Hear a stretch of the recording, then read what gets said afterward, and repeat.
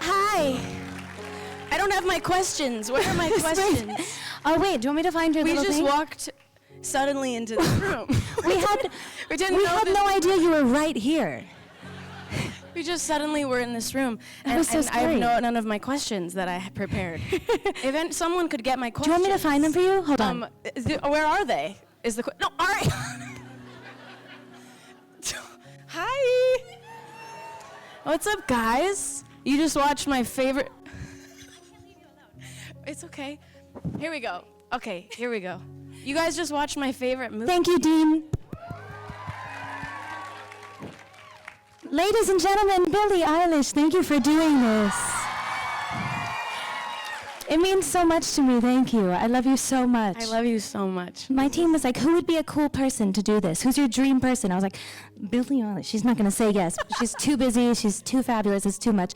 But she said yes, and I was like, oh, shit, now I'm so nervous. I was like, this is so exciting. Thank you for doing this. I appreciate you so much. No, this is crazy. I love this girl so much, and I love this movie so much, and I love you. I love you, and I still use the my YouTube channel that I have all my music videos on and stuff, like the Billie Eilish YouTube channel. It has been my channel, my personal channel, since I was about 11, and I was just in the car telling my mom that you can find. There's old interviews of you from 2014. Oh God! And Billie Eilish comments I'm Team Ari. There's many that people makes have me found. so happy. I didn't realize that they were still up, but there's many things where I commented God, I just love Ariana so much, and I used to call you Ari to my brother, and he'd be like, don't call her Ari. You don't know her. So sweet. So anyway, that makes me so. I'm really excited, and isn't this movie so amazing?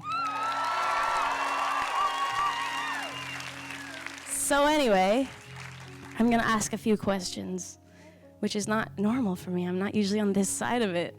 It's so exciting that you said yes to this. I still can't believe she said yes to doing this. I'm so excited. Oh my God. Okay, let me shut up. Okay.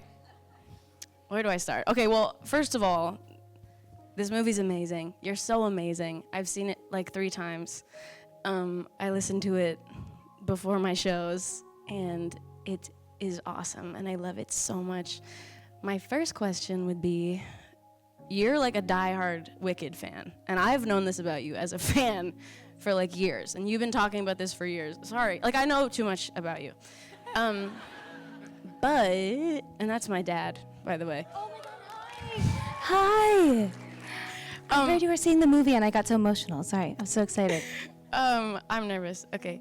But my question is you're such a diehard, and I feel you know the play so well, and you know the music so well, and I feel I just wanted to know, going into it, what were things for you that were totally non-negotiable, that you were I'm not gonna do it unless it's exactly like the play in this way. What were things that just you were very particular about? Was there anything? Well, I do feel in a way, the nerdy Oz historian that worked on the movie. I felt like a protective nerd, the gatekeeping fangirl in the room.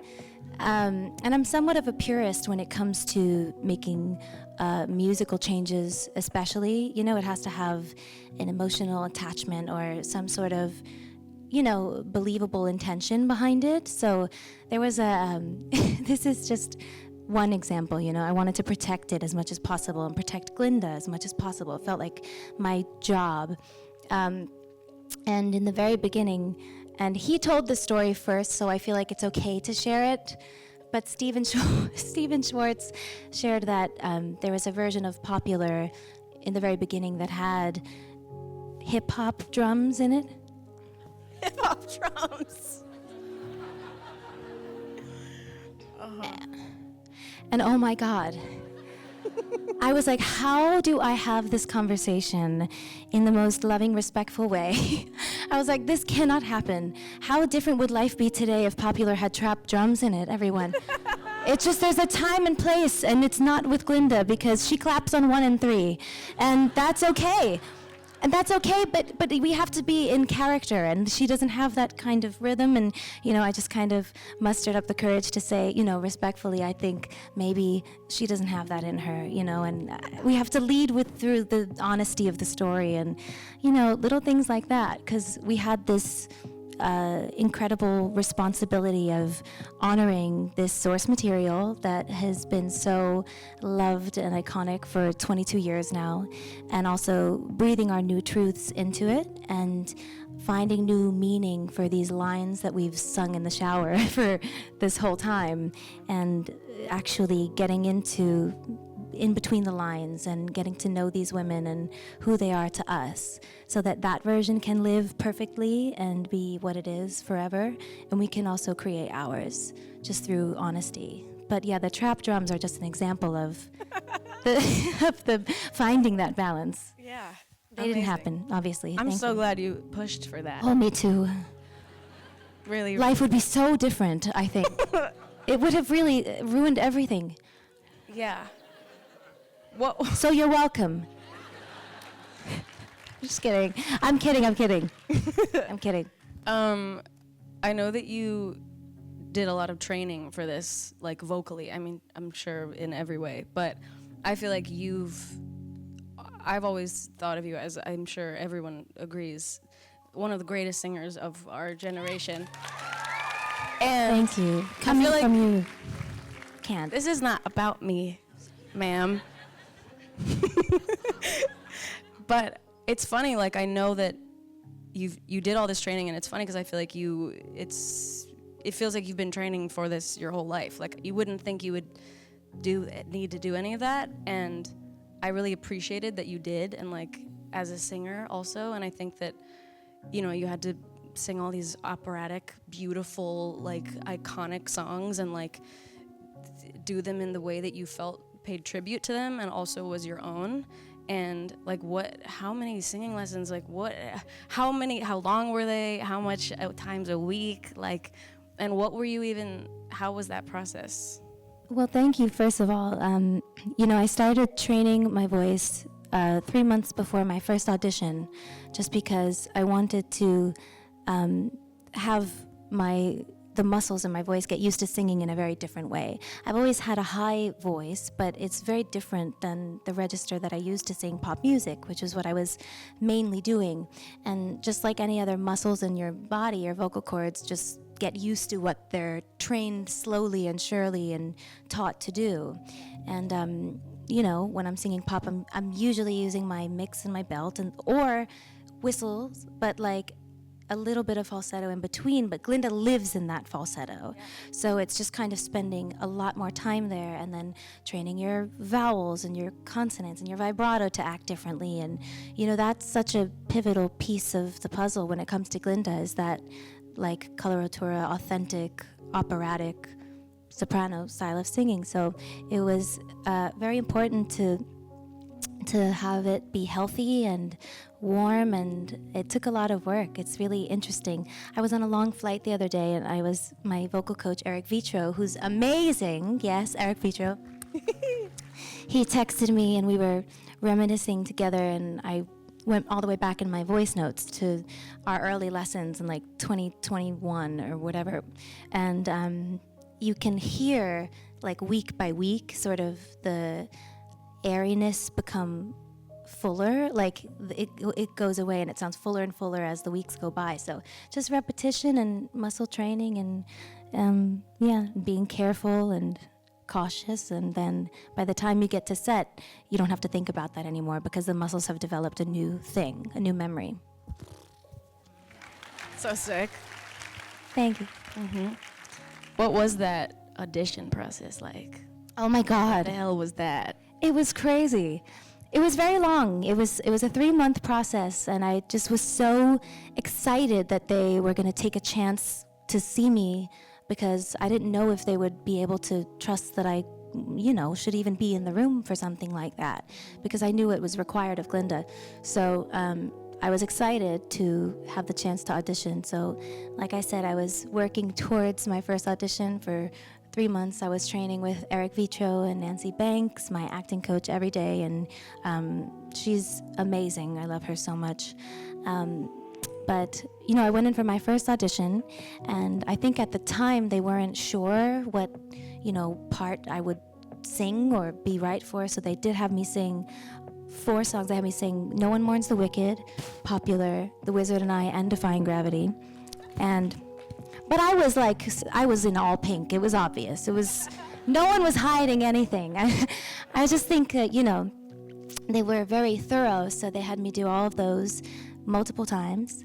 And then I had my callback, which had scenes, and we did dialogue and more Glinda songs. That was just for Glinda at that point. It was clear, it was obvious at that point.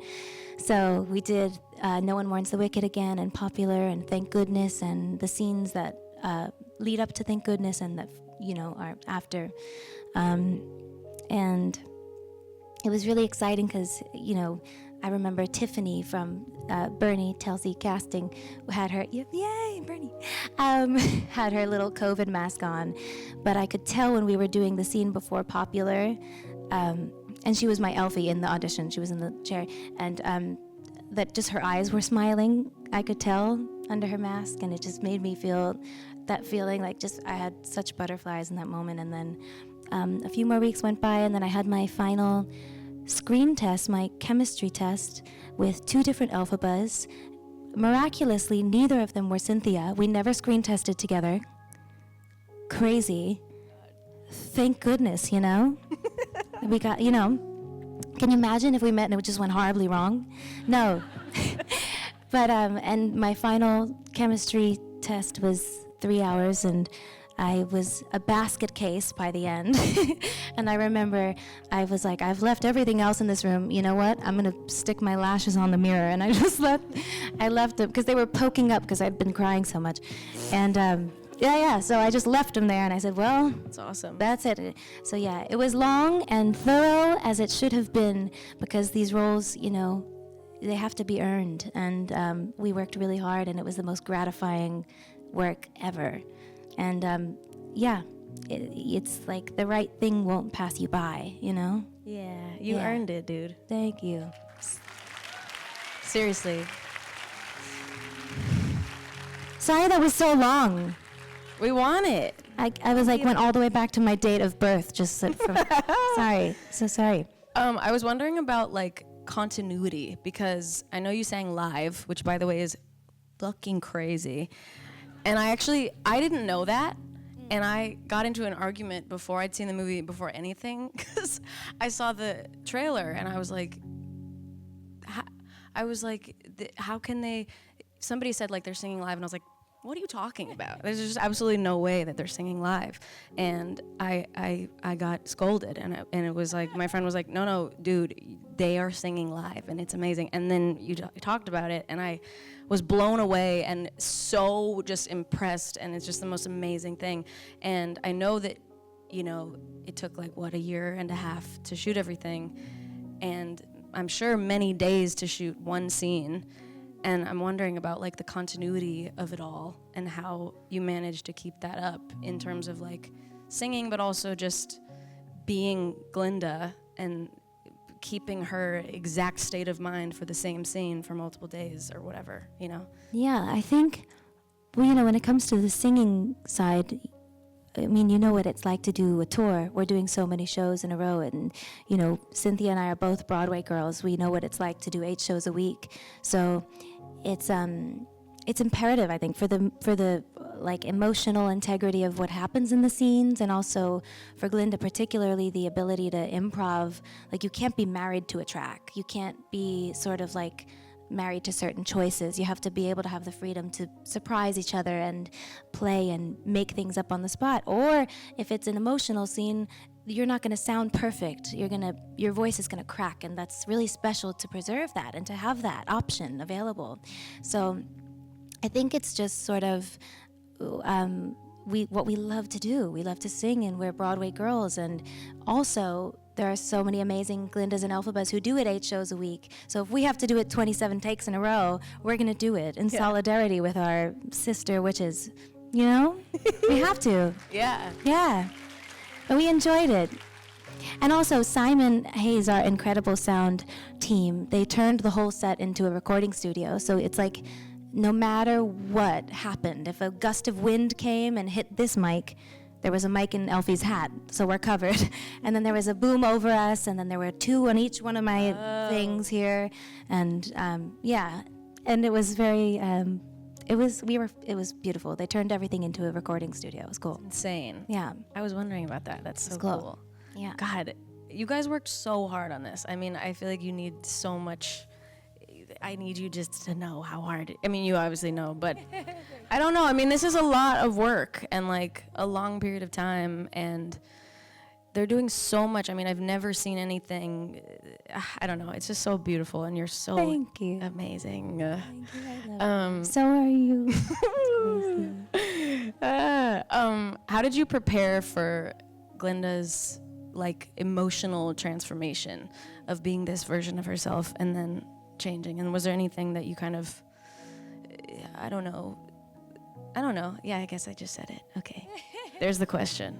I think, Glinda seems one way on the surface, but the only way any of that, fluffy comedy or like frivolousness can actually work and land is if it's based on something real and honest and painful and truthful underneath, so it's about just getting to know her through and through. Why is she this person who depends so much on external validation and it means so much to her to be liked, and like why is she so afraid of being in the middle of that circle in the Ozdas ballroom the way Elphaba is in that moment? It's like that's her biggest fear until it isn't, and she's challenged and invited by Elphaba to change, to become better. Just sort of getting to know her through and through so that we're not playing jokes or just hitting our marks and saying what's there. It's like it can feel so real, and it can feel lived in when you get to know her like a friend. And then all of a sudden you're like, where the hell does she end and I begin? And it just gets, the more you dig in that way and do your homework, it gets to feel that real, It's amazing. Yeah. Jon M. Chu. Jon M. Chu. Jon M. Chu. How was he to collaborate with? And what was it like working with him? And did you feel like a freedom to explore different things? And how was that process? He is the most extraordinary human being in the entire world. Like, obviously, he's the most brilliant visionary, director, leader. All of this starts with him. He's the one who picks up the phone and says, we have to plant 9 million tulips because we're going to be able to feel the difference. It's true. We're going to build these practical sets. We have to do it because it's going to make a difference. Yeah. And he is responsible for building this world and making it what it is. Of course, everyone is an extension of him. Paul Tazewell, our incredible costume designer, Nathan Crowley, our set designer, Pablo, our effects team. Every single person is it starts with Jon. He's the leader, and he fights those fights so that we can create, and aside from that, he's just the most incredible human being in the entire world. This man is kind and thoughtful in a way that is just so incredible. He treats every single person, every essay, every dancer, like they're number one on the call sheet. If anyone has an injury, if anyone is sore, if anyone's hungry, if anyone's feeling anything, we're gonna wait, we're gonna figure it out. And he's just such a caretaker.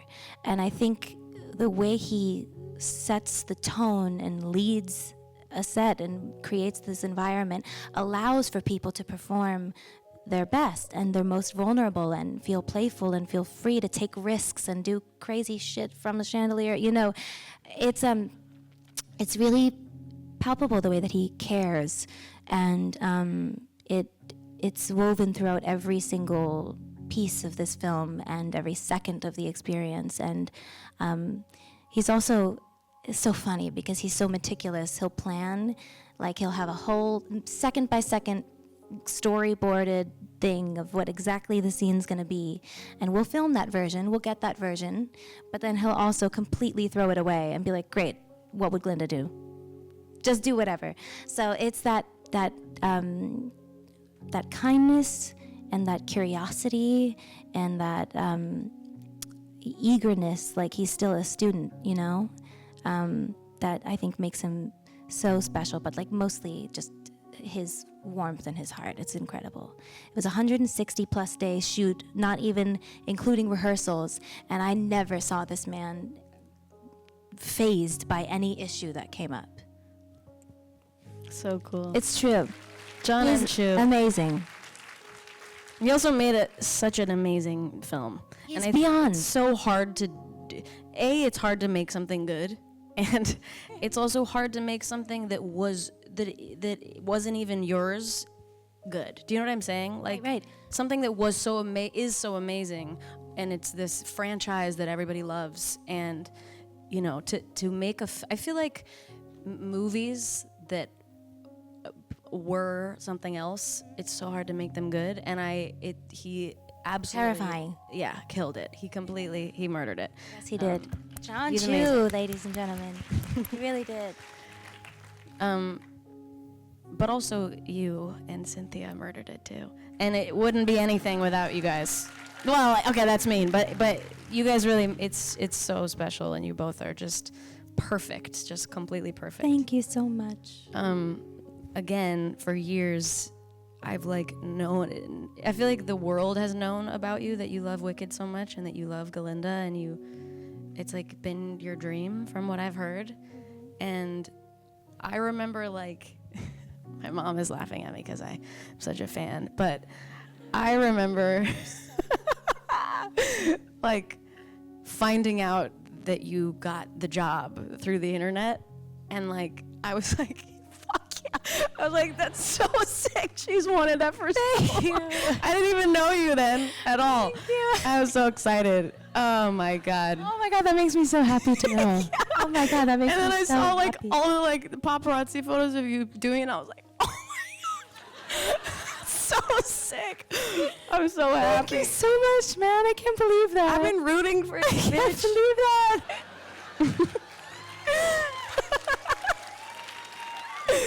Okay, a few questions and we're done. I love you so much. I really do. This is so much fun. I'm very content. I love her. Okay, a few more songs and then we go, because we're only allowed a few more songs. Songs? Did I say songs?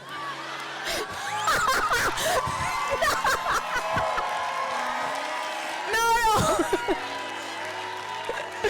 Oh my God, I meant questions. Oh my God.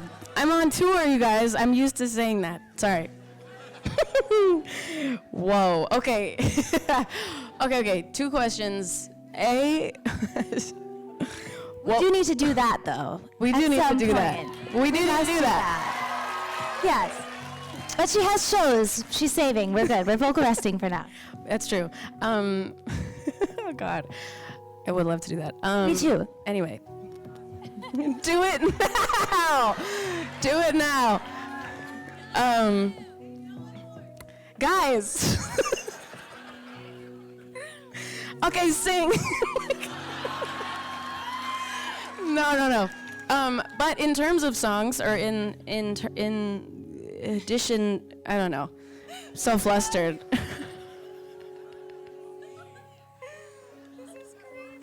Okay, sorry. I'm not supposed to be doing this kind of thing, but this is my favorite version of it. I'm crying. What was the hardest song to sing for you? The hardest and also my favorite. That was my other question. Oh. What were you most looking forward to singing? I would say No One Mourns the Wicked. Yeah. I would say, yeah. It was the one I trained the hardest for, that I was most excited for, and also it like just carries so much, and I think it's such an important song for just as it represents who she is. You know, she's grieving her best friend in real time, but also she's trying in that song to gracefully and gently walk the Munchkins towards the idea that like no wickedness was, good question, it was thrust upon her, and she's trying to spoon feed them the humanness of Elphaba through what she's singing to them, and it's just so hard because she knows they're never going to get it, but she loves her and she's feeling a lot of things, and I love it for all of those reasons. And yeah. Thank you for doing this. Yeah. You are so amazing. You are so amazing. And I feel so lucky to be in so this honored. room. And everyone in here is so lucky to be in this room. Billie, thank you so much. Ladies and gentlemen, Billie Eilish. I love you. Ariana, wicked. Sweat. Thank you guys so much.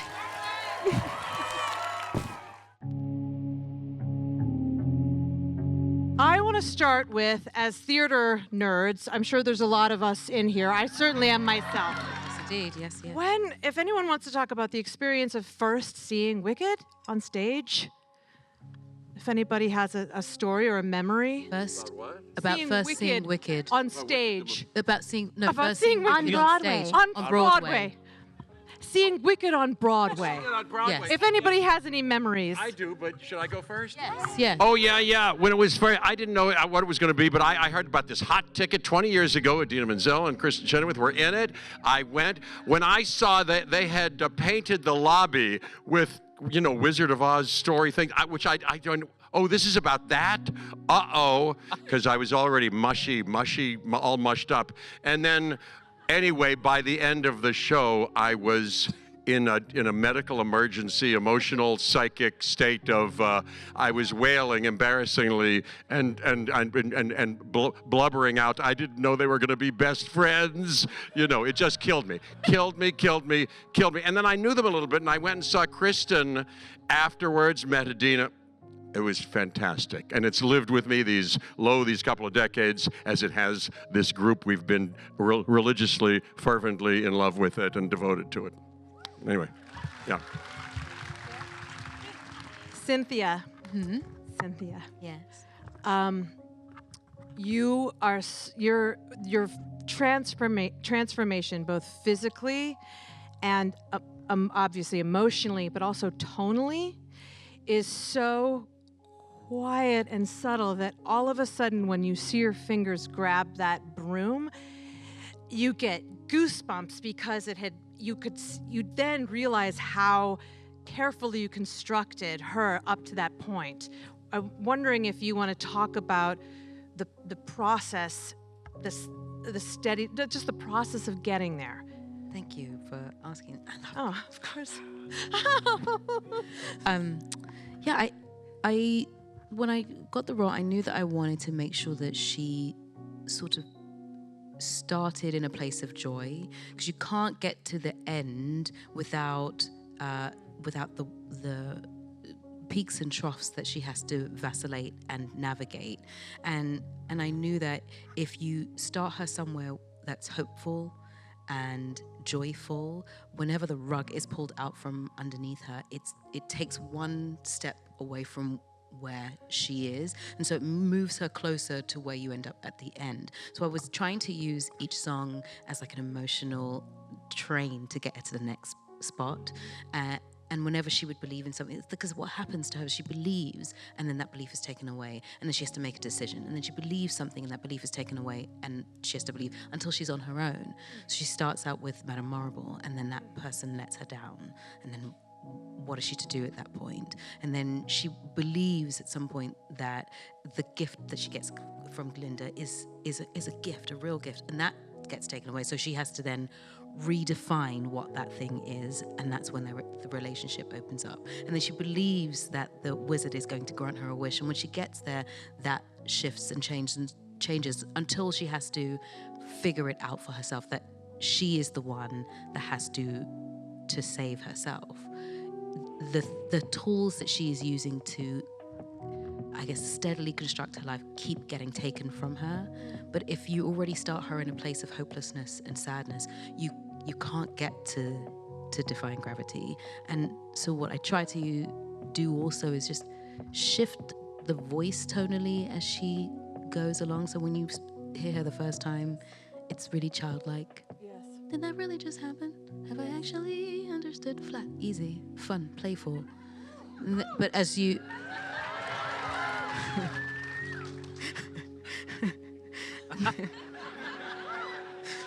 And then, you move through, and that's when she starts to discover that she can want, and she gets longing and then becomes more aspirate, airy. Hands touch, eyes meet, sudden silence. It's airy until you get to the end where it becomes like really round and then really raw. Something has changed within me. It's rounder.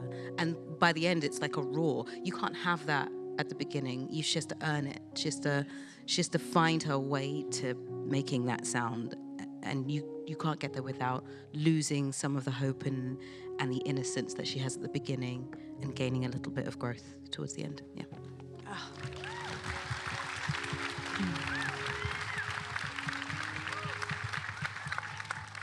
Yeah, it's such a metaphor for growing up, you know, like losing childhood. And both of you can see you grow up in this film. Like you actually watch it. It's like a magic trick. Like you're in the spell of watching you guys both grow up. Ariana.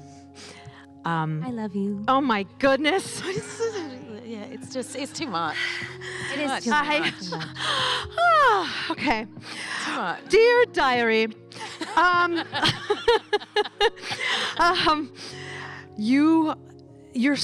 you as Glinda and also as a performer are so generous. It's a beautiful thing, I'm sure, as an audience member to watch that open, just giving to your scene partner and to the audience and to your cast. It's like an incredible thing to watch. And it's also pretty incredible that you are imbibing both comedy and pathos all the time, like through everything, through even like her most joyful songs. So I'm just wondering how you got to there, if that was conscious, if that was, you know, looking in the eyeballs of this human. Yes, absolutely. I think that's one of my favorite things about her is that both are constantly present. They have to be.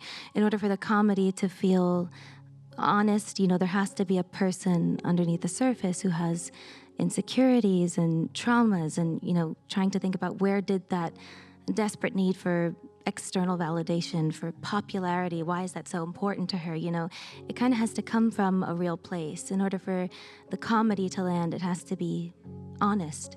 And then in her painful moments, she has to kind of still find the light, That's her magic, I think, is being able to transmute darkness and bring levity. And I don't know, I think just kind of finding little ways to make sure that both are present the entire time.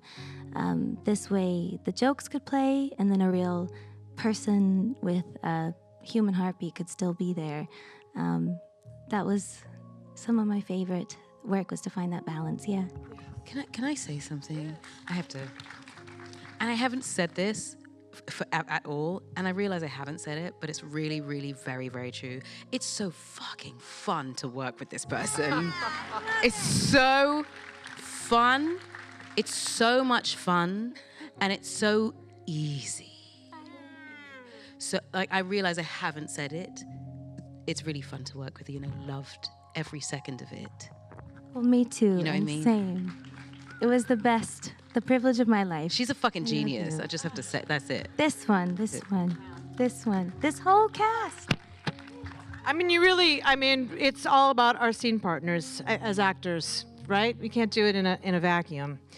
In a vacuum? No. Marissa.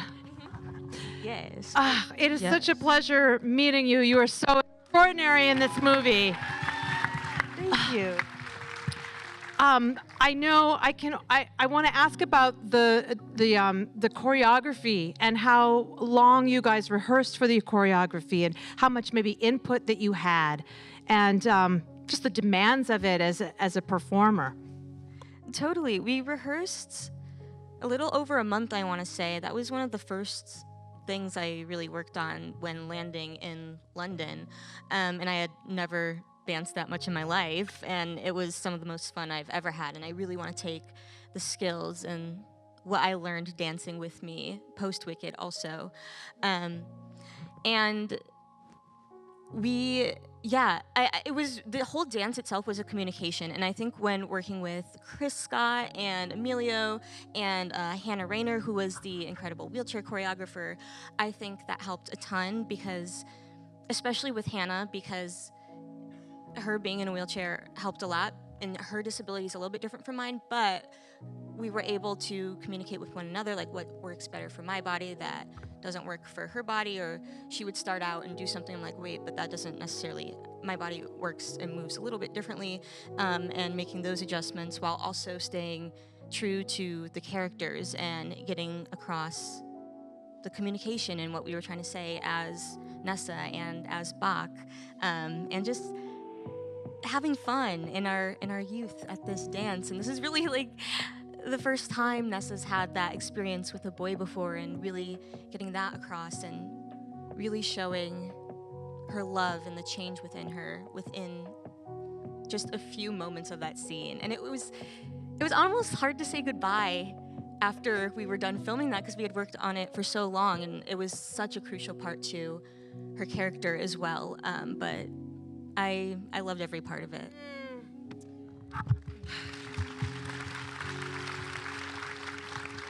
Yeah, you're what my mom would call an open-face sandwich. Your face is so open in this movie, and so just beautiful. Well, thank you. Bowen, Hi. I did your podcast, and it was one of my most so favorite fun. hour and a halves.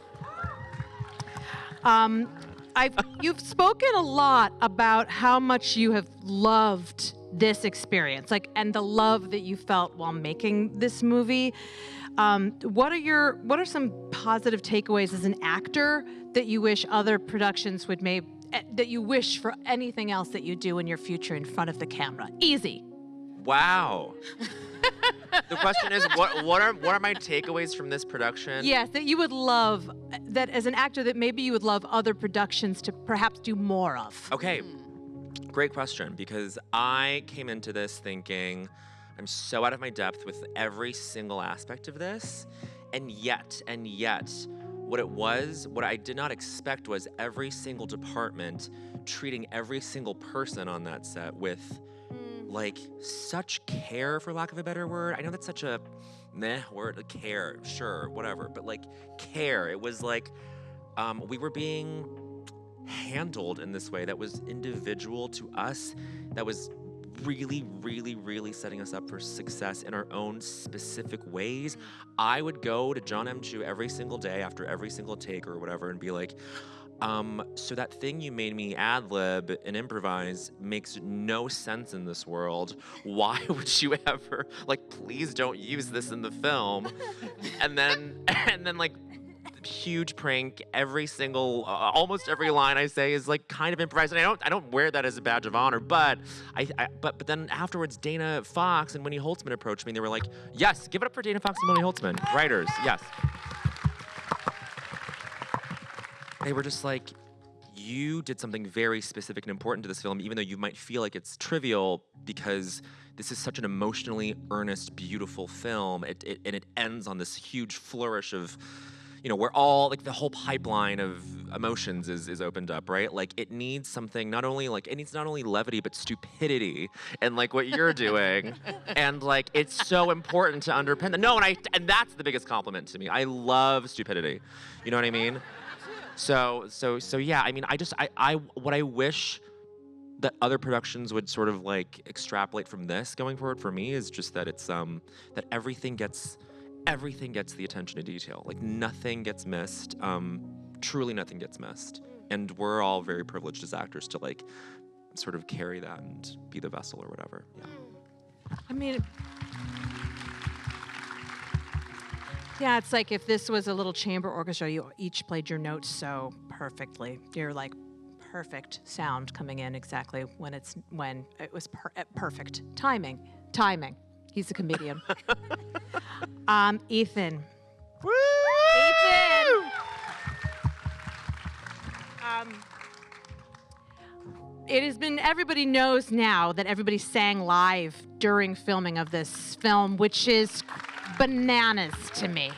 Take after take. I cannot imagine it. Can you elaborate on that experience, how that was for you, and what tools you used from Broadway, from your amazing career on Broadway. What did you bring to this movie? Oh, yeah. Well, singing live was really exciting as an actor for a lot of reasons, which I'll come to after the second thing that was exciting for, which is as an observer, because we got to see everybody sing just beautifully and emotionally and connected and grounded to the thing, and there was nothing artificial about it, right? It was like really, and so I know Jon has said this a bunch, but it just felt like having a front row seat to the best concert you could possibly ask for. Or just like being immersed in the Broadway show in a really special way. But then as a performer, and I've heard you two talk about this a lot too, but I think being able to sing live allows you the freedom to make mistakes that are coming from character and to actually like be in the moment and not be hyperanalyzing the sound the way that you do in the studio, but just be trying to be connected to the moment and also being able to be there for your scene partner. And so, Bach only has so many moments of singing in this movie. But in each moment, you really wanted to be truthful and connected and make the most of that moment, and especially with these moments with Nessa. It was really special to be able to be singing in each other's faces and to respond in that way. It's totally different than Broadway, and yet it's the same. I mean, you need to have stamina. On Broadway, you need to have the stamina to do 2.5 hours of singing, 8 shows a week. It's running a marathon. For a role like Bach in Wicked, you have to have the stamina to do however many takes you need to do in a row and still have it at the end of the day, because it needs to be that good at the end, just the way that your performance needs to be good. So I think that I felt confident in my ability because of the Broadway stamina to bring that on a day when I might have woken up at 4 a.m. to get in the chair by 4:45, and the daunting task of doing it was made a little less daunting because of my experience on Broadway. But I don't know, nobody seemed daunted by it ever, and that also was really helpful. Like to know that everybody is just gonna catch you if you fall. Your scene partners are there to catch you if you fall. It makes everything easy. The modulation of your voices. Oh, sorry. Yes.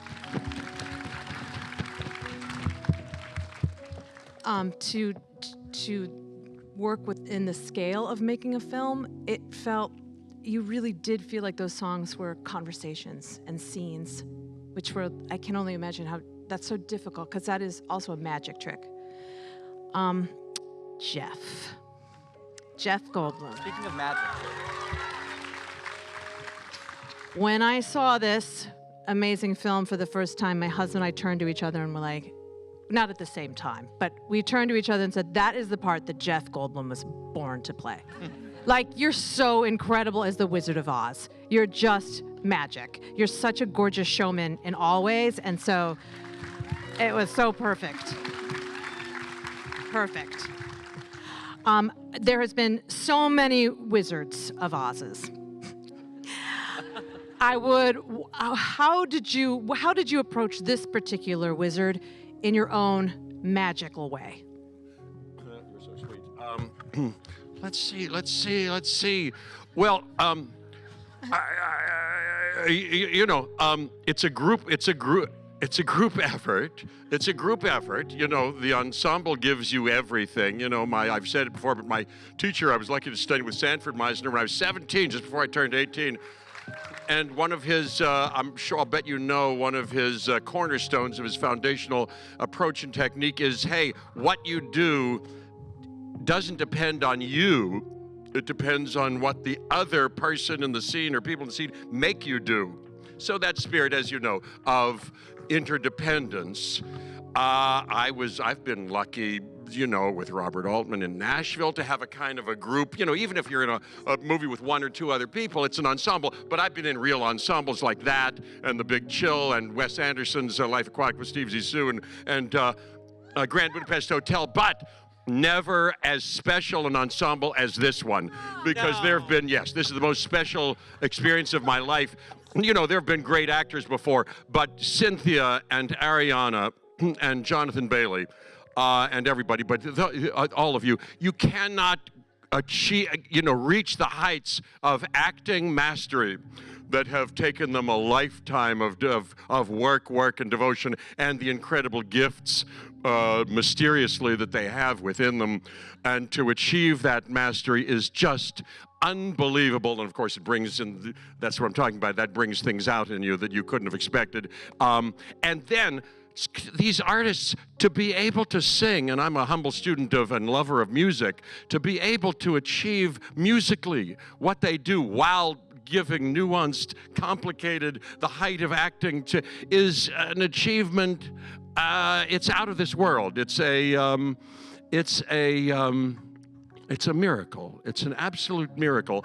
And so this is the best group. And speaking of, that original show, I've been in movies where they go, where the team says, hey, we like this, we're enthusiastic about this script. But never have I had a group, involved in a group of people who for 20 years, like me, have been so passionately in love with this material. And so that guided us and glued us together. And then the special, and so that and their gifts, but the special relationship that those two had with each other over the course of, a couple of years of making this thing, and the kindness and real thing that they intended and forged with each other was infectious and trickled down to us. Oh my gosh, the kindness. We love you so much. Well, we love you so what much. can I say? That's something. And I tried to do my part, and tried to bring the light and the shadow of it and the corruption of it and all that. But, like we all do, you point your fingers at human beings from the beginning of time as depicted in 2001 till the current landscape politically and culturally, and you go, oh, maybe that person is somebody I kind of don't like. Maybe that's kind of what my... But as my third grade teacher said, 3 fingers are always pointing back at you. So, what way am I a clown and a con man and a liar and a bully and have been corrupted by this and that? Those are good questions, life-enhancing and creatively nourishing. That's all I'll say for now. Yeah, woo! One and only. Yes. Ah. Ah. Oh my God. Amazing. Ah. Ah.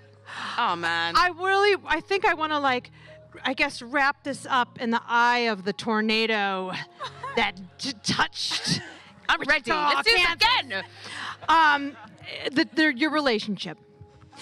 As I think everybody has touched on, I think about those notes between you in that last song and seeing the image of you and seeing you look at her, and I want to burst into tears. It's like the craft, the listening, the production, design, the directing, like everything has to swirl to actually hit that in the center every single time you watch it.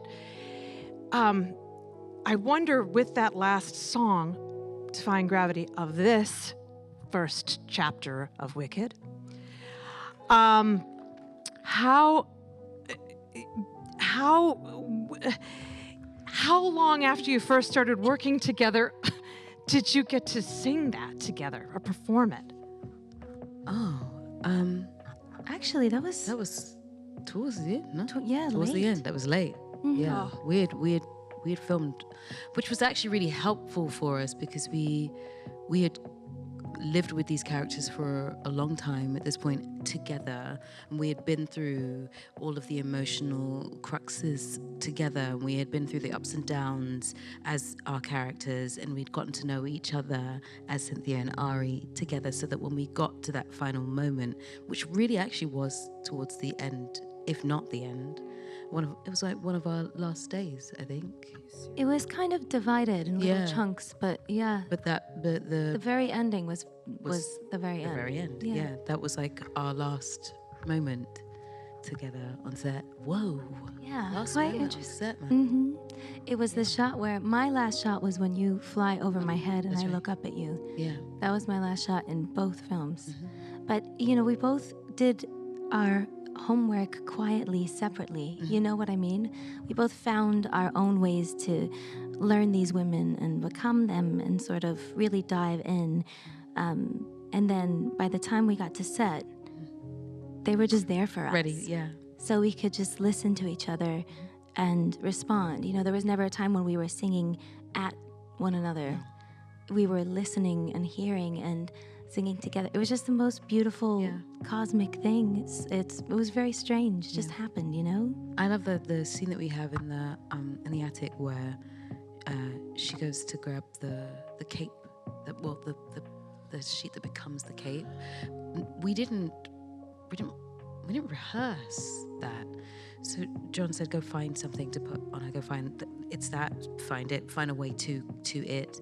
She gets it. I'm watching, and she shakes it on the way. That's all her. And I've said this before, but I really love it because it was just like one extra moment of just how can I care for her. I'm going to make sure that if I'm going to put this sheet on her, this cape on her, this thing to keep her warm, it'll be clean, it'll be tidy.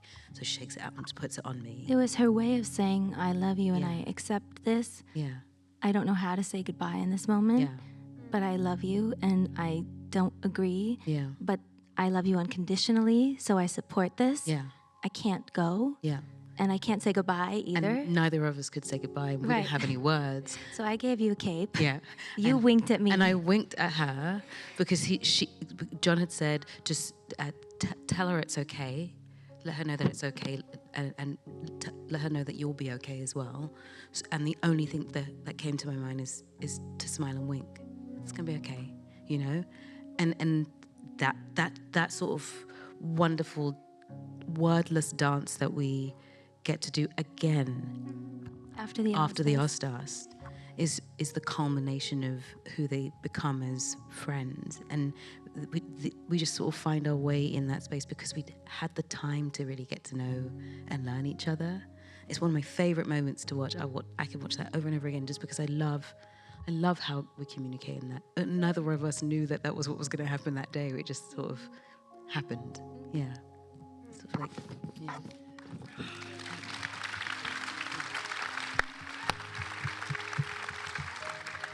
Well, I guess I would say lastly that I love a coven. And We do too. Oh, I love a coven. We do. And this is certainly a coven. Mm-hmm. And I was wondering if anyone, maybe you two or anyone, would have any advice to the coven that is this room today, of all of our fellow actors. Anything you would like to say as witches to witches? We have different ways of saying the same thing. The right thing will never pass you by. Correct. All the no's are simply simply making room for the yeses. Yes. Oh, that's so right? good. Yeah. They are. And sometimes we don't know that when we we often go into a room and we think, well, these people they don't want to give me their all. They're rooting for you. Believe that every room that you go into, they are rooting for you. So just be the best you can be. Whoever you are, let the person you are shine through, because at some point you'll be right for whoever is watching, right? The world is not against you. There's more yeses for you out there than you realize. You just have to be open to them. Yeah.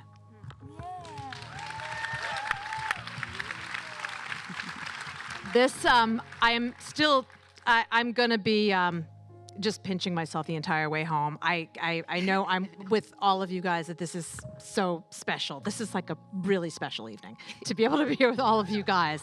I adore you. And is there any last words? Jeff? Jeff.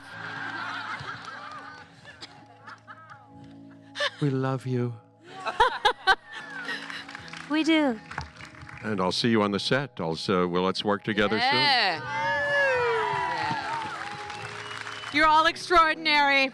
Thank you. We love you so much. Thank you. Thank you Oh, very my much. God, Thank you Go guys well, so everyone. much. Good night. Thank you all. Was this anyone's first time seeing it? Oh, wow. Second? There we go. Third? Oh, they're the real deal. Yeah. I like it.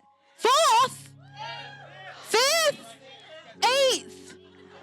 You said 8th. Thank you very much for doing that. You win.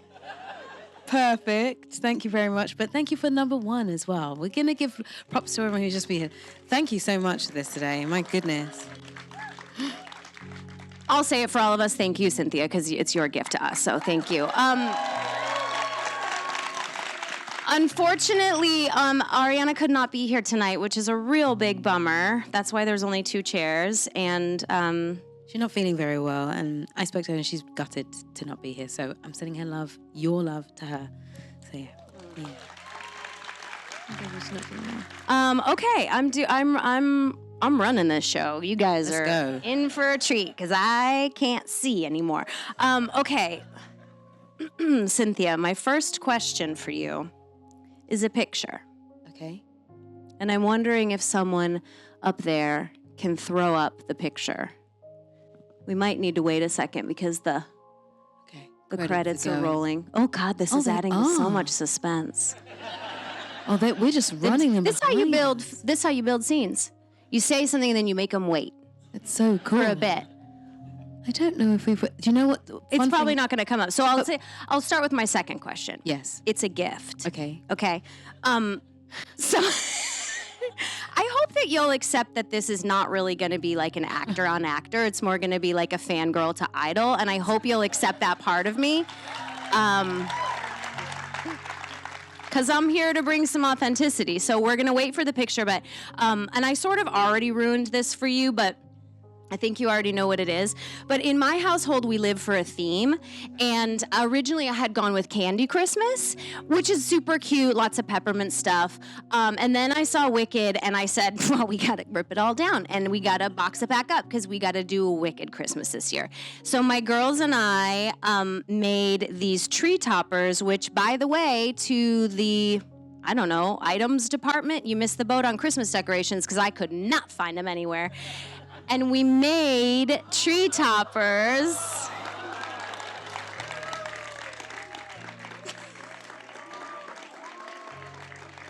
And I highly recommend it. They're just the tree toppers from Target, and you cover them in ribbon. You've got a hot glue gun. They could be yours. I'm so happy I can even deal with this. This is amazing. And there's ones for Ariana as well, but she obviously cannot be here. You're going to keep all 4? I'm keeping all 4. Okay, I like this. I need spares. Okay? That's true. That's what's going to happen. Okay. I'm keeping them. All right. Well, we'll wait. The picture will come up at some point, and you guys just let us know when it does because I thought Almost it would time. add to the scene. Almost there. I will give you a fun fact about the credits. Ari and I worked on the soundtrack as vocal producers, so as well as being like in the credits, one of the proudest things I'm like proud of is the fact that we're in the credits as vocal producers on our soundtrack. It's my very first time having that, so it means quite a bit. Yeah, that's very cool. You wear a lot of hats, pun intended.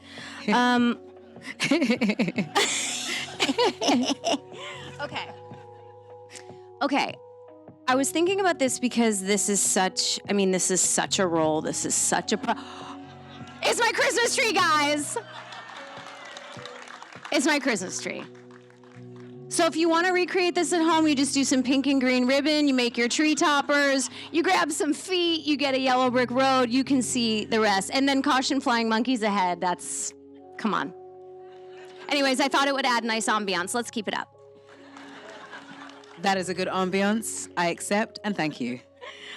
Yes. Okay, a role like this, a property like this, where I guess I want to know where you started. Like did you begin by researching anything? Did you just read the script? Did you start with the lyric? Did you start with dialogue or melody or movement or backstory, or where do you begin? Well, I started with music because I knew the music like the back of my hand before I was even asked to come in to read for it. So that was sort of in the back of my mind already, and re-listening to it and sort of trying to hear it from my point of view and where I would take her and how I wanted to sort of vacillate the story through the music for her. And I already knew that I didn't want to get to Defying Gravity at the beginning. So I had to figure out how to get from the very beginning of The Wizard and I, which is very, very quiet and sort of internal, and use the rest of that music to get to the last final war cry at the end of Defying Gravity. That's where I begin. And then you strip away that because you have to get to the meat of it first. I get the script, I read it, but I also started just like looking at the past. So looking at The Wizard of Oz, looking at Margaret Hamilton, because I wanted to figure out what Elphaba would look like as well. And I wanted to figure out, well, how do I marry some of the things that have already existed with what I feel should belong to now, and how do I marry the things about myself to her that Margaret Hamilton already presented. And so when I remember I actually came to the museum and there was a display about The Wizard of Oz here soon after I had gotten the role. So I was like, well, that's happening. We're going immediately. And I went to this display, and there's a picture of Margaret Hamilton in black and white, which is quite infamous. I think most people have seen it. And she's in her full costume, and she's sort of doing that. And that's the first time I realized that she actually has talents, that she has nails. So I was like, interesting. I hadn't realized, I hadn't noticed them before, which is strange for me to not have noticed. And now all of a sudden there was like, oh, this small thing has become this connection between the past and the future. And so I was like, well, that needs to go in it, and I want to find out why. Why does she have them? Is it part of her DNA? Like, how does her hair and her nails grow? Is it something that is this green really run through her in that way? So I was like, right, that's what's going to happen. I want her to have nails, but I want it to come from the DNA of her. And then I thought, well, what do I want of myself that makes sense? Because I don't want to completely erase the girl underneath the green, me. So that's where the braids came from. So you have the micro braids that she has. I wanted to continue what's on stage, which is the long sort of wavy dark hair. So that's why the color is very dark, but it still has the texture that I wanted. I'm trying to take from these different parts of all of the things that already exist to create her. And then, yes, she's green, but the green that I'm actually wearing is literally called Cynthia's green, because the green that already exists was the wrong tone. So it was coming up almost chalky. So Frances, our head of makeup, worked with the technicians to create a green that had a luminous yellow in it, so that the green on my skin tone worked for me. So there's loads of different things that we just sort of picking different things. That's where it starts. And then you find her shoes, and you find out how she walks, and you find out what her rhythm is, and then you find out how she speaks, and then she's kind of, her voice is a little deeper than mine because she's a little drier. She can't be bothered. Like, when I was just trying to open the door, like, Yeah. And you find out, because I think I have a little more air in me than she does. She's very grounded, so I've wanted to send her speaking voice a little bit lower into her boots, but then when she sings, she can fly. So they...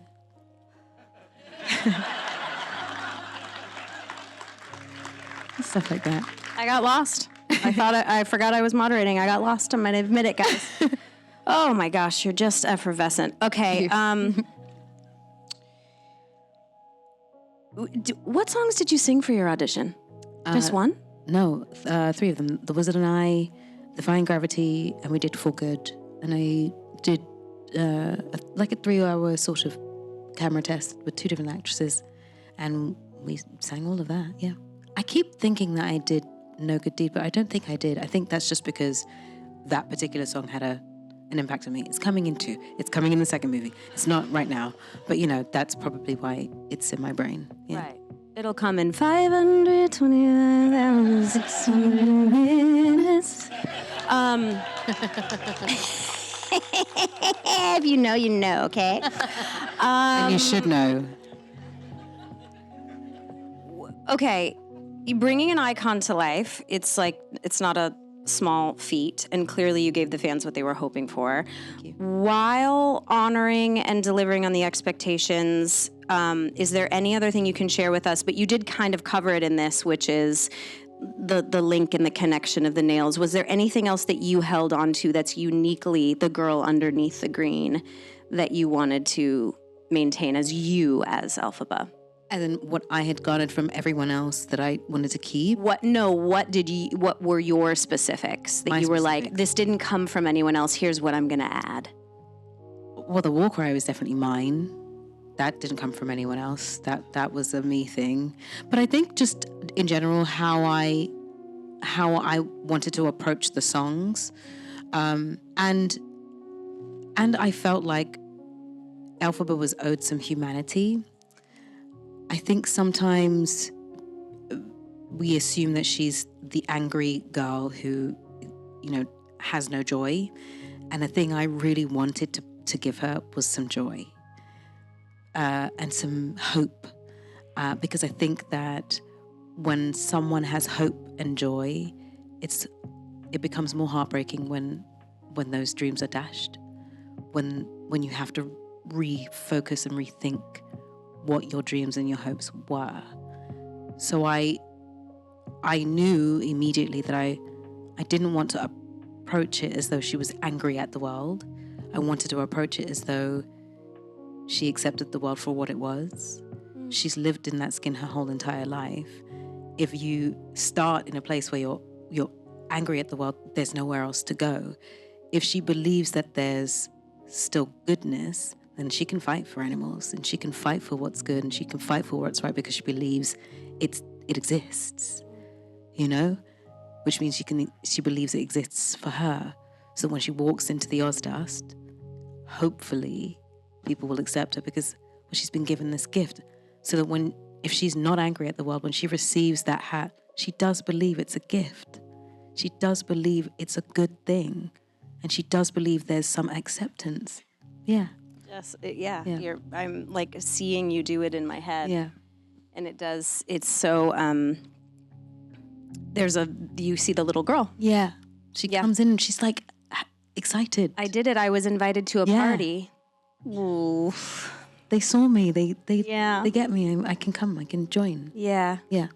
Okay. Do you having worked in both stage and film, how do the two mediums compare in terms of your performance? And is there a particular way you tailor your process depending on if it's live audience or camera? I'm a little bit cheeky when it comes to stage and camera. Stage particularly. I didn't realize it was like a cardinal sin to turn your back on the audience in theater. But I will turn my back because I believe... That's why we want more. Well, it's also because I believe that the back is also as emotive as the front of you. So if I'm turning my back to you and then I smile and then I feel tense,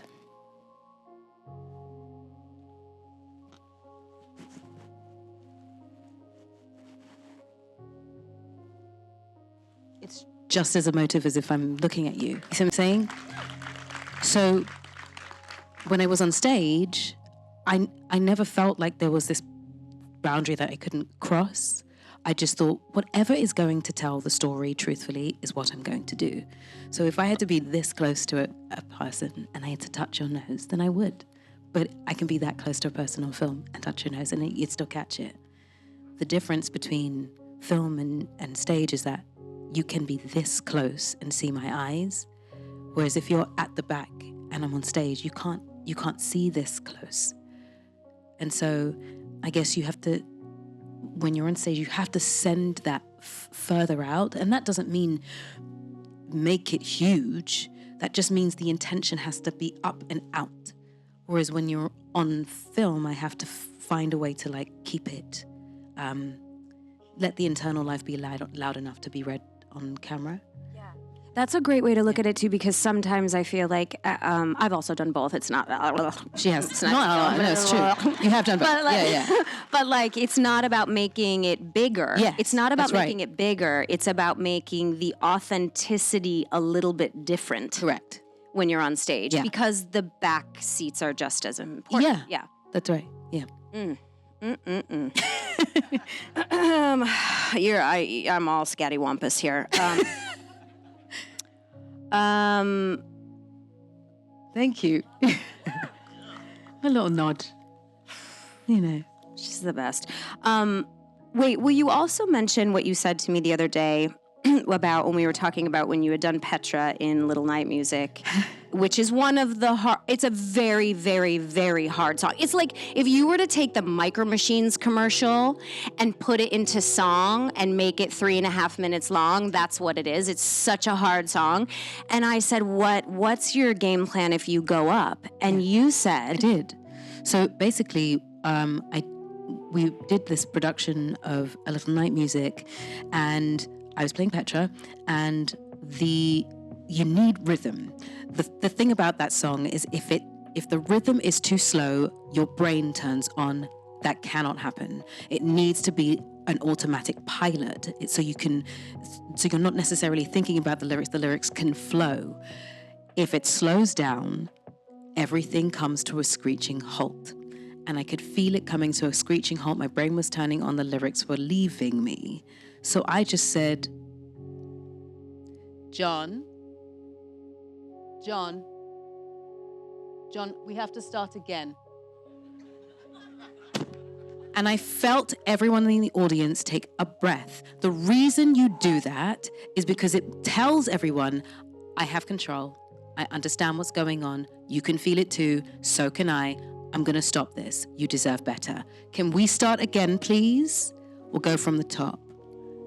Live theater, everyone. That's what we do. Yeah.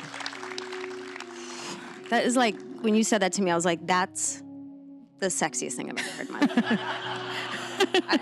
life. Plain and simple. There's no way to get around it. Okay. You have played characters with historical and cultural significance both, and that can feel like a big responsibility. Mm-hmm.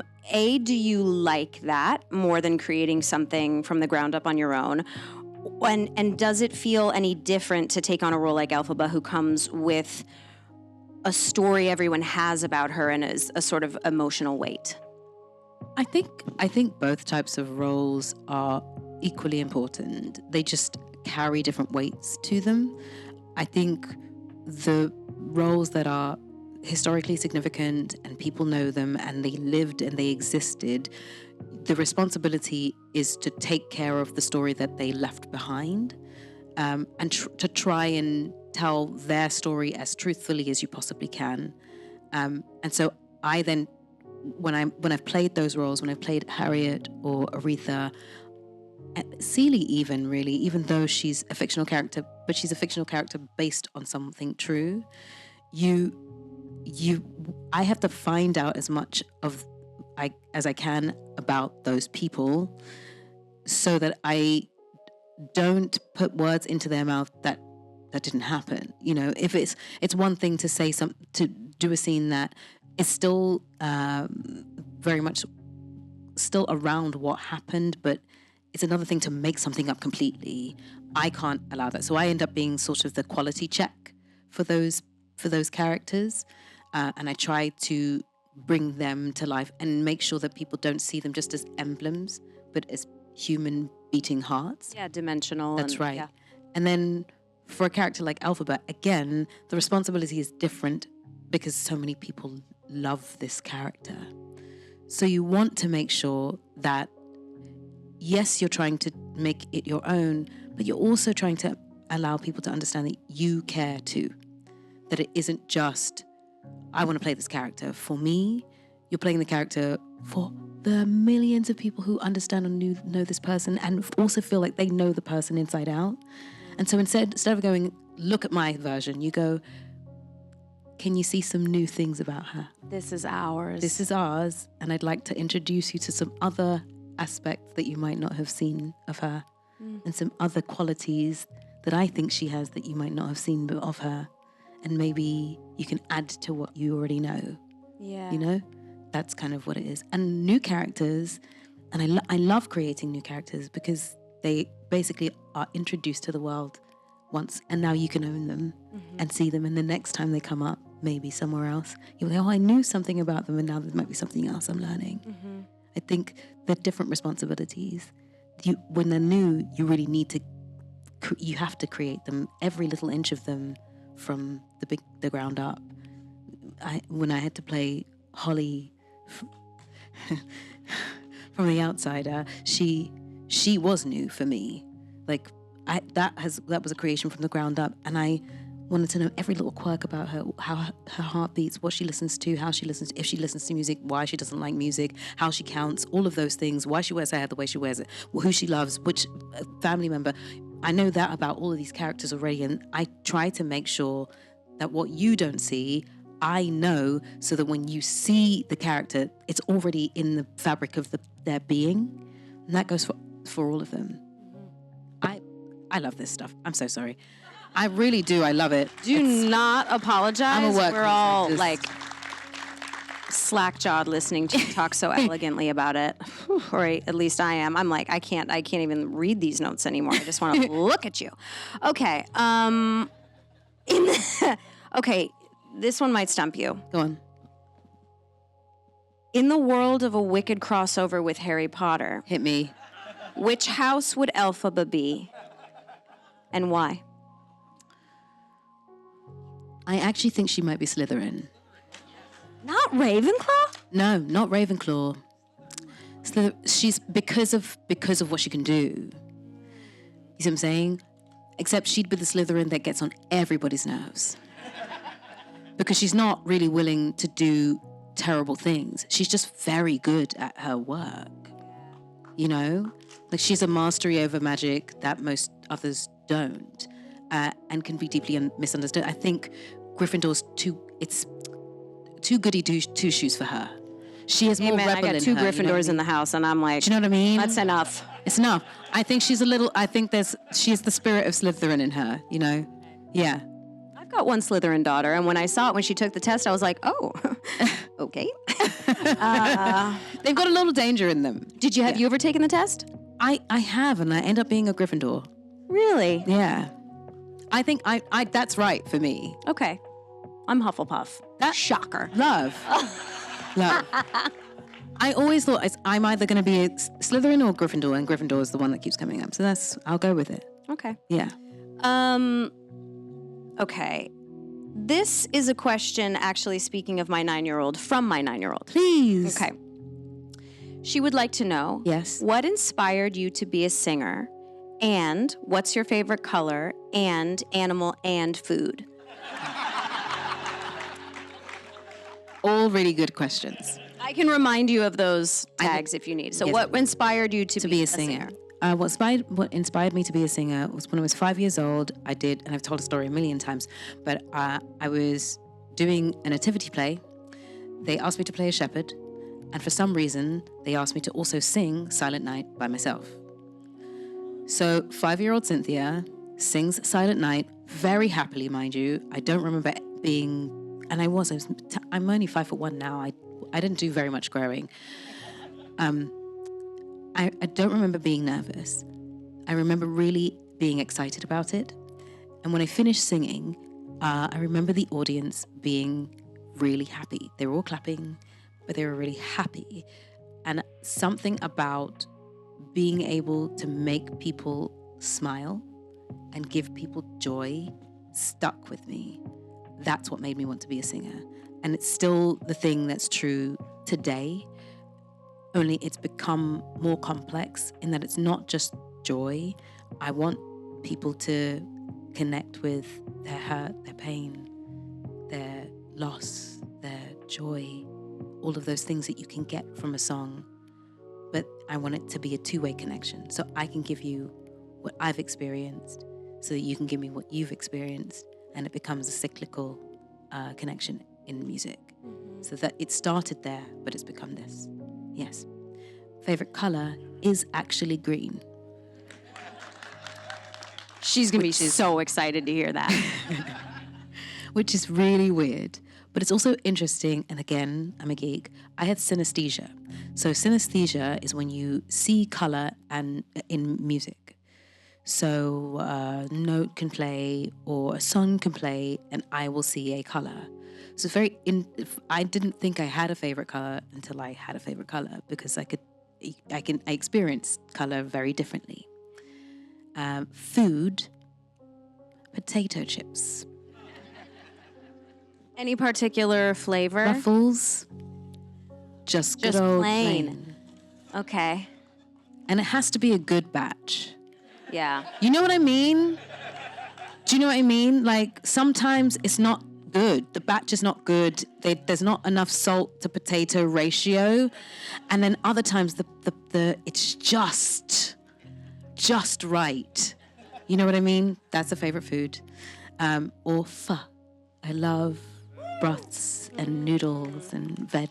Like, that's that. And favorite, did she ask me? Animal, I believe. Yes, favorite color, animal, and food, yeah. I love animals, and I don't know if I have a favorite. But currently my favorite is my two little dogs. I do think dogs are quite special. They're very emotional creatures, which is why I love them. They're nature's antidepressants. Yeah. And I'm sure some of you must have thought that was a dangerous question for me to ask and be up here on stage and be like, what's she going to say? Is it going to be sloth? But it's not actually my favorite. My favorite is dogs for that reason. They are nature's antidepressants. Yeah. They are just so wholeheartedly in this for the connection. That's it. And they don't judge. At all. Yeah. Well, one of mine, Caleb, my multi-poo, might judge me sometimes. He might be like, why are you home so late? Mm-hmm. We had a date for us to watch TV, and you're here an hour later than you were supposed to be. Gigi doesn't care. She's just like, love me. You know, they're sweet. You know, I think dogs are really quite amazing. Also, I will share an anecdote. When I went to see the second time we saw it with my 11-year-old, she's been experimenting with comedy and like when a sort of like call out can land, which call outs are very dangerous, particularly in a movie theater. But I'm like, you got to feel it. The only way to know is if you feel it. And if it does not land, you cannot land that plane. Believe me, you're going to want to leave the theater. She had the bet, and I highly recommend this for your 9th screening. During the scene where you were talking to History? No, Dr. Dillerman. Yes, Dr. Dillerman outside in the shed. At like one moment where he was singing before his voice goes away, she screams, "Get it, Dr. D!" And the theater erupted. So take that in your back pocket. You go see it again. Yell out, "Get it, Dr. D!" I can guarantee you it will land. That is brilliant. I was so I want to tell proud. Peter Dinklage about that so badly because he needs to know that we love him. Yeah, also needs Dinklage to is know. the best. The best. The best. The best. Yes. Oh God, I love talking to you. Okay. So this role was not simple or easy. It required a lot of effort, but I feel like in your career you've tackled roles that were pretty physically and emotionally demanding. Yeah. Is that something that you've gravitated towards, even if you acknowledge it now as being a subconscious thing? Mm-hmm. And following up, how do you maintain you as Cynthia, because we've had this conversation a couple times too, your mental and physical well-being when you're embodying these characters? Do you have any rituals that you abide by or techniques to take care of yourself? I think I consciously run towards things that will use me physically as well as mentally, because I believe that the body and the mind are intrinsically truly intrinsically linked. Like sometimes the body is the thing that tells the mind what to do, and sometimes the mind is the thing that will tell the body what to do. And because I feel like I'm a very physical person, I want both things to be in action. I want both things to be being used. Now, whether or not that's healthy, I'm working it out. I'm not sure, because I will put myself through a lot to do any of the roles. So for this, I put myself through a lot. It was like waking up because my calls were very early. The makeup was practical, so that was already 2.5 hours before we got on set. But I would get up and work out for 2 hours before getting in the car, well, because I had to be in wires because it was flying. So those stunts need your body to be conditioned so that when you move, and I was learning this as I was going along because I had never flown before. I just knew I wanted to. I'd flown a small amount, but nothing like this before, and that requires your core to be this strong as you could possibly be, because the wires will take you from one place to another. Jo McLaren, my stunt coordinator, was so good with me. She was like, "Are you sure you want to do all of this?" And I said yes. And so what I would need to do is be ready enough so that when the wires are working to move me from point A to point B to point C, if we're doing a loop-to-loop, which is that big loop, I have to get myself over and round without my legs just falling behind me, which means that my core has to be on from there, and then I have to turn something else on, my legs and my hips, to come follow through. So that doesn't work if you don't take care of your body. Yeah. But I have to sing at the same time. So I have to take care of my voice at the same time. But I love it. I did the same thing for Harriet. I was on a bike every morning before we were on set. I need that, the feeling of it is sort of my fodder. That's what I kind of need, the feeling. I need to know that my body and my brain have worked so that when I get to the point where I'm doing it all, it feels like water, it feels natural, you know? How do I take care of myself? There are practical things that I do. I learned that an infrared sauna blanket is very helpful with the bruising on the inside. I learned that a therapist is also really helpful with the bruising on the inside. I live a little bit like a monk when I'm doing these things. I naturally don't drink or smoke or eat meat or any of those things. I'm sorry, I'm very boring. But I sort of stay, I'm in my house. I stay indoors and I try to take those moments when I can actually like rest. I don't get very much sleep doing these things. So the 2 or 3 hours that I do get, I try to make them good quality too. I'm sorry. Did you say 2 or 3 hours of sleep? That's what was getting on this, yeah. Because my pickups were 5 a.m. in the morning. Oh, I have a conversation with John Chu after this, guys. That's unacceptable. But self-inflicted, because sure. You know, if you no, it was self-inflicted. It's what it is. What it, you know, I can admit that. Can you wind down at night? Like, is it harder? Oh no, for the you wind to down is horrible. It is so hard to wind down after that because, you know, I would try to wind down when we were taking off makeup because the makeup itself would take an hour and a half to take off anyway. So that's at the end of the day. But I'm already like amped, and no days were small. No days were small. There were no small days. None. You guys shot for 18 months? 8 months. 8 months. 9 months. Sorry. But we were cast in 2022.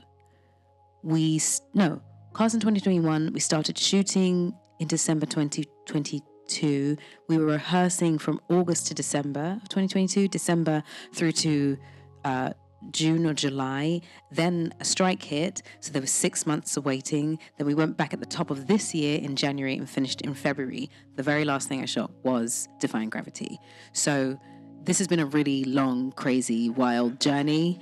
And that 6 months was the craziest thing ever because you're sort of walking a tightrope because you can't drift so far away from the character that she disappears, and you can't stay on the line so much so that she doesn't go away at all for 6 months. So I was always sort of like checking in. Like I'd be in the shower. Unlimited. Okay, she's still there. All right. He's just checking. Just checking. Hands touch, eyes meet. Okay, he's still there. Fine, okay. Just like doing this check-in constantly, like, are you there? Are you there? Are you there? Knock, knock, are you there? Are you there? Until you get to the day where you can like come back and do all the... It's been the craziest, wildest journey. I cannot even tell you how insane and wild it has been.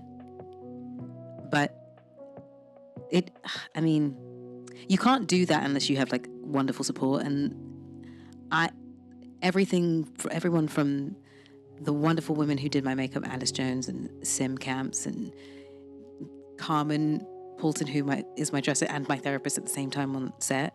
Do you know what I mean? Those moments are so necessary because you don't realize that they really take care of you. So you asked how I take care of myself. Well, I'm a stickler for pulling people in that I love when I do projects because I know they take care of me intrinsically. So Alice Jones was on a project that I had done before, Drift, and I remember I had a breakdown on that film, and she's the one that did my makeup. And I remember when we were on Drift and I had this breakdown, I've never seen anyone do this. She just silently took off all this makeup and then gave me like a face massage. But there was the touch of and the energy of like, I've got you. You can cry as much as you like, and I'll pause when you cry, and then we'll continue, and we'll get you to the end of this. Carmen and Sim came from another film, Luther, and they were just so open and sweet and caring that I said, I'm not doing anything without them. So I bring people along with me because that is, you build a family, and there is nothing like having people around you who know you very well to make you feel really safe. So I think that's actually one of the ways I take care of myself, by bringing people who do an exquisite job, not just at their craft, but at being people.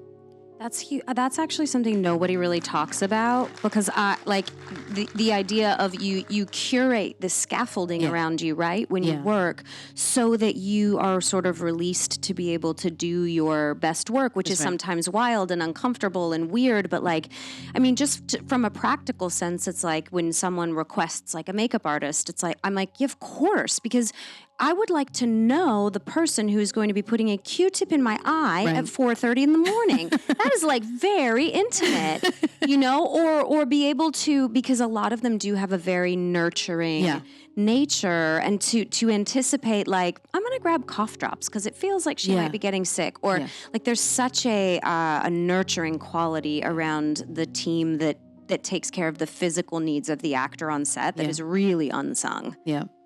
Carmen Poulton is my dresser. She's amazing. Hey, Sim, do you want a cough drop or anything? She'll just say that. Really, she'll walk over to me, and she has like this utility belt that has everything in it. Want a bit of tea? Do you want some tea? Which is usually, you need teas, have some now. Yeah, oftentimes it's not a suggestion. It's not a question. It's that you've gone offline into the character so much that someone recognizes you haven't drank water in the last 9 hours. And so they just they open it and then hand you water. And it is a beautiful feeling. It's like a reset. It's the most amazing. To know that you are protected and taken care of in that way is so unbelievably valuable.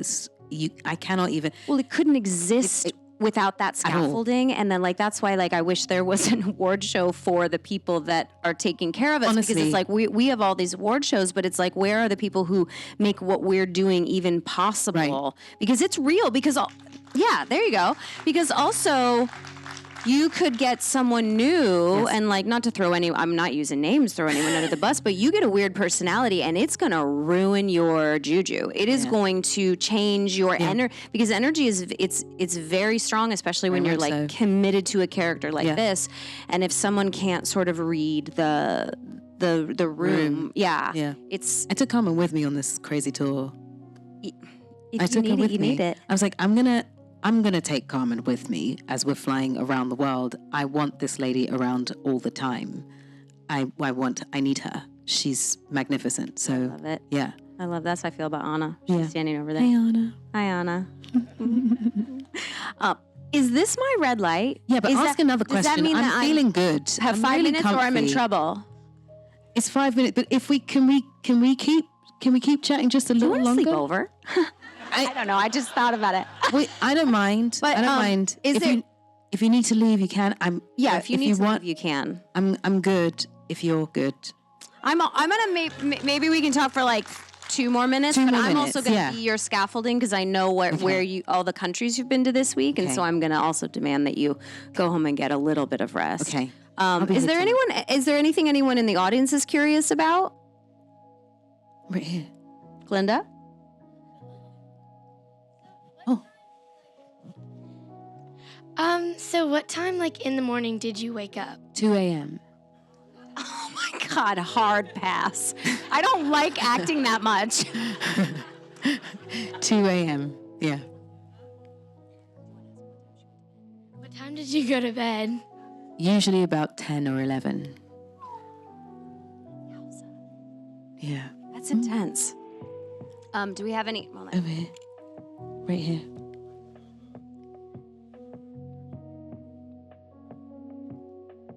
share the moment when you actually got the role. I was in London. I think I was shooting Luther, and I got an email from my team because they have a flair for dramatics, telling me that there was like a book or some IP that I needed to jump online with the writer about because it was really good for me. And I have a little production company that, you know, we just signed a first look deal with Universal, so they were like, well, you know, we've got this IP might be really good for you, but it's now, we have to talk to them right now. And I was like, okay, sure. It's 1 a.m. in London for me. I'm in my pajamas. But because I'm A-type, I said, that is a great idea. Let's do this now. So I get my iPad and I put it up and I try to, like, if I make sure that my top at least is looking presentable, and I have glasses on, so I've like set myself together. Great. So they give me a Zoom link to click on, and I click the Zoom, and John Chu's name comes up. It's 1 a.m. in the morning. I don't put it together. I don't even notice that it says John Chu. I just see John Chu and I think, oh, maybe he knows something about the writer. Fantastic. Great. So his face comes up and my team comes up. I'm still not putting it together. I'm like, I guess we're all in it then. Let's talk about the book. What's the book? And he goes, so I just we're talking about the story, and this is John. There's this story about this young woman who, you know, used to feel slightly out of place when she would go to drama school, and sometimes she would, you know, go to a piano room and with a friend of hers, and she would sing this music, and it would bring her comfort. And then one day, this young woman comes in, and she blows us all away with her song about this green girl. And I go,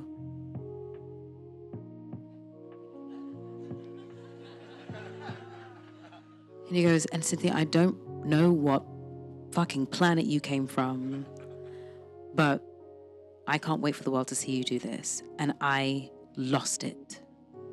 I lost it. I don't even think, there is a video of it somewhere, and I don't say anything. I think I just say thank you so much and continue to cry for the duration of it, because I just didn't. You don't expect a dream to come true like that. You know what I mean? There things that land that are that big don't happen very often, and then they do. And all you can say is thank you. That's what happened. Yeah.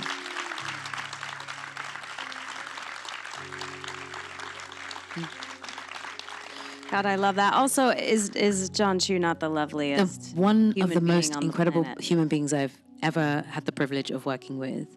John Chu has the most wonderful imagination, and if you combine that imagination with the most deep, caring heart and the brainiest person in the room always, you get that. that's what happens, because he's always thinking ahead, but also deeply thinking in the moment. So he can have a storyboard written about an entire scene, and it's brilliant and it's detailed, and we'll do that. And then he goes, right, what do you want to do? How do we do this? What would you do in this moment? What does Elphaba do? What does Glinda do? How do we do this? And 9 times out of 10, there are things in that I don't remember doing, because he just creates a space where you can just be. Little eye rolls and things. And I'm like, how did you catch that? When was the camera even looking in that direction? I thought you were filming someone else. I didn't even know what is happening. But his eye for what everyone is doing is always open. So he sees people, and he sees what they can do for the characters. It's really special. He's wonderful. And he's a great human being. So those things can human being. coexist, and they should coexist. Yes. And Yes. he is a perfect example of that. Truly. Also, if you guys have not seen In the Heights, which he also directed, let's give that a resurgence around this Wicked as well, Yes, okay? yes. Because it is phenomenal. Okay, I'm gonna make you go to bed. Okay. Thank you so much for talking with Thank me. you. This has very been much. so joyful. Thank you You very are exquisite.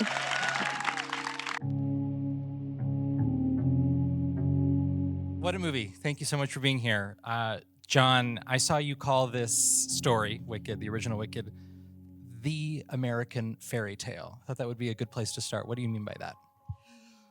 Well, Wizard of Oz means so much to my family. My parents came from China, and we were taught from the very beginning the yellow brick road, the wizard on the other side of that rainbow and behind the curtains. And so it meant a lot to me back then. And L. Frank Baum originally wrote this when America was in a time of transition, coming from depression, going into war. And Wicked itself, when I saw it, I was going to college at USC over here in film school. Yeah, fight on, fight on. And my mom called me back to come see it, and she had been recovering from chemotherapy that a year prior. She couldn't go out to shows anymore, and she took us all growing up. So she took me and got to see this amazing musical before it went to Broadway, and it affected me very, very deeply. But also, America was in transition at that time from 9/11, about to go into war, and so it has always been about change. And I think what I love about these girls, when I met them, 1, they changed my life in the last couple of years, but 2, that change is hard no matter what we are going through. And I love that Elphaba brings into this world that it doesn't always have to be happy, and is happiness the goal, but actually expressing yourself and maybe showing a little anger is okay. Maybe fighting with each other is maybe okay, because in the end, we have to hear each other, and in the end, we have to maybe forgive each other and give a little grace, because the only way out is through. So I love that is the American story. That's what we've done it time and time again, and we have more opportunities to do that now, and it's embedded in this story, and it's always been that, for me at least. So, yes, please. When it comes to these 2 actresses, these are iconic roles that you have to cast here. So walk us through your initial stages of thinking about who to cast for it, and what your initial meetings with these 2 were like. You can't make this movie without these 2 ladies. If you didn't, Marc always reminded me, we don't have to make this movie, And so it was the world ready for us to make this movie. And when Cynthia came in, everyone had to audition. Everyone wanted to come in, but everyone had to audition. And when Cynthia came in, I didn't know what to expect. I expect her in the big iconic dress and the nails and the stuff. And she had just sold out the Walt Disney Concert Hall the night before, and she comes in with jeans and a t-shirt. And she starts to sing Wizard and I. And it was so, she turned into a little girl. And it reminded me of being in the dorm room at USC, dreaming about being a filmmaker. And I was like, I connect. And we looked at each other immediately. We're like, that's it. She has a God-given gift, of course, with her voice that penetrates you, but it was the essence of what she was bringing to these words that we heard so many times. And when Ariana Grande came in, she has a high bar to cross. She already has this image of who she is, and every time we were presented with her, I was like, I don't know, can she do it? Is she ready to release herself of this other image? Is she prepared for that? Is she able to do that? And every time she came in 3-4 times, she was the most interesting person in the room. She embodied Glinda in a way with kindness, with the humor, of course, we know all of this, but she had the complexity of someone discovering themselves. And I felt like I had met Glinda in real life for the first time. And to have the freedom to somebody who's living in this character and not trying to be something else. It wasn't an imitation, it was inspired by that, of course, because it's in her. But to have the freedom to then just be in situations and play, it was the improvisation of being in Glinda. I could put a chair down and say, okay, Glinda, go jump over that. And she would, and you're like, that's the way Glinda would jump over that. I don't even know Glinda, but this is how she would do it. It was amazing to watch. And I remember thinking, I'm discovering this person, even though she's the most famous person in the world. And I can't wait for the world to see that too. I think what you're describing with both, yeah, please. What you're describing with both of these is what feels like a really intense personal connection to these roles. So Cynthia, Ariana, for both of you, I'd love for you just to start to describe what your initial connection was to these characters, why you felt that really intense emotional bond with them, because I think it's really present on screen. Cynthia?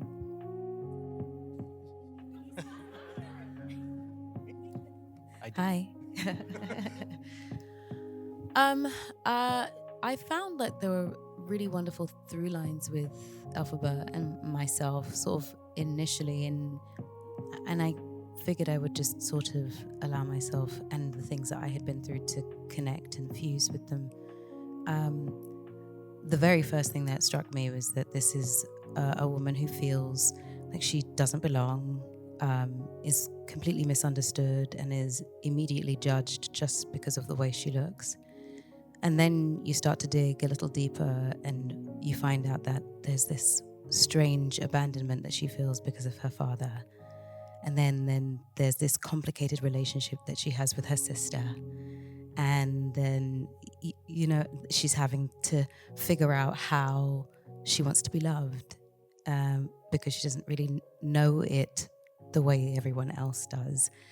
And I think because I understood deeply what it meant to feel like an other, like an odd one out, different. Usually when I walk in the room, I definitely look very different to most. Fabulous. Thank you very much.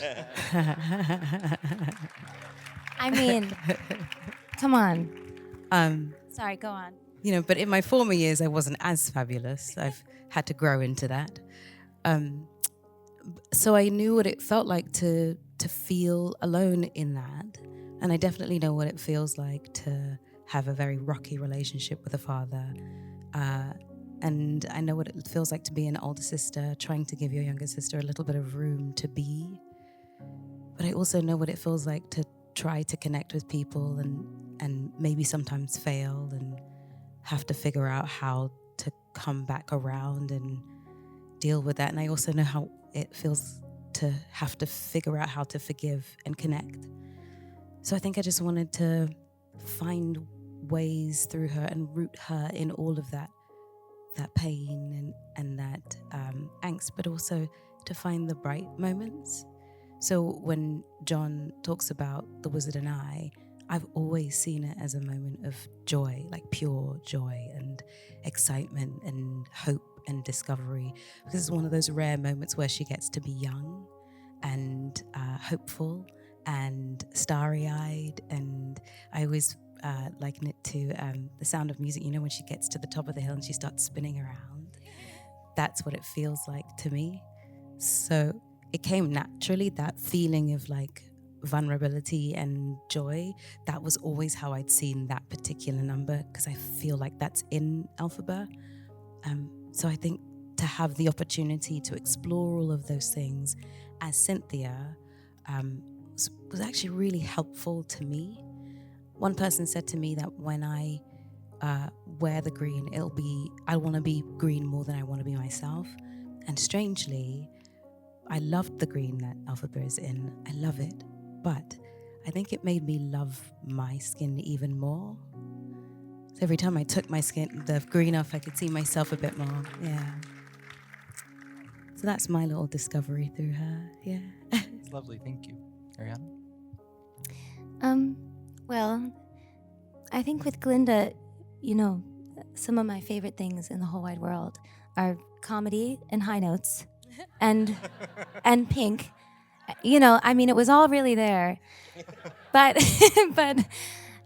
strangely enough, I feel like the things that make us most adjacent are a little bit harder. And, you know, I think life kind of prepared me in the strangest of ways to give myself to this role, because when I was younger, I thought it was because of those things, the comedy and the high notes and, you know, the pink.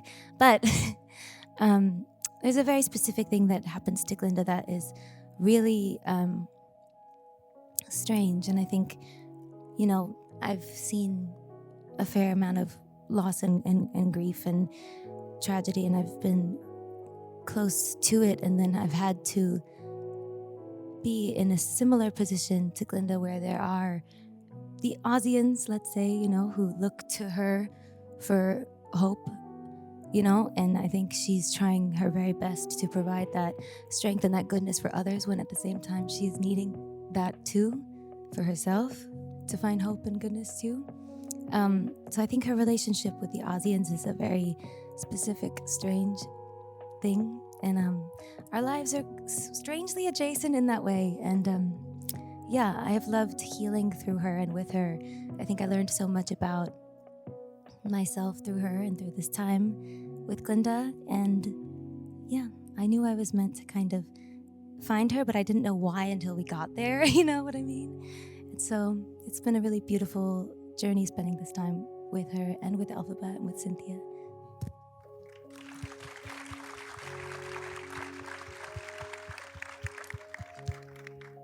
So, Marc, Wicked has been with you for a very long time, but even this movie took quite a number of years to develop, get it right. Walk us through that process of getting to this point.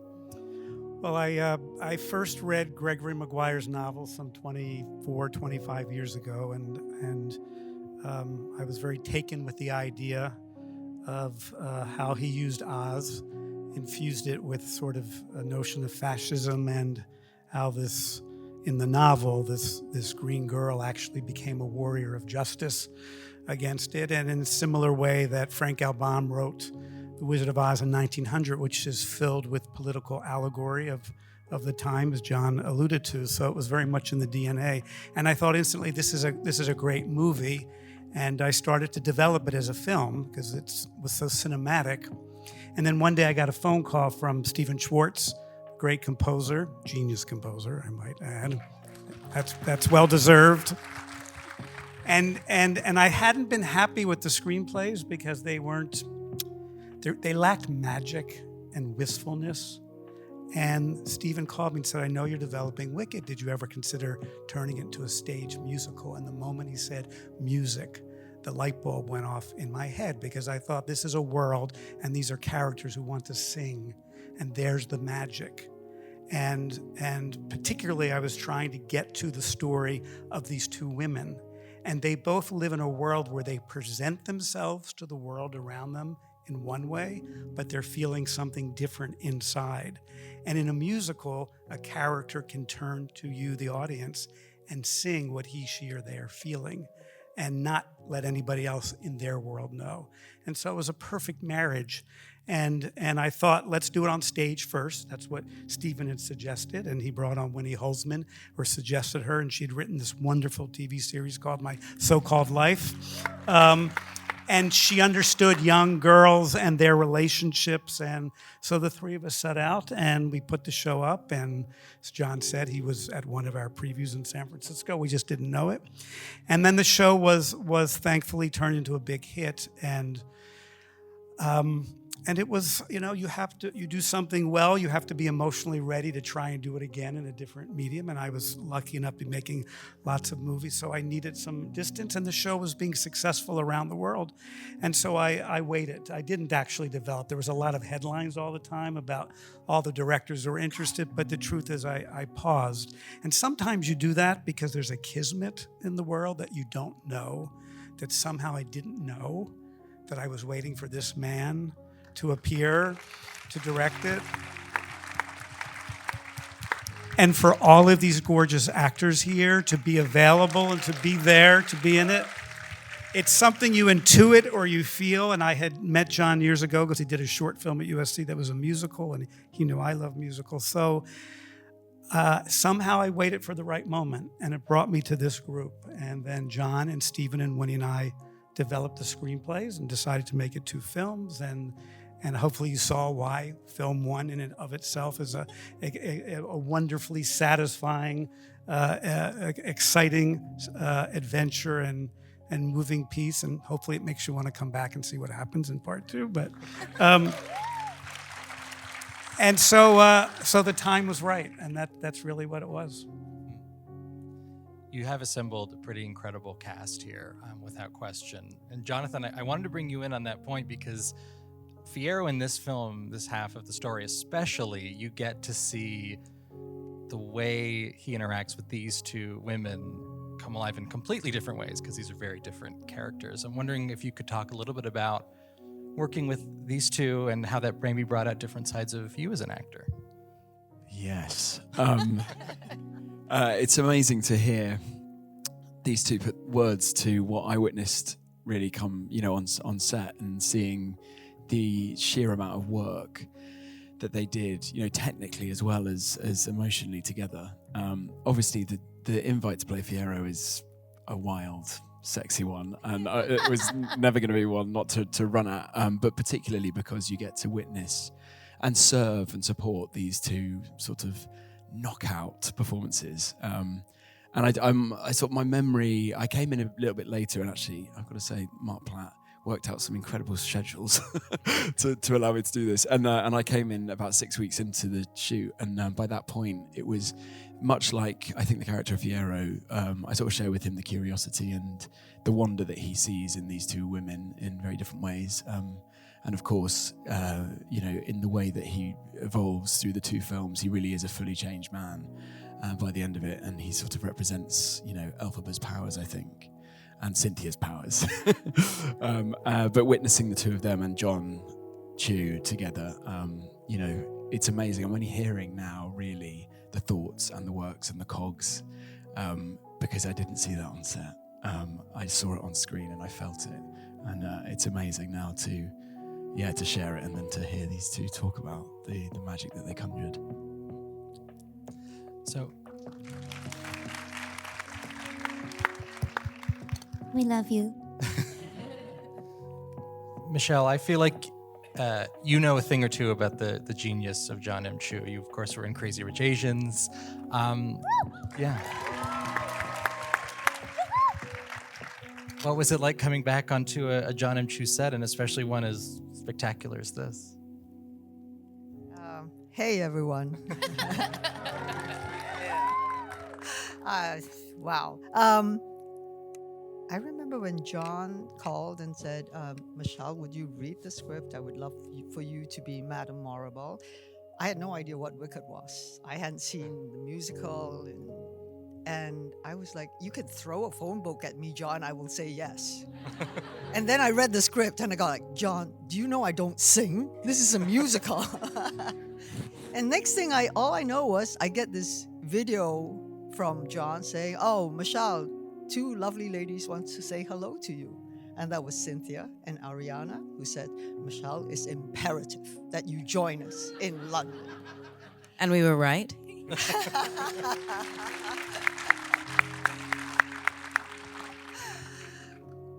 Working with Jon, I remember the very first time with Crazy Rich Asians, and I said to him, the mother in your movie is really mean. And I think all my lady friends in Hong Kong and Malaysia and Singapore would take off their Jimmy Choos and throw it at me if I play it like that. And his answer was, if I did that, my mother would not let me in the house. And that was when I fell in love with Jon Chu.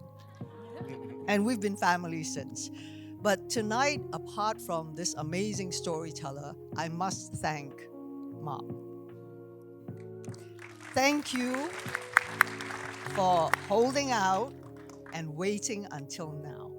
Because if not for that, you would not have this very diverse cast sitting here and being in Wicked.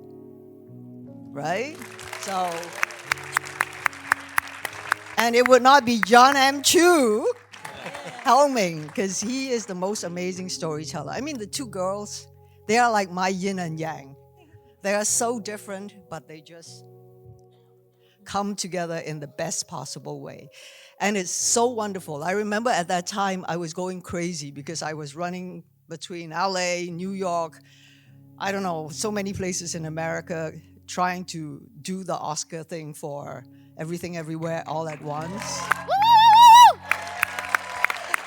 And it was a crazy hell of an experience. I don't know what I was doing. I was like a headless chicken running around going, But every time I came back to London, I had this family, this loving family going, it's okay. We're here for you. And they were always singing and dancing on set, which was great because I'm not the singer. I just sit back and watch like I am doing now with great admiration, respect, and awe. We love you. I am so privileged. Love you. Thank you.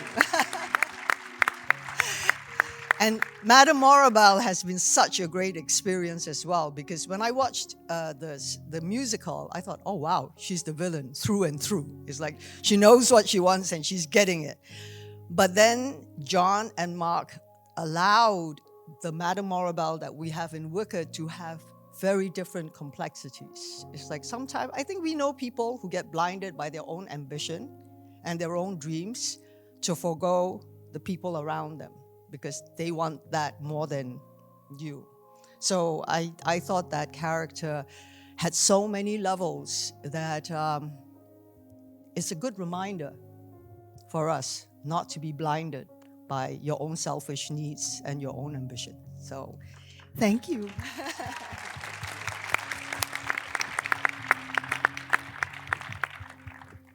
Jeff, how does one react when they get the call to play the wizard? How did I react? Yeah. To it? Well, I was jumping up and down. I was very, very, very excited. And now that I've come to this part of the journey, we're going to be together for the next year, thank goodness. And for this next little chapter until the movie comes out and more people see it, I feel grateful and lucky, the luckiest dog in the world. I really do, to be with this amazing creative family. Jon M Chu, what a special person. If you haven't read his book, I loved your book, Jon, Viewfinder. It's his story. What an amazing story. What an amazing spiritual teacher and man and director you are. And you've made as people have said, a masterpiece. I feel so lucky to be in that. I tell you, making a good movie is not easy, but out of a musical is tough work. I looked at a bunch of them again. Boy, I think he cracked it like nobody's business. If you saw In the Heights on stage and then saw the movie he made out of that, oh my God. No, this is really something. I'm just in awe of it. And then to be with these two women who are so, they are a union of leadership. I would follow you anywhere, and they gave performances for the ages. Geez, to be in proximity with you as you're doing that was just a miracle and a dream come true. Everybody so good. Oh my gosh, thank you. What a story at the very beginning to do this. You've been so generous to me. I feel lucky as anything I could talk to you about. I love that part, and I love the continuum, standing on the shoulders of people who have played that part. What a miracle.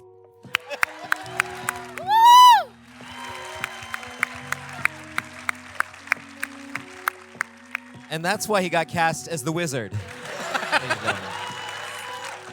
No audition tape needed, no. John, Marc mentioned, of course, this has been set into 2 movies from the Broadway musical. And what struck me watching the film was how complete it felt and how you really fashioned an entire movie around it. What for you is the story of this film in and of itself, getting to Defying Gravity? Well, what an incredible gift to have Defying Gravity as your ending number. I mean, any filmmaker, you're like, okay, great, thank you very much. But when we got into the actual work of it, it's like we didn't want this first movie to feel incomplete. We needed to feel like this is what you needed and wanted for Elphaba from the very beginning. And that means you need to root for her from the very beginning. And what we discovered is that the show is interesting because when the audience walks in, you are in Oz. You come into a theater and you come and Glinda comes down in her bubble, and then so it's this magical world and you're in, and then this green girl drops in. And you're like, what's that green girl doing there? And she's the joke. And what I love about Cynthia is she came in and said, I'm not a joke. She wouldn't just be dressed in a frock. She would dress herself up. She has a self worth to her. She may not know it fully yet, but that's what she would be. And it changed everything for me in how understanding, the movie version of Wicked, actually, the audience is sitting there and you turn off the lights and you turn on the movie and we have to buy into this world. And you're like, they're singing and dancing. Do I buy in? Oh, and she's coming out. Do I buy in? And suddenly the green girl drops in. And in this version, she's one of us. She's like, I just dropped into a musical? What the fuck is everybody singing about? And I love it when she walks into that dorm room and she looks around and Glinda's playing it perfectly with her. She's just bubbly and doing her hair in the wind. And she's just looking around, she's like, what the hell? And then in Wizard and I, in the moment that everything's quiet, that you see Elphaba and she says, did that really just happen? And she has a melody and she can sing. She's one of them, but she's more powerful than all of them, and she can't let it out yet. And I love that when you said that that's the power of a musical. They can express themselves without everyone around the room seeing them. And then she gets to go and run out. And to me, that sets the whole tone of the movie. It flips the joke on the whole movie, and it allows us to give room for Elphaba. It allows us to give room for Glinda, because Glinda gets to be more smart and more interesting in how they fit together. And that leads to the next piece. That leads to the going to the wizard, leads to the disillusionment of the wizard. Her dreams are crushed, allows her to go and jump out a window because she thinks she can fly out of anger, but she's not ready yet. And when we got to that part of Defying Gravity, it was like, this is the part that makes it the finale of this movie, is that she can't just not earn that flight. That when she falls and she has to see herself as a little girl again, and we had to put those scenes in, that moment is she has to have the reason why she's doing this for herself, that she can save herself and save other little girls out there.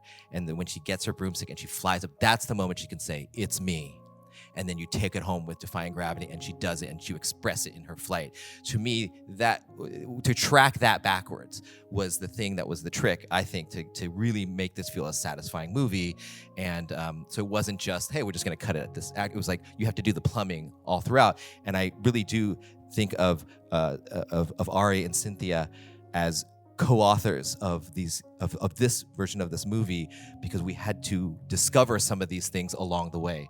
We didn't know exactly where it would go. We just knew the center of their souls and what we wanted to communicate, the truth within this big, crazy, spectacular story. So that was sort of our journey as we sort of found the movie in there. Great.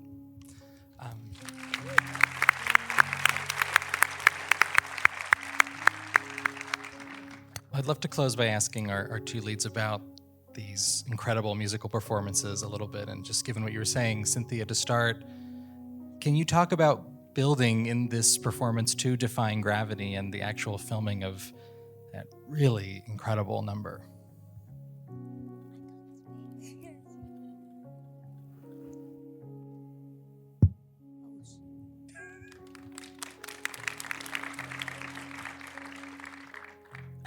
Sorry. Yeah, so why is it so emotional? I don't understand what's happening.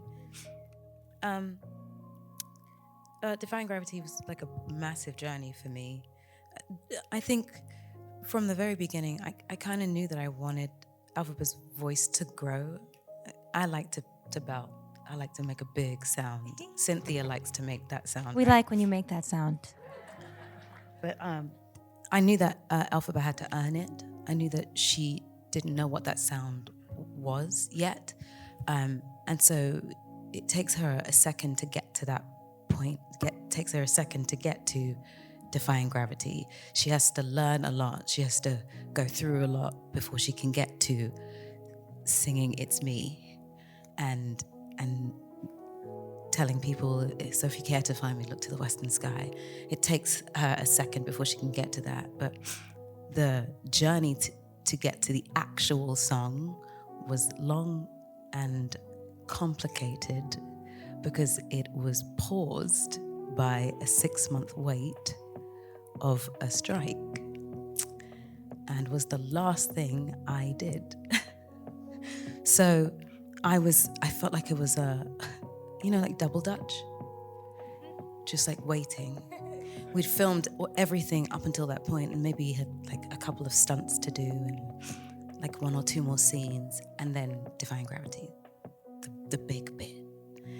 And I kept thinking, why is this happening now? And I felt like the universe was like, you are not ready to do it right now. You just sit down and wait.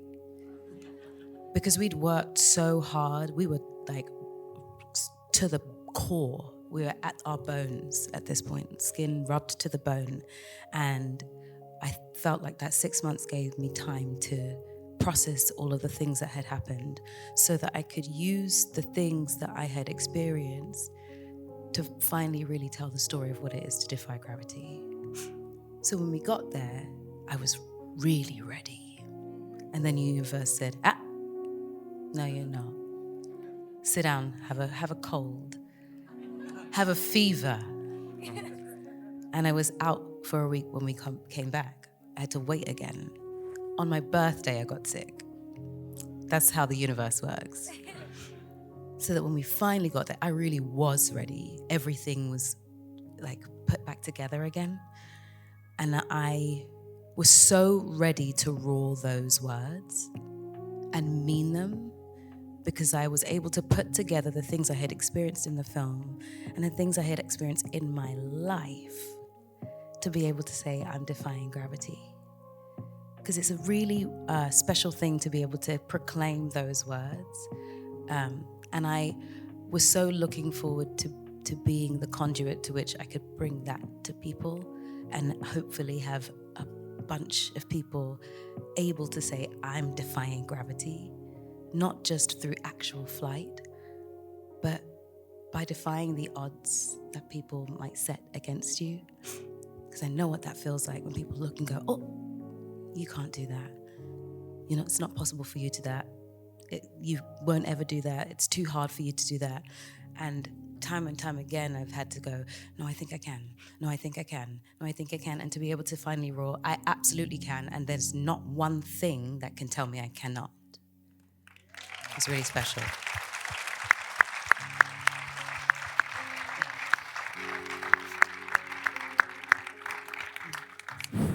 Wicked fans put a lot of expectation on defying gravity, and as one, I can say you nailed it.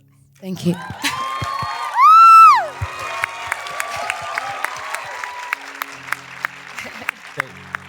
They also put a lot of expectations on popular. Yes, yes. And I could say the same to you, Ariana. So for our final question, the way I'd like to ask it is about the combination of technical precision and just fun that goes into that kind of performance, because I think that's the key to the whole film's success in a lot of ways. For popular, I think, with Glinda getting ready to sing this role, my voice is very different. I usually sing a very different style of music, and I spent a long time before even my first audition training with my vocal coach, Eric Vitro. We all love Eric Vitro over here. To train the muscles in my throat to sing more classically and for it to sound authentic and for it to really know what it's doing. Because just like any other muscle in the body, you have to train them to, do certain things. So there was a fair bit of technical training, but I think that's also why I'm so grateful for the live component and for the ability to have done this live together, because Jon just allowed so much room for play and improv. And I think that was really the most fun part, was finding these new bits and working with Chris Scott, our choreographer, who's absolutely brilliant, to find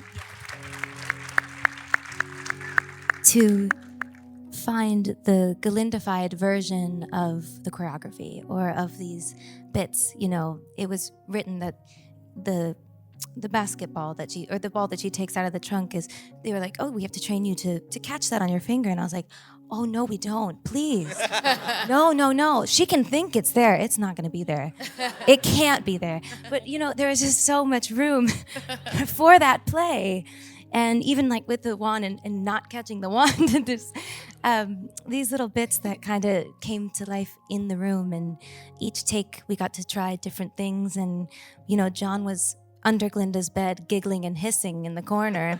And that was, well, you know, that was when we knew we were doing something special, and maybe it would make you laugh and smile too. So it was an honor and a privilege to find that balance between honoring the source material and bringing my own ideas and truths to her. And, you know, I thought I loved Glinda because I've been a fan of Wicked since I was 10 years old. But I never knew how much I could love her and how much I needed these women in my life as a real person. I didn't really know until I lived it. Oh, shit.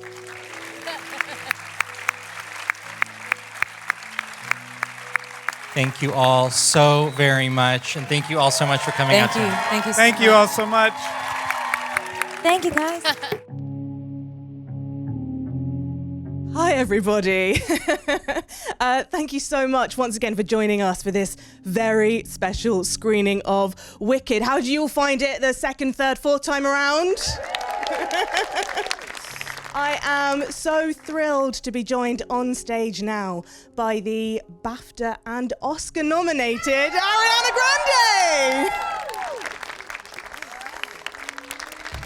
Hi, welcome. Thank you so much. Thank you for joining us on such a special day for you as well. Hi, everyone. Thank you. Hello. Congratulations. How was it today receiving the news that you were Oscar nominated? Thank you so much. I don't know. I mean, I'm so overwhelmed. It has been the most out-of-body day. I've been sobbing the entire day. Forgive me, I'm literally a little dizzy. I've been crying the entire day. It's been so emotional, and I'm just kind of trying to be present and grateful, and it's so surreal. You can't prepare yourself for it. Fuck, I'm so sorry. I just got here. I'm so sorry. No. We literally just started. This is ridiculous. I'm sorry. Okay. It's fine. It's an honor. Please don't apologize. It is.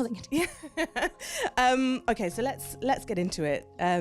Also, do you refer, is it Glinda or is it Glinda when you talk about her? It's interesting. I when I'm talking about younger Glinda, I usually say Glinda, and then when I'm talking about older Glinda, I say Glinda. But I say both, because they're both, you know, her. But she's Glinda, I think. Yeah. But both slip out. Okay, good to know.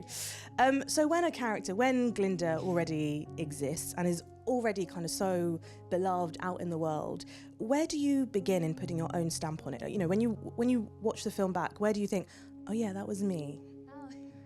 Well, you know, when you love something so much, I mean, I was a fan of Wicked for 20 years. You know, I saw the original Broadway cast when I was 10 years old, and I've always loved the songs. I've known the words. I've, devoured this music, and it's been a safe space for me since I was 10. It's finding the difference between being a fan of something and then learning who the character actually is. It's a lot of reading between the lines and, yes, she's funny, but the only way comedy lands is if it's truthful and like what's beneath the surface and what are her insecurities? Like, why does she need that external validation so much? Why is popularity so important to her? And kind of reading in between the lines, I think, and forgetting what you know, like taking it in and getting to know this woman and then releasing it so that you can just be truthful in the moment and respond authentically just because you know her, then you're able to really find your own version of it by kind of doing deeper digging. You know what I mean?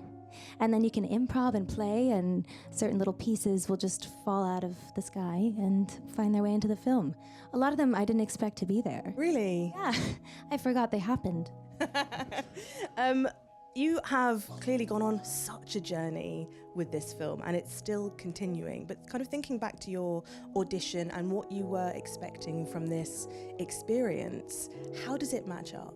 Oh my goodness. How does it match up? I mean, filming every single day was just so surreal. It was so beautiful, and we were so present in the work. There's no way to kind of expect what the experience was like. It was so special. We used to joke that every day is a big day on set, because we would finish Popular and then the next day would be kind of like the opening scene to Defying Gravity or something. We're like, oh shit, that's tomorrow, okay. Here we go. But that really was the case. Every day was a big day and is, so it was very surreal, yeah. I feel like you must have to have so much trust in your director to kind of believe in a film like this and know that the end point is going to be as successful as it has been. So can you talk about collaborating with Jon and what that relationship means to you? Yes, Jon Chu is the most extraordinary director, of course, but also just human being, like just the most empathetic and truly thoughtful person.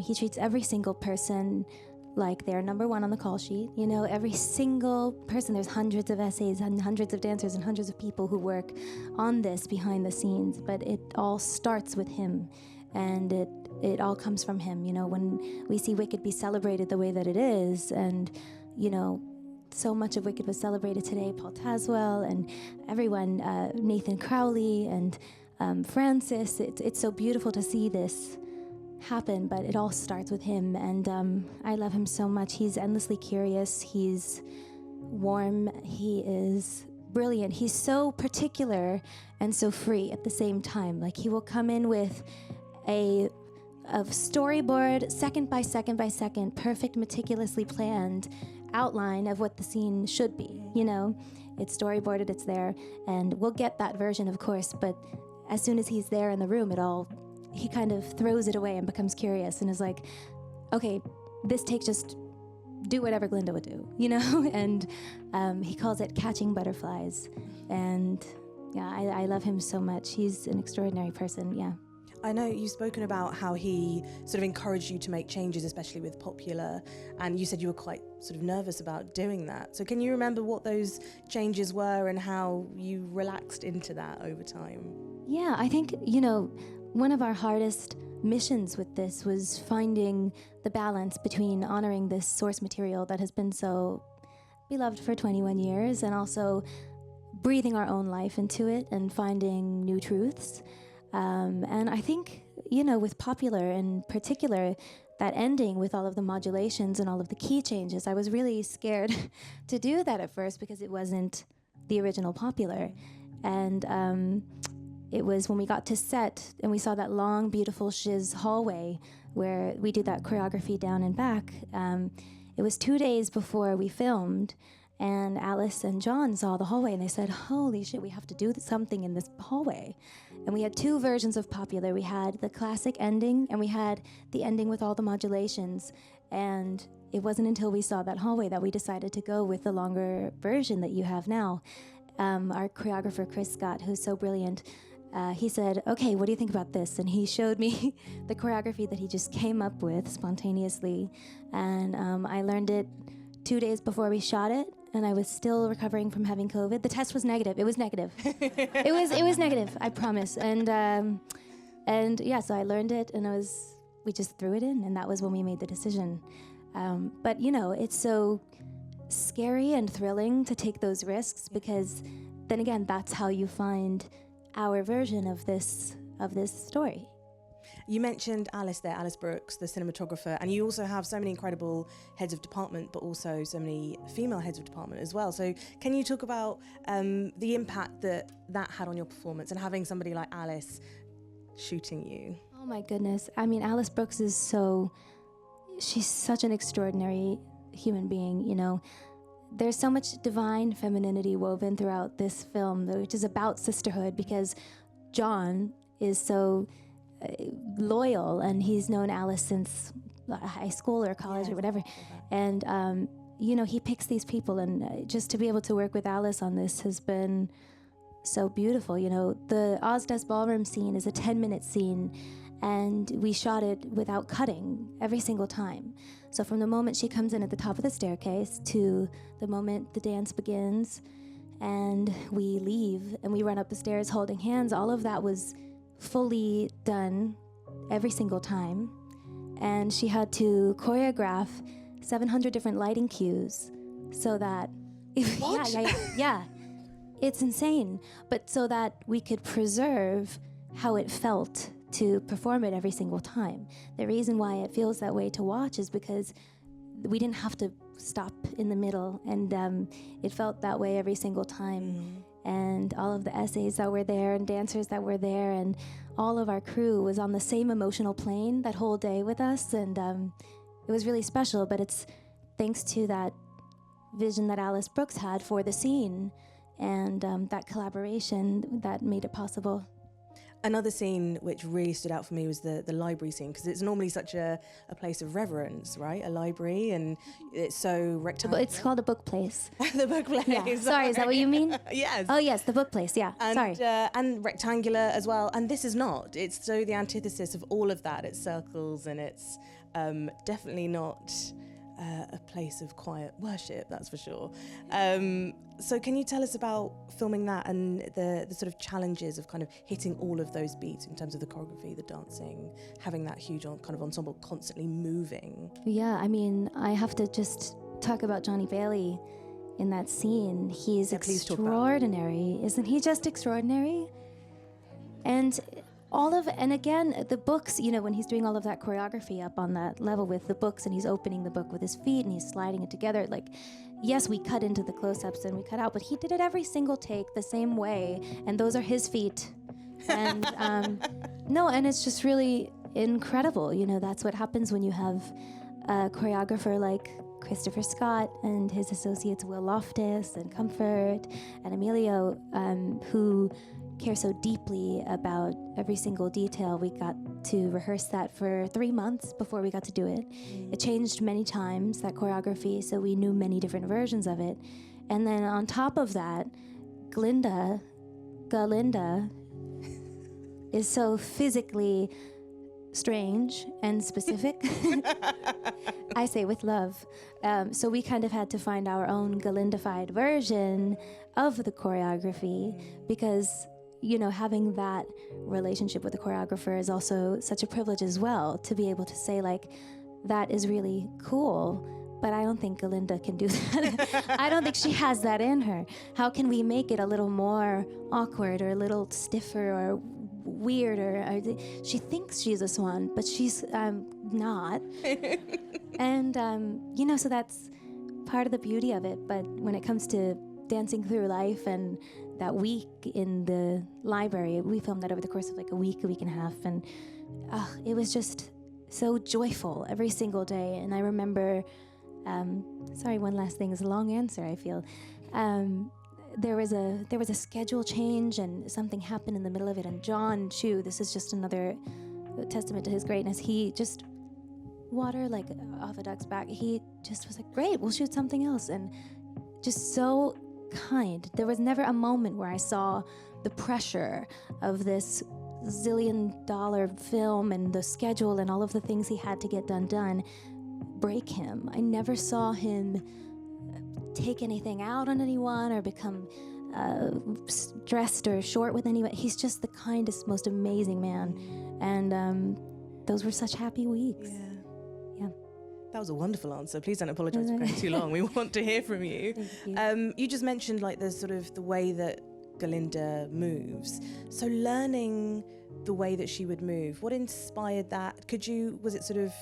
Was it hard to let go as well after filming, after having moved like that for such a long time? Yeah, I think sometimes it still will come out weirdly. Like it's strange because you physically and vocally have to disappear into another human being. So those things become habitual. Your muscles gain memories of things, and certain parts of you become stiff.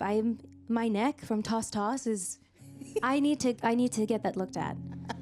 No, I'm not kidding. I have to at some point take time to do that because I'm not. It's not good. God. But sorry, what was the question? Well, you answered the second half, but about the first half, about kind of where did you look for inspiration for how Glinda would move? No, yeah, fuck. She's just. I think it just started happening when I got on my feet and I got in her shoes. I asked for her shoes the first day that I got to London. That was one of the first things I asked. I was like, "Hi, is there a pair?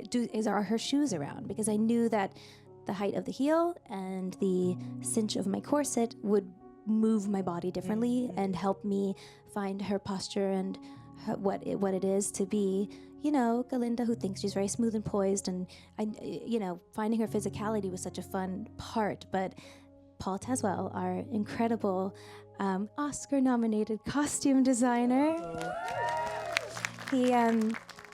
he provided me with a rehearsal corset and a rehearsal pair of shoes, character shoes, to help me find it. And it just was getting on her feet and getting into the costume, that little cherry on top that really helped me find her beautiful stiffness.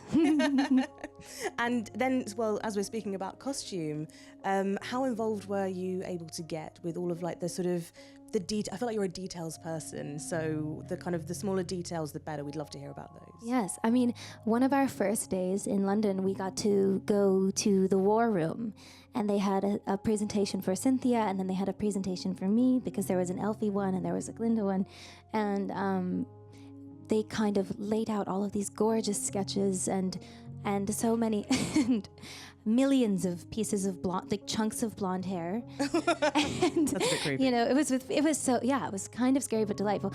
No, with Paul Tazewell and with Francis and with Gabor, who did my hair in the movie and my hair today. He's here and he's Oscar nominated. And just to be able to pick and to have a director like Jon who's really trusting of the actors, and he's like, well, she knows Glinda, so she'll know which dress she would wear to the Ozdas ballroom. And then Paul is so inquisitive and collaborative and kind, and he would ask many questions, and he's just so incredible. I'm still finding out little Easter eggs about things that I spent so much time near. My shirt at Shiz that is under a blazer I knew this one, but had little laser cut bubbles in it, which I just thought was so extraordinary. And it's that kind of thoughtfulness that is woven through every frame of this film that I think is palpable. It really is.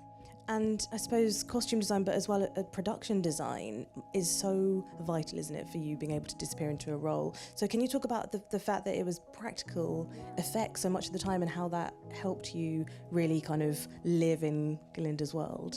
I mean, it really felt like a real world. The sets were the size of a theme park. It was really strange, but we started in the dorm room, which is one of the most intimate and smaller sets in the film, and we built such a comfortability and a family within the crew during that time that by the time we got outside and there were all of these physical, actual Munchkin huts where this is how real it was.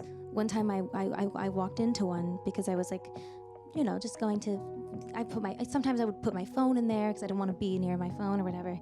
I walked in and a Munchkin was napping in the hut. And I was like, oh shit. So that's how real the world was.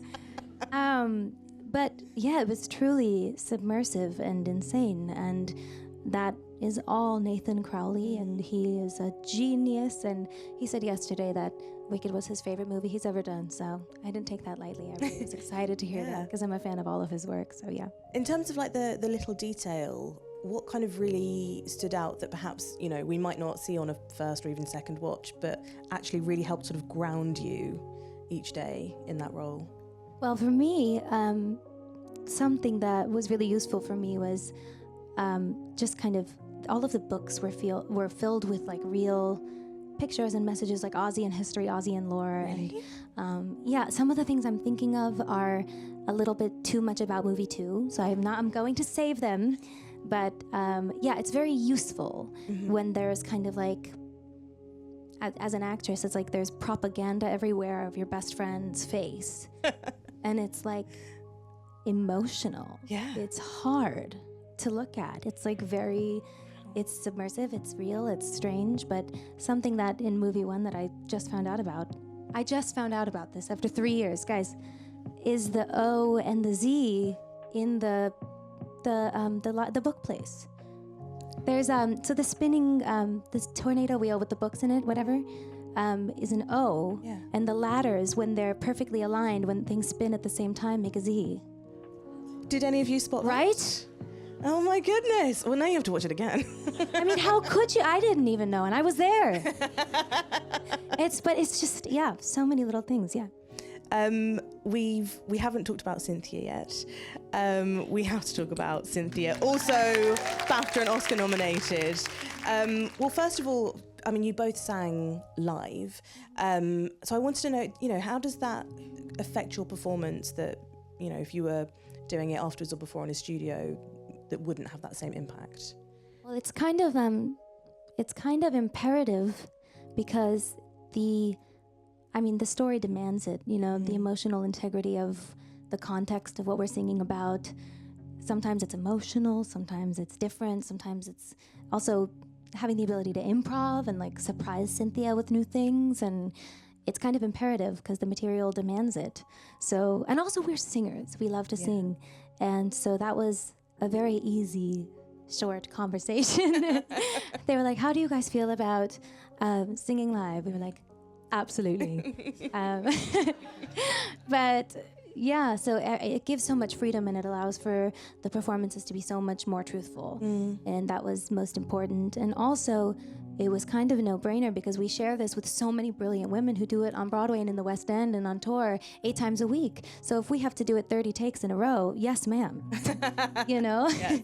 We've got to do it in solidarity with our sister witches. And how did it work with Cynthia, sort of duetting with another voice, which is, also incredibly powerful, but also very different from your own? And how did you sort of figure that out in rehearsals? How long did that take you? When was the moment where you felt like, oh my goodness, we just nailed that? The first time we sang together. Wow. We just clicked. It just happened. We didn't have a chemistry read together. We never screen tested together. We never auditioned together. And the first time we sang together was at John's house. We were at a little dinner party that he threw. It was very small. It was us and Marc and Stephen Schwartz and Winnie Holzman. And Stephen Schwartz happened to, John just happened to have a perfectly placed piano in the corner. And Stephen Schwartz accompanied us and played For Good, and we sang For Good.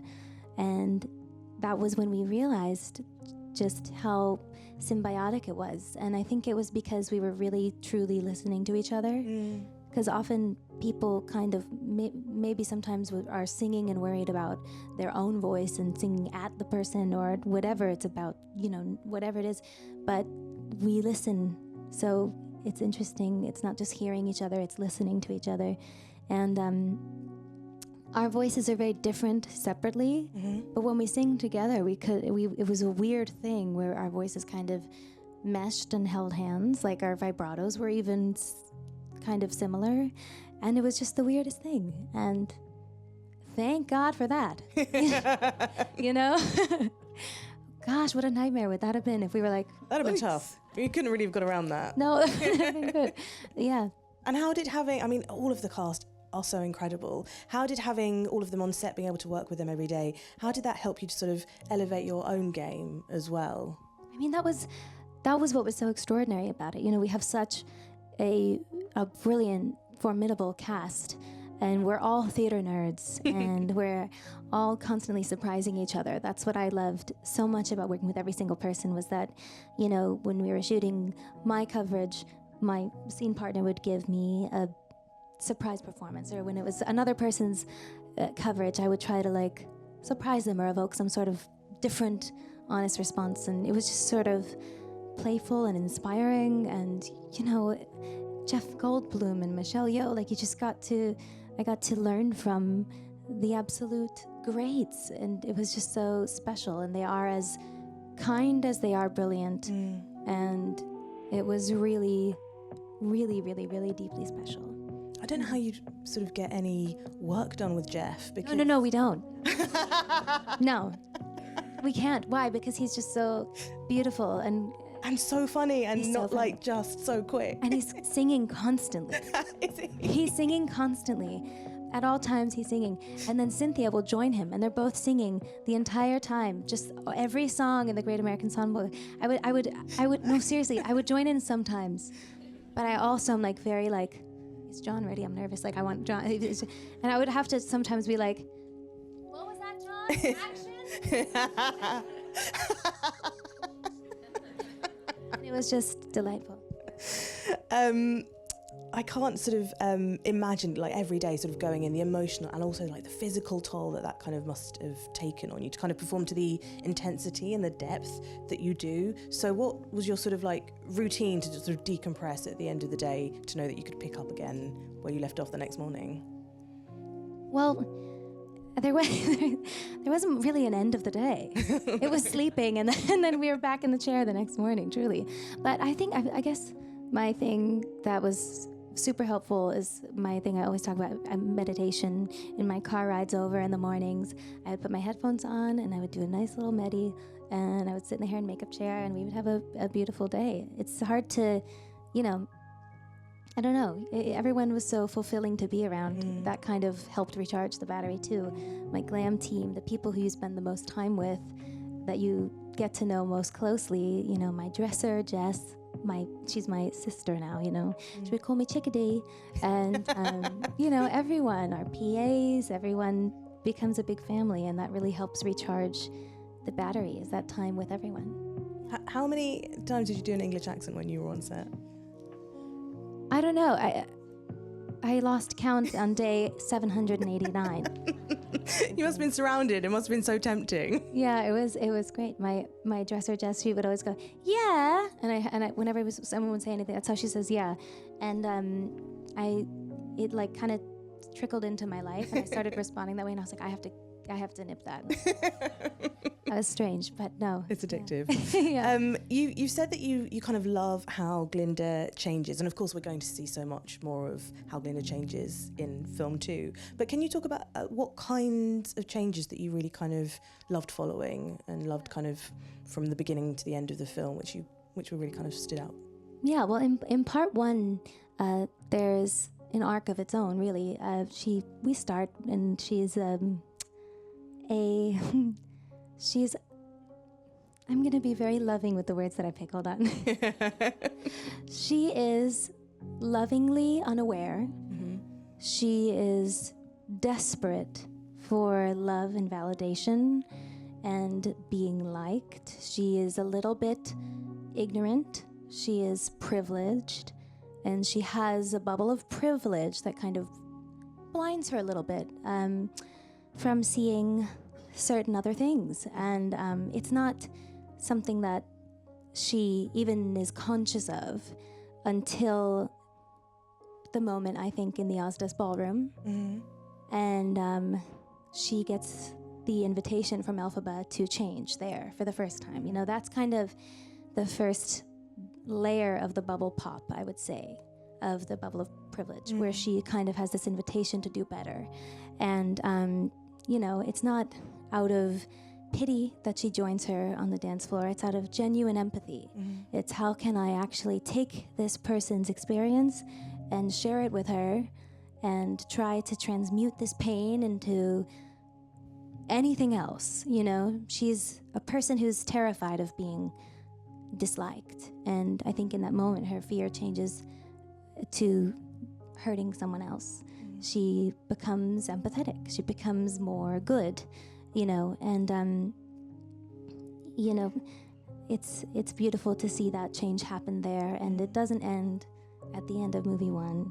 And, there's much more beneath the surface that we get to chip away at slowly, or like more and more as we go. And you know, you kind of cover so much ground in the film and you tackle so much. Was there anything in particular that you maybe struggled with or was a challenge to overcome, but then that you were really proud that you overcame it? Oh, that's a good one. I don't know. Leaving set? Yeah. No, I'm kidding. I'm joking. I don't know. I feel like, there's a lot of challenging moments, but I can't really, I don't know because, no, it's okay. You've stumped me. I just have so much support. That's the thing. So it's like nothing that was, yeah, of course it's very challenging work and there are very hard parts, but everything felt so supported and so safe that it didn't really ever feel like that. Yeah. You know what I mean? So it was hard to, of course, something like that. Because, I mean, you've seen the reaction here, you've seen the reaction all over the world. To end on, why do you think Wicked has resonated so much and so deeply with so many people around the world? I think a few reasons. I think sisterhood. I think we need sisterhood and friendship, best friendship. I think it raises important questions about the truth, and once we know it, what do we do with it? That's something that we talk about a lot with Jon and Marc, and the whole purpose of Wicked is to kind of question our own selves and hold up the mirror and look at what we do with the truth. I think it inspires empathy. I think it allows for people to celebrate each other's differences and really look at each other with love and not assume that you know someone or whatever, you can judge someone like that. I think it's something that is so timely and yet so timeless, you know? Since The Wizard of Oz to now, these are the themes and the messages that we need and that bring us closer together. And I also think there's so much humanness in it too. There's so much room for nuance and context and, you know, good and wicked and how they both coexist in all of us and how we all have little pieces of Glinda and Elphaba in all of us. We all know what it feels like to be at the center of that dance floor at the Ozdust Ballroom, and we all know what it feels like to be given that wand for Madame Morrible and be like, fuck, what did I do? You know, we all have those experiences in all of us, and so I think those are the reasons why we love it so. And it's funny. It's so funny. Yeah. Ariana, thank you so much for joining us on such a celebratory day as well. You guys have been a wonderful audience. Please give it up for Ariana Grande. Thank you so much.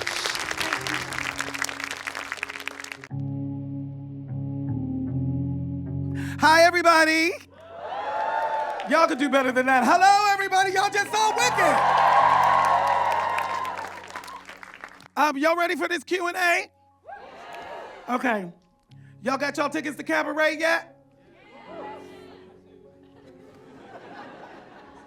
I'll leave that for after the Q&A.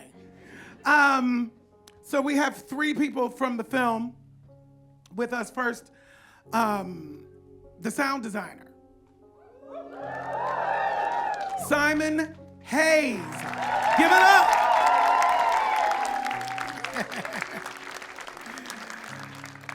You got your mic, yes. Now we have the costume designer, the legendary Paul Tazewell,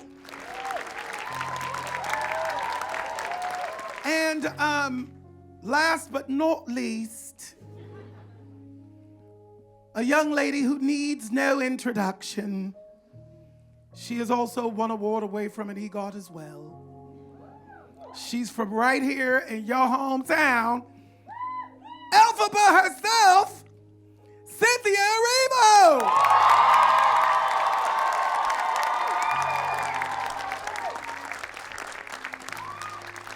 And they're all legendary, just so we're clear.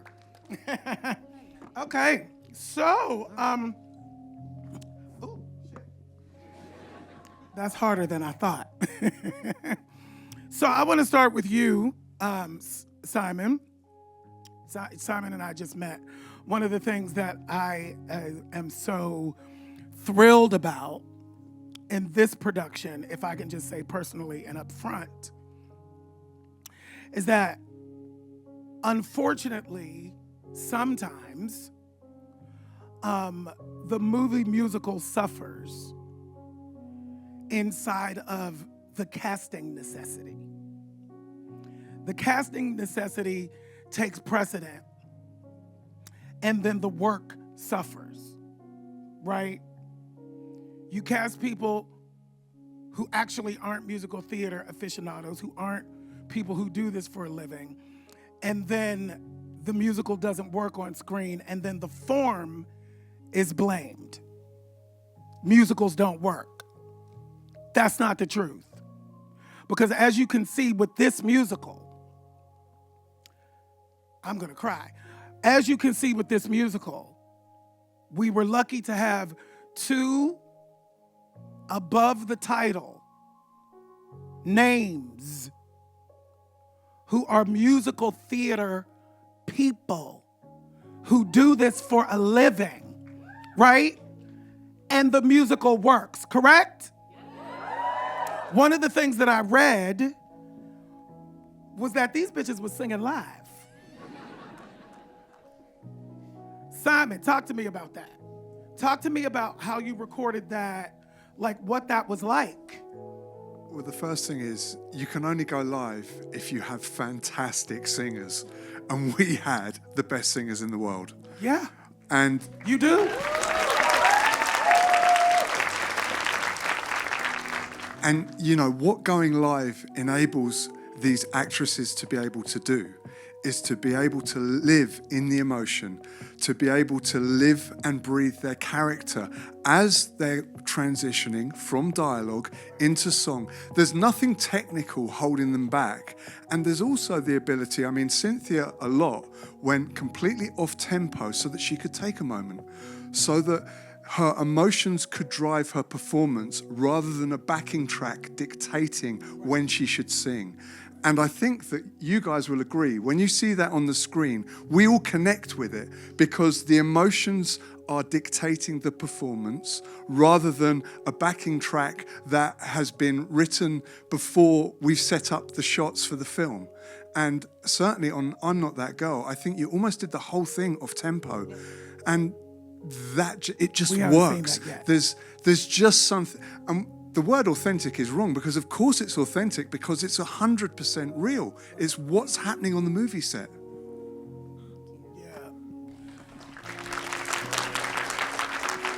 So one more question for you, because you're saying, you know, that there was breath in the performance.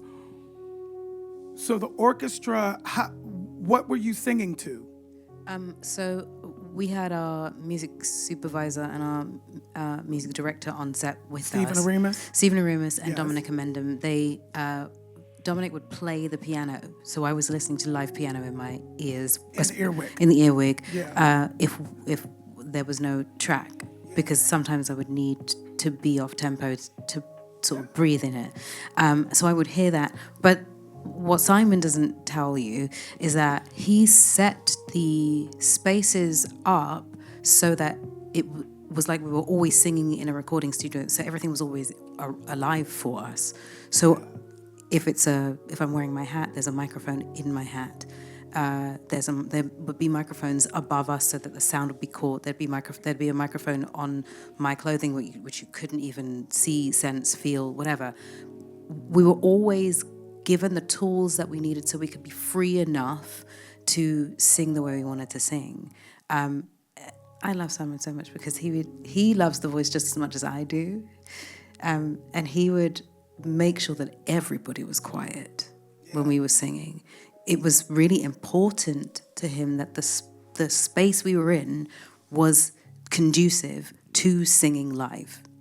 Everything we needed, we had in order to sing live. This was like the uncle of making sure we were singing live. If I cared, he cared even more. So, yeah. Can I have your number for later? You need it. I'm telling you right now. This is a special human being. These are special human beings here. You will hear me say that a lot today. So Paul Tazewell, If you don't know who Paul Tazewell is, if you don't know who these people are, we have Google now. So, you have your phones. I'm not going to go through that because it's a waste of time. Talk to us about having a piece that has lived on stage for over 2 decades and the job, the process that it takes to how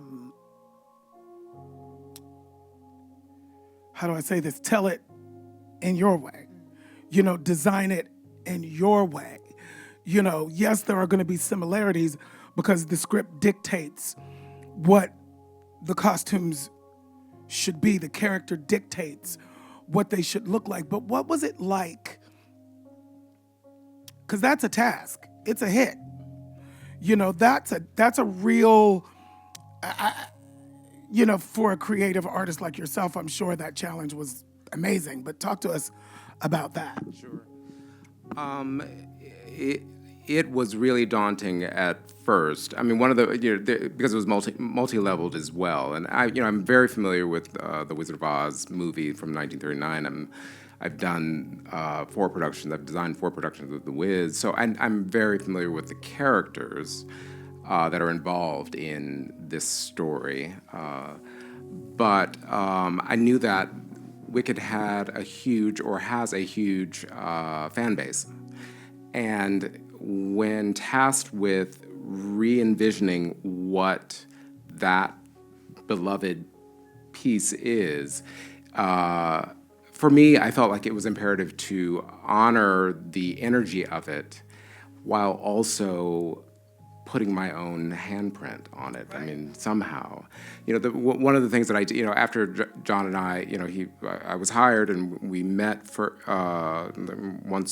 probably once, and then I went to the original costume designer of the Broadway show, and I said, because I'm friends with her and colleagues, and I just wanted for her to give me her blessing that I was, because I was going to take off on whatever direction it was going to go, and I wanted to have the emotional and spiritual freedom to be able to do that, and so that was one of the checks, one of the boxes that I was checking, just to get myself in the right place to now tell this story. And the brilliant John Chu said, I don't want to recreate what has already been seen. I don't want to recreate the Wicked that has been seen on Broadway. It is going to be a new telling. And that was the beginning. That opened the floodgates for me, and that was a gift. And then Ms. Cynthia Erivo was cast in the role of Elphaba. And as a costume designer, the way that I approach my work, I need to be empathetic to the character and to really step into the shoes of the characters to understand what are they going to wear, what motivates them from moment to moment, and why do they wear what they wear, and what is their backstory. And so it gives me an honest feeling about, a visceral feeling about what fabrics I should choose and what the silhouette is going to be. And I had the immense pleasure of working with Cynthia on Harriet. I knew that she was, she loves clothing, as you can see.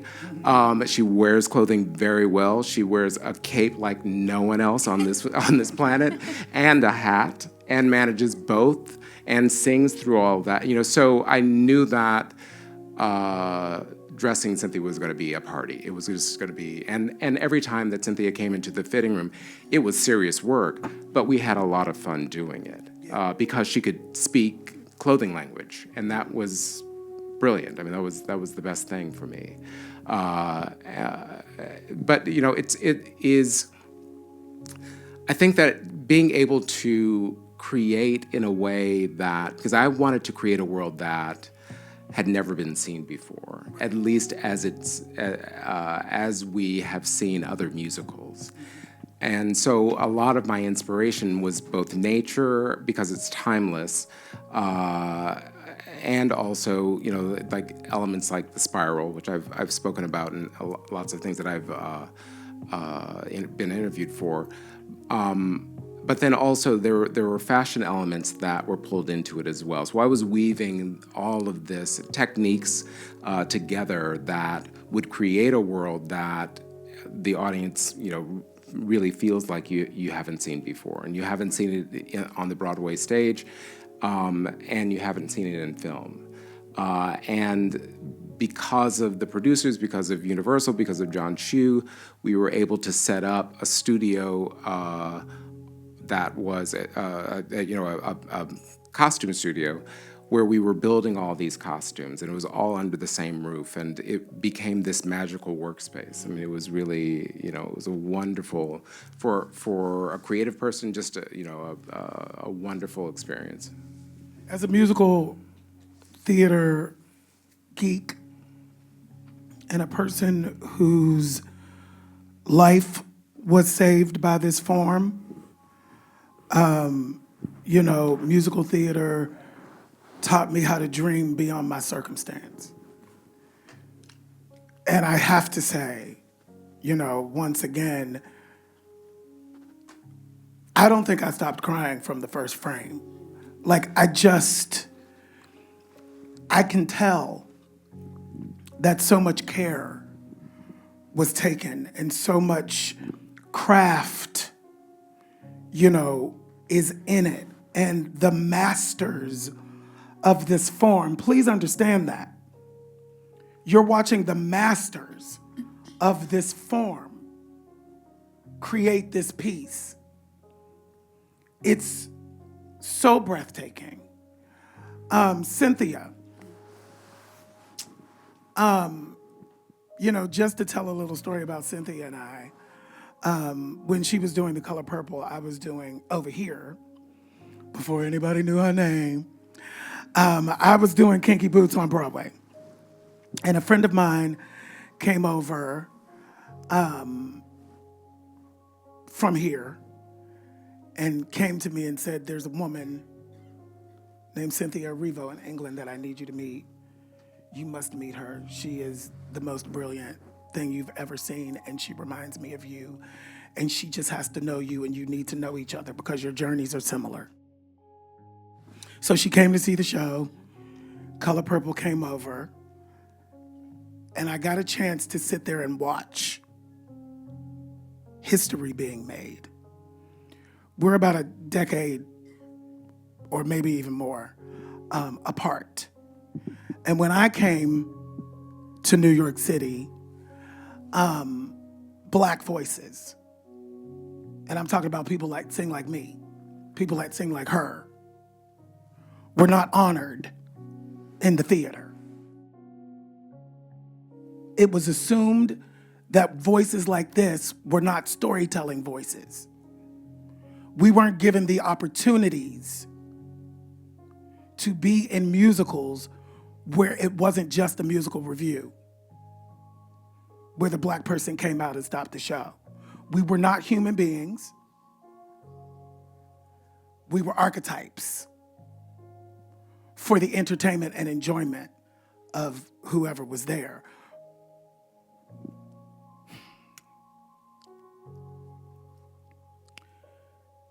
That moment in seeing this woman in The Color Purple, I knew that something had changed within us. It was a new day, and it was a day that I had been working for decades. It is a day that my generation and the generations before me had been working for decades. It has changed. What does it feel like, Cynthia, in this role, right? In a show that is so popular, where the allegory of the show is racism. And as one of the first Black Elphabas, if not the first, I know there was one over here, 20 years, a musical that is an allegory for racism, never had anybody but white women in the role. Listen, I'm not blaming white women. Please don't post about that. We're just talking truth in this room today, right? I'm a person that tells the truth. Don't call me if you don't want the truth. What does it feel like? Because I know what it felt like for me. Thank you, John Chu. Thank you for the people who came to your senses. Thank you for this one being the one that's in the movie, right? My mama used to say, God's delay is not denial. God's delay is not denial. We got it now. What does that feel like? Yeah, you knew I was going to ask it. Yeah, it's been one of the most incredible experiences of my life, not just because I've been able to play this role, but because of the response that I've had from people, and the response specifically that I've had from other Black women who... I love you too. Thank you. Who haven't seen themselves in this way. I haven't seen myself in this way ever, and to be able to be a conduit through which I can open up the door to talk about what it feels like to be an other. Yes, to be a Black woman, but also to be queer, to be Black, to be a bit of a rebel, to be bald-headed, to be, just different. Anyone who feels different has something to look to, and I feel like that's really the work.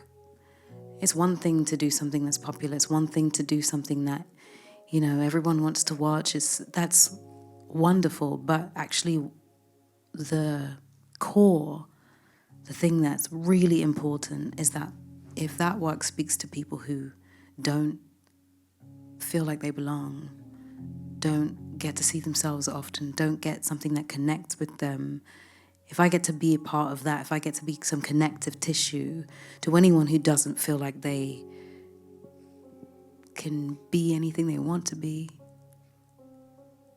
then that's the work. The work's been done. And I want to keep doing that. This has been the honor of a lifetime, because I honestly don't know if when I came over to do The Color Purple that I knew that this was even possible. So, hi. Who is this little one over here? Hi, sweetheart.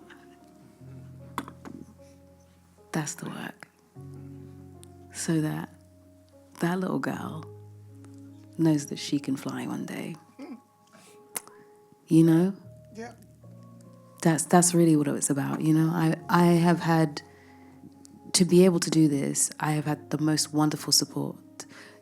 These two, really, and Jon and Ari and everyone in this cast really built a fence around me to make sure I could do the best I could do. Paul talks about wanting to step into the character's shoes and tell the story, but really more than anything is he minds the characters for the details of who they are and places them on their bodies. So what you don't see is that on my nightgown, the very first time you see me, there are little embroidered totos on the neckline. You don't see that, but I do, which puts me in the space of knowing that I'm part of history. I'll get you and your little dog, too. Well, I have the dog, don't I? You don't know that we would talk about, if she comes from a well-to-do family, how can we make her self-possessed? How can we give her the details that make her stand up straighter when everyone else tells her she shouldn't? So we come up with 2 pinky rings, you know, with the ruby middle, because the red shoes. And when we look to figure out what we want for this, the final vision of it, and I remember we did this in Harriet, what's the final picture we want people to see? You don't realize that there are micro pleats on that dress that make it feel like velvet. So that the pleats are minuscule. And we have how many of those dresses? Oh gosh, there probably were 10. 10 of those dresses. To make sure I could fly in them, to make sure I could walk in them, to make sure I could do my stunts in them. And each one was retrofitted for me, fitted to my body. And we were working hard, so our bodies were changing very fast, rapidly. And they were always being adjusted. And everyone was so patient and so kind. And Simon would be like, I have to catch the sound, so there's going to have to be a mic in that damn hat of yours, and you're going to have to deal with it. And, like, of course, there needs to be a mic in my hat because I want the sound to travel the least. A mic in my hat means my voice doesn't have to travel so far to be caught. So you can catch the breath when I sing, did that really just happen? You can catch the laugh. Or something has changed within me. Something is not the same. It's a whisper. I didn't know I was going to whisper, but because that mic was there, the whisper was caught. I could put everything of myself into this role, and I felt really safe to do that. And to have the response that I've had has been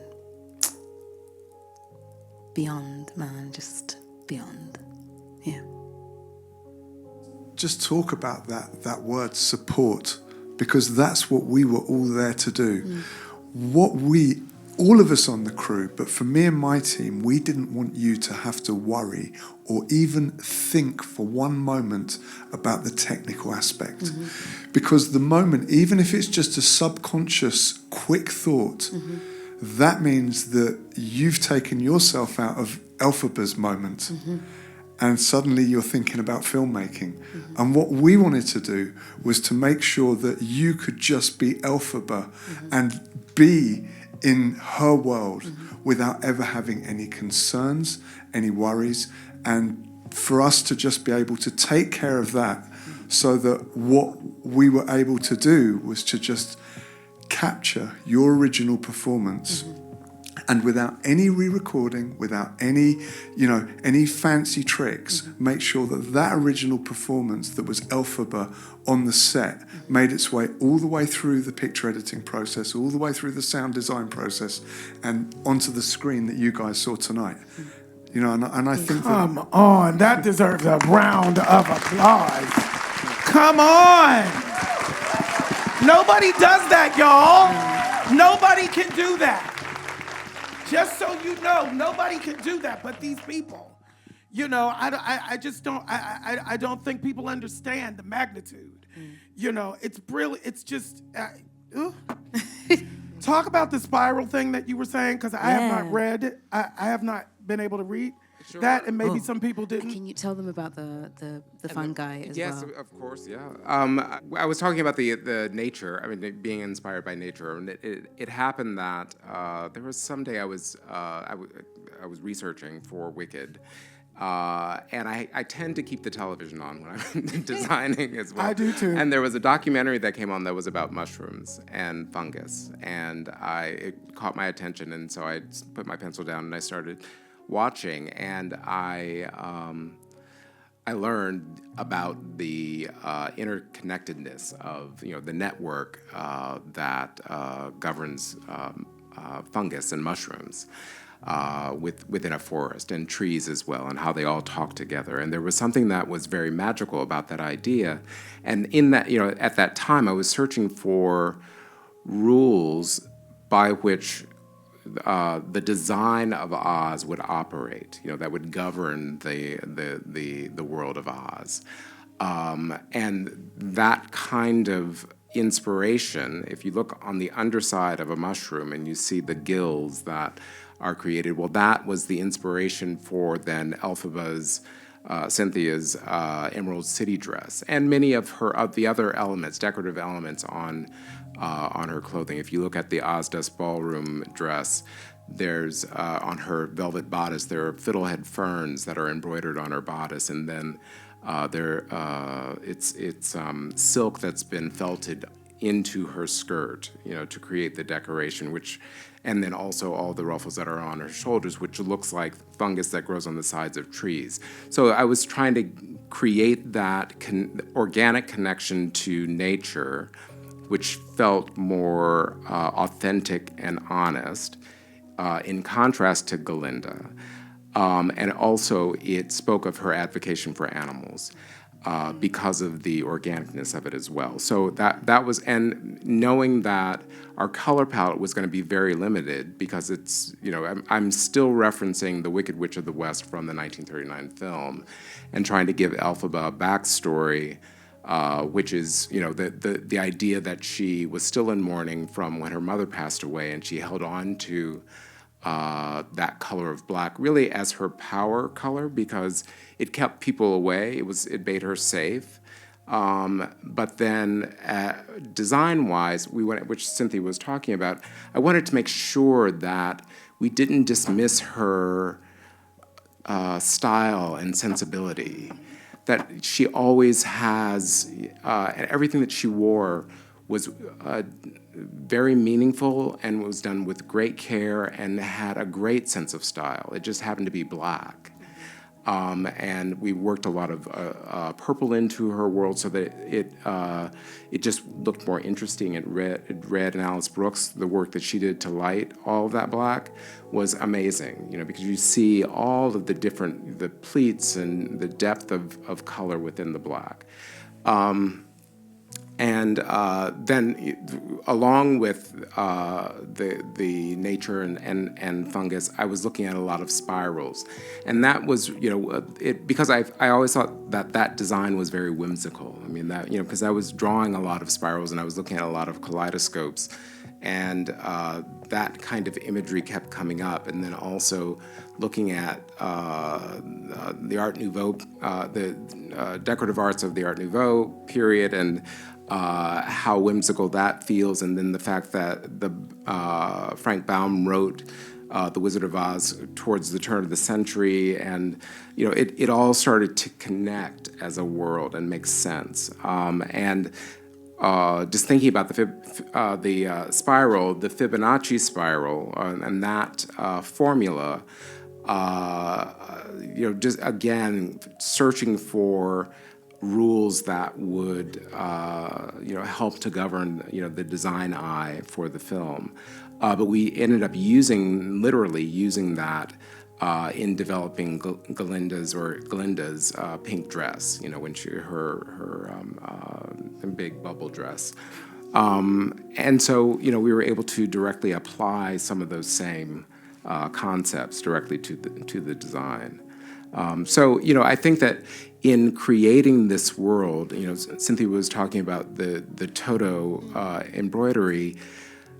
For both Nathan and myself needed to figure out how can we create a world that feels real, so that you, the audience members, can really get pulled into it, and it becomes a world that you believe for the 2 hours that you're watching the film, and that you want to be a part of, and you want to wear the clothes, and you want to stand in these spaces, and you want to sleep in their bed, and you want that it just feels familiar and also magical. And that's what we were about when we were creating all the different worlds of Oz. Unbelievable. Okay, so we have time for 3 questions. Yes, I'm coming up here.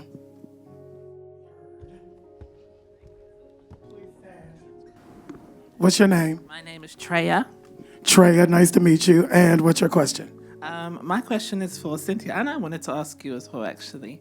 I've got, it took a lot for Elphaba to jump on that broom, to give up her world as she knew it, and trust her innate magic wholeheartedly.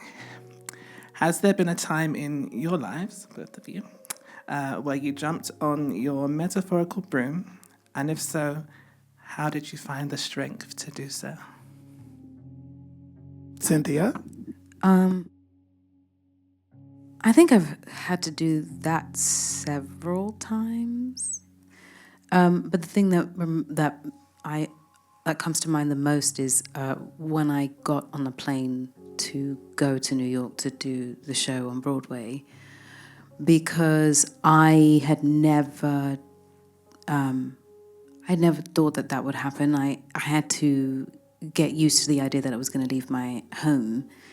And following your dream is a wonderful thing to be able to do, but the reality is, in order to sometimes follow a dream, you have to leave things behind. And in that moment, right before I got on the plane, I realized that my life was shifting and changing, and I didn't know if I was ready to take the leap. So a decision had to be made just before I got on the plane, and I'm really glad I chose to get on the plane. Yeah. Yeah, you just got to jump. Yeah. If there's anything I can say, you just got to jump, you know, and trust that the universe will catch you, conspire to give you what you need. Over there. Oh, you got the mic. Okay. Hi there.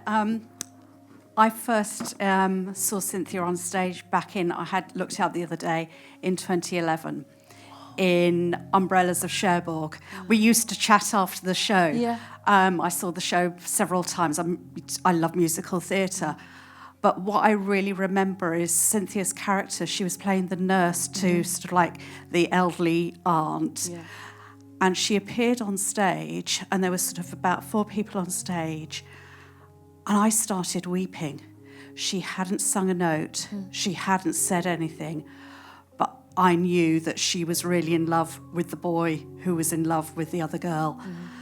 And I've been so lucky to see Cynthia in many other things, from a small Andrew Keats production at Trafalgar Studios, The Colour Purple at the Menier. I saw The Colour Purple on Broadway. Whatever it was at the Palladium. And, suddenly it was like this shock of like, oh my God, that was 2011. Yeah. And it didn't feel that long, but I just wanted to know, how did you feel about that journey from just being in your first West End stage show to where you are today? Whoa. It's so insane to hear it together, because even I didn't remember some of those things, because you're in it and sometimes you forget how far the journey goes back. And I always, like, the first Broadway show, the first West End show was huge for me. And so every moment has been sort of a wow moment. Oh my God, I managed to do this. Oh my God, I'm doing this show. That Umbrellas of Cherbourg was a big deal for me. It was huge for me. And the journey has not been easy by any means. It has not been smooth at all. But I guess I've always felt like there's more to do. And I've never been shy about the hard work.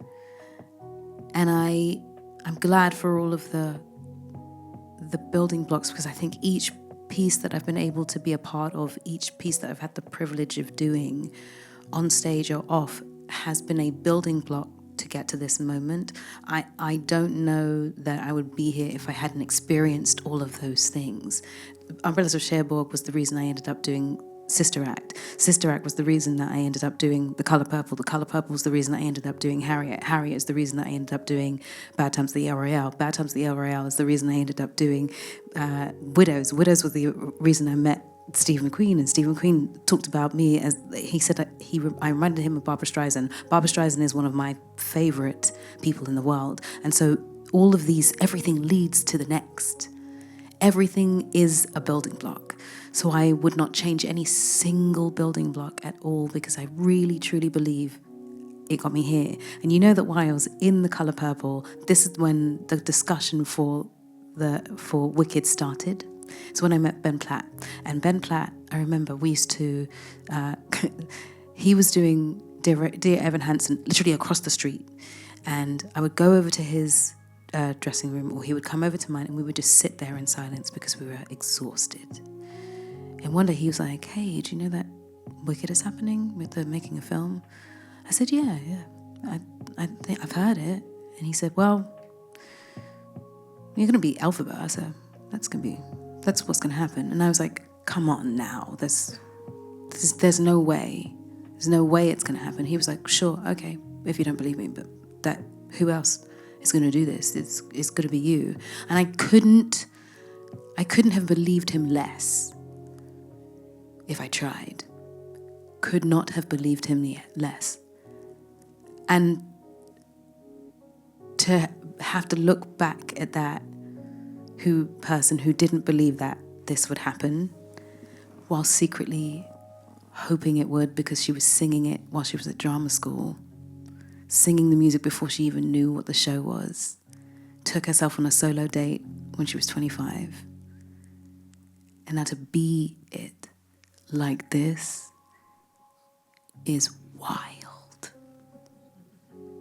It is the proof that the combination of a dream, hard work, and good people surrounding you can actually result in some really wonderful things. Yeah.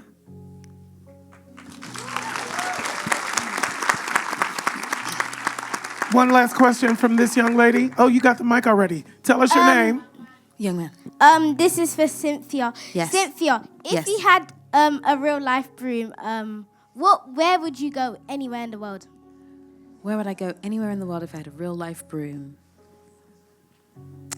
I would use it to shuttle me back and forth from here to, I don't know, my home I live in LA, but my mum is here, so I don't get to see her very often. If I could use the broom to get back and forth really quickly, then I would. Yeah. Thank you, because I think you just did an amazing job. Well, it was thank one of you. the best acts I've ever seen. Oh my goodness, thank you very much. Thank you, everybody. Simon, Paul, Cynthia, and I'm Billie. Thank you all for coming out tonight. God bless you all. Get home safely. Hi. Thank you. I think they love the movie. Because this is a WIF, Women in Film event, I thought we would start by talking about what it was like to work on this production that was so woman-led, that had women department heads. I am just such a fan of everyone on this stage, and got the opportunity to, really dive deep and I got to listen to everyone's vocal track, soloed and dig around in there and just be an admirer of everyone in this process. Thank you. All right, Alice, same question for you.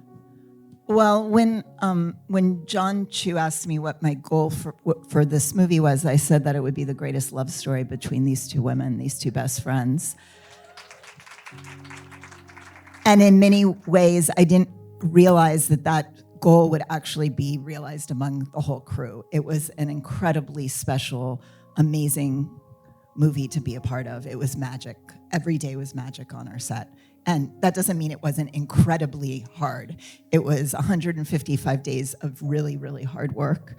And I just felt so privileged to get to know Elphaba and Glinda and Nessarose and be the female lens through which this movie was shot through, because I'm the cinematographer.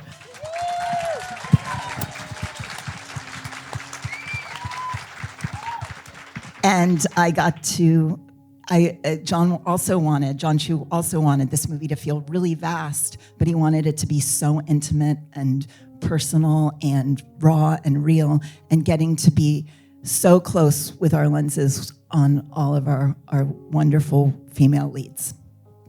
Yay, thank you for that. And Dana, what was it like for you to work on such a woman-led project? Jon Chu is the greatest female man I know. So he brought me on, and I had the opportunity to work with the incredible Winnie Holzman, who I had admired her work for my whole life. I had my so-called life t-shirts that I made. They were not bought. They were not like on the internet. I made them with my hands. And I felt so supported by Winnie. It was amazing. It was sort of like the story of the movie. We kind of fell in love with each other over the course of writing this together. And, this was their baby for 20-something years, and they allowed me in on this process with them that I will never, ever forget.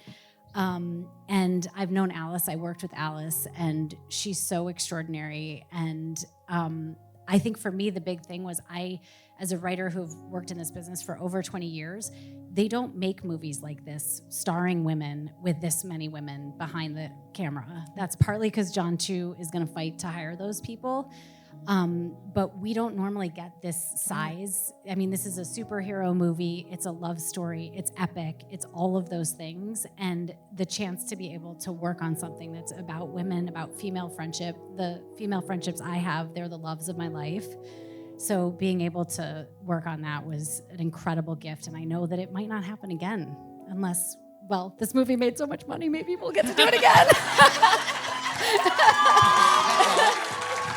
That's why we're so excited to have you all here. They never seem to learn the lesson, though. The women movies make so much money, and they're like, what a fluke. Anyway. Winnie.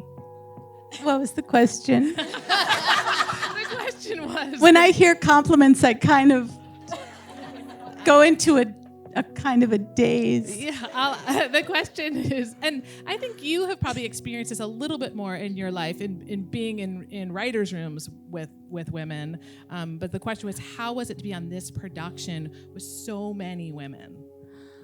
Well, first of all, for me, I'm going to say something possibly radical. For me, it isn't about, what you have between your legs. It isn't about, a woman or a man. It's about feminine energy, which has been, discounted and actually pressed down. And a man can, as we all know up here, Jon Chu, a man can, or Stephen Schwartz, can be a vehicle for beautiful feminine energy just as much as a woman. So for me, it's really all about the people, like who they are and what they're about, what their motivation is, why they're there. And I just know when we were all making the script together, we were just there for love. We were just there to infuse it with as much love and compassion as we could. And then these amazing people come in and they're just, they just bring it to another level. So it really is at what you dream of, what you always wanted, It's very fulfilling. And I think that's my answer. It comes across on screen, so Yeah. congratulations. And Marissa, how about for you? Yeah, I love working with women always. It's working with women and just being around women is something that feels very safe to me. And then just, it goes back to the conversation of authenticity. I mean, me being disabled, but also just like a female lens and having women input on the story to make an even more authentic storytelling that way. I think that's also really important. And my opinion, bias, came across incredibly well, thanks to these talented women right here and everyone else sitting over here as well. And I'm just so lucky to be sitting here with all these fellow talented women. Fantastic. Thank you. Ariana. Same thing. Same thing. I felt like you had an answer a couple minutes ago, so I've been waiting to. No, I'm just appreciating. I'm listening to the greatness of everyone on this stage. I'm genuinely such a fan of every single person on this stage. People who I just met, people who I've known their work and loved it for years. I am in awe of this woman to my right and every single woman on this stage.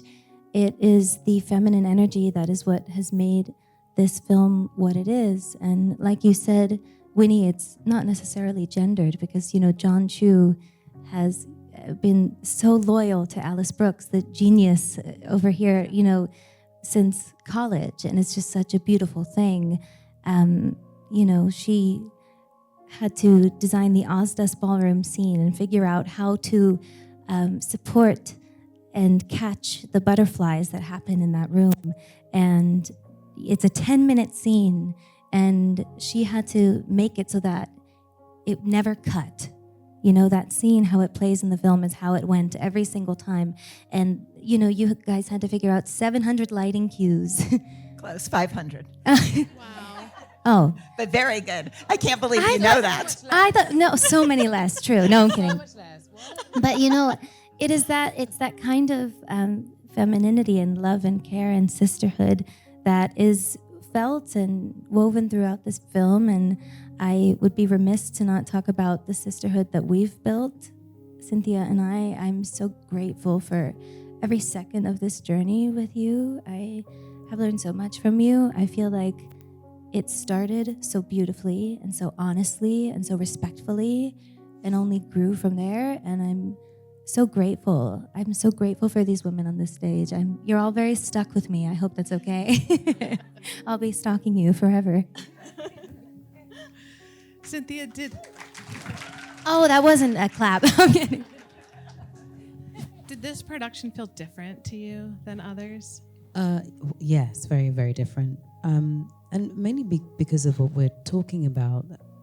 I really love what Winnie was saying about this particular production fostering feminine energy when you're on a production, and they're all well-meaning, but a lot of masculine energy surrounds a film set often. So you feel as though what you carry as a woman isn't necessarily not appreciated, but not taken care of.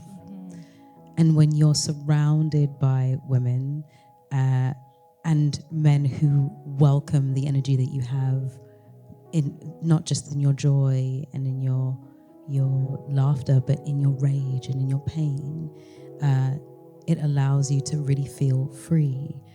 It means that Ari and I can share a moment like the Ozdas and weep, and she can wipe my tear, and no one's gonna feel strange.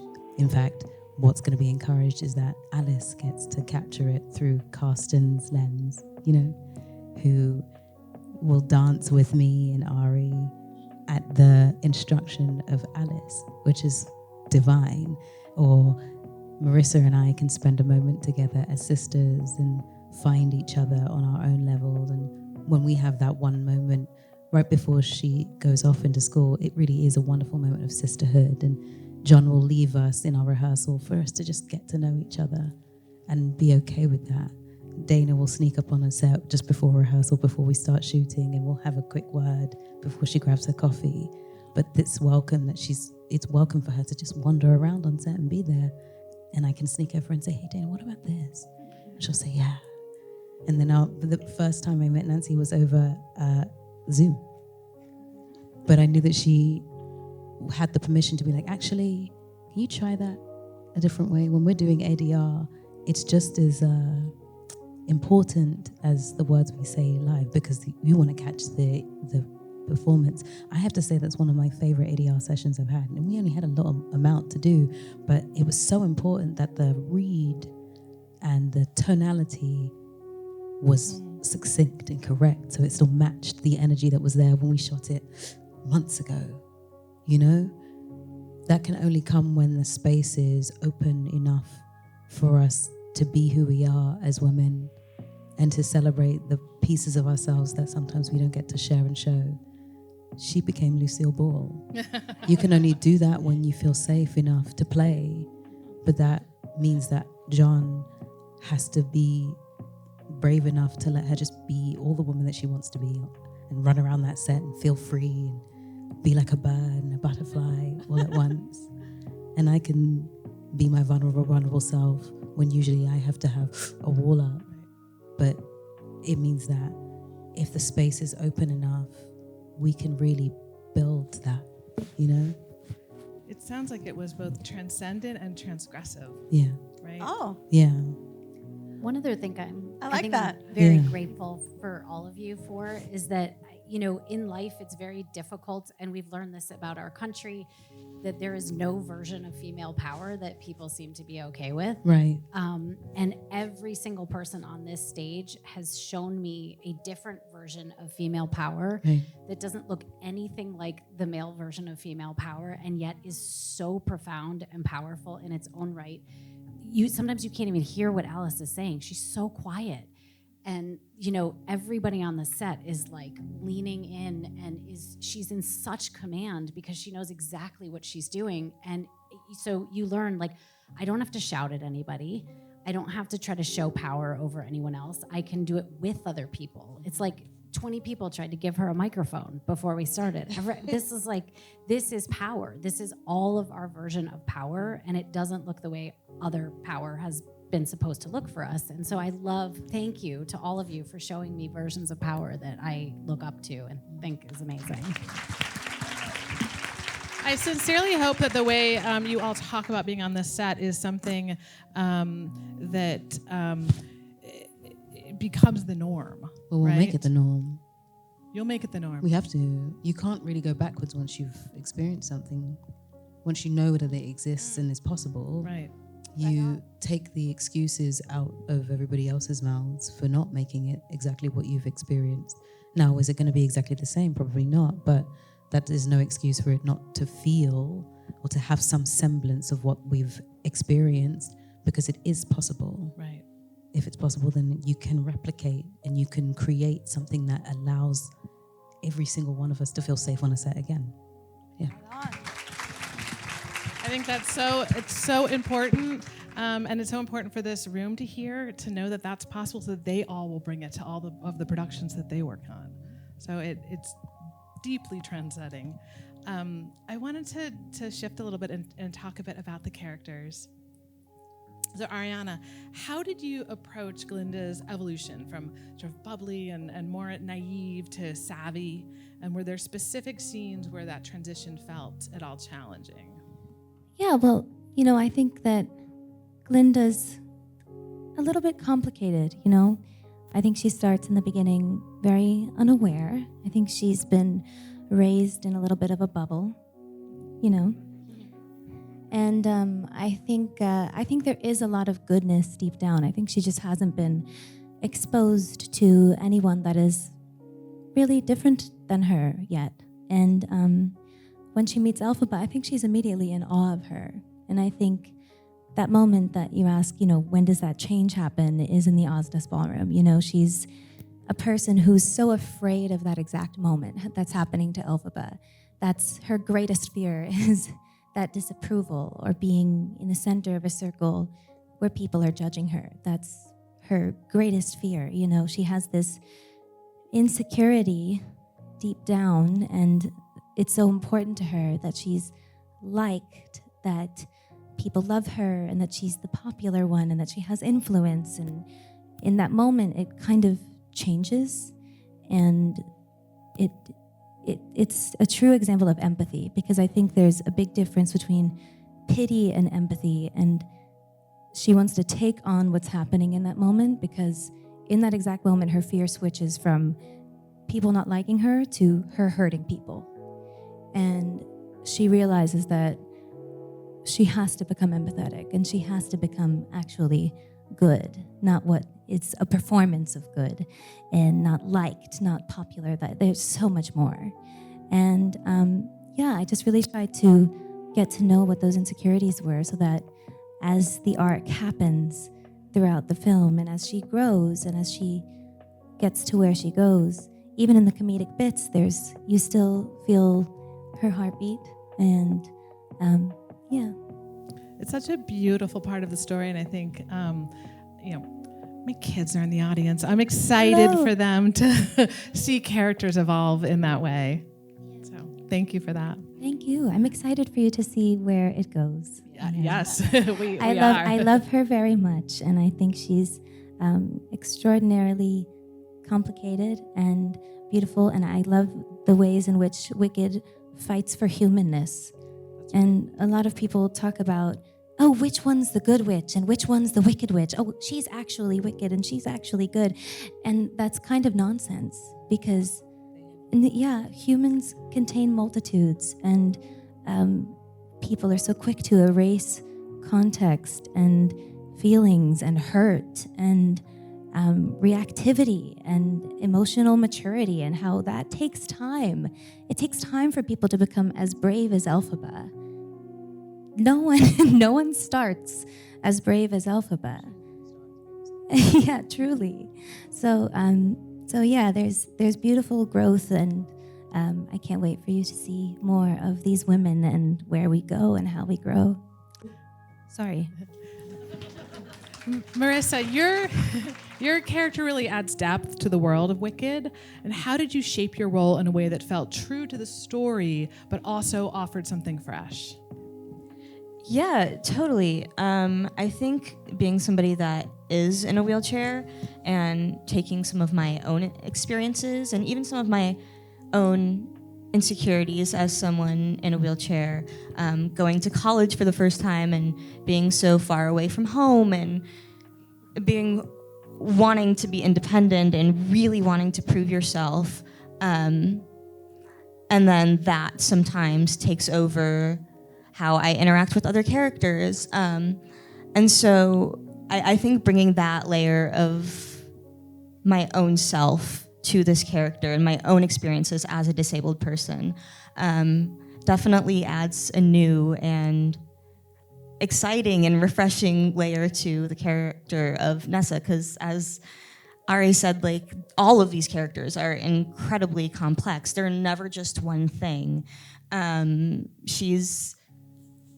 Nessa's excited, and she's also anxious, and she's just so many things, truly. And she cares about her sister so deeply, and she cares about all her relationships deeply. And sometimes I think some of her ambitions and her wants, like wanting to go to the dance, she doesn't see anything outside of just wanting to have a fun time at a dance with somebody who's shown her interest, because she's never experienced that really before. And I relate to a lot of that. And of course, I think there's also a little bit of internalized ableism within Nessa's character as well. And that's something that I've experienced and also still continue to work through.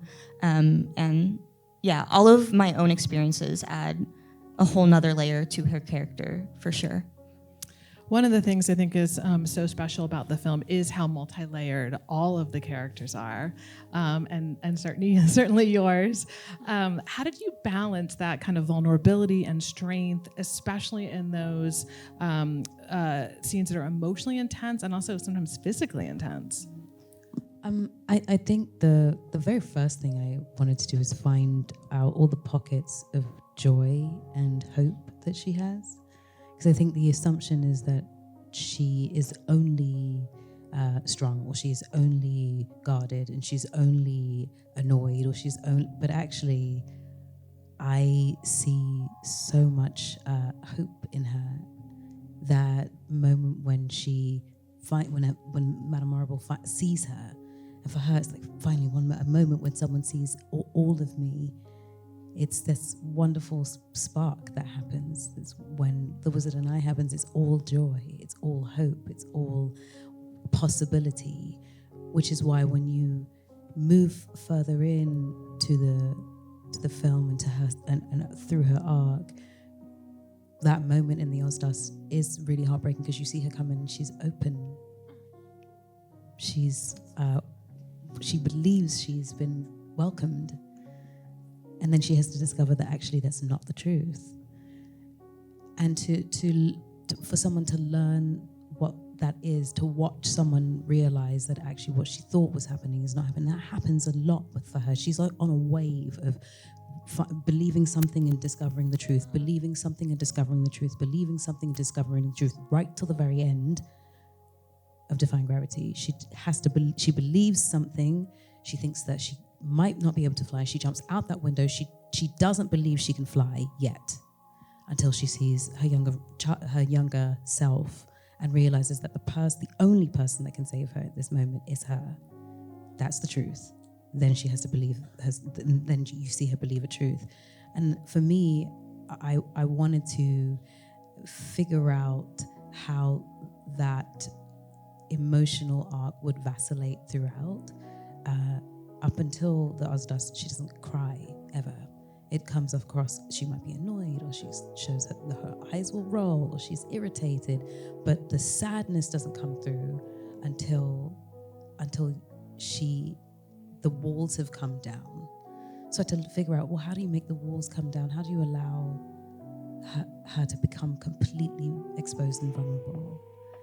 And that's really a testament to Ari and Jon and Alice, and the space that they set up for me to be able to hold a moment, hold a feeling, use the things that I've experienced as Cynthia, the loneliness, the hurt, the rejection, the pain, all of those things that I've experienced as me, and hold on to those things in that space and then let them go when it was time.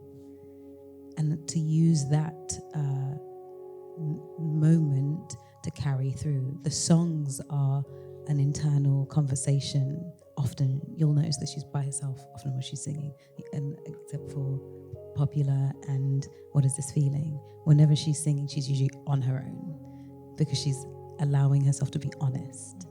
So I would always use those songs as moments to share a vulnerable truth, you know? Until she gets to share a vulnerable truth with everyone at the end. She has to earn that. She can't just be at Defying Gravity at the beginning. She has to get there. You have to watch her grow. Ari said something really beautiful before, that everyone has to, it takes time to learn to be brave. And that's really, really true. It takes time to learn to be brave. Elphaba takes her time to get there. She's not there at the end. She's not at Defying Gravity when you first meet her. She has to get there. All the things that she goes through get her there. She has to let go of the things that she has believed for a really long time of other people to believe it of herself. So, yeah. It's emotional just listening to it. Yeah. Just listening to you talk about that. So you get it now. So you get it. I keep wanting to talk about the fact that everyone's like, why are they crying so much? And like, well, yeah, but there you go. Yeah. Tears are cleansing. Thank goodness. Cleansing. It's healthy. They're good it's healthy for you. to cry. I mean, we believe in crying at work now. Good. Right? We should cry at work. We cried at work every day. But not just the women. The men were crying at work every day. It's true. Our Jack grip Ravencroft. department and our AD, but our grip department, we would be doing these massively huge crane shots with tears pouring down their face. And it was, I mean, back to the safe space, it was the safe space for all people on this movie to be able to feel vulnerable and be emotional and be completely invested in these characters. And Simon and Arthur. Arthur would be holding the boom over our heads, and he would have little tears coming down. It was the best thing. Behind his glasses. Yeah. And Simon, who looks like you're teaching people that crying is power. Yeah. Like you taught America through all your crying on your press tour that's power. I love it. I wish we could stay here all evening with you Me talking too. about this. But you all have to go to another screening. Can I ask Winnie one question? Yes, of course. Winnie, when you were first, I'm talking about 20-something years ago, when this first came to you, what were your initial thoughts? Where did you start? Well, it came to me because Stephen, brought me in. because Stephen Schwartz had this incredible epiphany when he read the novel. He said, this should be a Broadway show. And luckily, he did think of me to write it with him. And I think one of my first thoughts was, well, first of all, honestly, just anything Stephen Schwartz wanted to do with me, I just would have said yes. I didn't really care what it was. I just wanted to work with him. I was thrilled. But I think in terms of this story, I felt the question that is in the beginning of the story, what does it mean to be wicked? What does it mean to be good? I actually had a pretty personal association to the word wicked because I had used it only once in my life to a family member. And I felt very strongly that it was a very powerful word. And the idea, and also the idea of witches, we were talking about this in an interview, witches, women have been accused of being witches for centuries when they were the powerful people in the village, in the community, when they had knowledge, when they had depth and special healing powers. They were accused and ostracized, maybe killed. So the whole idea for me of a woman's power, about what it would mean to be truly good, as you were touching on, Ari. What does it really mean to be good? What does it really mean to be wicked? Those are my jumping off points. It's so important, always important, but in this moment in time, the next 4 years, thank you. Thank you. Thank you very much. Thank you all. Thank you for that. Thank you. Thank you, Thank ladies. you. Thank you. To the excitement we feel in this room, repeat viewers, how's the last month been for you guys? How's it been for you? It's exciting, a little tiring, but in a good way. I would imagine it's the same for you. It's been very, very wild. I think the most wonderful thing is, hello. Who is it? I'll take it. Tell them we say hello. It's been really wild and wonderful. I think the most wonderful thing is the response that we've been getting from people. It's not just a generic sort of we're enjoying it, but it really is heartfelt experiences and visceral reactions to what you're watching. And when people are relaxed and open enough to share that experience, it's pretty special. How about for you, Ariana? It's been so surreal. I mean, it's been incredibly out of body. Yeah. It felt that special for us every day on set. It was the privilege of a lifetime, and we buried ourselves in the work, and that was always the thing we were most excited about. We just were so present in it and kind of kept our blinders on, and we knew how it felt to us, that special, but you never expect people to kind of respond in this way. It's impossible to prepare yourself for that kind of response. And the only thing I can say is I just feel so deeply grateful, and it's exciting because it's like everyone picks up on every little thing, like the sugar glider in the Ozdas ballroom who deserves to be the Time 100 Person of the Year. And someone edited that. And I'm like, thank you, that person. That's how I feel. No, but it's lovely to see people really see what we've done and respond in this way. I think I'll piggyback off of that it's like there's a lot of validation because we put a lot of work into this. It was the hardest work of our lives, and thousands of hands built this stuff. And that's not just building it, but it's also in visual effects. That's also in sound. That's also in the music, in the orchestrations, and it's us on the set. And we took it very seriously. And some people would be like, wow, you guys are are crying every day? Are you guys just doing an adaptation of a Broadway musical? And to us, it was never just that. To us, we were putting in ourselves very personally, especially you two, in decades of wounds in this real thing that we were sort of infiltrating from the inside out. And and then when you're in the edit room, we laugh at little things and we love the little details of every take and why we sit on Cynthia for a moment when she's getting the cape tied to her and she's looking at Glinda and their smile and they're crying and they're smiling and it's like, you're gonna be okay. Like those little moments. We think people may never see that just because it's just a movie, but actually, when the audience actually is seeing all that, it's the best feeling in the world for a storyteller. Yeah. given the tremendous success this film's already enjoyed, Jon, I'm curious what scared you the most about making this movie coming into it? I mean, everything scared me every day. Defying gravity scared the shit out of me. How are we going to have her fly and buy into that and feel the truth of those words that Stephen Schwartz and Winnie Holzman so brilliantly put into this 20-something years ago? How do we stay in? How do we top popular on the show that is so iconic already? These things haunted us. But there's a certain point where we say, worry is a misuse of imagination, that we couldn't worry at a certain point. We knew it was in our hearts. We were all fans of the show. I waited 20 years to see this movie by somebody. And we could put our energy into the everyday of how do you scratch at real truth in a myth?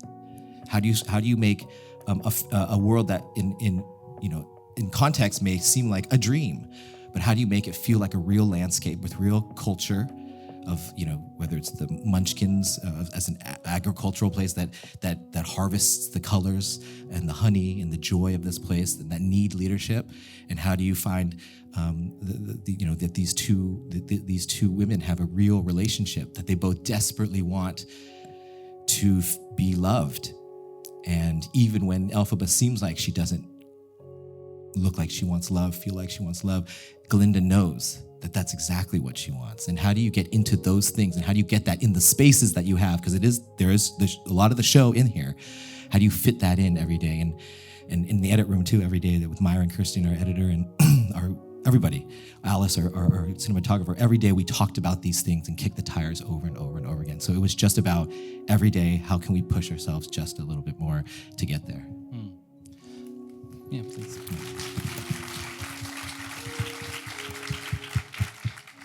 Marc, this project has been with these three for many years. It's been with you a lot longer than that. Can you outline the road to this moment for us as succinctly as you can, I suppose? Well, it's been 20-some years for my journey, which began when I first read Gregory Maguire's brilliant novel with that amazing idea of looking at something a different way and seeing the nature of good and evil embodied in a story of familiar characters and watching them take unfamiliar turns. And it was Stephen Schwartz who called me and said, I was going to make it as a film first because it's so cinematic. And Stephen Schwartz called me and said, I know you're thinking of doing this as a movie. Would you do it as a musical first? And thank goodness I was smart enough to listen to that brilliant man, because I did. And along with Winnie Holzman, who's here somewhere tonight, I believe, who created this amazing story, and along with Dana Fox wrote that extraordinary screenplay and all those twists and turns. We put it up on Broadway, and it was very, very successful. It's in its 22nd year and doing very well. And then I waited. Thank you. It's at the Pantages too. If you're around right now. His coupon code is no. Sorry. And then I waited 20 years. Universal was wonderful, but slightly impatient. But and there were many reasons I waited that long, and not the least of which was I was daunted in some of the ways that Jon was saying. When you do something well and people enjoy it and people loved the musical, and that meant so much to me and fans, that when you're going to now try and do it in a different medium, quite frankly, the bar for me was really, really high. That's sort of a personal maybe insecurity and fear that how would I don't have to make a movie because if people already love the show. So I waited He would say that to me, by the way. He's like, we don't have to make this movie, Jon. Yeah. We don't get it there. I waited a long time. And what I didn't quite realize, I like to say, but it's true, was that somehow I was waiting really for this man to raise his hand and say he wanted to direct the film and these two women to be there at the right time. And that's really the truth. And I've had a lot of time to think about that, in addition to Jon's extraordinary talent, his imagination to world build, his intuition on how to tell narrative with music and how to move camera intuitively with music, and how to get to the intelligence in this story, the great metaphors that are there, but also the heart that he has.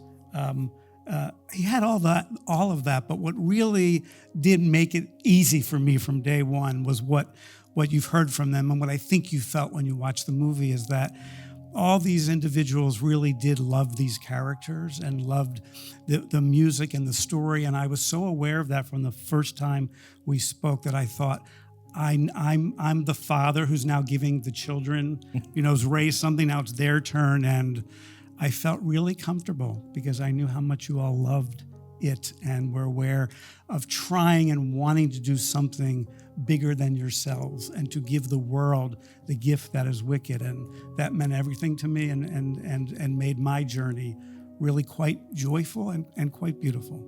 So thank you all, really. Thank you. We love you. I think one thing you're speaking to as well that is part of the reason this film has resonated so strongly is this combination of the incredible spectacle of the movie and the intimacy, particularly between the two of you. You mentioned the Ozdas ballroom scene, and that to me is one, I think the reason it is people felt it so strongly is there's this beautiful connection between the two of you amid all the noise and joy of the film. I wonder if you could talk about it a little bit in that context of just connecting with each other amid something that felt so big and exciting, and I would imagine very exacting in the choreography, but that's also very human. So this is what we do every day.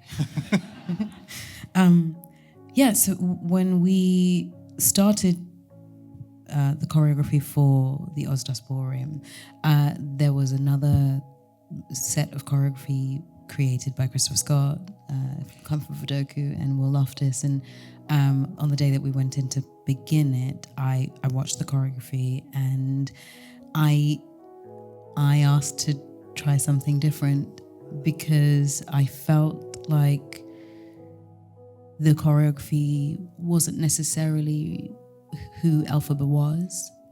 And so I wanted to find out how she moved. I felt like there was a language that she spoke that was very different to the way everybody else was moving and understood movement and understood dance. And so we had to sort of begin again from the start.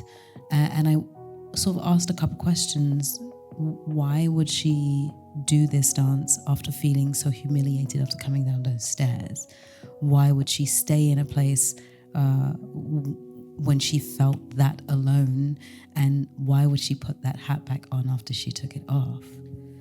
So the first question was sort of the answer was that she needed to reclaim the space that wasn't meant for her, that she could say that she stood alone and was okay with being alone.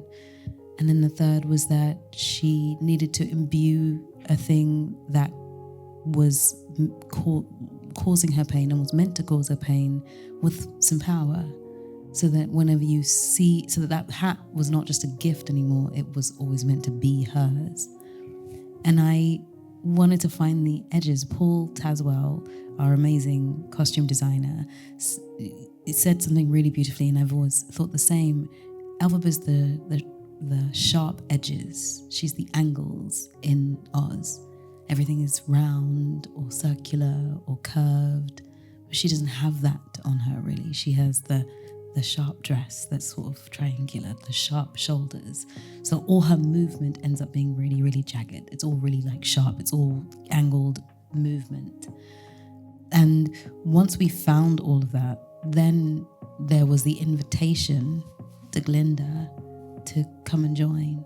I think when Ari speaks about when they first meet, Ari always says that Glinda is in awe of Elphaba, but I think that they're both in awe of each other. I think they see each other quite clearly. They just aren't ready to admit it at the very beginning. And I think when they get to the Ozdas, they are faced with a choice to actually see each other properly, to stop doing the thing that they have been doing, which is battling one another and pushing one another away, and actually finally stopping and saying, hey, if we do this, we're going to actually really hurt each other, but we could do something far better, which is to see each other. So when we started learning that part, Ari did a wonderful thing and didn't she didn't learn the choreography when I had learned it. I got to teach it to her. So the first time we did the choreography together, Ari didn't know it, and I actually taught her the moves. So when you see us doing that on screen, she is actually learning the choreography with me, and we're following one another. That wonderful moment where she steps out and her hands are to the side, that's because that's what she remembers from the dance. And when she puts her hand to her head, because that's what she remembers from the dance, genuinely. And then there's a wonderful thing that she has to do, which is so brave, which is to step into something that she doesn't know and just be open to what might come. I've always thought of that moment, not just of Glinda, but of Ari. What a brave thing to do, to step into something that's unknown and to just be open to the possibility of what might come from it. Which is why when we do get to the point where the tears fall, it happened that way every single time. The tears fell and she wipes my eyes. Because I think even both of us were feeling in that moment the weight of what it feels like to let the hurt go. And I definitely was feeling the weight of what it feels like to let the hurt go when you felt rejected, but finally someone sees you. Yeah. It's beautifully put.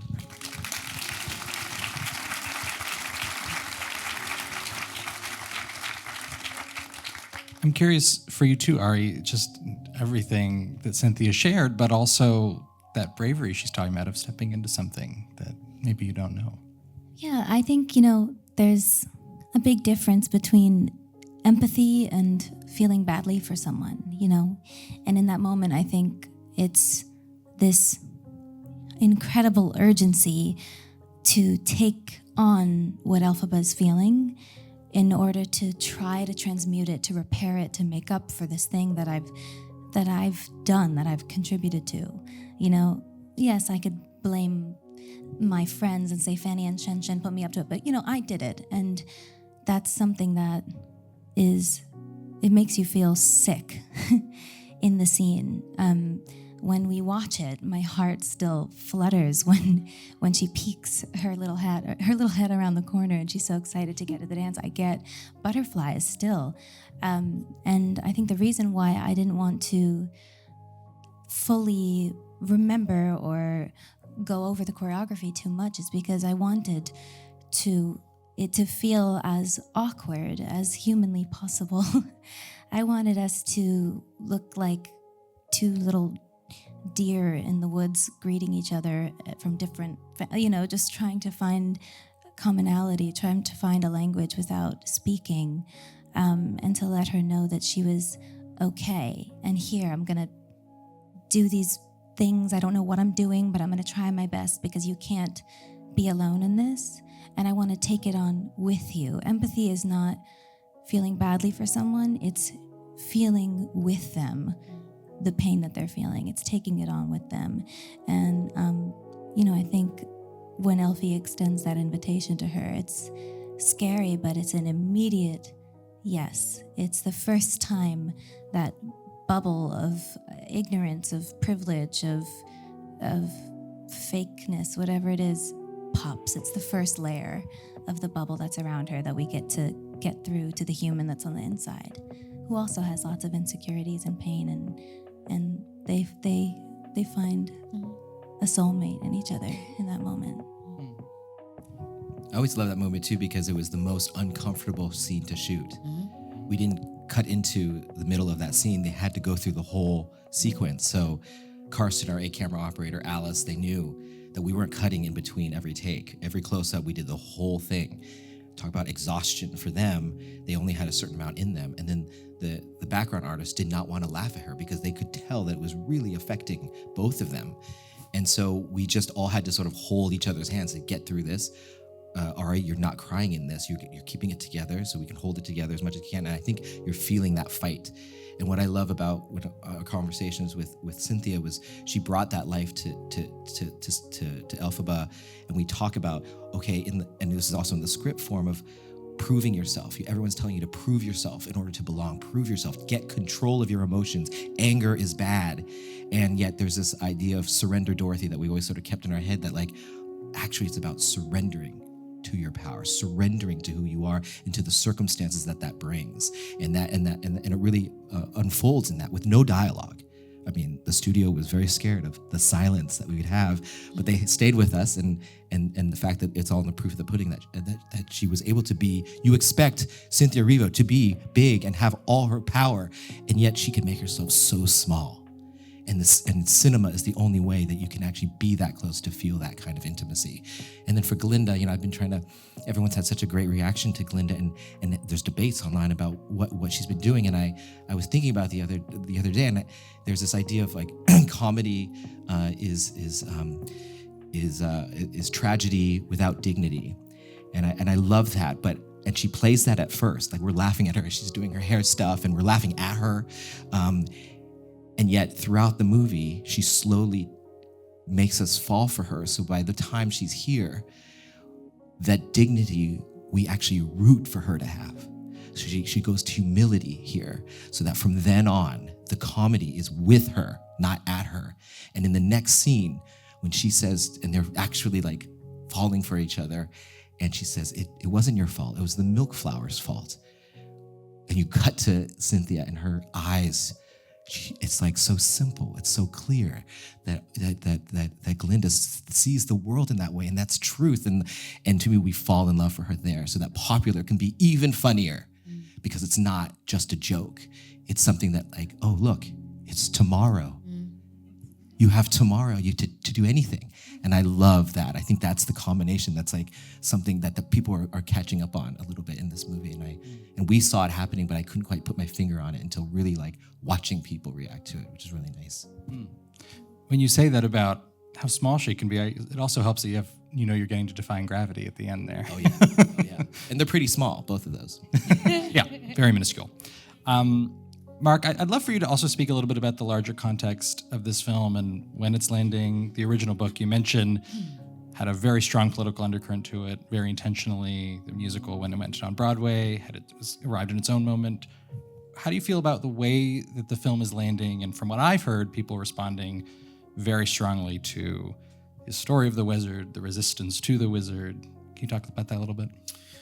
Well, it's interesting because Frank Baum's original books, The Wonderful Wizard of Oz, were wildly entertaining and popular across this country, but were filled with deep political allegory. It was the time of populism and disenfranchised farmers versus the business elite, the gold standard, which is the yellow brick road, silver standard. Gregory then took those characters and also infused it in his story of sort of a fascist leader and a social warrior who rise up to speak truth against power. And it's really the prophetic nature of what Stephen Schwartz and Winnie Holzman created 25 years ago that holds this story and the allegories in it. And it was written, the story, not the screenplay, but the story, which is essentially the same, was written some 25 years ago before anybody ever heard the term fake news, where social media echo chambers didn't really exist yet.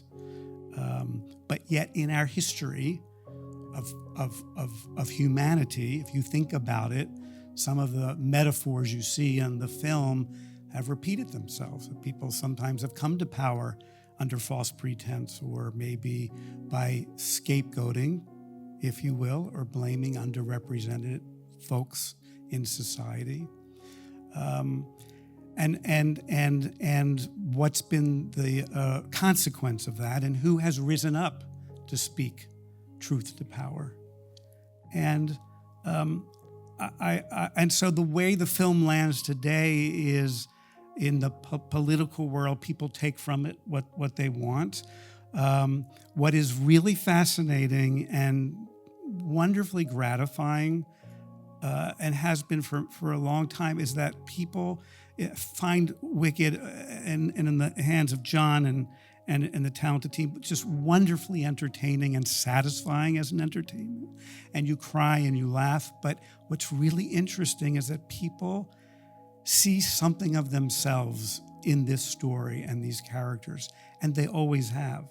And whether it's the time we're living in now, whether it's the politics you have or don't have, or the fears you have about the future, whether it's you feel othered or different from and don't belong, whether you vote it differently, love differently, look different. People have reached out and they take something different from it, but they relate to it. And I say this with humility, and not just because Winnie's all here today as one of our writers, but and Dana Fox too. But something, an entertainment, a form of art, and art is empathy. And this film, to Ari's point, is so much about empathy. When something is timeless and maybe becomes a classic, it's because no matter the time that it lands in or that you experience it, not only are you still entertained or find it funny or moving, but you see something of your own life that you relate to in it, no matter when the story was made or told. And that seems to be the way with Wicked. That's quite a beautiful thing.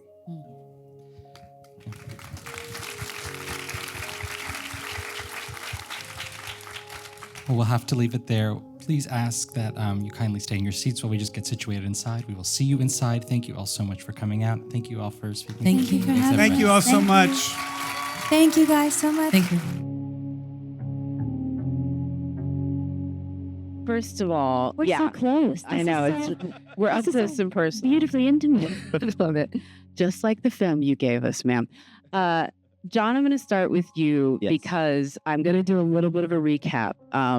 Let's see. In a few days, the film is going to cross 500 million at the global box office. We are waking up to 4 Golden Globe nominations. Should have been 5. We have certified fresh in the tomato meter, verified hot audience reviews. People are all over our FYP with TikToks. What has this reception been like for you? And I'm going to ask you the same question, but I'll start with you, sir. I don't know what a popcorn meter is, but I'll take it. It means the audience. It means the audience, right? That's right. Which is what really counts. It's been really overwhelming, really beautiful. You know, making a movie is sort of lonely, and we're all together, and we're like, no one ever looks at the details of what you're doing, but you just try to do the best work and get it out there. And you know, I've been around long enough. There's some ups and downs, and you just sort of like create this protective shield. But to see the audience adopt it and love it and do the dances and quote the little moments that we love in the edit room. We laugh about when Nessa goes, "Yep," and suddenly the audience is doing it at home. It just is everything you dream of, at least for me as a storyteller, to really plug into people and have them take your baby and make it into their own thing. And so that's been really fun. But really, I love when they give this woman her respect that she deserves. Cynthia Erivo, what she deserves. Yeah, there has been some respect. I mean, you just were in National Board of Review, Best Film, Best Director for you, also the Spotlight Award for you and Cynthia. I mean, what has this been for you, though, ma'am? I mean, it's truly surreal. I don't know how to articulate my gratitude, my gratitution, if you will.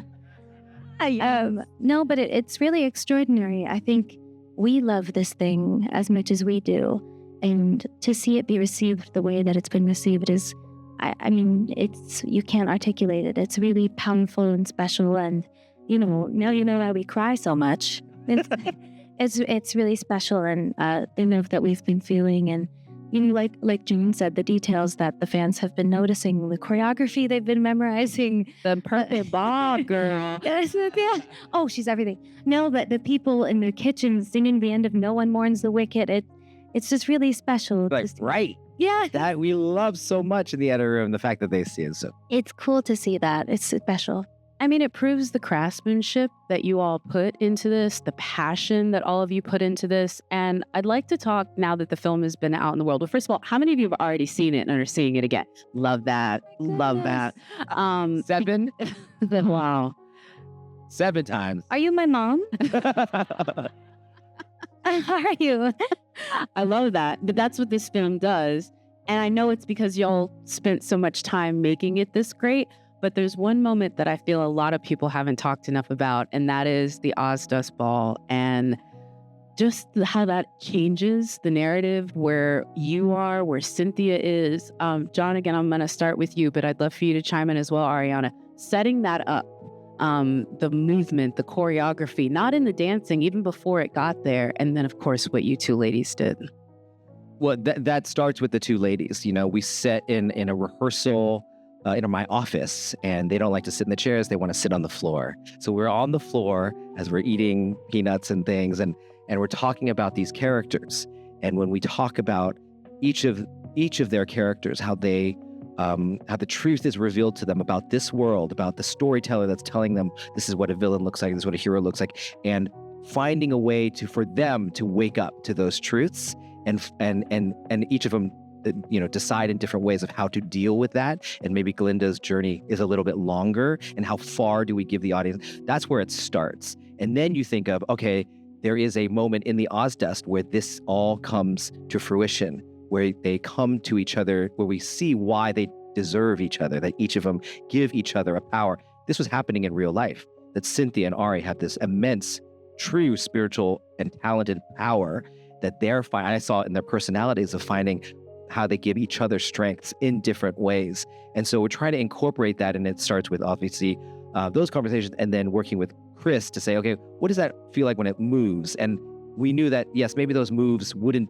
translate ultimately into the movie, but it sort of got their body moving. And then what is Glinda responding to that? And what is she actually doing? Is this defiant thing?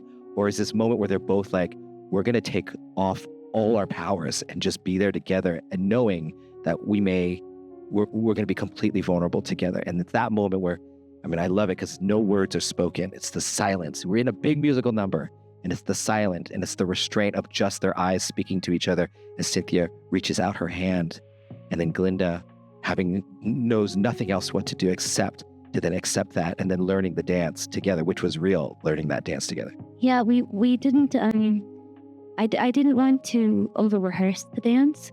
I think we rehearsed it properly maybe once or twice, but I tried my best to forget it every single time. And there's quite a bit of time between those rehearsals and when we finally shot it. So it felt very vulnerable on the day. And the reason why I didn't want to learn it is because I wanted Glinda to feel as awkward and as terrified as humanly possible, because, you know, I think up until that very moment, her biggest fear is probably what's happening to Elphaba, is being judged and not being liked, not being popular. And in that moment, it changes from being the scariest thing in the world is making someone feel like this. And that's a pin drop moment for her, because Jon often talks about how Wicked raises the question, once you know the truth, what do you do with it? And that moment for Glinda is, oh, I change. I have to change my behavior. This may be the first time that I have ever been asked or invited to look outside of myself. And she is able to accept it in that moment, because there's a difference between, I guess, pitying someone and having empathy for them. When you're empathetic towards someone, you want to share their shoes. You want to jump into their body and take the pain that they're experiencing and feel it with them. How can I transform this into something easier? Maybe by sharing it with you. Maybe if we're in it together, it'll make it worse somehow.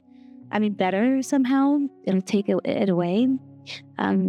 So it's a really special moment, and there is so much work behind the scenes to preserve the performance that Cynthia is giving in that moment. Like Alice Brooks, who had to work with our lighting crew to program 500 different lighting cues. 700 lighting cues. Because yeah. It's a 10-minute scene. No, you go. It's a 10-minute scene. I need to go. And we couldn't cut. They couldn't just pop into it. They needed to do the whole experience. It was the most uncomfortable shoot. All the background artists felt uncomfortable laughing at them because there were real wounds there that was happening, and it was uncomfortable for all of us to just witness this, and how many times we would ask them to do it. It was silent on that every time. And the brilliance of these ladies is that it also is mirrored in the opening scene. I mean, this is tracked through the movie where they're also confronted with each other, and you see the first cracks of Glinda when she's I think she says I don't want to, you want to impress people. She goes, oh, I don't. And to me, those are the first cracks. Of course she does. You see it in her eyes, and it can get so run over even on stage. Are they even playing that moment? But she plays these little cracks of what she needs as a character, that she needs the approval of people, no matter how much she plays it. And cinema allows us to be that close to see it. And Ari was able to really like carve that out so that when in that moment, you recognize that look in her, and you recognize what her sacrifice of coming in is the scariest thing. When she says no to Pfannee and Chen Chen, I'll never forget, because in the script, it's like, no. On stage, it's like, no. It's like very easy line to just deliver. But the way she does it, we were in tears from that moment. Yeah, I'm sorry.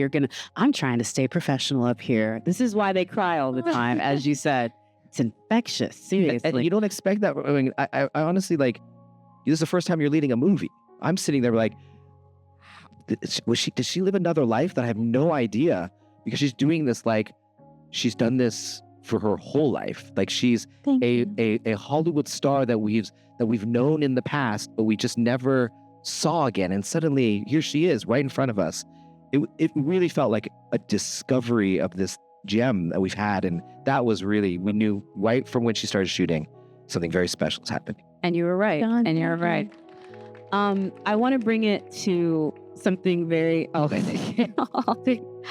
All right, I'm trying. I'm really trying. This is going to be so hard.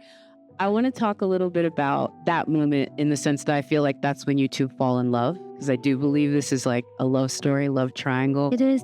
Yeah. When you are in the moment of defying gravity, where you stop, you wipe away the tears, you go to the bureau, and you get that cape. That is like in the love story when they know they can't be together, but they want to be. Sending her off with that protection, if we use the analogy of how privileged Glinda is to how marginalized Elphaba is, that is a very powerful moment. And as much as we love all the comedy that you do, I'd love for you to talk about what Glinda's thinking about in that moment and what you were doing in that moment, because it is so powerful. Thank you. That means a lot. I think there's a lot going on in that very moment. There's so much to be afraid of. There's an argument that could take place. I could try again. But in that moment, I have to choose to accept what this woman that I love is choosing. And I don't have to agree with her, but I have to accept it. And that is a true example of unconditional love and forgiveness. We are completely different, and you understand why I'm making this decision. I know you don't agree with it, and I know you wish you could change it, and same, but I have to accept it because I do know that that's the only healthy, right thing for you. And that's the hardest thing that we can do when we love someone, is accept that what they're choosing might be the end. And who knows if I will see them again or get to say goodbye, if this is it. They're each other's only real friend. And what we're both choosing is right and terrifying at the same time. So it's very complicated. And, a lot of people ask, what if Glinda had gone? What if Glinda had gotten on the broom? But there's a reverse side to that question where it's like, what if she had stayed and we had convinced them to change this shit from the inside out? Sorry, children. But, what if I'm sorry, but she's the one with the powers. What if we had reworked the system from the inside out? What if we had held it over their heads and made a difference together? And it's just that Elphaba will never reason with the bad guys. And that's amazing. And we all wish we could be as brave as Elphaba. And sometimes we have to be brave in different ways. And yeah, I don't know. That's true. I love what you're talking about of falling in love with the two of them, because the moment in Defying Gravity doesn't happen without the few steps before. After the Oz dust, to me, I could feel the audience shift when she says, "It's not your fault. She says, it's the milk flower's fault. It's not yours. And what Cynthia's look to her is like an awakening for her. And the way that when we cut back to Glinda, her look back is like so innocent. Like, of course, it's so simple. It's not your fault. And then she says, and look, it's tomorrow. And immediately, I think the audience falls in love with her. And I think Cynthia falls in love with her. And then you go to the moment later where she says, oh, Miss Elphaba, look at you. You're beautiful. Those lines, we've seen it many times on stage, and they work fine. But when we're that close, the amount of you have to sell the reality and the truth of that was really happening between them when they're looking in that mirror. Even when she says, pink goes good with green, she says, well with green. And it doesn't even faze Glinda. I don't realize she's correcting me. I'm just like, yeah, right? I love that. That was not planned. That was not talked about. That's instinctual in her. And she was Glinda, a real human being in that moment. I just think all those steps are just so beautiful. And the fact that even in the end, like as much as we want her to go, like she's not ready yet. And we have a little bit more to go with Glinda, where we get to dig in a little bit deeper with that. But she has to plant all these seeds along the way, which is pretty amazing. Oh my goodness, I can't wait to talk about it all. I know. Yeah. Can't it be next year now? No, we're gonna tease them. And I'm glad that he mentioned too the choices that you made, because so many of them have gone viral. I mean, I'm very tempted right now to just make you say right, because that has been such a thing. No, I forgot doing that. I mean, you did the O2 and the what is this feeling? Like all your little improvs got such a serve. But talk about the right. The right scared me the first time I'm serious, because I heard the song, I heard the live vocal from the movie before I saw the scene. So I heard the right, and I was like, Jon, what am I doing here? Anyway, so sorry. I was like, it's great, trust me. Thank you. What was your thought process on some of those? Because I know when you got the role, because we've all seen the video, you're like, I'm going to take such good care of her. You obviously did, but you still knew that you had to tweak her. So what were those choices? Did they just instinctually come out? Did you plan some of them? Were there some that you had already been thinking about for the whole 20 years you've been dreaming about this role? No, I really just wanted to get to know her as much as I possibly could before we even got to London, before we even opened the movie script, when I was still looking at the Broadway one, trying to read between the lines and get to know her. And I feel like, this goes without saying, but comedy doesn't land when you're expecting it to be funny, when you're playing it for the laugh. It's only funny when it's truthful. So I wanted to just get to know her on every level, and her insecurities and her fears, and just make sure that all of that could just be there underneath the surface, and that underneath the funny, she could still have a heartbeat. And one of my favorite things about working with Jon is, how the trust that we share and the warmth that you bring to a set.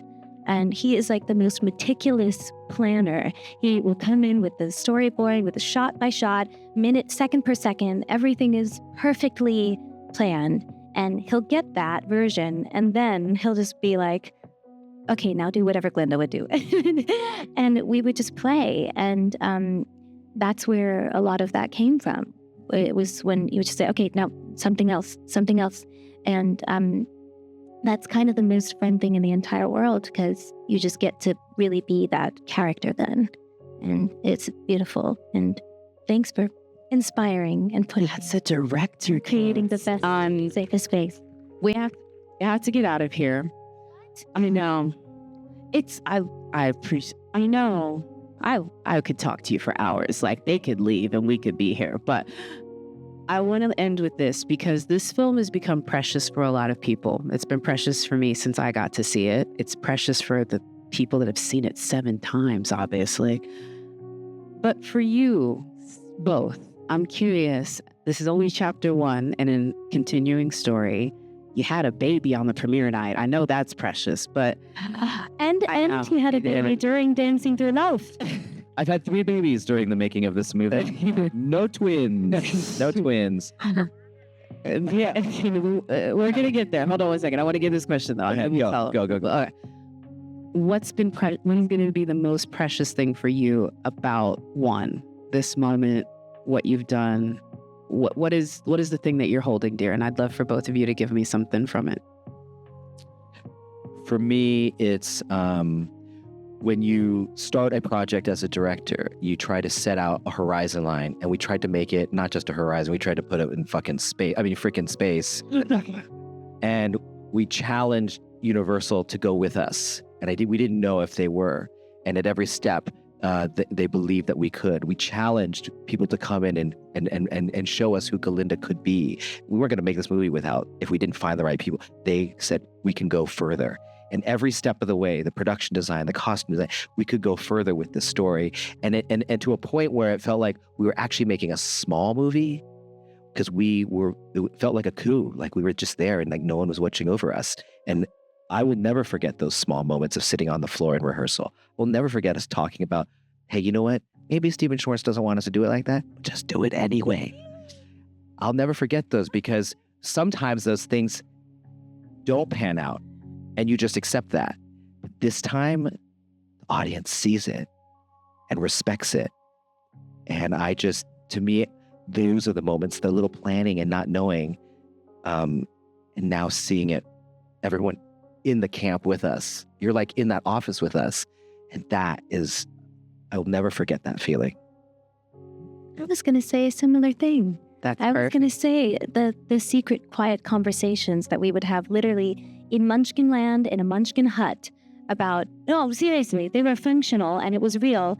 And it'd be raining and we'd go into the Munchkin hut and there'd be a Munchkin napping and we'd say, excuse me, can we come in? It's a true story.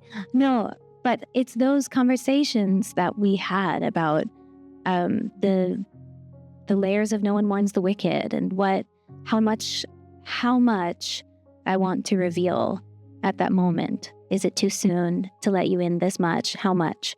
And it's those conversations that I will cherish so dearly forever. And just to see that people see it and feel it and are talking about those same exact moments, and they're conversations that we had when it was raining and we couldn't shoot in a Munchkin hut in Munchkinland. Very muddy. Very muddy. And just to see the work come to life and translate, and for people to receive it the way that they've been receiving it, it's really sweet. It feels like everyone is in on our secret, and it's really special to share it. Love that. All right. Thank you both so much. Again, hold your seats. We're going to exit. Thank you all, but there's a reception afterwards, so please join us. Thank you guys so much. We appreciate it.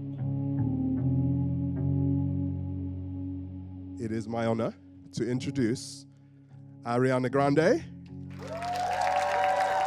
Francis Hannon, and Nathan Crawley. So, I was telling the crew that many of you have seen this film before, and it's a gift. You know, I feel this film is something that you cherish in a way that you cherish a gift. And I wanted to thank you all for making such an extraordinary gift. Holy moly. Thank you. And to kick it off, Ariana, comedy is hard. Comedy in a 2-hour, 40-minute opus that is already part of pop culture is one hell of a challenge. And I'm going to say now that I think your performance is one of the great comedic performances of a generation. Thank you so much. And following that, how on earth were you able to give yourself the space to not be overwhelmed by this challenge so you could nail it the way you did? Oh my goodness. Well, first of all, thank you so much. That's the most generous question ever in the history of questions.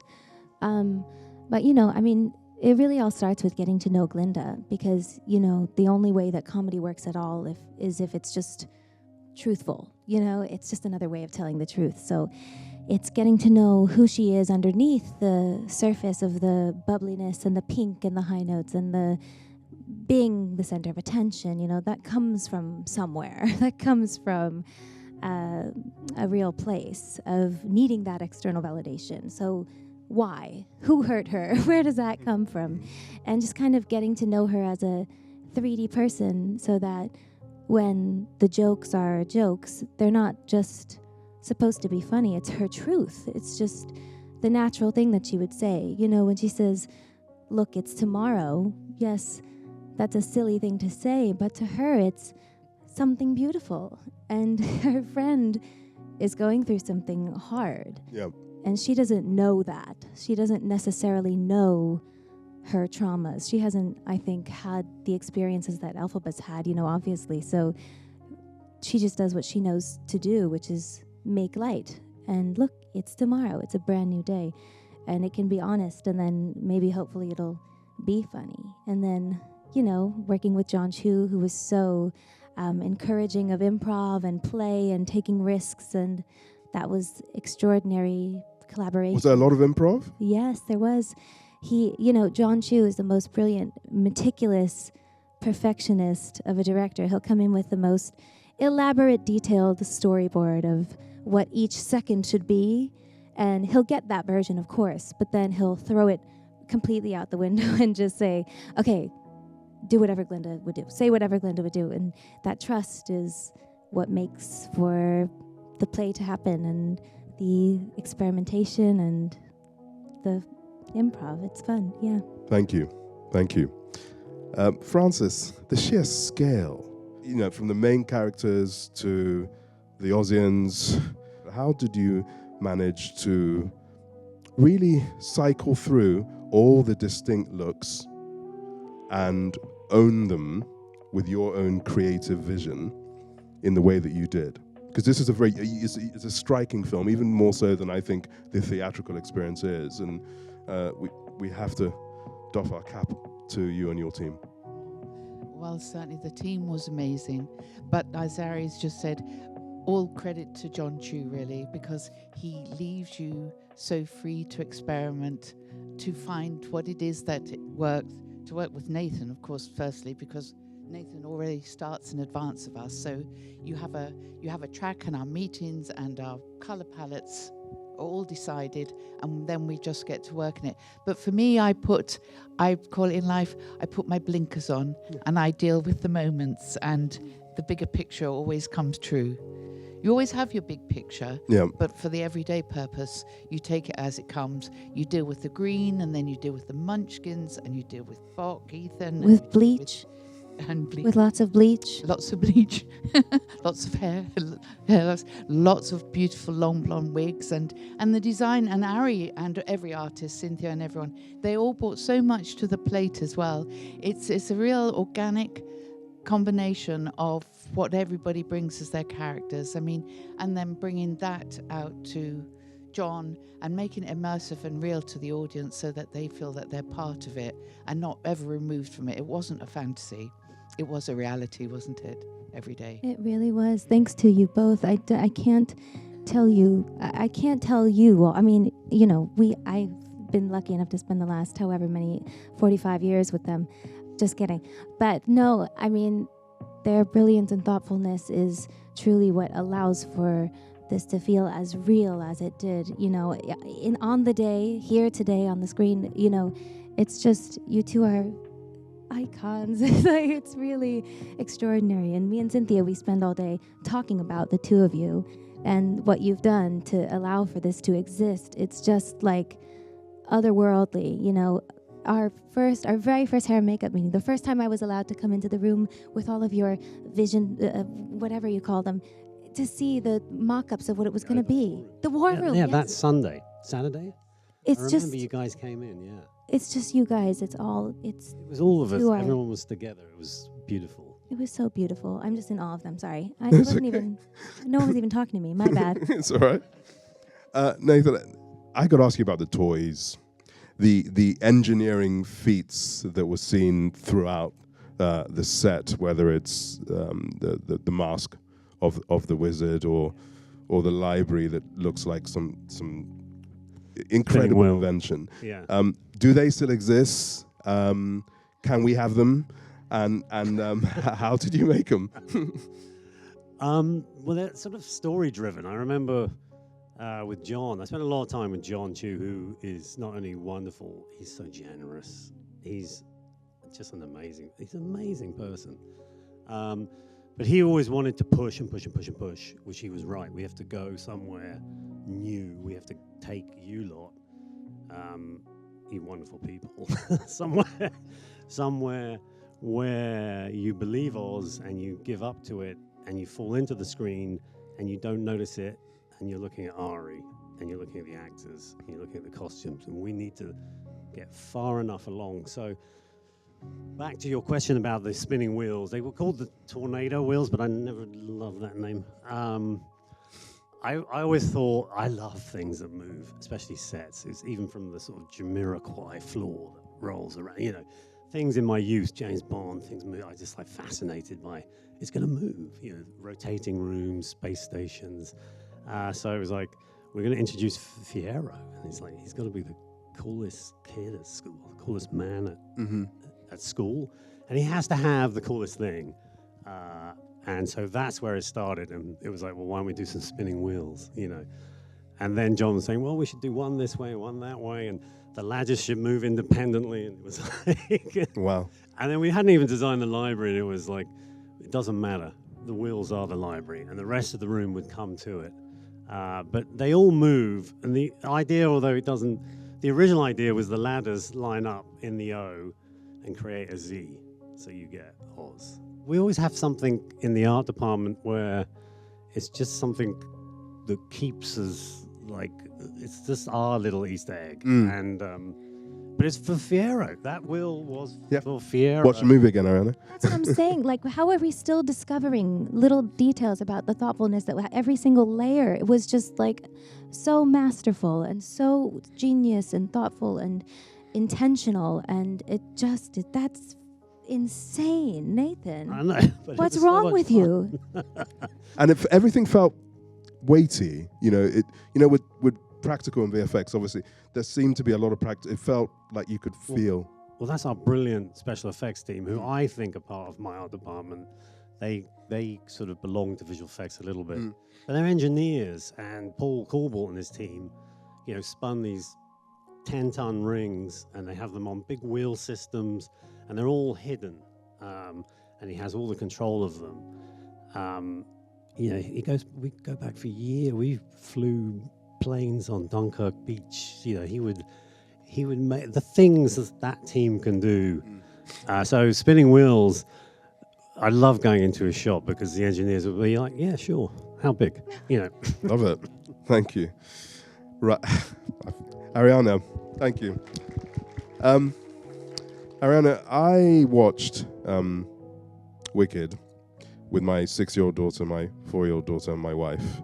And in the Ozdos dance scene, I looked to my family and we were all in tears. And I think that scene in this world that is very angry right now is a scene that a lot of us needed. And what you do as Glinda in that scene, I think a lot of us needed to see.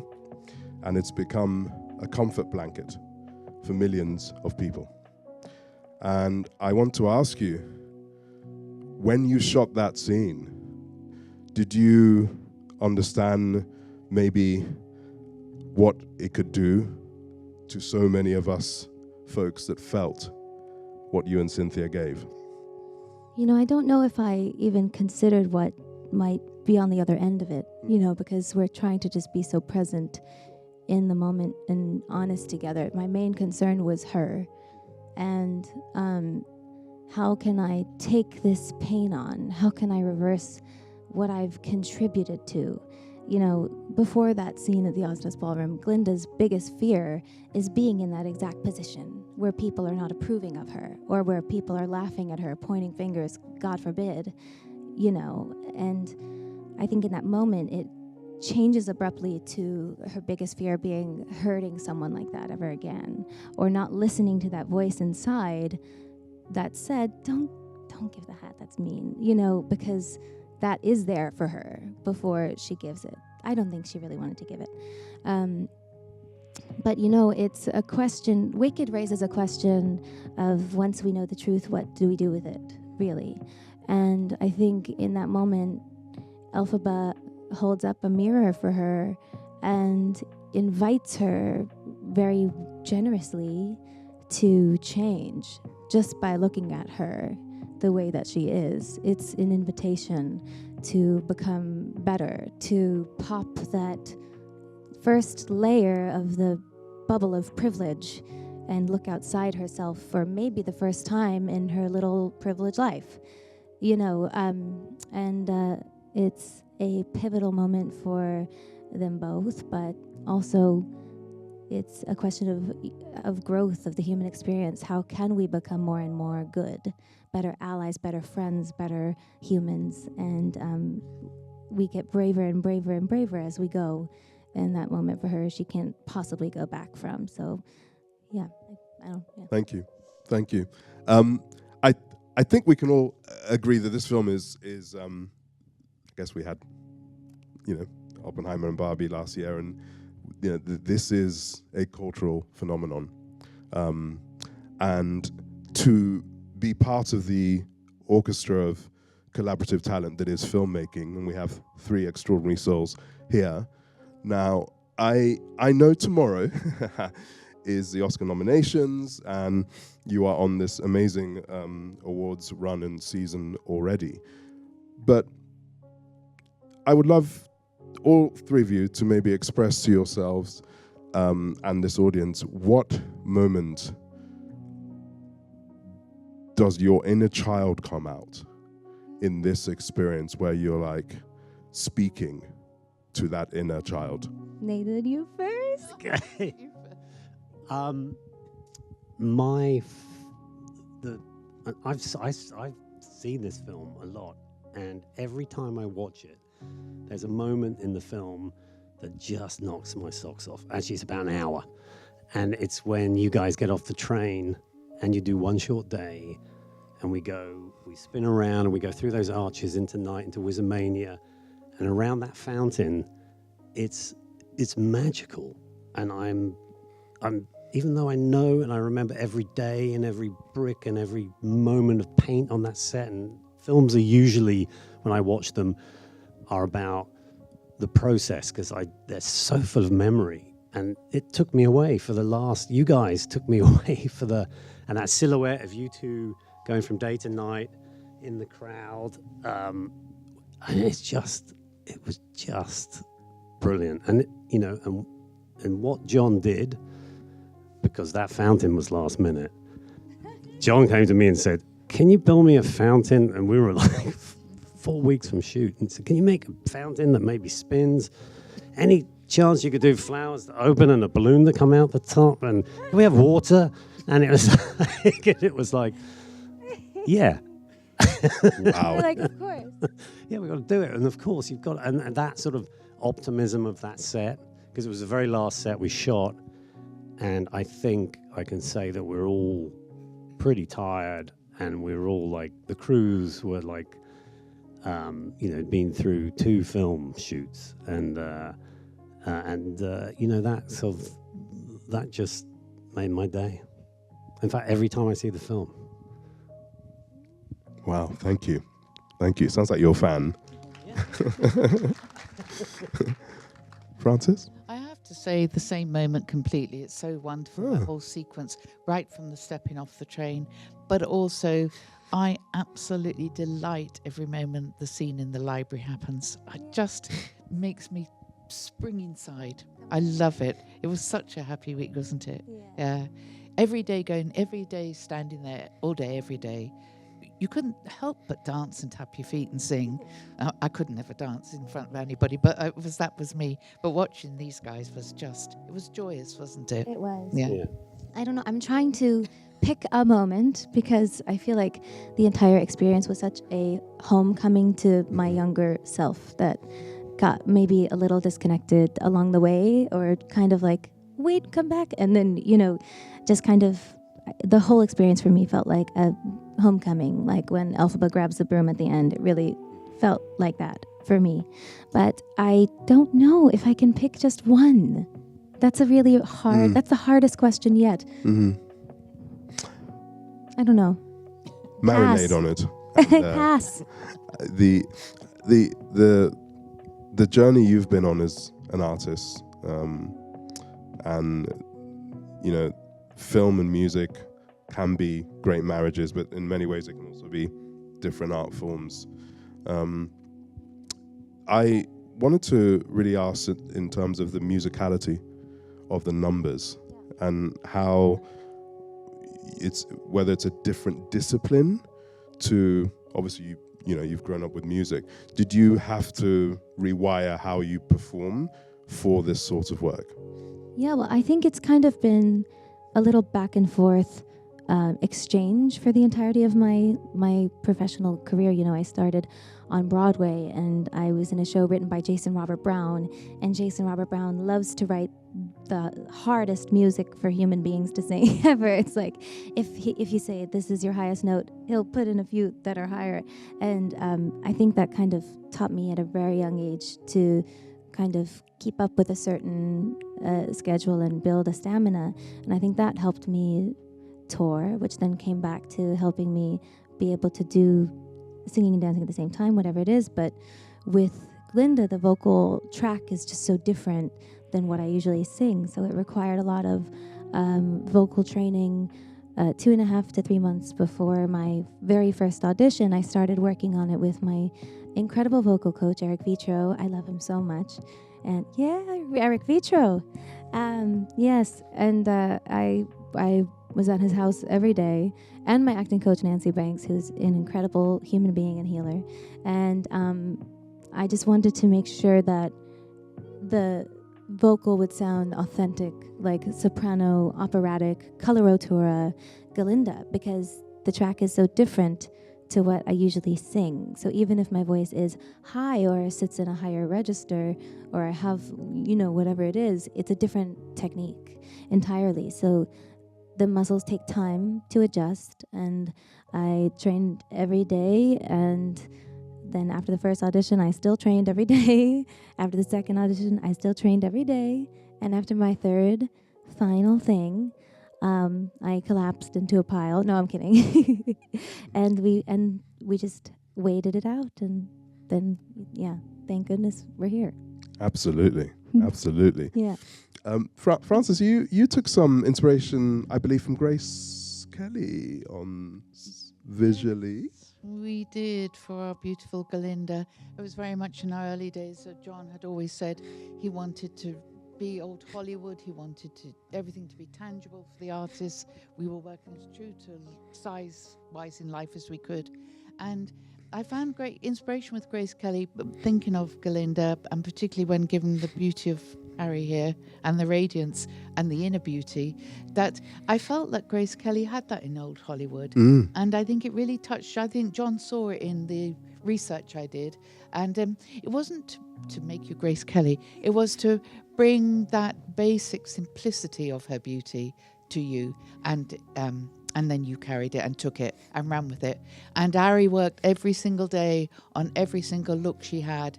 Had a really strong input. We had short, blonder, warmer hair for young, long, ethereal hair for once she was with the wizard. There was a huge subliminal change in not only Ari and every single character in there that was there for the audience to come to immerse in, but you don't always see it first go. Hence all the times we need to watch this one, because every time you see something new, like an Oswald. Yeah. Yeah. So true, isn't it, though, Ari?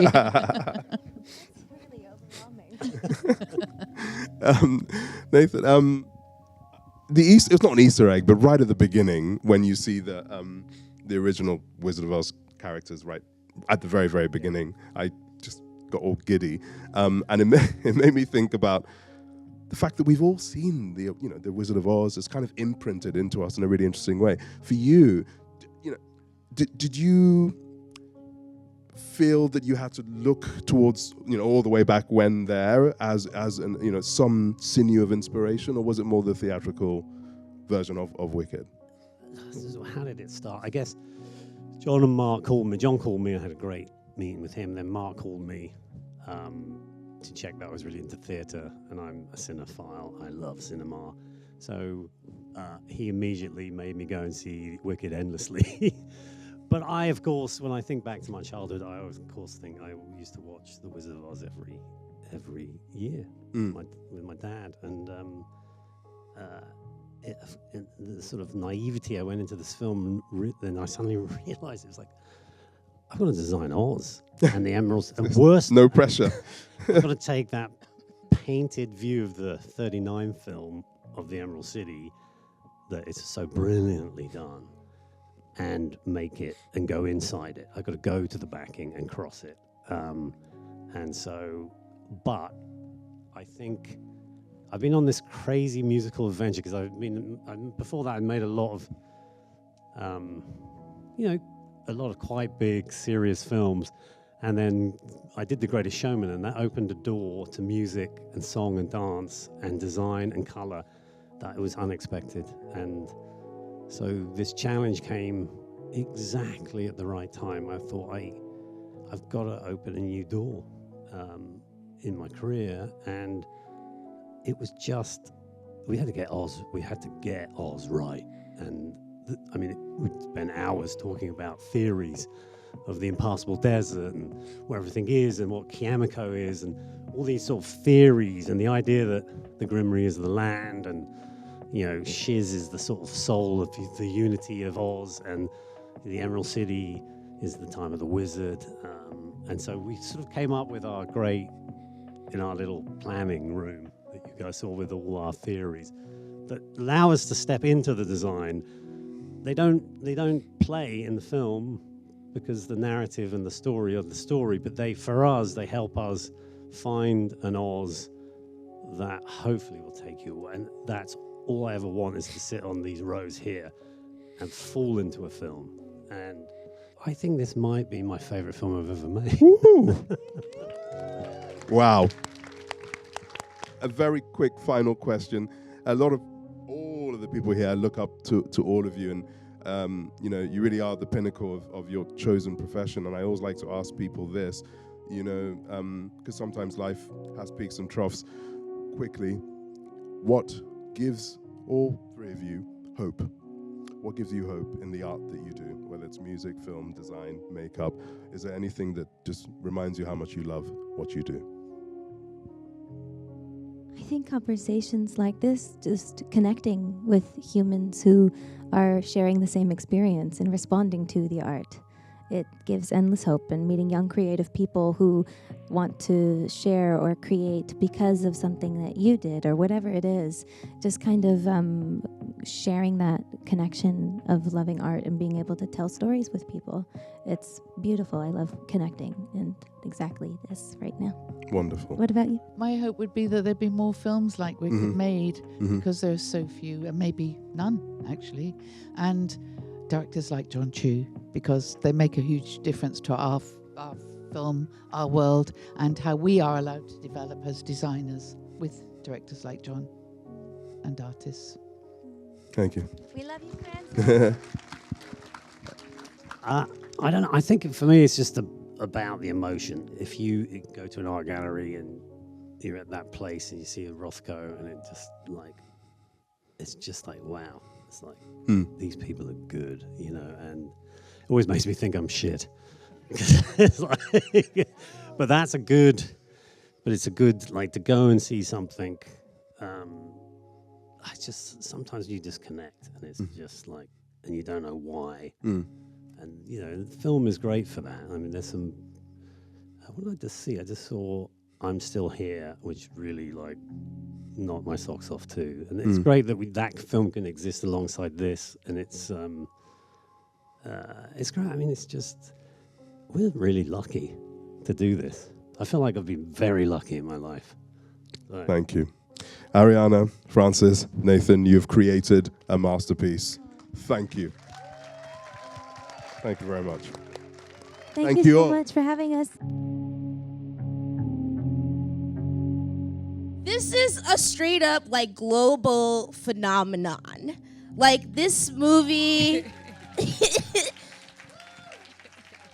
is insane. It's just reached so many heights. I feel like culturally, but I don't know, just as a work of art you get to do as an artist, as an actor, as a singer, as a performer. So like, big question. How are you how are you feeling? Thanks. That is a big question. You know what? I'm feeling really good. I have really enjoyed meeting every kind of person and hearing about the experience that they have gone through when watching this film. It is really filling to know that you can be a part of something this big and still be able to intimately touch people's hearts. That for me is the reason you do this work, you know? All of the interviews and the cool clothes, you know, I love a dress, I love her clothes, I love her fashion. I mean, it's a look right now. I love it, you know? But none of that matters if you can't actually touch people. And to be able to hear people's experiences, I've received some amazing letters and amazing words from people who don't have to take the time to do that, and they have. And so this has been possibly one of the most wonderful experiences I've had as an actress, just because of playing the wonderful Elphaba, because she's a gem that's going to be stuck with me for the rest of my life. But to be able to share that with people, it's been really wonderful too. Yeah. Sarah Paulson said this thing that I think about a lot, where she's like, there's 3 pieces of work that you make, you know? Like there's the one that you sort of prep. Yeah. Then there's the one that you make with people. Yeah. And then there's the one that like goes out into the world. And they are like 3 different things. And I feel like you talking about that intimacy reminded me of that. So I guess I want to start with the one that you prepped. Yeah. With that Wicked, with that like Elphaba. Yeah. That audition process, I feel like I've seen like clips and I've seen like things about it. But what was the beginning of that for you? The beginning of that was running around my house, learning the songs so that I could move with them. I like to feel physical with a song, so that when I'm moving and wherever I am, it's like the back of my hand.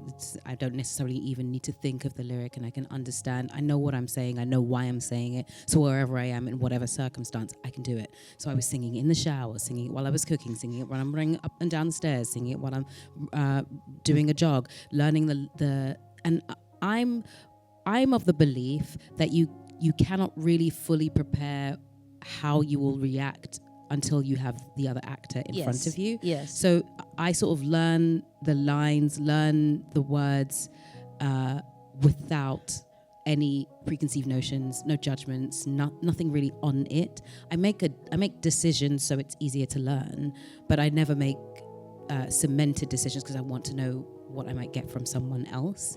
So that sort of was the process, just getting the words into my body. And I learned the music by Bolt. So I learned it exactly how Idina had sung it, exactly how I had heard it to the original, because I didn't want to color it with anything until I had gotten into the room. Yeah. And then what comes out naturally comes out naturally. So if you saw the clip, you'll hear that the war cry is the exact same as what Idina does. Mhm. No change. Yeah. And that is the first iteration of the process on this for me. And then you get in the room and Stephen Schwartz and Stephen Arima says, cool. Now, what do you do? And then you go, oh, I have choice here.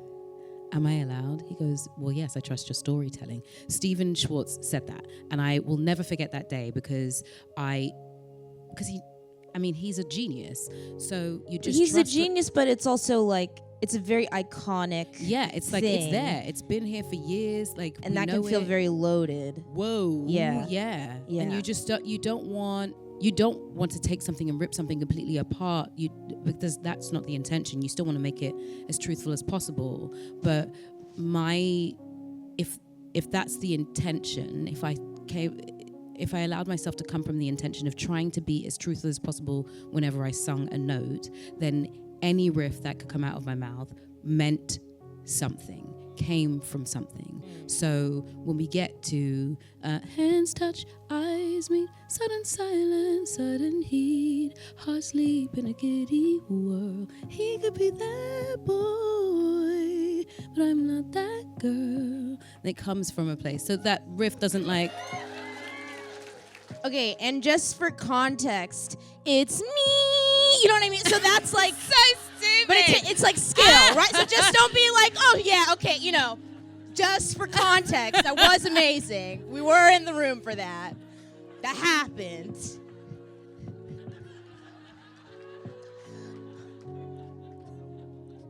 Oh my gosh. You guys need pickups for part 2? What's up? Y'all need anything? Tomorrow, be at the studio. With my little red hair, you know, die right ready. now, little munchkin. I can do it. So when you do like a riff slips out and you go, are they gonna? And they go, no, it's fine. Please continue. Those mean something. They're truthful, and as long as it's not just to do it, because if I riffed all over this and listen, you could. And I could if I wanted to. Yes. But that's not the point. The point is to, what is Elphaba's truth? Why does she use those riffs? Why is she... Well, I was going to ask, like, how granular does that get for you? Like, are you, like, you're looking at the script, you're looking at the book, and you're, like, tracking it? Because I've had moments, like, I don't know, each work, I feel like, is different. Yeah. And, like, the material sometimes meets you in a different space or has a way of showing up, and so the way you approach the work kind of ends up different. But for this, was it as granular as like, okay, like this is this scene, this is this moment, she's more subdued, and so I don't want it to be, you know, like for me. So I knew that. So when she comes to Shiz, I knew that what I didn't want to do was have her be there and already be hurt, scarred, on show. So those things are within her, but I still wanted her to have the energy of like hope and joy. There's like, it still has to have like joy in it. It still has to have like a little bit of fun. There's like an underlayer of like, there's a possibility that anything can happen here. Because it is like that, though. It is like the wizard in I still has hope in it, and like everything that happens with like Dr. Dillon, like that. She hasn't been broken exactly in that way. And yet. I didn't want that because I think the assumption is that when you meet her, that's the first time she knows that she's green, but it's not. She's been that way for, at this point, at least 20 years. Like, she's seen herself every single morning in the mirror and looked at herself and been like, okay, well, I'm green. And the reactions she's received, she's been receiving them for years. That, when she steps into the school, that's not the first time she's had people stare at her and want to make comments. So what you can't meet is a person who's receiving this and experiencing it for the first time. What you actually meet is a person who's been there, done that. So it's, yes, I'm green. No, I'm not seasick. No, I didn't eat grass as a child, and I will always be green. Also, anything like, else? Yes, I'm green. Like, yes, I'm able to experience joy and happiness, and like all these other things. I can be funny. Yeah. Your assumptions are not going to color my experience of what's happening right now. Exactly. You know? Yeah. I listening to get nerdy for a moment. Have you ever studied like Feldenkrais or like anything like that? I don't know. I'm not Feldenkrais. I am Stanislavski. Okay, because the like approach of physicality made my brain go Feldenkrais, but also of like the rote and the learning and like and I don't know, the preparation. Yeah. Leaving space for spontaneity, leaving space for surprise, and also like not knowing. Yeah. And like those moments. I don't know. Maybe I've fallen upon it by accident. Yeah. Because it's sort of, that's my natural inclination to want to learn it as well as I possibly can, but to be able to leave a bit of room for whatever might happen. Yeah. Because if you assume, then you sort of take away the choice for everybody else. I want to be as prepared as I can be, so I can be of service to everybody else in the scene. Of course. But I also want to leave it open enough for me to receive what I can what anybody else wants to give, and also what you want to give. Exactly. How intense was the rehearsal process then? Like, you get there, things are being built. There's Yeah. rigs. We're gonna get on a broom and be singing while we're flying in a minute. Like, you know, when I think about it, in the moment it didn't feel intense, but now that I am out of the moment, out of that moment, and 20 feet away from it, it was pretty intense. It really actually was, if I think about it, because I got there and then we started rehearsing with Jon in the office, but then at the same time I had flying rehearsals. So naturally, as one does, yeah. Someone went, sure, okay. So then I was up in a harness immediately. But before I got in that harness, I knew that I would be doing my own stunts. So I was already training every day. So I'm training my body. We do flying rehearsals, and then we're doing script work. And then that sort of quickly shifted to learning the music. And we had to put everything on tape. So we recorded everything so we could rehearse to it, because there's lots of movement. So we had comps for rehearsals. But those comps didn't end up being the final No. film. Yeah. Final film is us singing live on set. So, yeah. You're nuts. You're amazing, but you're like, what? Well, the thing is, if you take away the ability to sing live, you take away, again, it's taking away choice and surprise. Yeah. So, like, I didn't know that when, so at the beginning of Defying Gravity, it goes, something has changed within me. Something is not the same.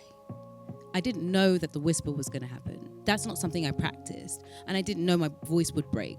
But because it was live, it meant that the beginning was stretched out. So you have an in-ear piece, and then we have Dominic Amendum, who is just wonderful, our music,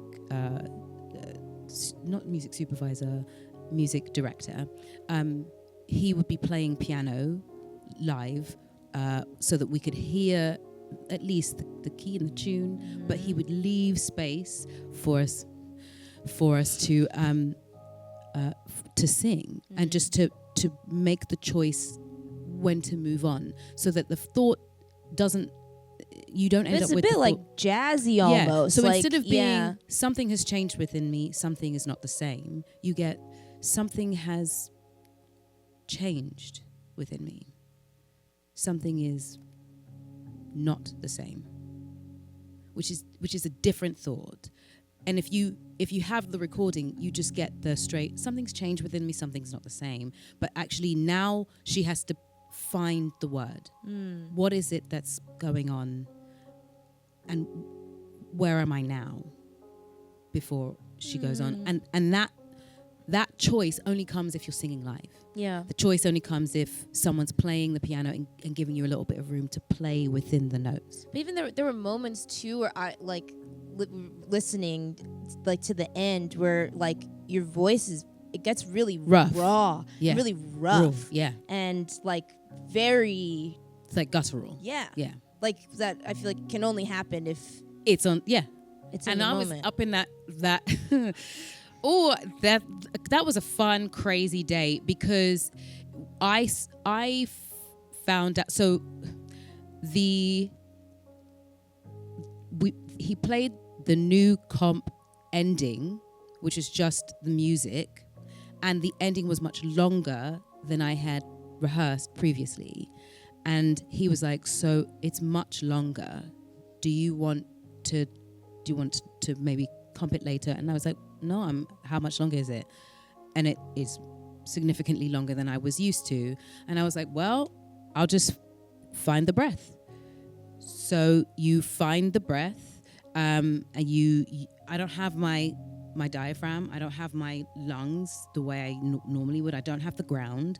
So in that shot, my thighs are like tense. My calves are tense. No, seriously, because it's the only way I can find the ground. I have no ground in the air. And what you do when you're standing is what happens. Your legs are tense, right? So if I'm in the air and I have no ground, the only thing I can do is have control over the way my muscles work. So I tense my legs, I tense my thighs, I tense my calf muscles so that it feels like I'm standing on ground. That way I have something to push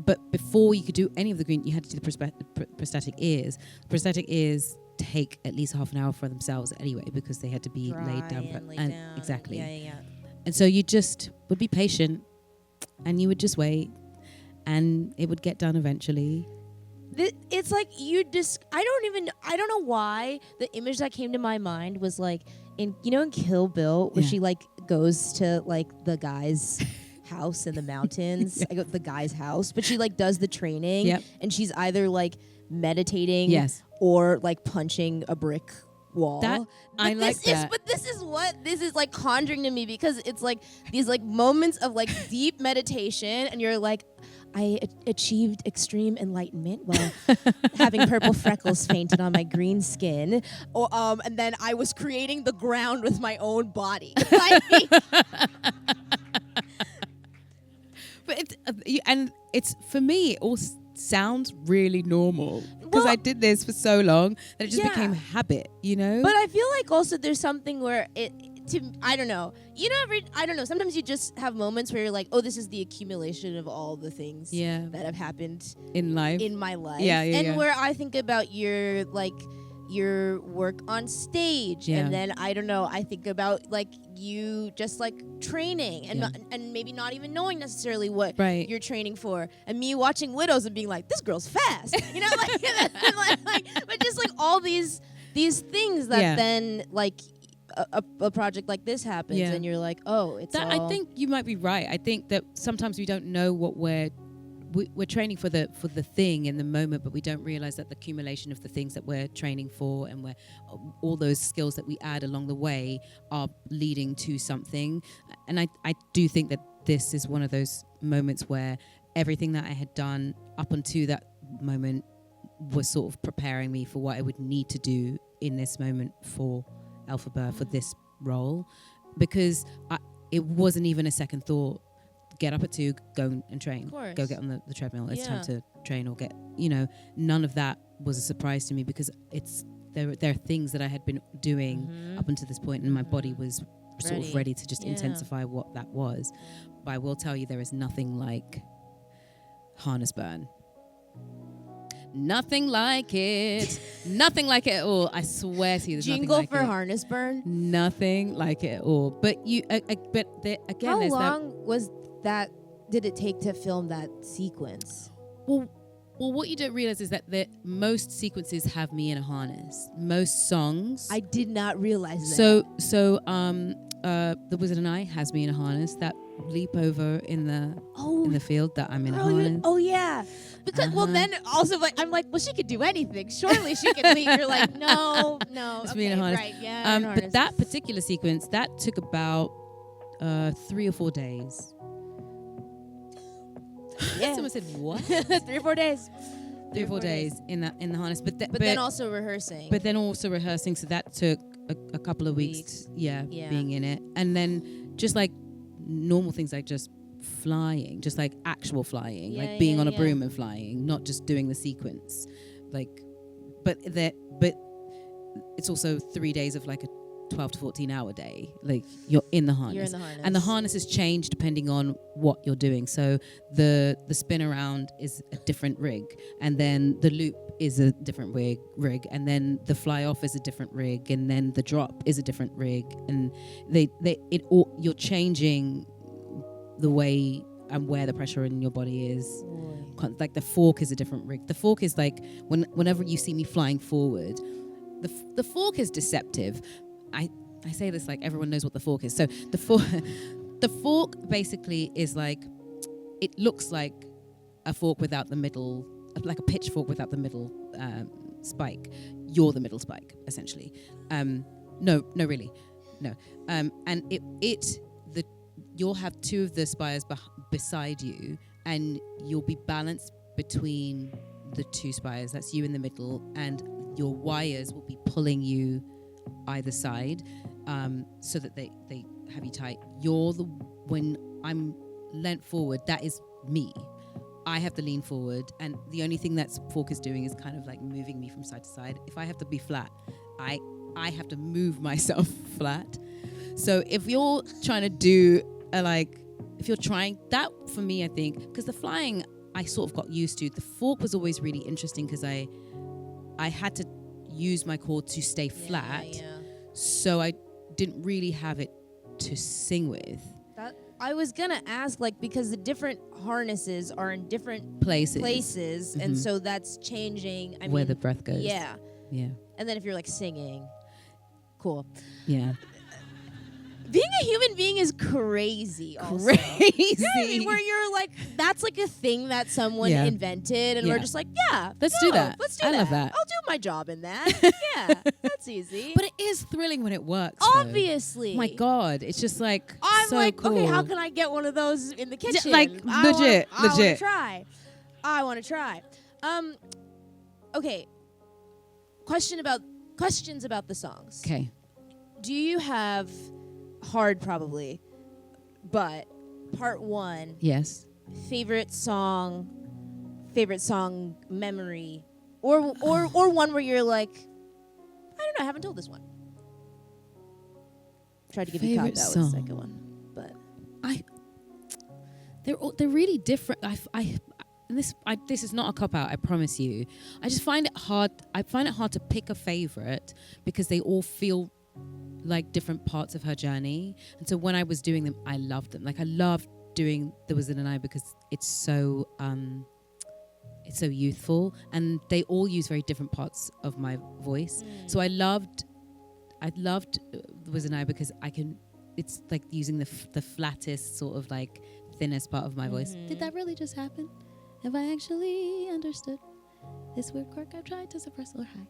Is it that God helping me, the wizard? Right? But then you go to I'm Not That Girl. Hands touch, eyes meet. I get to be really airy. Yeah? And then you get to Defying Gravity and it becomes really round. That's when she's like grown. Something has changed within me. Round and like then by the like end full, full like and guttural. rough. Yeah, so yeah. I think I loved the way it made me have to use different parts of my voice, and even in the duets where it's like it's just like more direct when we're singing together. I just loved how I got to use the voice, and I think that was one of my favorite memories. Is probably when we got to sing together in the attic. I hope you're happy in the end. I hope you're happy, my friend. Fuck, I fucked it. I lost it. You didn't listen. You get. I lost it. it. It's so good. You were right on it though. I got there. Harmony was right there. Thank you. Yeah, it was good. I So needed like that. I love the moments where we could sing together. Yeah. That was really special. But I think maybe Your the Wizard and voices I also like complement each other. So and we didn't know that. We didn't audition together. Oh. We did not audition together at all. At all. Yeah. So we knew we were doing this when we were told Ariana's going to be playing Glinda and Cynthia's going to be playing Elphaba. Right. That's the first time we Yeah. knew. And we still hadn't sung together at that point until we met each other at John's house. That's one of the craziest bets of all time. If I was no, but like for real, if I was Like- John, I'd be like, okay, I'm gonna play the lottery now every day. Like I'm a genius. I'm literally a genius. So wait, so you met at John's house and you guys were like, okay, Let's well, did he you- just so happened to have like a piano there, and he was like, does he play? He doesn't play, but Stephen Schwartz also was there, so he was like, I mean, there's a piano there. Do you guys want to like try oh, something? Stephen Schwartz is in the corner. Maybe we'll on just, the piano. you know. Hello. And the first time we sang For Good, which you have not heard yet, but it is coming, and it worked. But do you know that's how also crazy like the that test. is? That's like the I think about the like Adina and Kristen. I know, do you like- know that like CBS like news reel Right, of right, them, right, yeah. where they're like literally like looking at each other in the eyes and you're like, should I be watching Is it gonna this? work? Like, hello? That was like, you have to sort of, it's to meet someone, like, I think that was the second time we had met in person and the first time we had sung. So for our voices to actually work together, for us to actually be able to sing together and it work is, let me tell you, it's not easy. No. That doesn't happen. No. No. Because we just tried. But we got there. What are you trying to say? We got there. It's me. Don't worry. I'm gonna take these lessons. Don't worry. I'm gonna take these lessons. Y'all go see. I'm in Wicked. I'm in part 2. You're in part 2. Little Munchkin solo. I'm just a little munchkin. Why is your munchkin English? What? I'm trying something. Your munchkin is literally Oliver. Yeah, it's literally, yeah. I'm a hungry little munchkin. I wish the witch would give me bread or something. You know. Bread? Yeah. We're working. Steven's on it. Steven's on it. Steven's on it. We got it. Okay. I want to say that as your friend, but also just as another actor and another young black girl who used to fucking love musicals and love movies and love all of this stuff. I actually can't look you in the eyes. I'm so proud of you. Thanks, babe. I'm so proud of you. Thank you, babe. I'm really proud of you, and I Thank really you. hope you're proud of yourself, because I don't know, this is all cuckoo. Well, can I say the same, Just please? Wonderful. I would like to say as... No, can't stop me. It's too late. I've already started.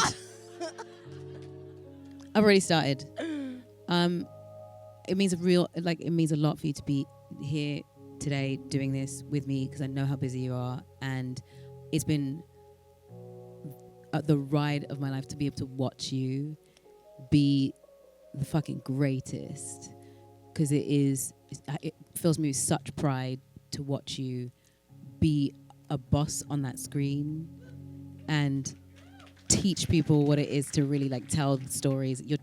I think you're phenomenal, and I'm really proud to call you my friend, and I'm really glad to be here and have this chat with you, because I know you know what it takes. I know that you know how hard this is, and I watch you work really hard. So it's wonderful to be here as you receive all your flowers. I love you.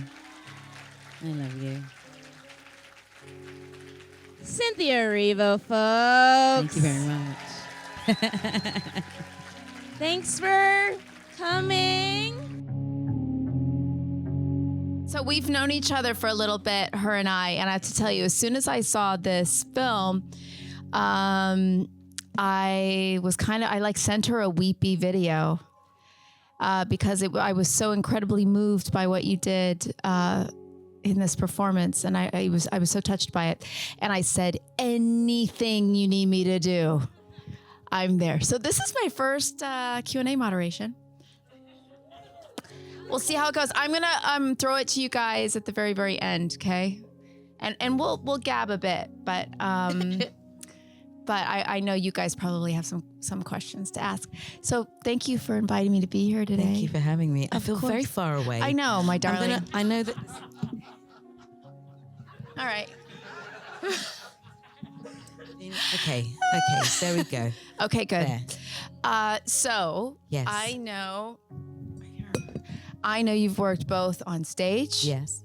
And now on film. Can you Yeah. talk to me about the different process from, making a musical live performance to creating it for film? Yeah. When you're on stage, you have the sort of immediacy of the 8-show-a-week process. So you're performing 6 days a week, 8 shows a week, and depending on the time, if you're at Christmas, it can be anything from 11 shows a week to 16. Which means that you're essentially training constantly to make sure that you can sustain that amount.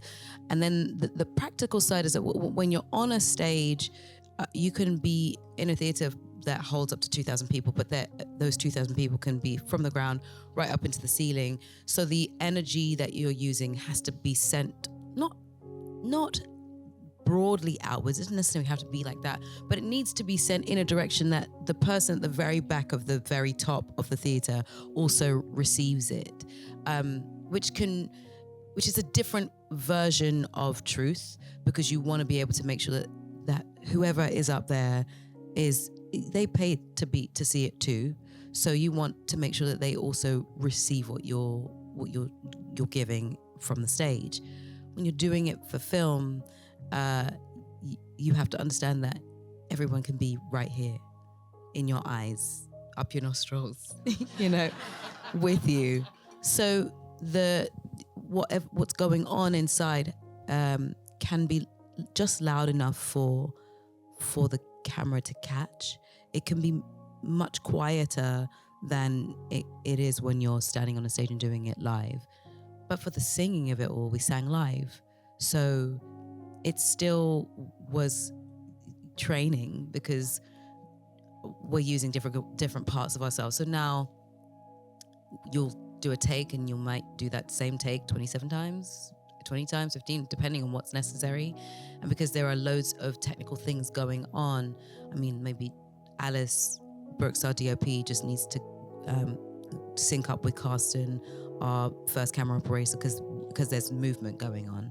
Or Sim catches, my hairstylist catches like all the baby hairs aren't in the right place, so I saw it on camera, so can we do it again? Or lighting's not quite right. Or sweet Simon Hayes, who does the sound, is like, oh, I can hear something in the background, I can't catch her voice in the right way. So we do it until everything syncs up and we catch that perfect take.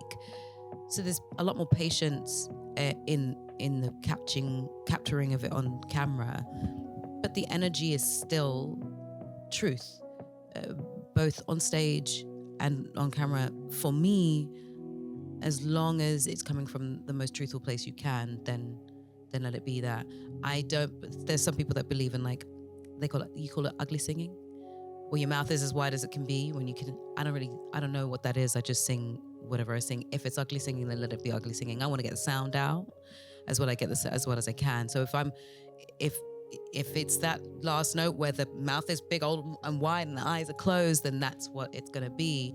But if it's not and it's to yourself, that could be, I'll do the same thing on the stage as I do it on screen, not because the camera's there, but because that's what means the most. That's what makes the most sense and is the most truthful. Yeah. Well, now that since you brought up the singing, yeah, I don't know if you guys have seen it. There is BTS of you doing Defying Gravity, and I've sang live in George and Tammy or whatever. Nothing like what this woman has done.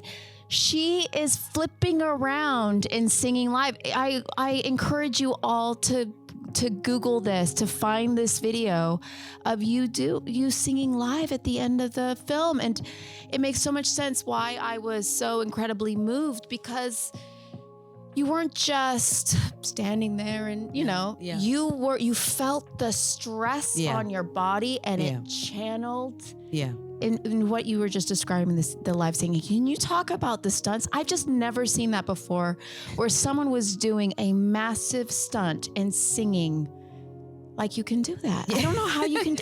You're not human. It took a lot of training.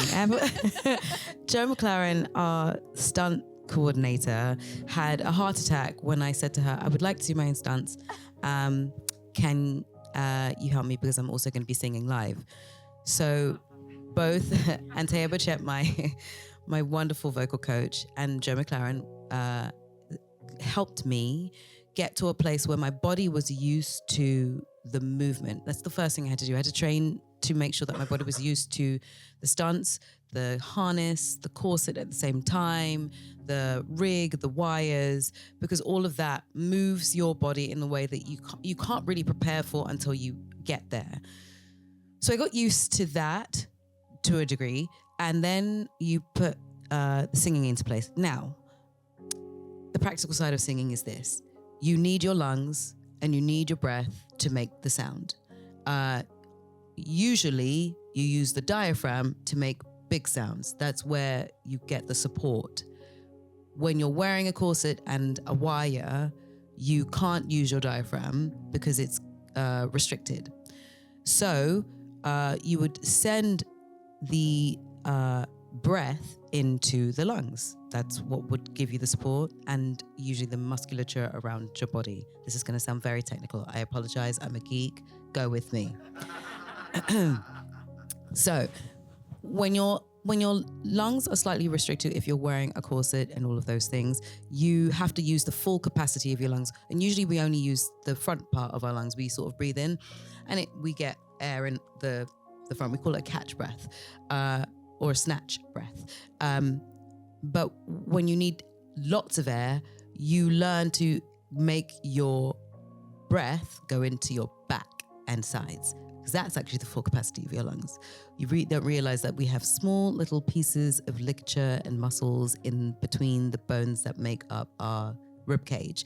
They stretch. So when you breathe in and take a full breath, you can fill up really big. There's loads of air, and you can go for ages and ages without taking a breath, and you can keep speaking or singing or making a really loud sound without needing to take another breath for a really, really, really, really, really, really, really, really, really, really long time. That's what you need to do. But when you're belting, which is what we call that big sound that comes out in the end, you usually need the ground or gravity. I didn't have gravity, literally. So what we did was to find a way to imagine that the ground was beneath us. You send the energy into the muscles around the body. You send the energy into the legs, so that when I'm standing in the air, if you put tension into the muscles of the legs, they push back on you. If you put tension in the muscles in your arms and your chest and your back, then it gives you the pressure that you need in order to make those sounds. So it's like creating gravity and creating ground without it. And that is how we make the sound. And intention. All the intention in the world is to make sure that she can roar at the end. I wanted to feel like I could fly when I was doing it, because it made sense for her to know what it feels like to be in flight and to be able to sing it and mean it. So I was willing to really do whatever was necessary to make sure that the sound came out and it felt like it was meant, because I did. So you do what your body needs, and you find the way to get that sound the way you need it to be. Yeah. I think that's what was so moving about it, is it doesn't feel, of course, we all know the incredible artist you are and the voice that you have. But sometimes I find in these films, the singing overrides the performance. Yeah. And when you're talking about intention, more focus is on the beauty of a note rather than what you're trying to do and what you're trying to affect by doing it. And watching your performance, I never felt like, okay, here's the song is happening. I always felt like I was on your journey with you, which is a huge gift, because there's a lot of great singers out there, but not a lot of great singers, actors out there. Yeah. And you are both, my friend. Thank you very much. It was phenomenal. Like, you could take the singing out of the film and it would still be like an insane performance. Thank you very much. So talk to me about creating her. There's this legacy, Elphaba, there's so many incredible artists who've played her. How did you go about that? I know sometimes when, like for Doll's House, there's a legacy of Nora's out there. That's right. Yeah. So what do you do? Did you try to close your eyes to it? Did you try to create your own? Did you take in the history of the Elphabas? What was your process in that? I think it's impossible to sort of ignore the Elphabas that have come before, especially, you have Adina and you have Kristen Chenoweth, who created this from the beginning. And so you don't want to erase the work that they've done. You do want to sort of pay homage to it, but you also don't want to slip into mimicking what they do, because I don't think that actually respects the work that they've done at all. I knew that I didn't need to try to make it different. I just knew it would end up being different because it was in my body, coming from my mind, and it would have to be filled with my experiences and my truth. All that legacy of Elphabas all inevitably knows what it feels like to be different, feel different. And I also know what it feels like to be different, feel different, experience shame, experience embarrassment, not feel like you feel included, all of those things. But what I have experienced is going to be different to what everyone else experiences. And I just wanted to funnel all of those feelings, experiences through this version of Elphaba. And so that makes her different, full stop, because she comes from me. And that is not, the intention is not to be like, right, I'm going to make this completely different. The intention is just to tell the truth of what I know as Cynthia and what I understand in my life to move through her, and find out what that version, what she needs to come to life. And I the focus for me maybe is different from the focus of the other Elphabas. You know, everyone has their own little thing, and for me, I really wanted Elphaba to have joy and vulnerability and hope, so that the heartbreak is even bigger than if it was just the expectation that she would be let down all the time. I don't think, I sort of never went into it thinking Elphaba expects everyone to let her down. I think she expects to be stared at. I think she knows that whenever she walks into a room, people are standoffish and they're a little bit frightened. But I don't think she expects people to let her down all the time. I think she always can sort of see the good in people. And so has always got this like edge of hope or joy in her. That's why when we get to The Wizard and I wanted it to be a completely glorious celebration of what could happen, and that when you find out what it really is, the fall from that is even greater because of how high she has to climb to get there.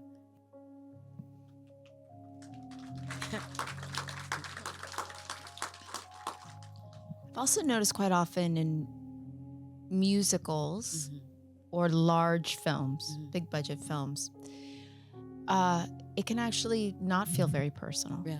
So as you're talking about this, I'm understanding there was, I don't know what the name of the scene, in the ballroom. I was crying that was when I first was like, oh, she's got me. I was really so moved by what you did. And your performance is so fragile and subtle and open. There's a vulnerability that I found so incredibly beautiful and surprising in a film this size. Can you talk to me about the creation of that sequence? So Christopher Scott, Will Loftus, and Comfort Fidoku, they choreographed a piece for this, and they showed it to me when I went in to start rehearsals for it, and it was really lovely, but it didn't feel like it was her language. So I asked if we could create a piece that felt like Elphaba's language, like what is her movement language? Paul Tazewell, the costumer, the costume supervisor and creator of all wonderful things that you see on anyone's body in this world, he says that Elphaba is the sharp edges in Oz. And I believe the same of her.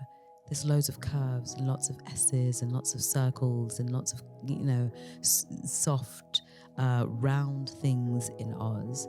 And she's all, if you look at her costume, she's all angles. It's all triangles. It's all square. It's all points. That hat is the point. It's like jagged. And the movement they had created was so soft and lyrical. And I was like, I think she speaks a different language. And I wanted to figure out what stops her from leaving after she's been so embarrassed and so rejected in a space. What keeps her there after she takes off that hat and decides to take up the space? So I wanted to find out what the reason for this piece was. Why does she stay? I thought, well, if she's staying, there's a decision that she makes to be okay with being alone.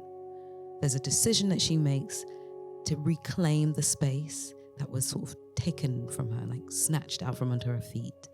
And there's a decision that she makes to eventually invite Glinda to change the way we've been doing this.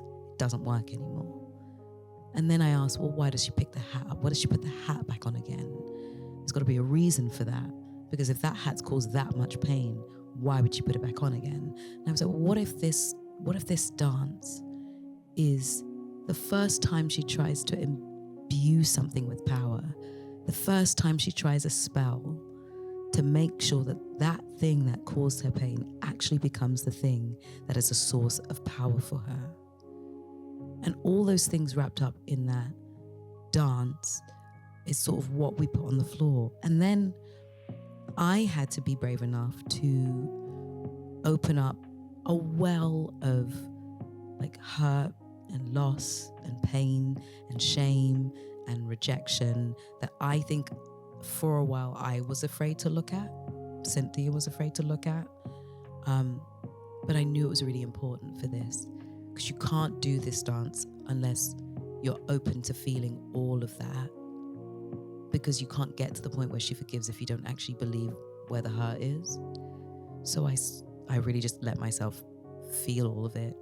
I let myself think of like the rejection from the father, rejection from being in front of people, shame that's been put on me, all of those things. I just let myself feel all of those things.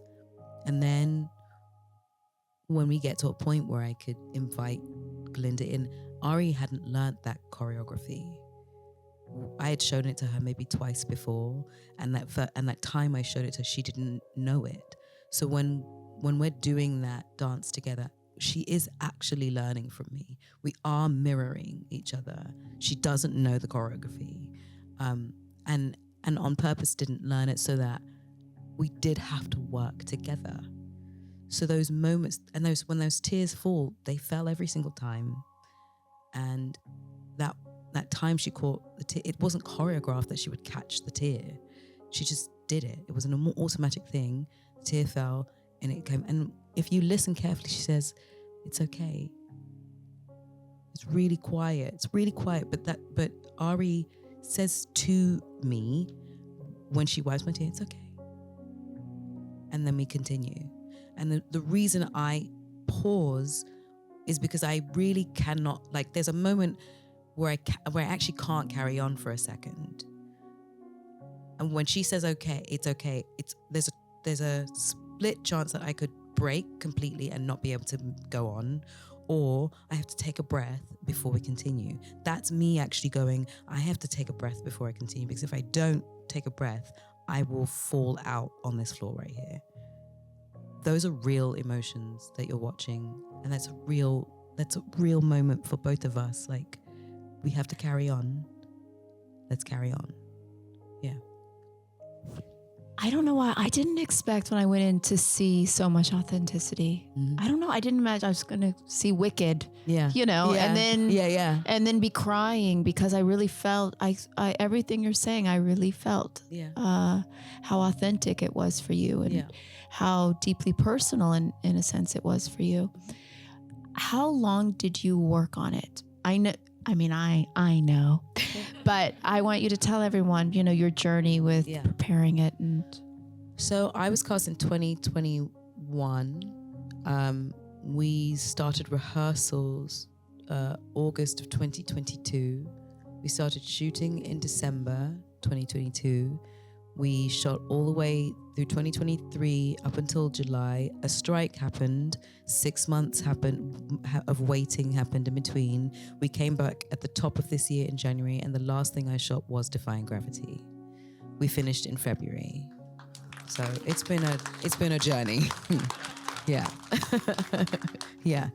There is nothing like holding onto a character for 6 months to make you appreciate how much a piece means to you when you're sort of like doing this, holding the line, because you can't let go of them completely, but they can't really be with you all the time because you're not on set. But it was a very strange experience to hang on to Elphaba for 6 months and keep checking that she was still there.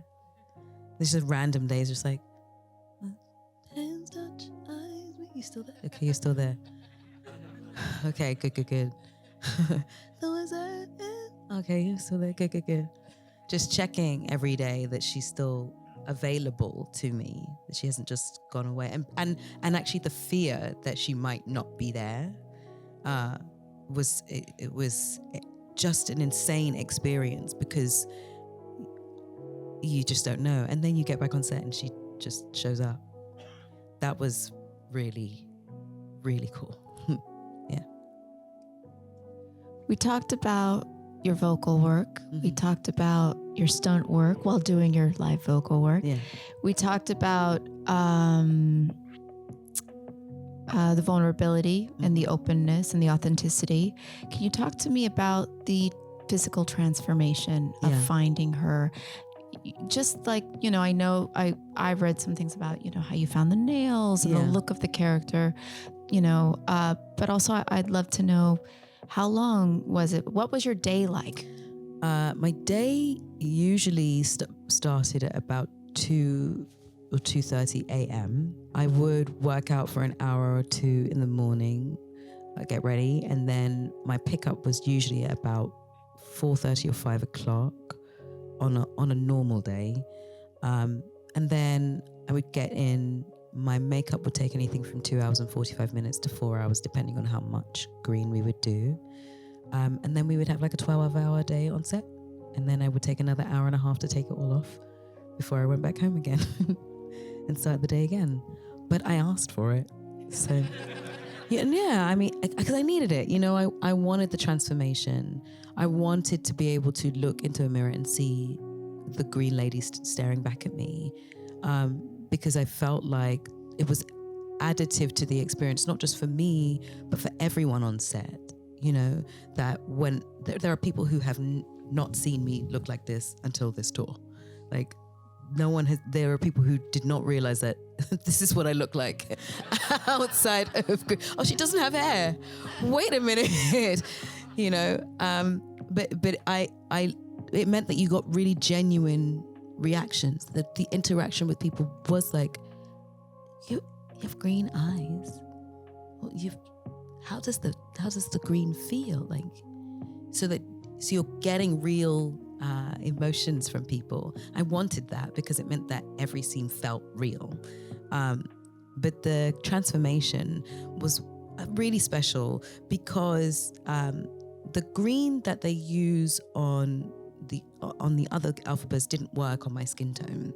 It had the wrong tone in it. Usually I think it had like a pink or sometimes a white undertone in the green. So it meant that when it was on me, it was chalky. But my the head of makeup, Francis, and my makeup artist, Alice Jones, rather, two Alices, went and found a green for me. It ended up being called Cynthia's Green. It has a yellow highlighter undertone in it. So when it's on my skin, it looks like my skin. It meant that just enough of my actual skin tone came through under the green so that you get this sort of glow almost. And then, so that we weren't just a blank canvas of green, I should mention, the first time I went completely bald was for this. I shaved my head because it was the only way to make sure that my scalp was green, so that when you move the hair around, the hairline and the scalp is green. But the only way you can do that is if you color your hair green. So I shaved it off and said, okay, make it all green. And I stuck with it because I liked how it felt. And then to fill in the detail, we would have like a deep, deep purple for all the contouring, but we have freckles, and the freckles need to be in the same place every day. So what they did was create a vacuum form of my face, which would be used every single day, and they would airbrush the freckles in place. And then from memory, they would, if we one day we add one little freckle, so that the growth of her, she changed, like little subtle things, like, okay, there's going to be a new freckle here, or there's going to be a new freckle on her lip,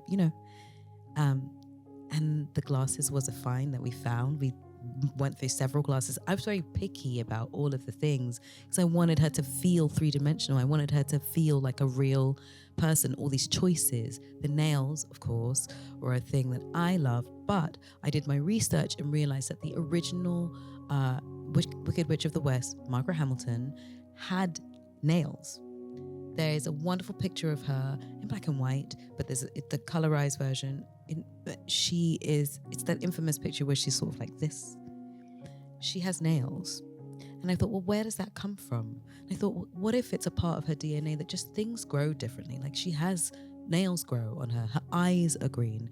We searched for the right eye color, and that wasn't the original thing that we found. We had like 4 different versions of this eye color. And I said, well, what if the eye color just removes you enough away from her that you have to sort of like tilt your head and think, there's something different about this lady. What is it?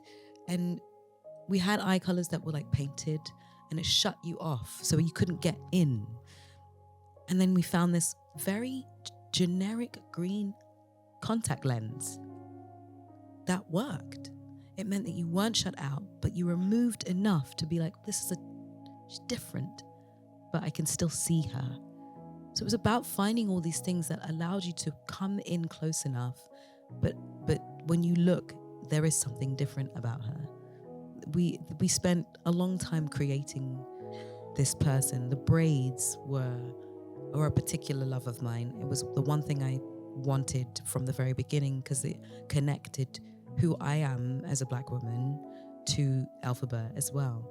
And I knew it also didn't remove us so far away from the Elphabas that we've met. So it's still long and dark and wavy, but the micro braid is the detail that connects you to who I am culturally as well. So you get the marriage of 2 worlds into one. Yeah. Well, it's clear all the work that you've put into it is resonating because so many people around the world are really connected to your performance and this portrayal of it. But I'm sure there are people here who have questions to ask you, even though I want to ask you everything. But I'm kind of blind. Oh, I'm only asking one question? Who is dying to ask a question? Like the most important. Many hands just came up. So I think you need to choose. Okay, someone has 2 hands up. So I'm going to go into 2 hands. You win. Go on. Explain very well your process about Wicked, but actually in every movie or series I've seen you've been able to create a very specific, very personal energy for your characters that also informs the body language as you explained. So my question is, how do you approach characters thinking about their body language in some way? Oh, body, I love working from the physical. I'm a very physical being. I'm working out and all of those things. I'm very connected to my body. And I think body language tells you a lot about who the person is. So sometimes I start there. Shoes always help me because how does that make a person walk? What are the clothes that they have to live in? How does that make them change? But also it's about, I've tried to find out what's the ultimate goal for a person? What do they want? For Elphaba, she wants to be loved, but she has her guard up. So, when she walks, there's a slight saunter. It's like there's a little attitude in it, It's like, stay away just far enough. I need my space. What is going and there's an air of annoyance, a little bit of annoyance when she looks at people, especially when she walks through that dining room in What Is This Feeling? That sort of like, oh, for God's sakes, But then you look at Aretha and there's like an air of like, I know better.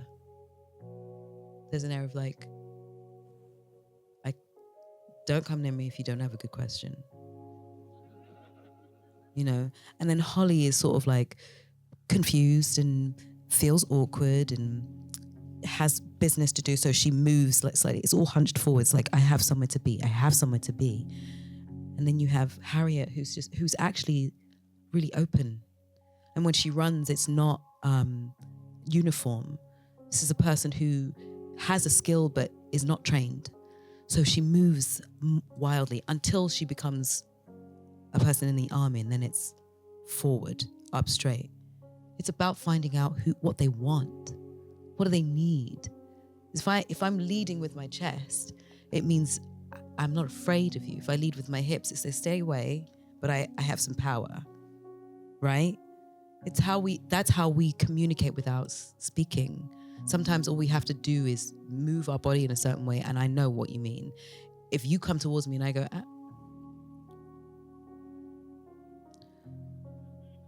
that means don't come near me. I'm not in the mood. If you move towards me and I go, hi, then you know immediately, she's open. She's welcoming. You know, body language, we speak body language, all of us do, before we say something. Often it's what the person's body is doing more than what the words are saying. Yeah? So I like to figure out what that is. I really enjoy that. That's like one of my favorite things to do. It's the speaking without speaking. Yeah. Yeah.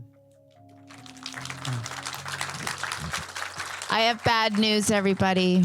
We're done. I'm sorry.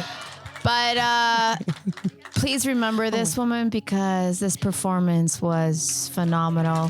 Thank you. Thank you. Thank you. I love you. I love you so much. Thank you so much to for win doing every this. award. Thank you. So, you guys, the great Cynthia Erivo. Thank you. Thank you. Thank you.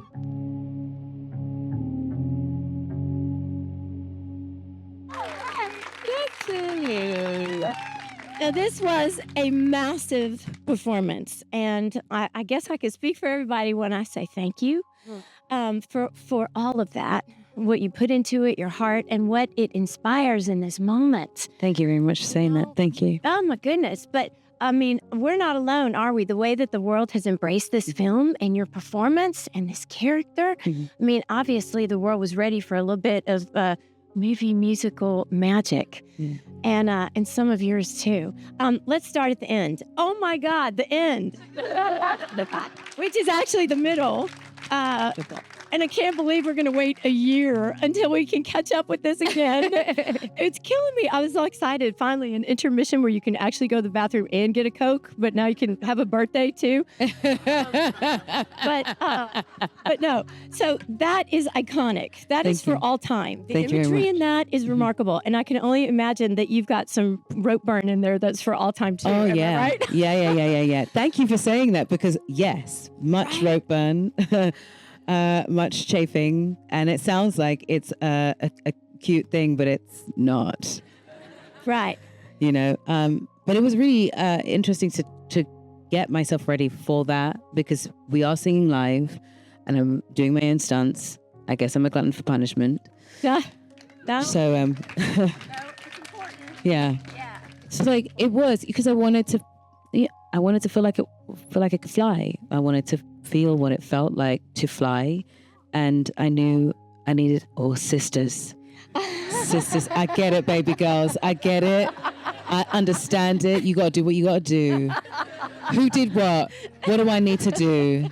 Who's gonna come and sit with me right now? Who's sitting with me right now? You wanna come sit? You wanna come sit with me? Come sit with me, baby girl. All right, here we go. Come on. Problem solved. You kind of an actress? I am kind of an actress too. You want to sit up here? Come join. Yeah. That's what they There we go. What kind of children with us? We silly with me for this? Okay. Price. Price. This is everybody. Very cute name. Everybody, this is Price. Price is joining me right now. Very good. And she's going to sit and do this Q&A with us. Is that all right? You do that with me? Thank you, Price. What do you think of what did you think of the film?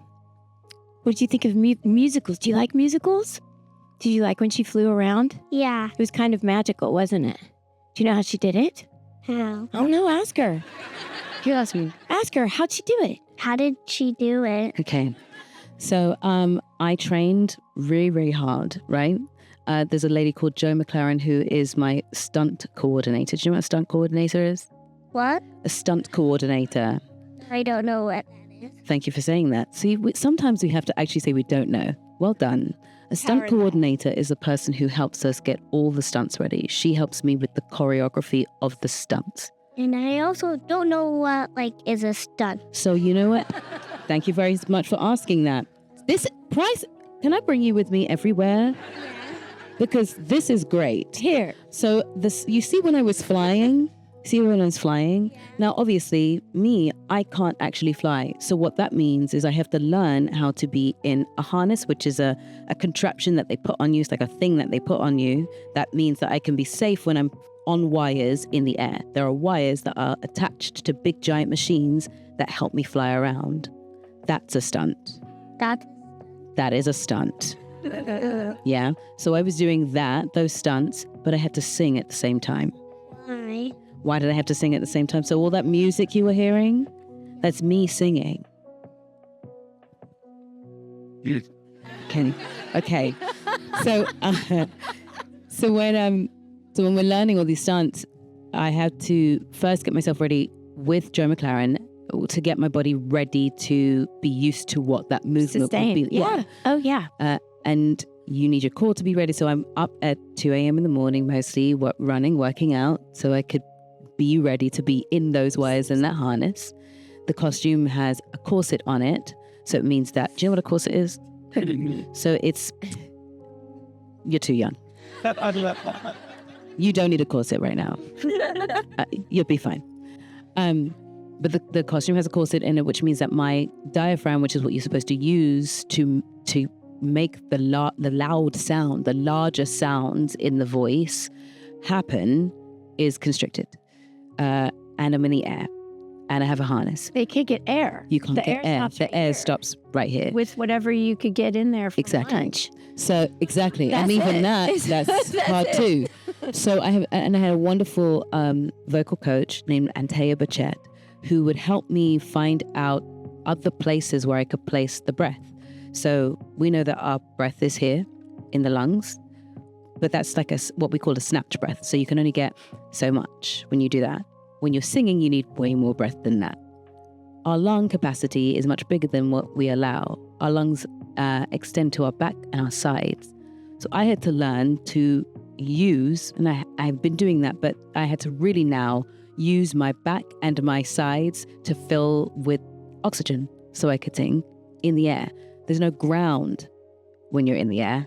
You need the ground to make those sounds. Often you use the tension and literally gravity to make sound. When you don't have it, you have to create it, which means you have to put the tension in your body in the right places to make sure you can create the ground to sing in the air. And what about the restrictions from the harness? The harness. Because the harness will poke you in places where you didn't expect it was going to. Yeah. And suddenly it's trying to sustain that note. I can't imagine, because it's going to poke you in the side and get rid of those oxygen stores that you so cleverly stuck down in there. You find, this is going to sound very strange, but you find oxygen stores like in your thighs and in the upper back for yourselves, in your sides, in your arms. Your muscles, your body is a store of oxygen and water. So you have to find the oxygen when you find it. And that's what you use to make the sound. Yeah. So, okay, now I have to ask you this. Yeah. Was it loosely choreographed? Were you free to kind of make choices in the moment as you were moving around in the corset? Or did they surprise you sometimes? It was choreographed to a point, but then the rest is sort of left to me, where the once it stops, it's up to me. How I get around and how I come towards you, that's up to me. But I know that I'm going from point A to B, and I knew we would do the loop, but I didn't know how I would come out of the loop. So I discover that sort of as we practice. How do you want to come out the loop? How do you want to land? How do you want to fly? What's your stance when you're flying? All of those things kind of up to me. Yeah. Technically, it's remarkable.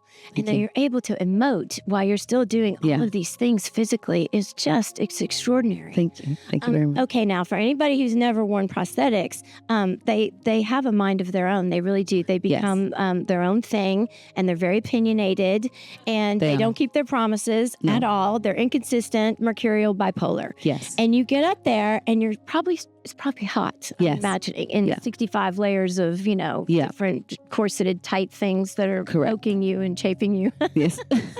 Sounds so fun. That you also have this very complicated makeup. Yeah. So what surprised you about that? that you didn't know was going to happen? What surprised me, the makeup was comfortable. I do have prosthetics on because, as you can see, I have very many piercings. So the ears there are prosthetics. So they put a prosthetic over my ears to cover up the piercings. What's very interesting is when your ears are itching, you can't, and your ears are prosthetic, you can't get to the itch. Tell them what happens to the glue when it gets warm. Oh, it starts to bubble, which is also really interesting. So that someone has to like keep pressing at your ears. And when you're trying to concentrate in a scene in something and you can't get to something, you have to figure it out. It just is what it is. But that makeup was, I loved doing the makeup because it was part of the process of transforming. It took 2 hours and 45 minutes to 4 hours, depending on how much green we would have every day before we started a 12-hour day. Yeah. And then an hour and a half to take off at the end of the day. Yeah. And then you got to drive home. Yes. And then you got to prepare for tomorrow. Correct. And then I would wake up early and work out. Oh.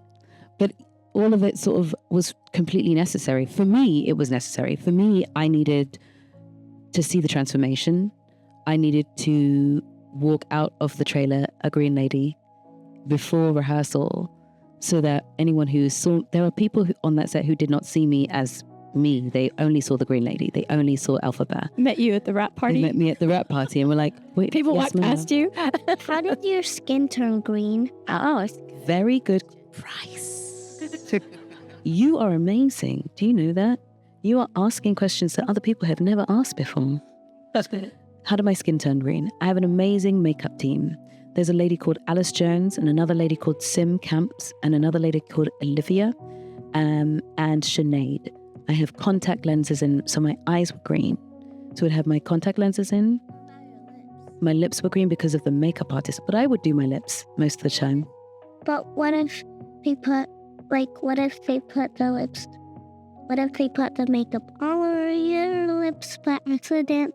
They put the lip like in your mouth. In my mouth? It would never go in my mouth because I would close my mouth firmly to make sure nothing went in my mouth. But any accidents, if it went in the wrong place, like the makeup? If it goes like both places. Well, then you have to start all over again. Go in your mouth. Yeah, you'd have to start again from the top. They created a green for me. It's called Cynthia's Green. Because the original green that they had was the wrong tone. They had, it was like, so you have like greens and light greens and dark greens, and there are different underlayers in those greens. So you could have like green with a bit of pink in it or green with a little white in it. But on my skin, it wouldn't match my actual skin tone underneath. So they found a luminous yellow to mix with the green that worked with my actual skin tone so that when you see it, it's like my skin is coming through underneath and it looks like skin. That's what they created. It did. That was a triumph. So it's airbrushing every day. And we had freckles. So in order to keep the freckles in the right place, we created the vacuum mask and put the freckles in so that every day we would spray those freckles on and it would go in the right place. We would do the contouring, and my hair stylist made this wig with baby hairs on the front. So you see that little baby hair there. And my favorite thing about going green is that this is actually why I ended up having no hair. It was easier to, one, have the wig stay where it needed to stay, and two, make sure that my scalp was green if you moved my hair, if you airbrushed my head. So I already had short hair, and I just thought, well, shave it off. So I shaved my hair for it so that they could airbrush my hair. Suits you. Yes, baby girl. It does. It suits you. Thank you. Okay, can I ask a question really quickly, Price? Price, can you ask a question? I'm just going to ask about, because you remember how she was talking about how she did her own stunts and how she was in the harness and she was actually flying, which means, she was off the ground singing. Mm-hmm. She couldn't put her feet on the ground. She had to sing with all of that, just floating. And also singing live. Yes. And I guess a lot of people would think of that as a risky thing to do under those circumstances. Yes. But I'm guessing that you preferred it. Yes. I would guess that you would hope for that. Yes, very much so. Okay, so as a creative person who is finding a way to emote in those moments, what does that opportunity enable you to do? the wonderful thing about singing live is that you get to be in the moment. You process all the things that are happening right then and there. And yes, Price. You wear the wig I did. because you didn't have That's right. yeah a black wig. That's right. With braids. Yeah, with braids. Yeah. It was pretty, huh? May I answer this question really quickly and I'll come back to you? Thank you very much. Yes, I sang live mainly because you could be in the moment and you could process what was going on there and then. So best way to give you an example, let's talk about two different places. The Wizard and I, at the very beginning, it's the first time you sort of see the hope in her and the dream that she has. But if it was already recorded, I couldn't take time.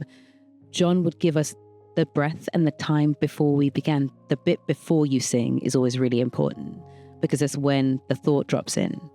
It meant that we had time for the thought to drop in. So instead of going, did that really just happen?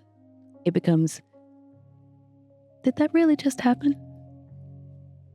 Have I actually understood? Right? If you're feeling, not thinking. Feeling, not You're not thinking. That's waiting right. on a cue. Yeah. You're feeling. Right. And when we're in the forest and we do, the beginning of I'm Not That Girl, I love the beginning because usually if you want perfect, you have it pre-recorded so you have no breaks in the voice. But when it's live, you take anything that breaks and the whispers happen by accident. So what happened that day is that my voice broke in the middle of the sentence. Hands touch. And that wasn't on purpose. That just happened because that's what my body needed to do at that moment. And he kept it. And the same happens in the beginning of Defying Gravity where it actually starts almost in a whisper. And what that allowed me to do is vacillate the emotion all the way through the piece. So instead of starting at the end, like we start at the end today, instead of starting at Defying Gravity, you start with The Wizard and I, which is really small. And then it builds to that one note at the end, but she has to come all the way back down. She has to earn Defying Gravity. We don't just get to the end of Defying Gravity all the way through it. She can't do that all the way through because why? Why would she? She hasn't lived the things she needs to live to get to Defying Gravity. And you need it live to do that. And it would be really difficult to conjure that in, say, your jeans. Not that you ever wear jeans, but in your everyday clothes. Right. Which for you is dressed to the nines in a cubicle ahead of time before you've experienced That's it, right. before you've lived Exactly. it. And I have to say, there's something, we feel it. We feel it when we see you do that. I did not expect. Thank you. Yes. Thanks. Yeah. We feel it. Thank you. It's just, I didn't expect that for it to be such an emotional experience. I thought it was going to be beautiful and fantastical and fun and probably moving in these moments because of the story. But I did not expect to be moved to tears in those moments. And in the Oz, Oz's Ball. Yes. Yeah. Oh my gosh. I had no expectation. I have to say, that moment and the way that you balanced all of these very complicated feelings, I bet it speaks to legions out there. And I think it's going to be one of those moments that's referenced in cinema going forward about courage. Thank you. Honestly, her defiance in that moment and of heartbreak and vulnerability from the betrayal. And she sat there holding on to the scraps of dignity that she still has access to. And she says, no, I accept myself. Yep. I accept myself. Yep. And this dance where she's blocking out all of these people who, all this judgment and all of the things that are telling her that she's not worthy. It just broke my heart in the most beautiful way. It was so inspirational. And then what a way to make a friend that in her apology to Elphaba, Glinda mirrors her and says, I see you too and I accept you. I mean, please share with us about that moment and the choices, because you've got the Joaquin Joker dance and you've got the Wednesday Addams dance and now you got the Cynthia Elphaba dance. And please tell us about the choices that you made in crafting that. Yeah. And the balance in those emotions and how you tell us about your choices, please. That's what. Thank you. Yes, that was awesome. Thank you for saying that. Christopher Scott, Comfort Fudoku, and Will Loftus, our choreographer and our associate choreographers, they had choreographed something for this moment. And when I went in to do the rehearsal and to learn it, I liked what they had done, but it didn't feel like Elphaba. Because I felt like we had to find what her language was, what her movement was. Paul Tazewell, our costume designer, likes to say, and I believe the same, Elphaba's the edges. She's the sharp points. She's the angles in Oz. There are so many curves and circles and S shapes and smooth surfaces. She's the jagged shape in the space. And the choreography felt pretty smooth. And I was like, this doesn't feel like her. So we have to create something that feels like it's her language. So we start there. And then I ask, well, what is this dance supposed to be for? What is she doing? Is it to make fun of herself? Is it to claim the space? What is it for? And I felt like it was a moment for her to reclaim the space that had broken her heart, to be defiant and to own the loneliness, to own being on her own, to be okay with being singular. And then I said, well, if she takes that hat off, why would she put it back on? There has to be a reason to put that hat on if this hat is part of the reason why she's been embarrassed and ashamed. And so I thought, well, what if this is the first time we see her try a spell, imbue it with power, so that hat, that emblem, does, when she puts it back on her head, become the emblem of the Wicked Witch. It's the beginning, the very beginning. We see a spark of that. And when we choreographed it to silence, we knew we were going to do it in silence. I asked for it to be in silence because I thought, well, if there's any music, it takes away the uncomfortability of watching someone have to do something on their own. And that was uncomfortable and painful because more than anything, you have to sort of draw on those moments where you feel alone, where you felt embarrassed, where you felt ashamed, where you felt like you didn't belong, where you felt like no one wanted you in a space, and put those all into her. And what we did to create that connection between myself and Ari and Glinda and Elphaba was I learned the dance, we choreographed it together, and then I taught it to Ari. I taught it to her. So she didn't know what that dance was. And the very first time we did it, I was teaching it to her live. Her choice as well. And she would never learn it completely, so that every time we did it, there was a freshness to her trying to figure it out as we were going along. So that first moment where she tries to do a move, and it's one move to the side, it's what she remembers. And when she does it's what she remembers. And so when you watch us dance together, I am teaching her. We are mirroring and following each other in real time. Yeah. What an unbelievable creative experience. It's just brilliant. She sent me home at the end of the day. Yeah. Just the honesty in that. Yeah. And what an opportunity, gosh. And then a true friendship forged. Yes. You guys, boy, you're in the trenches together completely. Yeah. That takes me back to something else that, I'll just share something with you that I saw an old acquaintance of mine in the outside, Alex. And he was sharing with me about his mom and how she was born in Chicago and in late stages of Alzheimer's. What she wanted to do was watch Chicago over and over and over again. And that it meant a lot to him. It meant a lot to me to hear that, because you forget when you're encapsulated in this bubble where you make you do your work and it's a shared experience with the people that you come to love. You forget that it's going to become a thing. Yeah. And I share that because he also commented on the importance of this film in that regard, that the messages that you deliver through this character are going to resonate with so many people. And it's so important.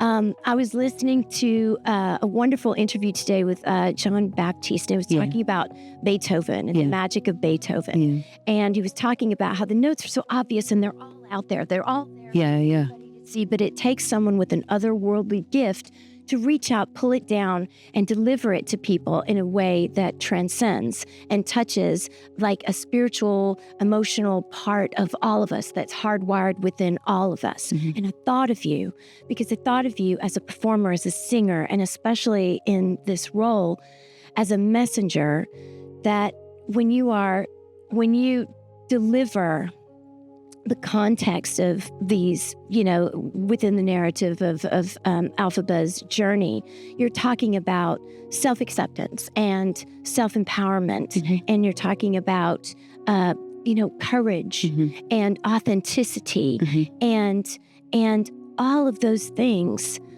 being delivered from your heart directly, bypassing any sort of emotional intellectualizing, straight into the heart, is gonna, I think, touch so many people for a really long time. So thank you for this performance. Congratulations. You honestly, Thank you, Elise. it's really remarkable. Thank you very much, Lisa. Just beautifully done. Thank you. And now, having come to know Cynthia a little bit over the past few years, we ran around together doing these sorts of conversations, having these sorts of conversations, and everything in 2019, 2020. And I know that you do not, that you're very judicious in what it is that you choose to do. Yes. You're an author. You've done so many concerts. You've had that relationship with so many audiences from the stage. How has this been different for you? And what surprised you that you didn't expect from this experience? I think the thing that surprised me the most was I knew it would be a huge undertaking, but I didn't account for how intimate some of those moments would be.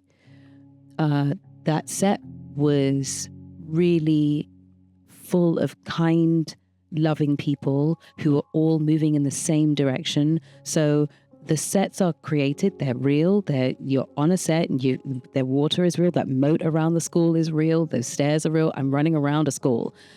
But then you get to the dorm and it's just the two of us and we can have those tiny quiet moments, or we get to the Ozdas and those moments are really, really quiet, and Jon will make it just about the three of us, and everyone will be really respectful about the fact that it is just the three of us. Or if it's just me on a set and it becomes really, that surprised me. It surprised me that you could create a space that felt really intimate in a thing that is a juggernaut, I just didn't know that you could do that. And I was really grateful for it.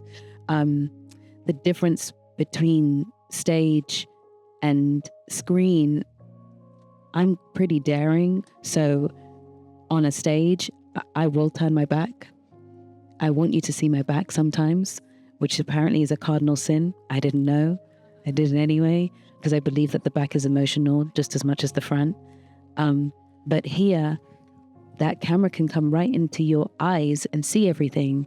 And so instead of having to, and I don't believe it's sending it up. I believe when you're on a stage, you have to push the intention further out.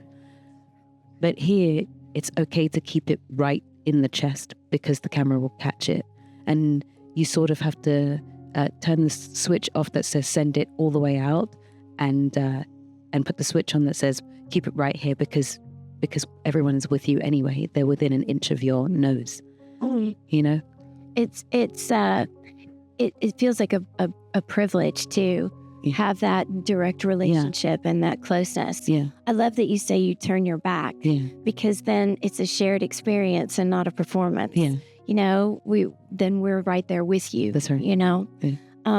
Okay, and speaking of right there with you, I have said enough. You guys signed up to come here today, so I thought maybe we should ask these guys if they had something that they'd like to know. Last question. One last question. Go on. Yes, John. Yes, John. This is really for me. Go on. I know how hard it was to let go of Elphaba during the strike, during that period before we shot Defying Gravity. She had to hold on to that for 6 months. We shot Defying Gravity after we got back, after training for a year for that. Oh, wow. I want to know now, and we shot both movies, where is Elphaba now? Why are you doing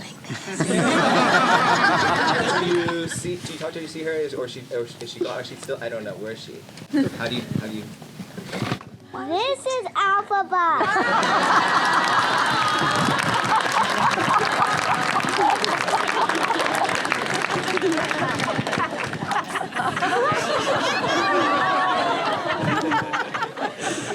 Oh my goodness, I made it this far. I haven't done this in such a long time. Oh my God, I'm so sorry. Oh gosh. She's right here. The truth is, you don't really let characters like that go because they do change you. She is a place where I put lots of hurt, lots of pain, lots of oh, God. All of those little insecurities that I have had in my life, I put into Elphaba. So you don't really let that kind of character go because they take care of you and they give you more room because she's holding on to them. I don't have to hold on to them anymore. Oh, it's beautiful. And so you kind of have to, she says with it, because it's like a thank you to the character for holding on to those bits of yourself that you've had for a long time that you can give away now. And Price was very right. She's right here, yeah. She's running.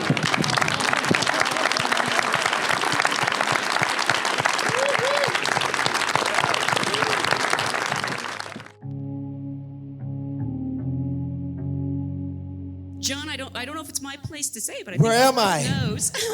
In addition to the world seeing your baby now, Yeah. you had a baby last night. I mean, my wife had the baby, and I was there to support her. And while I'm watching a live stream of the premiere, yes, little Stevie Sky Chew. Oh, that's amazing. Are you still wearing your hospital bracelet? Yeah, I got to go back. My wife's there. I got to get her out of there later tonight. And she's like, go forth. Go talk somewhere else, not here, about your movie, please. Yeah, you missed your own premiere.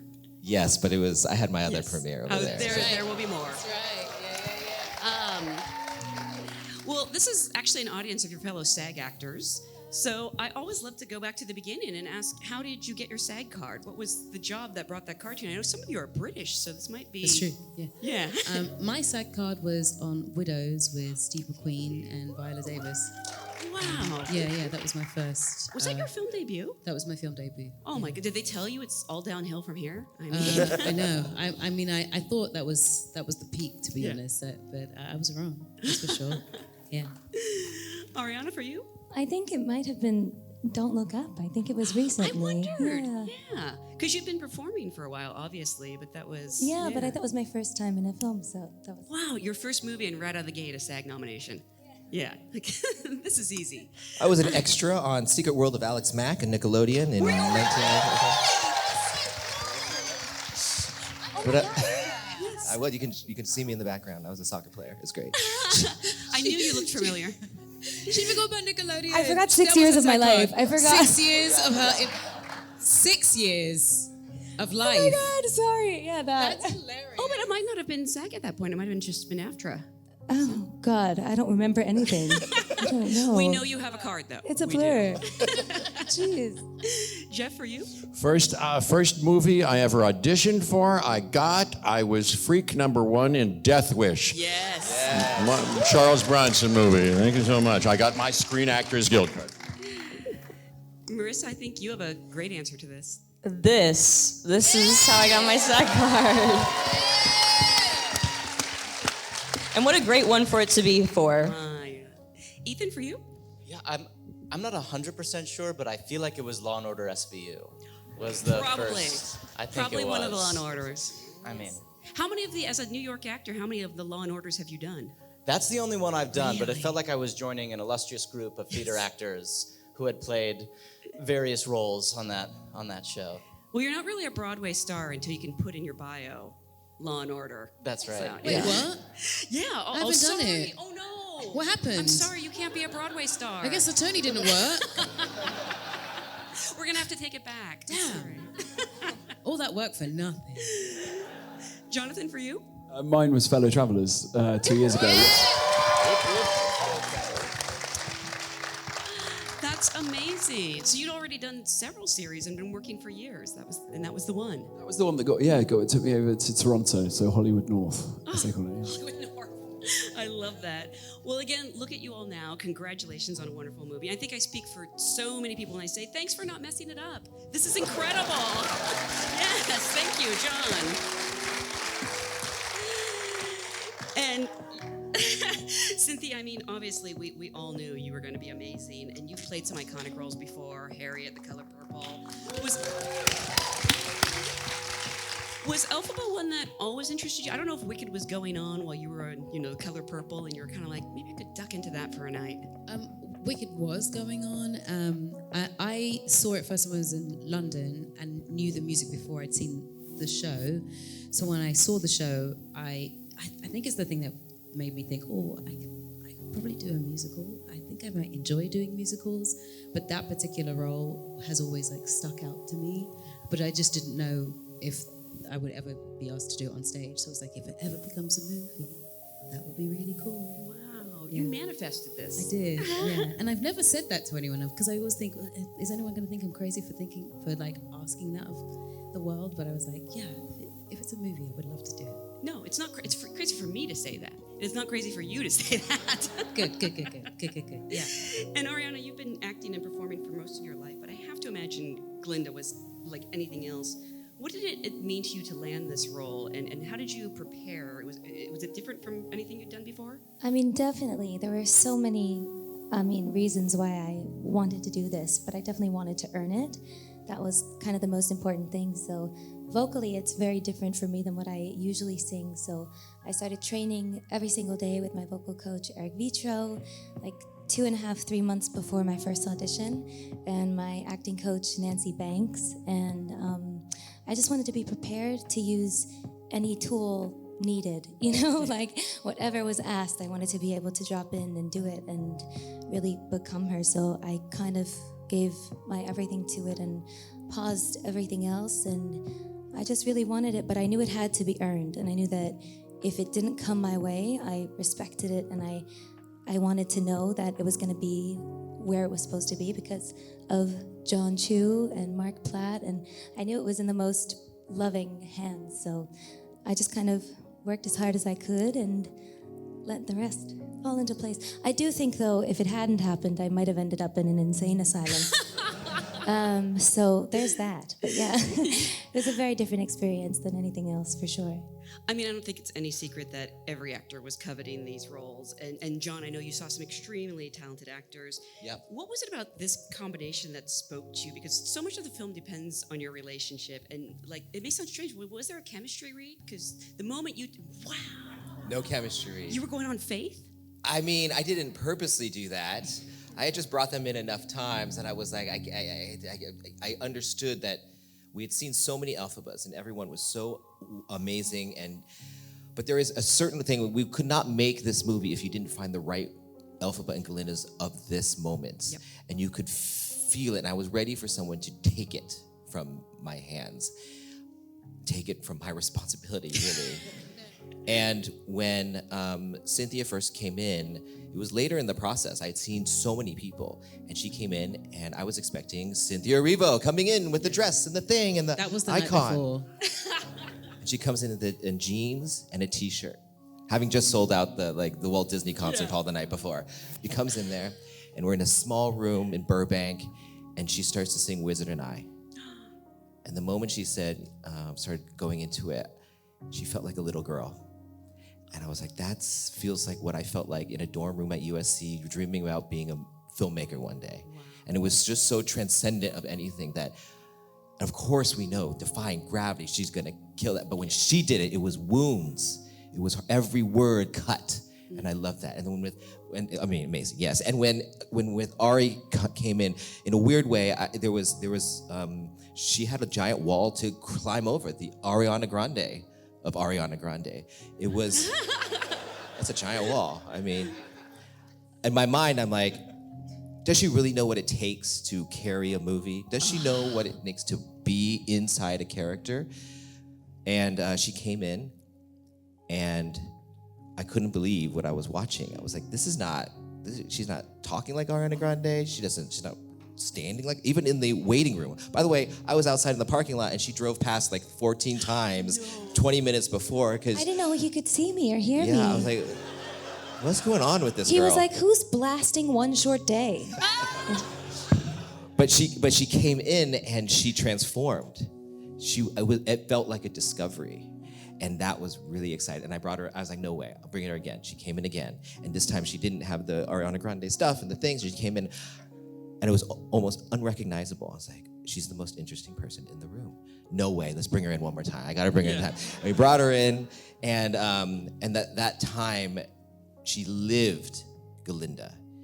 I love someone who could play, and she was no longer playing a part of Glinda. She walked in, and if I put a chair in front of her, I'd go, Glinda, jump over that. She could jump over it, and it would be like, yeah, that's what Glinda. I felt like I was meeting her for Glinda for the first time, not Ariana Grande, and to me, that was what we needed in this movie. And when I see this, I think people are going to discover these two women, even though they think they know who they are. They're going to see something they've never seen before, and I'm so excited about that. Yeah. And what was it like when the two of you first met each other? Was it a table read, or did you? No, it was at my house. It was at her house. No way. On my floor. We just sat and chatted, and it was kind of. What did you talk about? Perfect. What Everything. did we talk about? Everything and nothing. Anything. Yeah. Yeah. And But we just hit it off. It was easy. We had like berries. Yeah. Some carrots. Yeah. Popcorn. Water. And we tea. just giggled, and I felt an immediate safety. Yeah. And we kind of made a pact to really take care of each other. Yeah. To be really honest with each other. Yeah. To make space for each other when we needed it. Were you at all intimidated though? Because that's Cynthia Erivo. I know. Of course I was. I was so you're going nervous. to her house. I know. I'm here bootleg on my desktop. No, literally, I have. I love that performance with all my heart. I'm not kidding. I was shitting my pants. But she's just the warmest human being, and we were just so open immediately with each other. And I think that promise that we made to each other and how we kept it and how it strengthened along the way is one of the things that we're proudest of. Yeah. Some of the best things are things that you haven't seen. The way we function together, take care of each other. That's one of the biggest things that I will take away from this. That's truly. fantastic. Jonathan, I feel like Fiyero's almost a third wheel in this relationship. And I've been lucky enough to see you on stage before, so I know you can do anything. But I was so blown away by your work here, and we're just going to spend the rest of our time talking about your dancing through life choreography. Yeah. What the heck? That's not a special effect. That is you. That is me, but it's obviously comes from the mastermind of Chris Scott, who's the choreographer. Yeah, he was amazing. There's certain opportunities that come your way, and this one is not only to share it with all these amazing people, and obviously with meeting Jon and having the conversations around, it could be overwhelming to be working with Cynthia and Ari and Jeff and Ethan and Marissa and Jon. But when the approach to character was as deep and as nuanced as Jon was willing to go, with something like Fiyero, actually the learning of the dancing became sort of grounded in something else. So, but yeah, it's amazing that you can come away from a project like this with extra skills like opening books with your little toes. Did everyone show up on set those days when he was doing the dance? Because I would just want to watch. Oh, yes. Well, it's a really special moment in the film because actually I feel like everyone comes together at that point. Obviously, Jeff is being kept in the wizard sleeve, as it were. But we're all there in the room, and it was a very special. I wouldn't have been able to do it with everyone sort of, guiding you on, and the 300 dancers that we had, which were, they were knockout. So yeah, the energy was wild. And you would even see grips like dancing after and they humming it to themselves, going to their cars. I want to see the BTS because I need to know that he didn't nail it perfectly every time. I need Oh, to but see he did. clips. Oh, he did. You'll be very disappointed to find out. He is perfect, and there's nothing. didn't fall once? No, not once. Sliding on books, real books that he's sliding across, and he has to live. It's amazing. I think there was a few restitching of the groin, and also what you can't see. Paul Tazewell, the costume designer, is, I think we can all agree, incredible. And with his experience in theatre, he also approached the costume design in a way. The shoes were made to look incredible for Fiyero and to hold the posture, but also to dance in. But I also overheated in that costume so extremely that I had tubing underneath, and I would plug into an iced bag of iced water that would be pumped around my body to lower my temperature. And at some points I was seen sort of running around naked like a little toddler because I had to change completely because I was so hot and bothered. But yeah, it shows in those moments that how much work goes in from all departments to make a dance number like that possible. John, please release the BTS. It needs to be seen. Oh, it's coming. Exclusive on Target and Walmart. And here's my coupon code. #Wicked. November 22nd. Jeff, everyone knows you're such a talented musician and actor, and you seem made for musicals, but I don't think you've done one, at least on screen, since Earth Girls Are Easy. I think I know what you said. Is this the first musical I've done in a movie? Yeah. Like sung in a movie? Yeah. Had you been looking for one to showcase your skills? Have I been looking for one? Yeah. No. Just came upon me, and I jumped for joy. That's all. I've had experiences with musicals on stage a little bit here and there.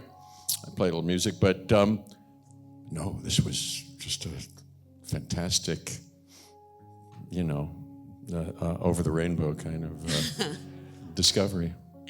What usually draws you to a role? Is it the people involved, the material itself, or, sometimes it can just be the script? Were you familiar with Wicked before this? Oh, yeah. I loved the movie, of course, in a big way. I saw Idina Menzel and Kristen Chenoweth when they first were on Broadway. I was crazy about that, cried my eyes out at that. Fantastic. So, yeah. I knew it. Yeah. I was crazy. Oh, and what draws me to a role?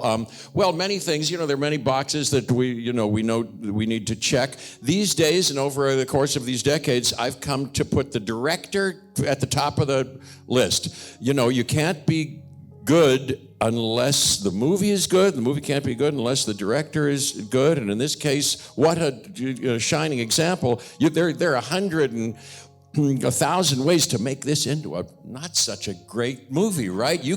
Somebody else could have done that. But it's your responsibility mainly and your credit for making this as some have said, masterpiece that it is. That's a tricky thing. And I agree. And we could have done our best, actors can do okay, but if the movie doesn't work, it doesn't work. Or if we're not used well and then edited well and helped a lot by a lot of things that is his responsibility, it's not going to work. So that's the main box you want to check. That's all I want to say for now about that. Did you record that? Can you send it to my mom? So thank you. A billion thanks.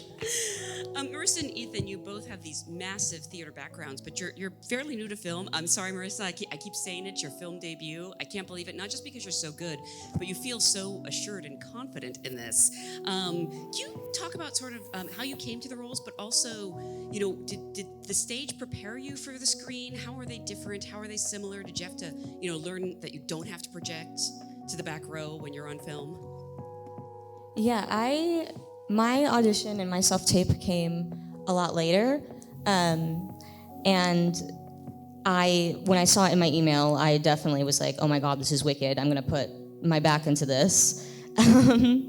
And yeah, I feel so lucky and privileged to be a part of everything. And for this to be, like you said, my main breakout role, and also to be the first ever authentically cast disabled Nessa, that means the absolute world to me.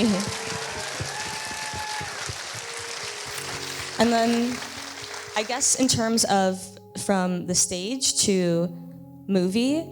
I did go to a performing arts college, which we learned a lot about the difference between stage and film.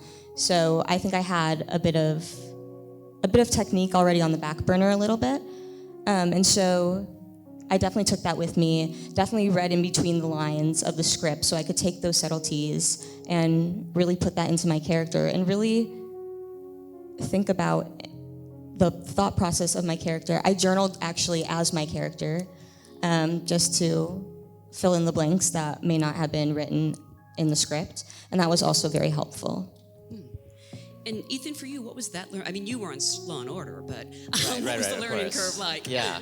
No, I think it's funny because it feels like an obvious thing to say in some ways, but the audience is just really different when you're on stage versus on film. And when you're playing to a house, you have to play almost as though the person in the back row is your scene partner. But when your scene partner is right in front of you, you can just play to them. So I think that it didn't feel like a shift in. A lot of people talk about it as big or small or projection. Yeah. It was just easier to play to the people that are nearby, even in moments where you're singing, even when you have the heightened sort of musical theater thing happening where emotions are so big you can't say them, you have to sing them. You can just sing it to the person in front of you. And fortunately, again, kudos to Jon and everyone up here. Like, our scene partners were across the board the best in the world and just so generous. So singing and having a scene with Marissa felt really easy and calm, and I didn't have to worry about the back of the house. But I will also say that being a part of the theater community and coming into Wicked, it felt like a really big benefit in a lot of ways because it's such a big part of what created my sense of musical theater and my sense of storytelling. And so I have the privilege of being good friends with like 15 people, 5-7 or so, who have played Bach before. Really? And I got to sort of take from them and like by osmosis, like sort of feel what their versions of Bach might have been over the years. And then like let go of it and forget that ever happened so that I could play Bach on my own. And I think a lot of that had to do with my experience in the theater community. Yeah. Well, and this set feels like such a community as well. It feels so immersive. I mean, so much went into making this world look phenomenal. How much did it help you all as actors to put on those clothes? To like really lock in the characters, but also be on those sets that are just, they're so immersive and you look around, and you see the world of Oz, that how much does that help you? Yeah. Oh, hello. So much. A lot. It helped a lot. I mean, I think the detail. I met Jon Chu for.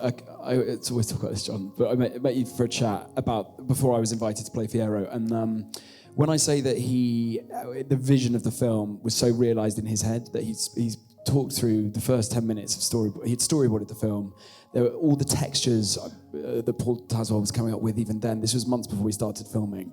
That there was such honesty and truth and detail in the work of all the creative departments. So when you're then arriving on set and you're wearing that and you're experiencing it and you're touching it and you're dancing on it, and even the books that I carelessly threw and kicked, there were incredible chapters written about the history of witchcraft and munchkins, and it I think only adds to the honesty and the truth of all the performances, and obviously particularly the two girls, but that all comes from Mr. Chu. And it's, again, once in a lifetime, I think, opportunity. And it's just the experience of it. I mean, I watched Charlie and the Chocolate Factory growing up and all the big, realised set films. And the wonderment that I experienced then, I experienced every day on set. And it's all on screen. How good is that? It's great. Yeah. So the books, are there actually books like written, like we could get them somewhere, again at Target or Walmart?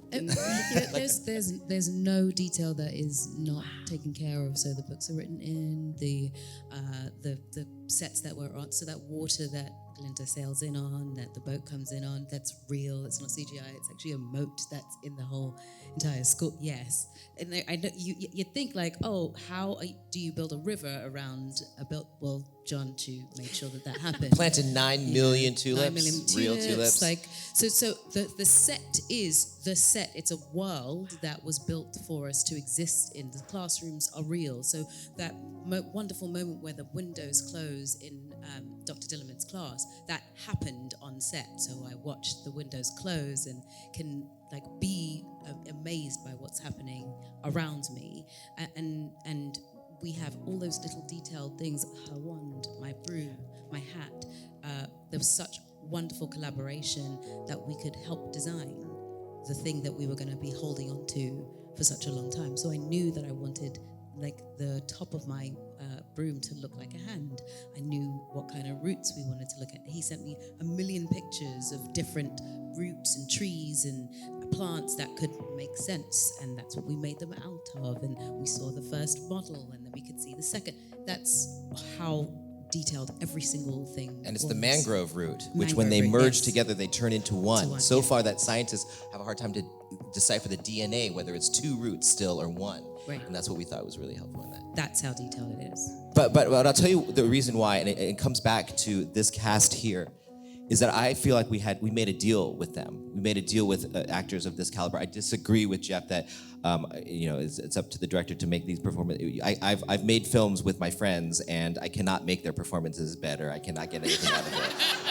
Actors are the co-authors of this, 100%. And it goes back to our discussions about what the seeds of this, of our approach for this movie was, which is an examination, and we had to get to a reality. What they did was they met the characters of where they're at. And what I mean by that is the reality of a place that doesn't exist yet. And so we went back to what is Oz. That's how far back, before the characters. What is Oz? And what are the traumas of Oz? What has it gone through? What are the people like? What is the little engine of courage that is ready to rise, but is not quite ready yet? And what do these characters, and that's why we showed Shiz University to have a history with animals. That's why the emblem falls off and you see the animals behind it, which we'll get into later. And it's why we show the deserts outside of Oz where we haven't traveled before. It's why we show the frogs at the bottom, and why we show the skies as high as the elevation as we can get, because we wanted to see the areas of Oz, our dear friend that we've known our whole life, but we didn't know. We didn't know. And these people decided to take pieces of Oz and get to know it because their characters were going to live in that.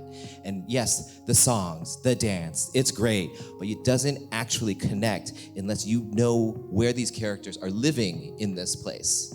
And I found that so helpful for me that we all made that agreement. And so when they saw it, I knew I was helping them get there because we had already had that conversation. When we set the dorm room, we know she needed to place where the things would be for her, and she needed to put the things in and place it where she needed to put for her. And Fiyero needed to have the horse that he had on Bridgerton because Jack is his horse. We had to bring him in. Never work with animals or children unless they're called Jack. But that's, I think, when their characters are, it's misleading to say the songs are great and the things are great and it's very flash. It's the little things. It is the silence in the Oz dust. It is the silence in defying gravity when you're saying goodbye and not saying it.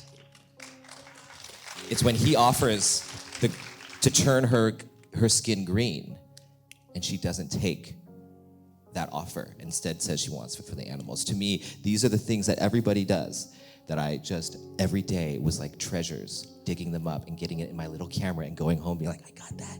And they brought it. I never dictated that. We just knew what we were trying to go for, and they would every day bring magic to it. Were they singing a lot on set? Just because Ethan and Jeff, I'm gonna make you all so jealous. They just broke into a song backstage, spontaneous. I got to Mostly see Jeff. that. I didn't film it. I wish I had. But was there a lot of singing? Because I think you're all theater kids at heart. Yes. It was an absolute nightmare. Constant. But you two are going to release a spin-off album, right? Me and Jeff? Yes. Ethan and I, God willing, yes. Yes. Yeah, absolutely. Sorry, what were you singing? It was Sentimental Man. That's what it was. Yeah, you did you a forgot duet of for a it. second. Yeah. It's quite understandable. Yeah. No, I was a theater kid too. We were all, I was deeply in love with it, got the bug, and used to write on my shower door, please God, let me be an actor. And then I wipe it off every morning, hoping, so this is a dream come true. And I disagree with myself a little bit. Yes, you're the top. The director is the tippity top. And we couldn't have done it had you not, you say you didn't dictate it, but you transmitted very sophisticated in the height of organic, beautiful, deep, complicated, real acting so that we could do it. But you cast this, and yes, I was remiss. Without Nathan Crowley doing those sets and Paul Tazewell, the costumes, and Alice Brooks, who filmed it, and everybody else. But this cast, I was remiss. You're right. This movie doesn't work unless you cast those two women who give, as you know, it almost needn't be said that they give performances for the ages, the all-time greats. Fantastic. No. You need all of that. But he's the director. Jeff Goldblum is the greatest hype man in history. I can't top that. So I just want to say I'm so glad there's more to come. Thank you again for this beautiful experience. Thank you all for being a great audience. Thank you. Thank you. Thank you.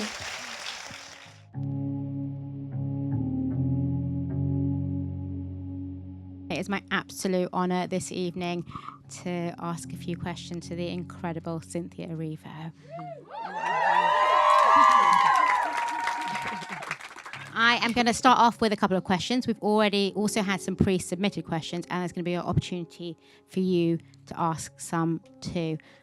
Cynthia also has generously just flew in this morning from Jeddah, so she knows how important this event is and has definitely wanted to make it. So thank you for doing my this. pleasure. Yeah. Well, yeah, that was incredible. Thank you. Let's just start at the beginning. I believe that you were 25 years old and you took yourself out on a little day trip on your own to see the musical in London. Yeah. So I knew the music already, like the back of my hands, because I had been learning it when I was at RADA. Whenever I felt a little bit odd or a little bit different and I wasn't having a good day, a friend of mine would always get the libretto and we would go to a room with a piano and we would just sing the music. So from the age of about 19, 28 to the age of 23, I had learnt the score. I'd learnt that music and I had never seen the show. And when I was 25 and could finally buy a ticket to the West End, I took myself on a birthday date by myself to see the show. And I remember, because I sat in the we call it the mezzanine in America, I think, but it's like the one up from the stalls. What do we call it? Circle. I've been there too long. The circle. And the flying monkeys can come into the aisles. I remember feeling like a kid. I remember thinking, oh my God, this is fucking amazing. What the heck?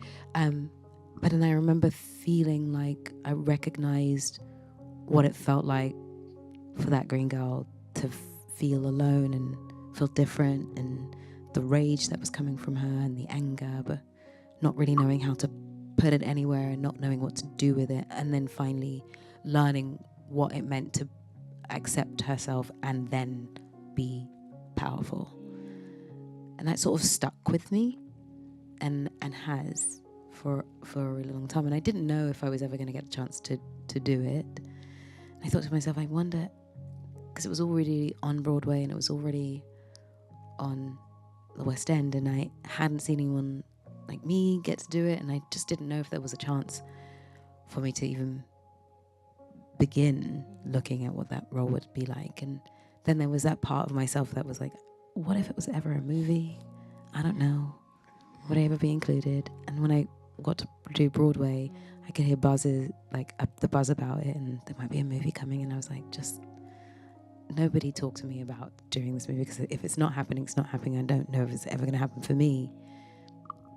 Cut to 10 years later, I'm 35, and then I get a role. Yeah. I think perhaps this audience, more than any other, will want to know a little bit about the audition process in a way, because kind of you really do, like, you stand in your power and your glory in this role. But I'm wondering kind of even kind of the idea of having to audition, what that was like, and you know, the rigor of the audition. Yeah, I'm really glad that I got to audition, because I think Jon, my director, Jon Chu, was kind of giving me the opportunity to show something that I hadn't been able to show before. I hadn't been given the opportunity to show this.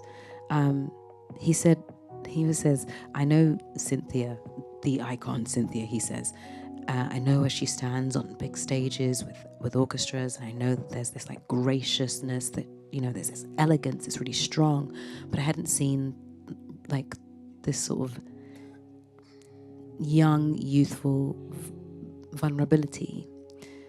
But that time, because he'd also never seen me audition, I just realized that when I audition, I'm just myself. So when I walked in, he always describes what I was wearing, which was just like a t-shirt and pair of jeans and some flats and a warm cardigan. That's what I wanted to walk in. I wanted to be comfortable in this room because I didn't want anything in the way of the movement and what I wanted to feel. So I go in with this, and it's 3 hours for me. And it's essentially a camera test. So I audition with 2 other actresses. The first hour and a half is with one actress, and we do scenes, we do songs, I sing. And then the next hour and a half is with the other actress. We do scenes, we sing, we songs. And then there's like another 10 odd minutes before I leave where I get to just do the songs that are solo. And one of those songs is The Wizard and I. And I've always thought of The Wizard and I as something that's really hopeful. It's the one thing where you get to see her be wishful and youthful and to believe that anything is possible. You see such joy in her in that moment. I've always believed that that's what that song is about. The possibilities being endless for her.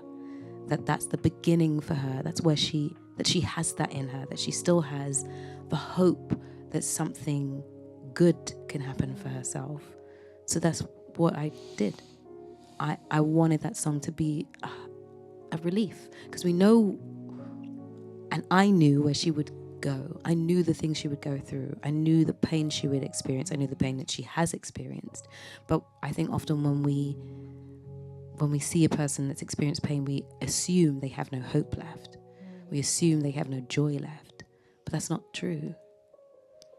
We are beings of many layered things. The things that happen to us don't leave us they don't make us one-dimensional. They fracture us and make us hopeful and hurt and seen. All of those things. And I wanted all of that for her. I wanted her to feel really full as a person, not just her anger, not just her pain, but a bit of joy too, because I think that's what actually breaks your heart, that she has hope, that she has joy. It's just she doesn't get to share it as often. Child, like her child, yeah. I'm going to come to you after this next question, so keep them poised. Can you believe that the whole cast are singing kind of live while filming? Kind of live. But it's a spectacle. And just kind of when you're saying kind of on that audition, the fact that kind of, you know, when you've performed on Broadway and everything, you've like, there's a different kind of performance and taking over that stage. But doing this must have meant kind of your vocals and how you perform. How did that differ? And did you have to like retrain and relearn certain things?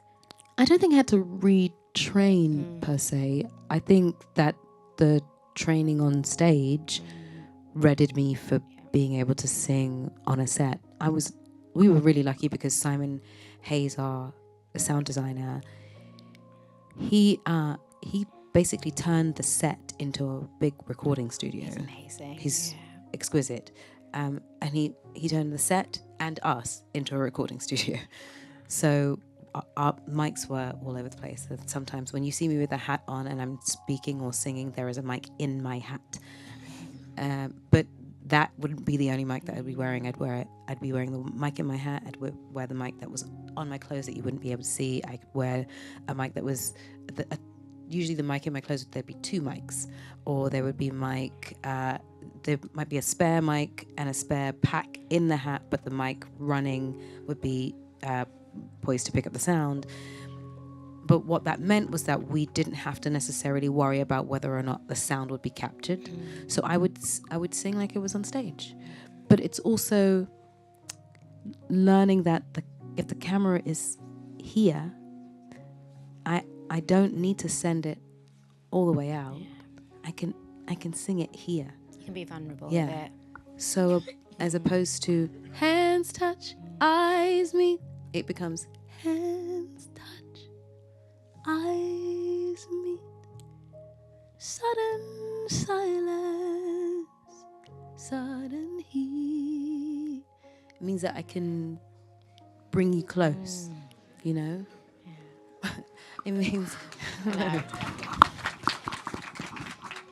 those singing live meant that we could do that. We could like breathe.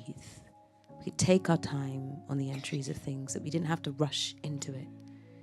Did that really just happen? Have I actually understood that we could take the time? Because there's nothing else playing in my ear. It's just a pianist. It's Dominic playing with me. So he would wait for my cue to begin, and Jon would say, just give her a breath. Just wait till she starts. Something has changed within me. That's not what is written. What's written is, something has changed within me. Something is not the same. But Jon said, do not start until she's ready to start. So that meant I could do something has changed, which changes the meaning. Now all of a sudden I can tell you it's different. Something is, and my voice broke and it became a whisper. Not the same. Well, I can do that if I'm given the space to do that. And singing it live in that situation where your pianist, your music supervisor, and the composer are like, do it, tell the story for the situation you're in now.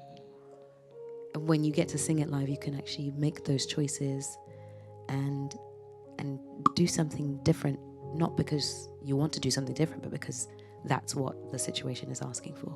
Yeah. Space-time support. That's right. Wow. I'm going to come to you now. Has anyone got a question? There's someone just here. There's a microphone and someone right at the back as well. Have you got a microphone just for the little girl in the white jacket? We'll come to the back first and then we'll come to you next. Thank you. Hi, Cynthia. Hello. I think it's just incredible. I think the question for me is, what was the most challenging aspect of approaching the entire role? I think the most challenging aspect was I think I had to learn a new skill of singing whilst being suspended in the air, which on the outset looks like a fun, adventurous thing, and it is, but you really do have to like relearn your entire physical system, because to make a lot of sound, you usually need the ground beneath you.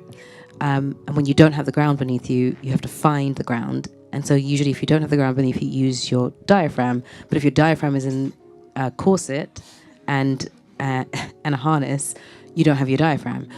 So you have to find out where to put the breath. And usually you put the breath in, if that's what's happening, you put it higher, shallower in your lungs. But if you put it shallower in your lungs, you can't get enough air to make that sound. So you have to send it into your back. But like, what does that mean to send it into your back? Well, you have to realize that your lungs don't open just at the front. They expand, which is why your ribs open out and forward and back. That's why it has cartilage and muscle and all of that. So you have to learn the anatomy of your body again to make the sound. And that's what I had to sort of relearn, because I didn't know how to do that before I started learning the stunts and singing at the same time. I didn't know. And then to get your extra added push, which would be the ground, you have to imagine the ground beneath you because it's not there. So I think that was the challenge, the most challenging thing for me to do. And also feeling safe enough and allowing myself to feel safe enough to be really, really, really vulnerable, because there are moments where it gets really, really painful. But you kind of have to just go with it and trust that the safety you need is real and is there for you. And it was, yeah.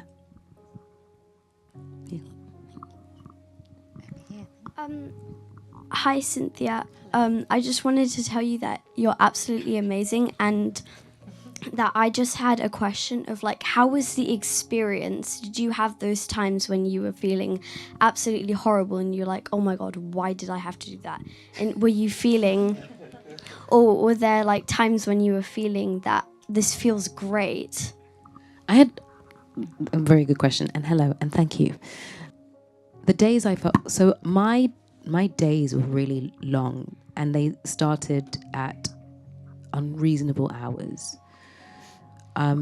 Mainly because all the makeup was practical, and I would train before I got in to do my makeup. My calls or my pickup time was usually like 5 a.m., 6 a.m. to be in the chair. If it's 5 a.m., it's to be in the chair by 6, to be on set by 8 or 9. But I would have woken up at 3 to get a workout in, then to get in, and then I would be in the chair for another 2.5 hours or 3.5 hours. So there are days, by the end of the week of doing that, you're just exhausted. And so there are definitely days where you wake up and you think, I don't know if I'm going to make it to the bathroom to have a shower, but I'll just move slowly. There are definitely days where you're like, I think it's impossible for me to be able to make it through this 14-hour day if I'm barely awake. And then there are days where you do make it to the end of the 14-hour day, and the end of the 14-hour day is The Wizard and I. Those days are awesome. You take the good with the bad, you know? Because the bad isn't necessarily bad. They're just like growing pains. They provide something really necessary, but in the moment they don't necessarily feel great.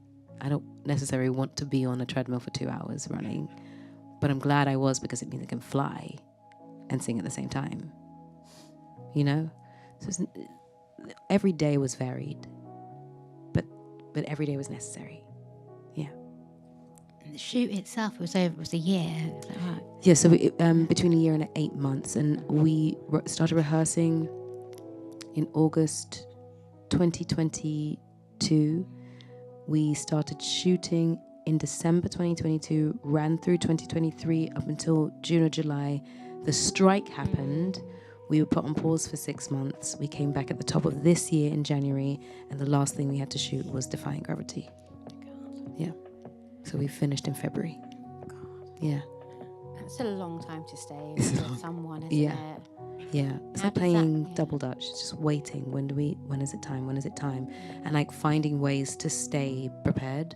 That was a really interesting exercise in how to learn to compartmentalize. So learn to keep the character awake and ready, but sort of on pause. But then you have to make sure that your body is also awake and ready, and so that you can still slip back into that person, but you have to go on with your life, because it was 6 months. The strike was going for 6 months. Didn't know how long We didn't know how long it was going to be. Yeah, just waiting. Okay, we've had some questions submitted. So I'm going to ask one of these, and then I'm going to come back to someone in the audience for the final question. And let's see. My God, we've got so many great questions here. Okay. As an actor, how do you approach the political elements of the story? Since the story hinges on discrimination, divisive politics and hatred elements that are so apparent in our world today, was this something that you had to think about? I don't know that I necessarily had to do anything for it to be apparent in the story. The writer, and I'm talking about Gregory Maguire, who wrote the book, had already put it in the DNA of this piece. The world's always been divisive. The world's always been divisive. The world he created was always divisive. The world he was wanting to talk about was political. And so it's something that he had already talked about with our director, Jon, with Marc, because he loves the show, but he knew that he wanted more of what he had written in that book in the film. It was there, you know, and we just had to be really open to it. a strange dictator who is trying to put people against other, create an enemy so that he can create a unified world. You know, it's just there, and you just don't fight it, essentially. And we don't pretend it's not there. We're not afraid of it being, because it was written. Yeah. If we didn't want to do it, we wouldn't. Yeah. One final question from the audience. Your hand went up first. Yeah. It did. There's a microphone coming to you. Thank you. Hi. Hi. You know, successful people are habits that they've had to cultivate. So I wondered, like, what are maybe like 3 of your habits that you've built up? You know, you've already mentioned working out. Yeah. Is there anything else that you think enriches you, not only as a performer, but as a person as well? I think my, I guess it's become a ritual. The way I take care of my voice. I know that my voice is a gift that was given, so I don't take it lightly. So I take great care of it. I don't drink. I don't smoke. I am a bit of a hermit. I don't go out and party. I'm not that person. I feed myself really well to feed my voice. But I also, and I said this to someone as well, because there's the practical aspect of taking care of your voice, but the metaphysical aspect is also making sure you don't misuse your voice. Like, actually use it for the right reason. Sing the right songs that make sense for you. Sing for the right reason. Like, if you are going to sing this song, are you connecting with someone? Are you sharing with someone? Or are you just showcasing? If you're showcasing, that's misusing. If you're connecting and you're sharing, or you're trying to provide something, then you're actually growing the thing that you have, right? And another ritual, I take in other people's work. I love watching shows, going to plays, going and watching film, and I will go by myself if no one else will come with me. Because I think there's something really wonderful about always learning. I don't think I'm ever going to be done learning. I think I'm always going to be inspired by the work that other people do. And I think if you want others to do the same for you, you do the same for others as well. Like, I'm going to go and see your play if I'm expecting you to come and see mine. I'm going to go see your film if I'm expecting you to come and see my film. I think that's just an important thing. So give unto others as you would have, given to you. Yeah. Thank you. You're welcome. And all that's left for me to say is, Cynthia Erivo, you're a amazing star. Thank you so much. Thank you very much. Thank you.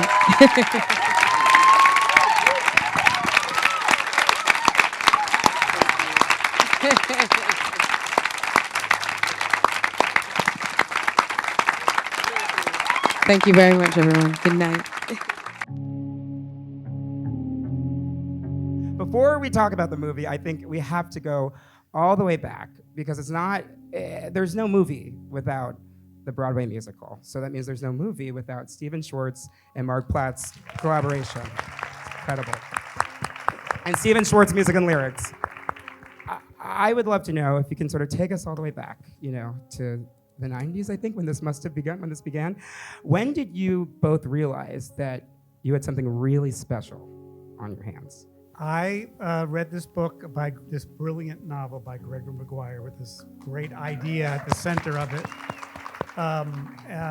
Some in the late 90s, and thought this would be a great movie. So I started developing it as a film, because I'm a film producer as well, as a Broadway producer, and I thought, this is so cinematic, wants to be on film. And I wasn't happy with the screenplay. And one day, this genius of a man called me and said, I know you have the rights to Wicked and you're developing it as a film.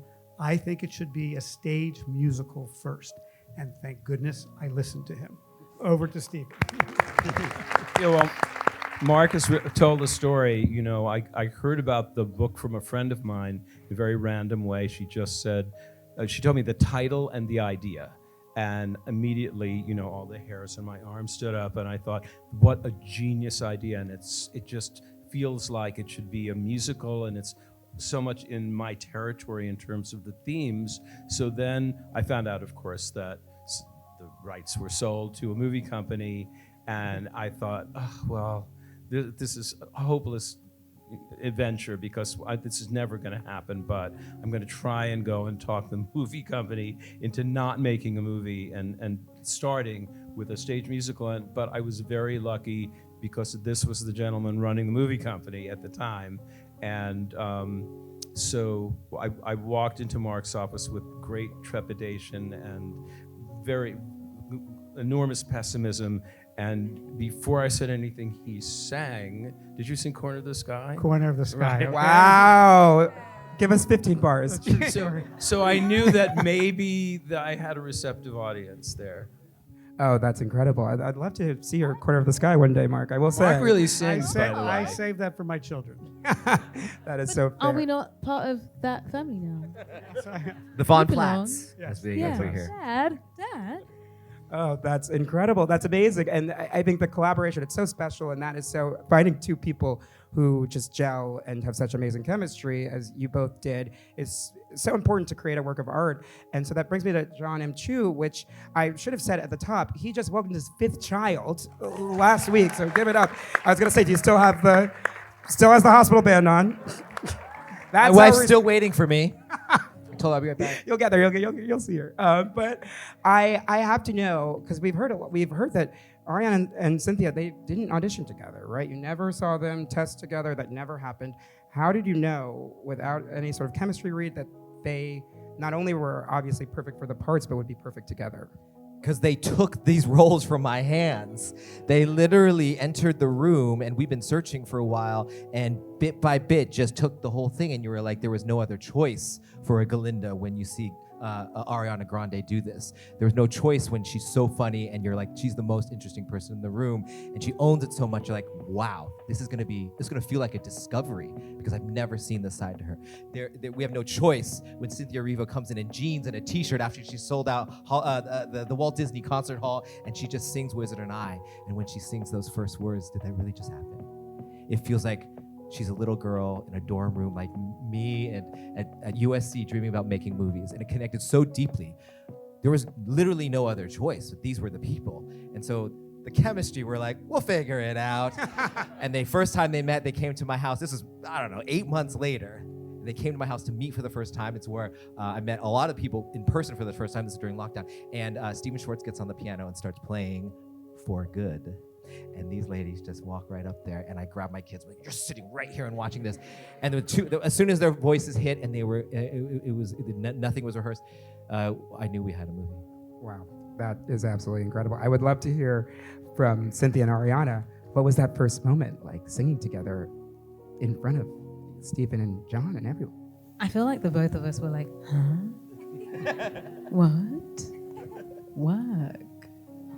Yeah. It's like it connected. It's a very intimate thing when you find a person that you can sing with, because it means that the both of you are willing to hear each other, and not just like listening to your own part, but you're actually intently listening to the person who's singing with you. That's more important than the sound of your own voice. And when you can find a person who is willing to do that with you, you know that they're willing to like really go on a journey with you. And when that happened, I was so excited. Me too. Yeah. I was so grateful. You ruined it for everybody else. Me, know that, you don't too. We're really screwed. I'm never singing with anyone else. I'm spoiled for life. What's gonna happen now? I don't know. But it was beautiful. It was really special. We kind of noticed the first time we sang together that when we sing at the same time, it's hard to tell who's singing what. And our vibratos kind of latched onto one another, and they sort of hold hands and loop the same way, the same speed, and you can't really explain why something like that happens, but it's just a really insane connection, and we were freaked out by it. We were like, what the? Wow. We all cried, too. The rest of us just cried. That literally sounds like magic to me. It's magic. It's so incredible. And I mean, your chemistry together, both of you, is so great. But I do have to say, the person who has the most chemistry with the most amount of people in the movie is absolutely Jonathan Bailey. I think you had a moment with every single student at Chiz at one point. So tell me, where do you get that from? How do you do it? Like, is it a Bridgerton thing? Like, how do you do that? It definitely wasn't directed, let me tell you. Okay. It just started to happen. I think we did get a note from Jon saying too flirty. Didn't we? Me and you. Was it 8 movies in that? It was our kiss was 2. Anyway, yeah, Chris Scott. I mean, it's interesting hearing this amazing story.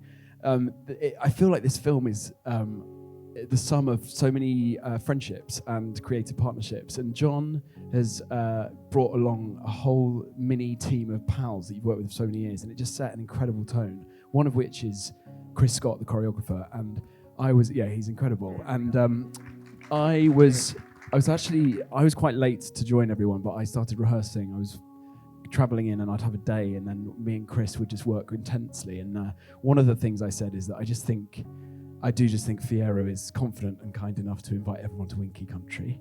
And so everyone should be included, especially he's got such a huge arc actually, and he represents the change that these women create, I think, around them. So to make sure that he starts off with a relish was important. And the librarian, Sharida, she was... I know it's never going to be as good as that for me.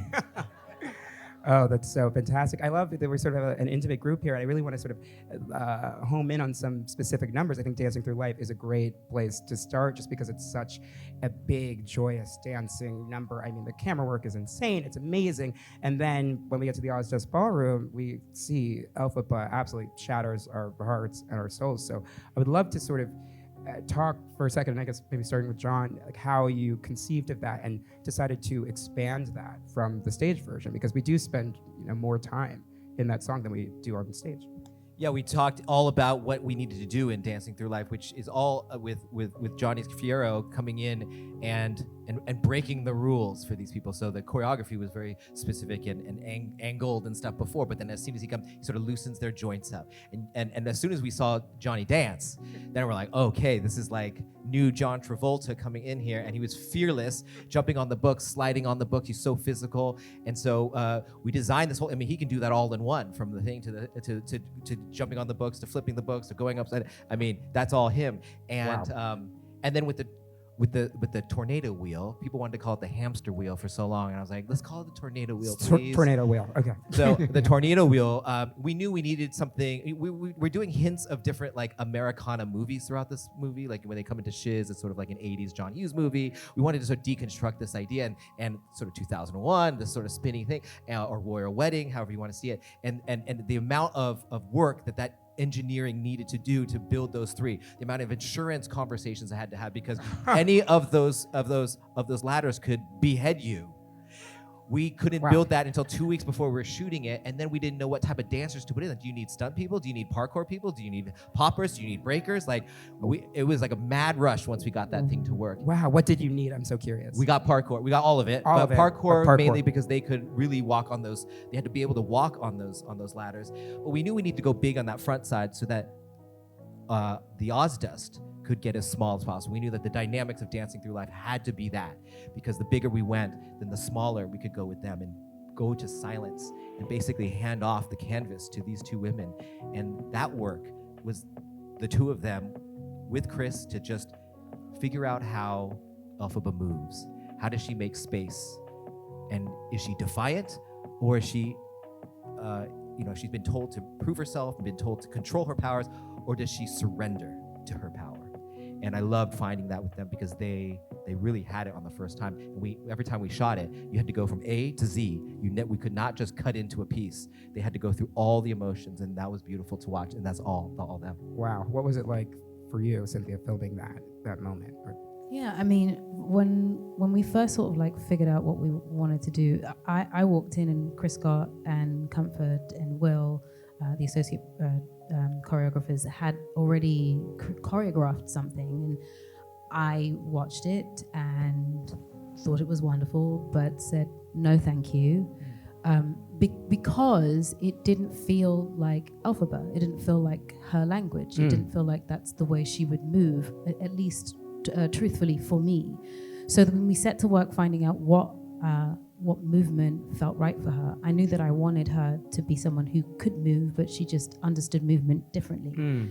So once we've discovered that, this dance came out of something, we choreographed it to almost silence and just found out what like the rhythm would be and what the story was. And I kept trying to figure out, well, why when she takes the hat off, would she then put the hat back on?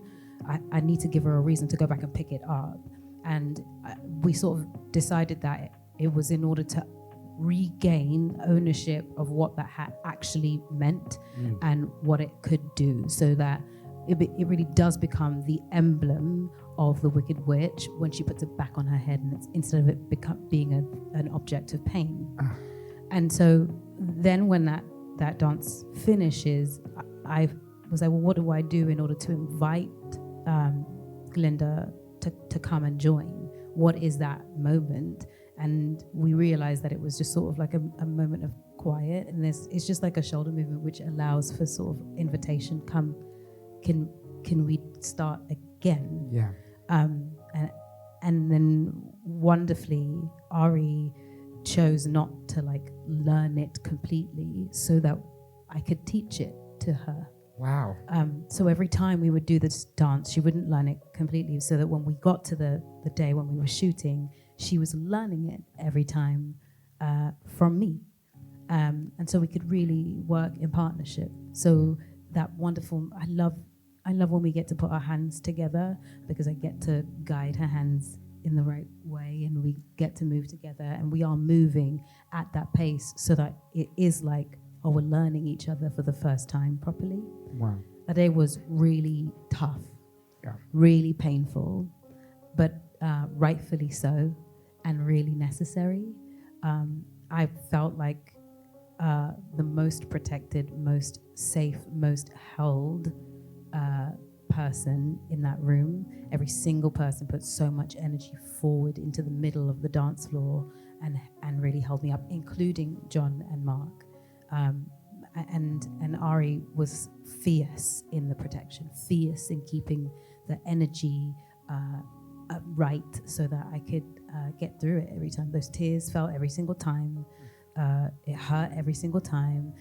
But even still, I was always holding just a little bit, and they could all see it, so that by the end of the day, whatever was left just sort of fell out of me. And she sent me home at the end of it. Yeah, wow, that's so beautiful to know that you were learning Ariana too, that dance, and it's so special, and that's a really fearless thing to do with you know, in a room full of people and the cameras are on you and whatnot. How did Ariana, how did that experience, how was that for you? Well, I just felt that it was important, that it felt scary for me, just because I think in that moment, up until that very moment, Glinda's biggest fear is probably standing in a circle of a bunch of people being judged, or having them think something negative about you, the way that it's happening for Elphaba, being made fun of, not being liked, not being popular. I think that's probably her biggest fear until that very moment. And then it switches very quickly, and her biggest fear becomes hurting someone like that ever again. And it's not that she joins out of pity or out of, oh, I feel badly for this person. It's an urgent need to take it on with her. And it's like, how can I jump into this space and become one with this person that I've caused so much pain, and try to transmute it somehow. And the not learning of the dance made for it to just look as beautifully awkward and honest as possible. And and the restraint not to cry. Yeah. Because we were all feeling the uncomfortable, and it would be so easy for you to fall into that same energy, and we were like, hold back. And you're like, I can hold back, and this is my choice she's not gonna cry. But being on that cusp of that edge was just so beautiful to watch, and same thing with you guys are walking this fine ledge of this. And it forced all our cameras to be more restrained. It forced everything to just sit back and let it play. Yeah. Jon? Yeah, I think it's been a greatest pleasure of mine just to observe, obviously in those moments, but also as the role of Fiyero, but also it's the two coming together, but Jon working with the two of you. And I think that is it was an amazing day to see the safety and the detail and the sort of, there was just like a glow and something that I wouldn't be able to describe it or put it to words, but between these three. And I remember just being there and observing it, and then Michelle Yeoh came back with her Oscar. Yeah, you had a party for her happen? at the Ozdust Ballroom after she came back. That had to be the best Oscar party in the world. And then her first scene up was with Johnny and me right after she returned. And we had this big Oscar party with a cake that was an Oscar, and then there was an actual Oscar. And then Johnny and they were like, all right, Johnny and Ari, you're up with Michelle. And we were like, okay. Her first scene back after winning, we were like, all right, let's go. Here we go. All right. Oh my God, that's absolutely thrilling. That's absolutely crazy. That's wild. Wow. Oh gosh, I love how internal we just got, but then I also want to talk about some of the big moments. And I mean, one of the biggest, best moments is Popular. It's absolutely amazing. A comedic tour de force. And you learn some choreo there. You're kicking your face, you're singing into the heavens. It's incredible. Something that like really I love, which I have to imagine is harder to do in a movie than it is on stage or even with a studio audience, is to be funny. Like you're not getting the feedback of like laughs, I'm sure, because of sound reasons. So you have to be really confident in your choices and know what you're doing. Where did you pull your incredible comedic timing from to pull that number off? Oh gosh, I mean, well, thank you, first of all. And I did hear occasionally Jon hissing, laughing under Glinda's bed, so I knew I was onto something. But no, I don't know. I mean, the funny factor is kind of not in the room with you. You can't like judge it while it's happening. You just have to play it truthfully. And it felt real, so it's not really something that you're like, oh God, I hope it lands. It's just kind of what the character is doing, I suppose. I don't know, but my favorite thing about Popular Week was how much we got to play and how much Jon encouraged me to just kind of, get what's written, of course. And then he was like, okay, Glinda, go do whatever, And I think we found some really fun things through that. Playfulness and the freedom to try and improv and try to make this one break. My favorite thing in the world is when she would break and laugh. That was an indicator. That was when we knew. But I mean, that's very kind. I think with comedy, it's just kind of playing the truth and then hoping that, there you go.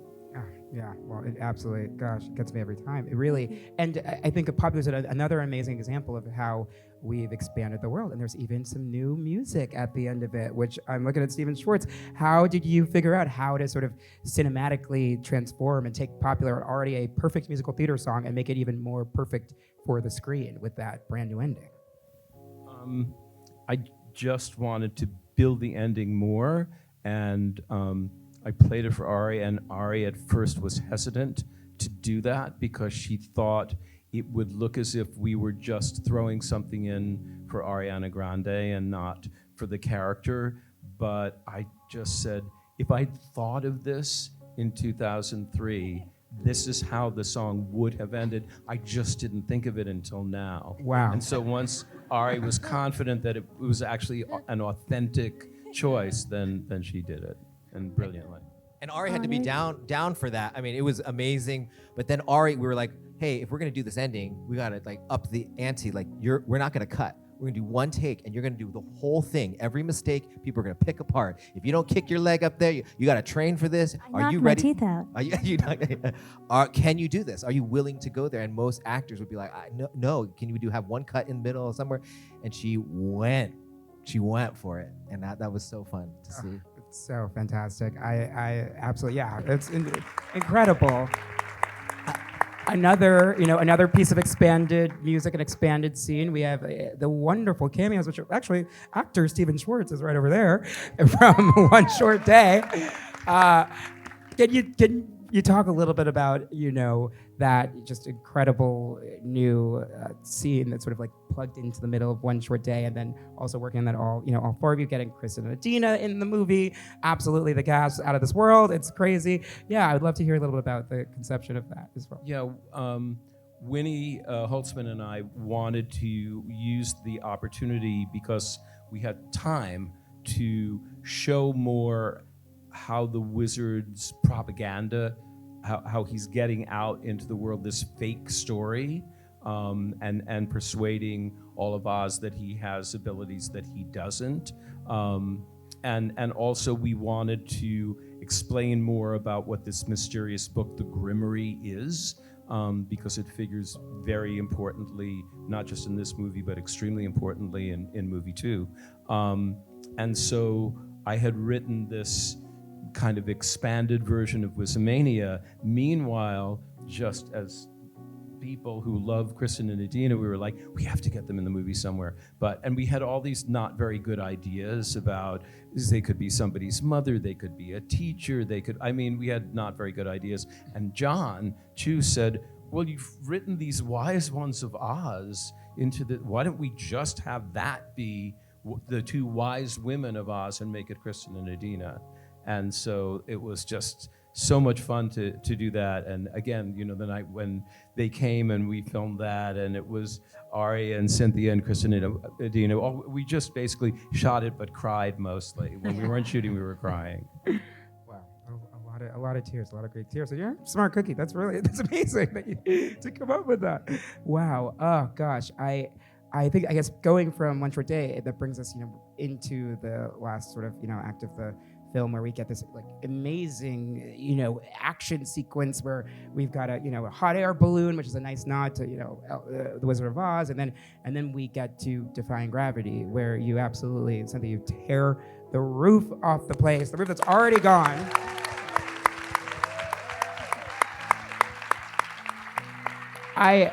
It's one thing to sing that song. I think it's another thing to sort of do it while being hoisted through the air, thrown about. How do you prepare for a challenge like that and pull it off?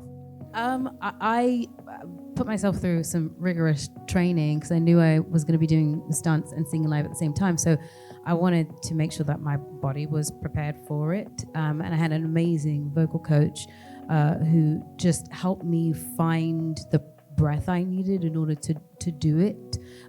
Because usually if you're singing something like that and that needs a lot of force, that needs a lot of sound, usually you need the ground to push off of. Yeah.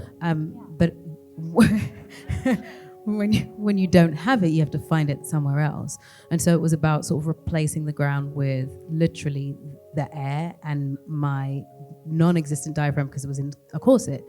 So it was just like a real learning curve for me. I was really determined. I really wanted to do the song justice, and I really wanted to do the stunts because I wanted to feel like I was flying whilst I was singing this song. So I just did everything in my power that I could, and I, endured whatever bruises and chafing and whatever was necessary to. And listen, the word chafing sounds funny, but the reality is it's painful, but yeah, exactly. Is what it could have sounded like, but it was much it was necessary. I wanted to make sure that I could experience both what flight felt like and what it felt like to sing that song in one. And I hope it was worth it. Yeah, I think it was worth it. I'm gonna go on the record and say I think it was definitely worth it. It's so thrilling, and I think something that seeing the credits roll and from the movie and thinking about where we are in this industry and Hollywood and entertainment and Broadway and theater, just the sheer number of names that scrolled down during the credits, hundreds of musicians, hundreds of dancers, hundreds of production people, costumes, sets, everything, every aspect. It was such a full ensemble of artists that you got together to make this film. What was it like to corral that, and what does it mean to sort of be responsible for all those people and to make sure that their artistic vision comes to fruition? And in line with the movie as a whole. It's a mind fuck. You wear it well. We have the best job in the world. We get to go into Oz. What filmmaker gets to go and build Oz? And you get to do Wicked. It's never been an animated movie. They never recorded it on the stage. This was the greatest opportunity and fun time you could have in making a movie. And more than that, we had something to say with this. I think when we all got together, it was this isn't just a Broadway adaptation. This is at a moment in our world where people don't know what's next. And these girls offer two roads to what that could be. We all want to be Elphaba. We all want to, because we all feel that way, and we all want to explode into the world and say, never again. But in a weird way, we're sort of Glinda. we're debating, should we, can we, is this best for me? And I love that they sort of find each other in the middle, and that's sort of what I think the course of both movies will do. But it is a huge task. I couldn't have done it obviously alone, but I think we had to put the horizon line as high as possible. And when you do that, and we put the script on the wall, and we put emotions to each scene, because I don't know how to tell Paul Tazewell how to design, but I can say, you and Cynthia go away, but yearning is the scene. What's the clothes that she needs to wear for you? And what's the hair? What's the makeup that she needs to do? And for Popular, this is her superpower. She's actually sharing not just a silly thing. She's sharing her actual superpower, influence. So I don't know what she needs to wear for that. I guess it's a peignoir. I don't know. But I've never heard that word before. But go do that. And for Defying Gravity, it was every piece of stunts and VFX that build as much as you can because it really helps us. So we say a lot about the physical stuff, but the VFX needed those things, and they're all over this movie. And I think all of those things together, and each of us thought of if we're blowing up this idea of the Wizard of Oz, of this American fairy tale, with this new idea of what a hero looks like, of what a villain looks like, of what you're supposed to do, then each character needs to ask their first question, their first real question in Oz. And I loved mapping that out when Johnny's in that forest. And he asks, and his brain breaks, which is then you wouldn't be so unhappy, and watch each of them break open. So to me, it was all the big spectacles, but everybody understood the beats that they were doing. They would come to our rehearsals, all the department heads, and we'd walk through everything, and Marc and Steven, we'd all be talking through this constantly, which is maybe why we talk a lot about it, but we've talked about this. And then each would take their craft and their language and infuse the movie with that. And I was just like, let's get it on film, get those things in jars, and let's try to see, so.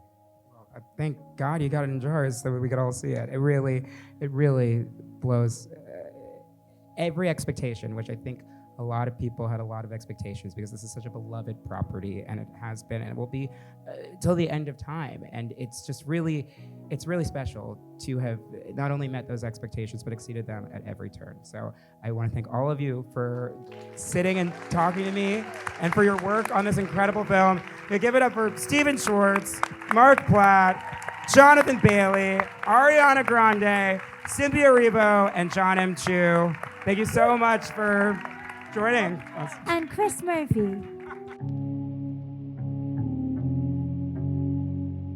I am thrilled and beyond giddy that we have this wonderful collection of people here to talk about Wicked. Please put your hands together and welcome director Jon M. Chu, ladies and gentlemen. Keep it coming for producer Marc Platt, please. Raise the roof and welcome her home, our very own Cynthia Erivo!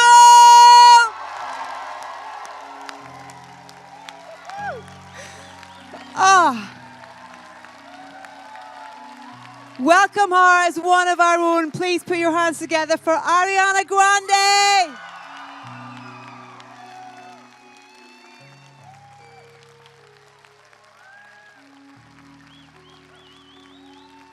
Keep it coming for the wonderful Jonathan Bailey! And last but by no means least, your wizard, Jeff Goldblum!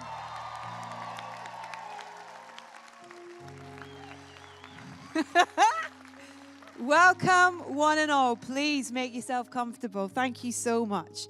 Just want to check in with our audience. Are you all okay, everybody, after that? We're not. Congratulations. What an extraordinary film. It's just wonderful. To create that feeling in people from your work, it's just fantastic. Jon, I'm going to start with you, if that's okay, please. Sure. What was day one for you on Wicked? What was day one?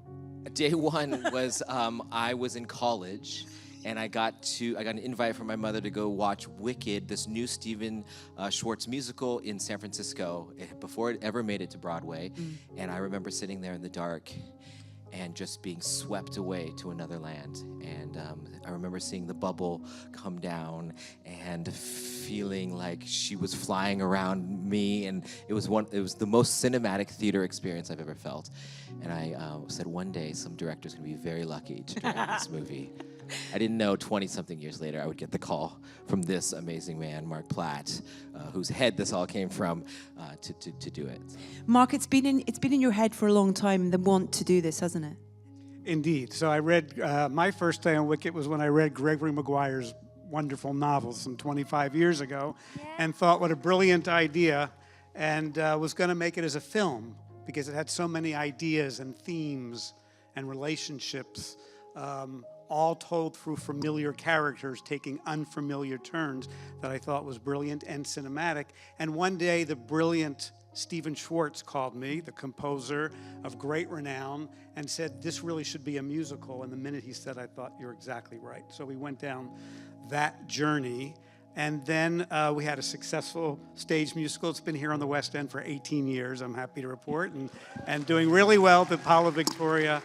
And then I waited 20 years, and there were many, many reasons I waited for all those years, but the real reason was I'm the lucky one who got to work with this man and his talent and imagination and skill, but also his heart and humanity that lie at the center of Wicked. And I'm the lucky man who got to work with all these gorgeous actors and who bring truth and integrity and so much to the experience that you all had tonight. So I'm the lucky guy. Oh. Thanks for sticking with it for 20 years as well. It's kind of like, this will happen. I will make this happen. And you have so beautifully. Cynthia, I don't know where to start with you and this. Just, you feel your soul coming out of this screen and this performance. It's so beautiful. Congratulations. Thank you. Thank you very much. And I know before even cameras rolled, you put so much work and prep into this, and wanted to give this everything. That last phenomenal scene that we watched, that number, that's all you. That's you committing to that. But that's the great thing about this performance, and what you gave is the small moments to the huge moments and everything in between. What was the most important part for you to start with? Where did you need and want to start with? I think the most important part for me to start with was finding the bravery to put her vulnerability right beneath the surface so you could see it, to put all the things that I might be scared to show on the outside, and to use that as the fuel to feed her as she goes through her journey. She has to take lessons. These lessons come at her and teach her to love herself more and to be who she is. And that journey that she takes is often quite painful and lonely. And I think I had to learn to not be afraid of those lonely moments. She spends time with Glinda, or often she's by herself. And so those moments where she is alone, I had to learn to be okay with that too. And that's kind of where I wanted to begin. And I felt like even the vocal journey was a bit of a map through what she was experiencing. So she doesn't get to start at Defying Gravity. She starts with The Wizard and I, very small. Did that really just happen? Tiny. And then grows. And I think that allows for the storytelling for her and where she is to keep growing until you get to the final cry. Yeah. And all those moments as well are kind of the story as well as your performance are told with tiny little nuances that are important, whether it be costume and every part of it is part of the storytelling, isn't it? Very much so, yeah.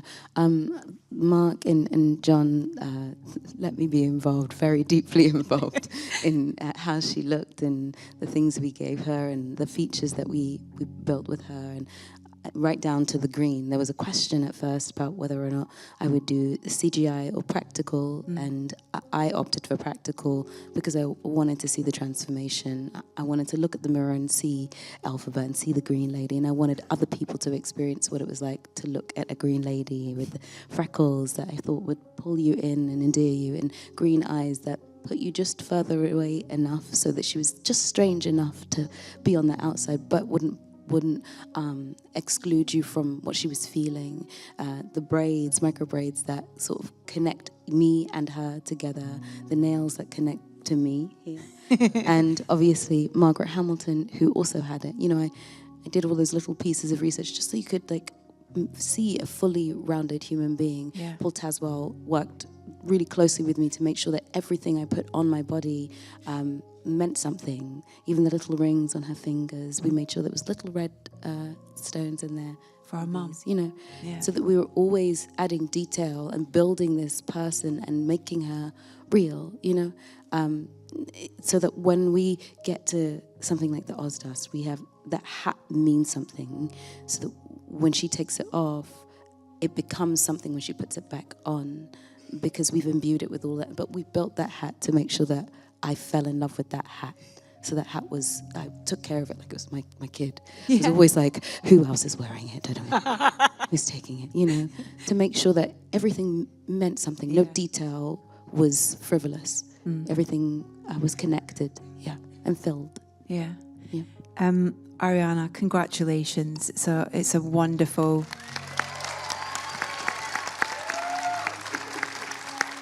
It's a wonderful performance. It's a wonderful partnership, and it's the comedy that you bring to it as well. You've got this in your bones. This, all of this. I mean, everything. That was very good. It's very good. Your neck must have been killing you. Do you know It what I mean? was.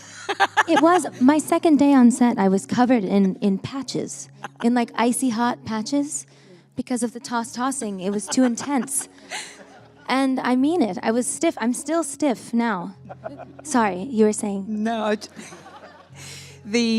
The performance that you give, you know, the dramatic side to it, but the performance, we know and we love you as a performer, but this is a different side to you that you committed to, you know, the soprano side to it as well, and going to places that were in you, but maybe kind of, I heard you went to Wicked School, which I think all of us would like to go to Wicked School with Stephen, you know, and kind of spending some time with him by the piano and singing. And how important was that in terms of, I guess, giving you the tools in your belt to then, when you are on set and when you are in these scenes, that it's second nature, that you are Glinda and you are kind of having fun with her?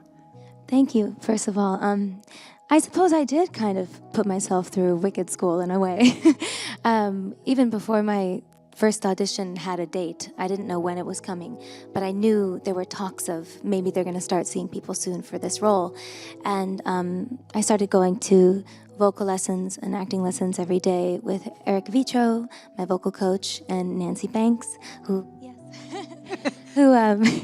they're just really beautiful. I mean, I worked really hard to train the muscles of my voice to sing differently, because Glinda has a very different voice. She's a coloratura soprano, and just like any other muscle in the body, you know, your vocal cords have to be trained to behave a certain way.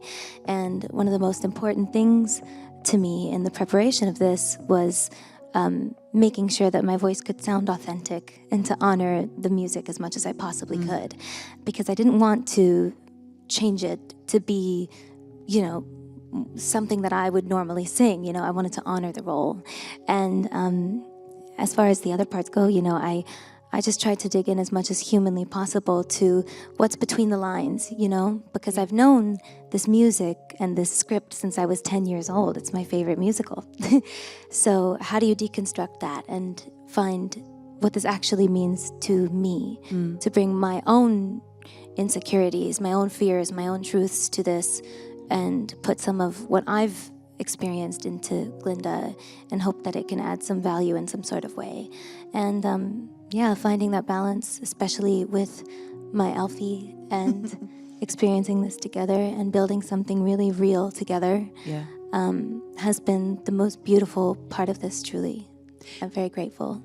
Were you prepared for how collaborative and open Jon would be in terms of listening to your voice and listening to what you saw and wanted? And I believe, you know, for example, Popular, you know, in that number, you were really collaborated on whether it was the gadgets or, you know, kind of improvisation kind of moments that you saw the character would do. How did you expect that, and what was it like to kind of have that freedom with the character and collaborating with Jon on it? I mean, that was, I feel like I sound like a broken record, but that was my favorite part, really, was, I mean, Jon Chu, and what a gift he was to all of us.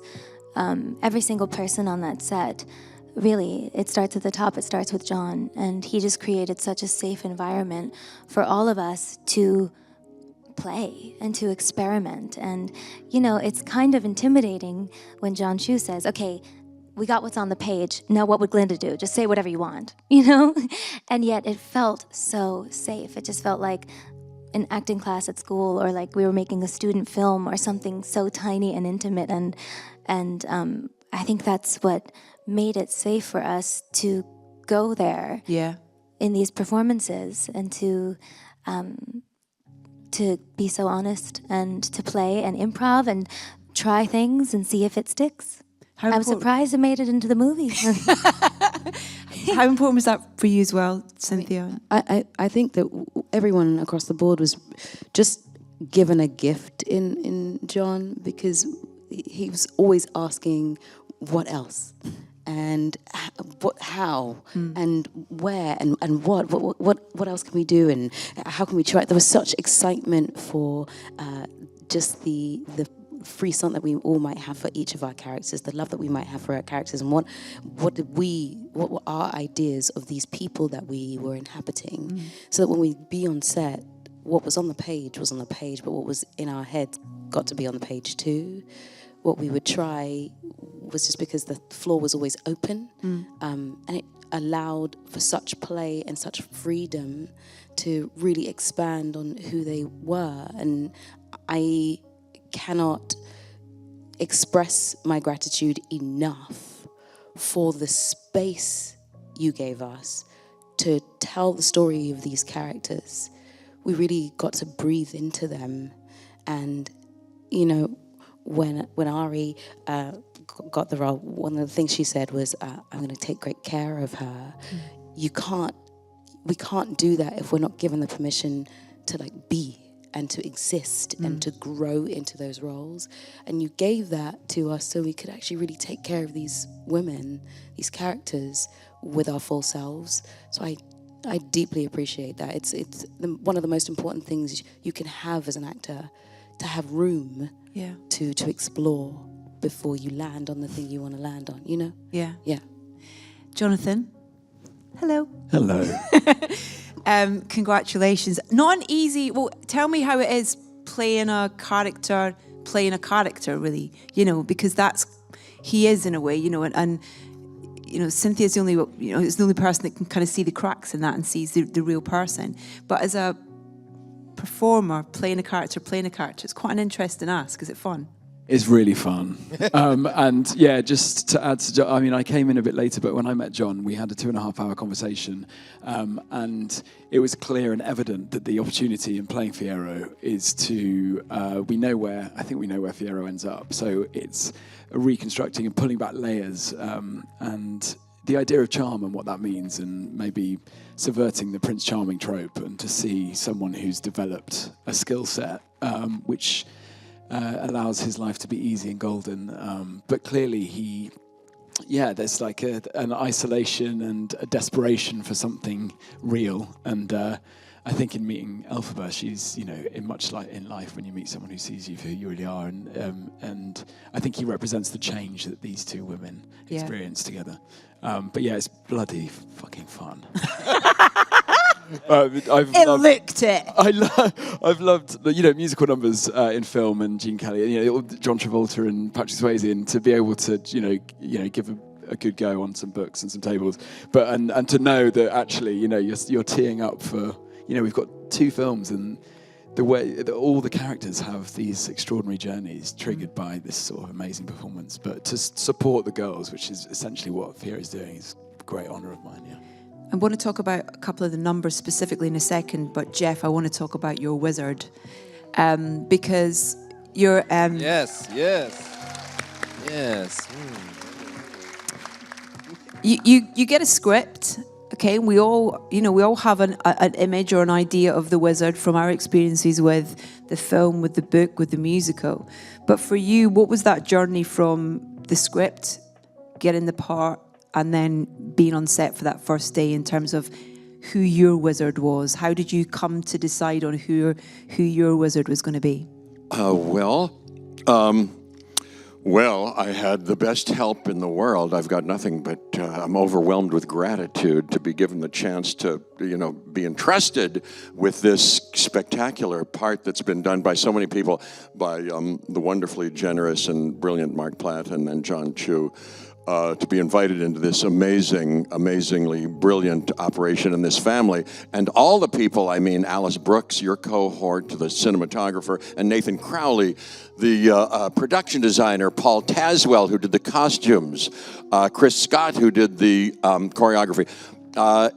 Just amazing. So first of all, I came at it with already opened up by a portal of gratitude, and then to be included in this amazing cast, which is a dream team headed by those two women for whom I have the utmost respect as people and artists and accomplished, who give the most virtuoso performances, and being near them while they were doing it was just a dream come true.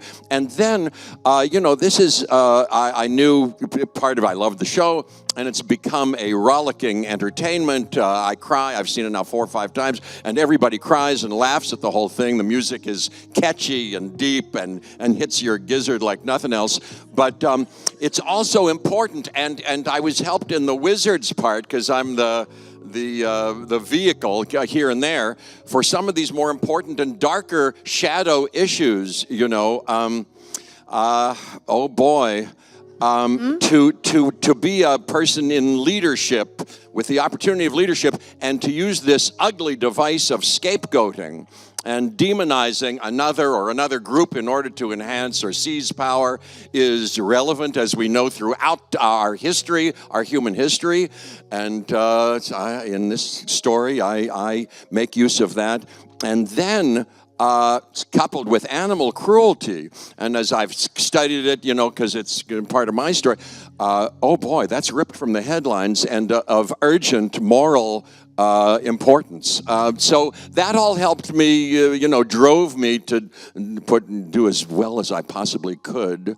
There we go. And I was also a little bit inspired because to see this story, which I found a kind of parallel. Robert Moses, I'll bet. That story, that Robert Caro book. He was a builder and an idealist early on, and was hailed as a kind of a wizard of city building. But power, as in the case of the wizard, I think corrupted him. Too much power corrupted him all way too much. And he was at one point going to decimate Lower Manhattan, if you can imagine. And one woman who had courage and integrity stopped him cold. One woman stood up to this toxic, systemic, patriarchal disease and stopped it. And our movie has something to do with that. And I was so proud to be, have a chance to act out part of that story. Amazing. Thank you, Jeff. I want to talk about creating Oz, in terms of how, it's so beautiful. I think we all want to go there immediately. But in terms of for you guys and, what your vision was, but Marc, in terms of helping, create that, make that happen, for you guys, for it being there, to be, for it, as much of it as possible to be real, to, physically touch it and have it there, how that helped and how important it was for those, for those scenes and those moments. I mean, what we see, so much of it is real. Yeah, we built Emerald City that you could go into any store. You could look at the labels in the salon. You could Munchkinland. That was a real place. I mean, it was muddier, but it was a real place that we had. And we built a 60-ton train. We built we planted 9 million tulips. The studio was not happy about that, but we did it anyway for you. Now, I felt a responsibility. Oh, the waterway. I mean, in Shiz University, it's a real, that's real water and real boats. Ariana's mom bought the boat. She says she did, but I don't think she did. I looked for it just to make sure she wasn't kidding. I want it to Spoil a Christmas present. Okay. From the very beginning, when I was talking with Marc, I was talking to the girls, I felt a responsibility to make Oz real. Yeah. If we're expected to believe in the relationship and believe the stakes that they're going through and believe that they actually care about a land, then who are the people that live on the land? Who are the Munchkins? Why should we, if they're optimistic people and they are led by a strong leader, whoever it may be, then why is it that they ultimately stay here in Oz, and why do they want to fight for it? So that means that it can't be a dream to us. So, in the beginning, we drop into the most famous crime scene in cinematic history, the water on the floor. And you see the most iconic image of the hat. And we go out and we don't just skip over the land. We see the landscape, cracks and all, dead trees, alive trees, whatever, to really establish this place, this real place, so that the girls, when they come in here in this story, we know what their relationship with this place is. There's a history of animals having been there before. Shiz was built by animals. It was educated by animals, so that now we see what happens when the wizard has come in. He's put the emblem of the wizard. When it falls down, you see that there was history there. We dig it more later, but those things were little details that really helped build a land that they could then live in and have a real relationship in. That was at least my responsibility of really making sure we did that for them. Big ask of you, Marc. Yeah, but I will say that although it's a beautifully lavish in the most positive way world that was created by Jon and Nathan and Paul and Alice's shooting and Dave Smith's lighting, all of it, Wicked is so much about the truth, because we can all remember a world where there was truth and getting at the truth. And so to Jon's point, to make it authentic, to be true, to find truth, for these actors to find their truth as characters, the world had to be true and real and authentic in whatever our imaginations were of that world. And that's why it was accomplished the way it was. What did it feel like? Oh, it's truly a dream to be able to be on a set that is tangible, that you can touch, you can feel. Nathan Crowley built something beyond belief, but right down to the most intimate spaces. Our dorm room was detailed right to the book on a shelf. The glasses, the table that we put it on. They took such great care of our artifacts, the things that belonged to these women, so that they were lived in. And it means that, yes, you can use your imagination, but also you spend less energy thinking about the space around you, because the space around you is alive, it's already there, so that you can actually concentrate on the space between you, right?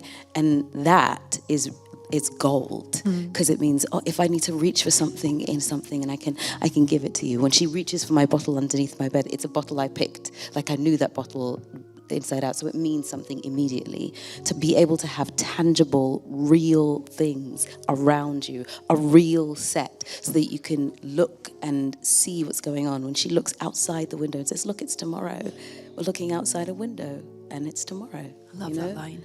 It's one of my favorites. My favorite. I love that it. line. I want on a t-shirt. And you say it beautifully. Thank you. I love you. I love you.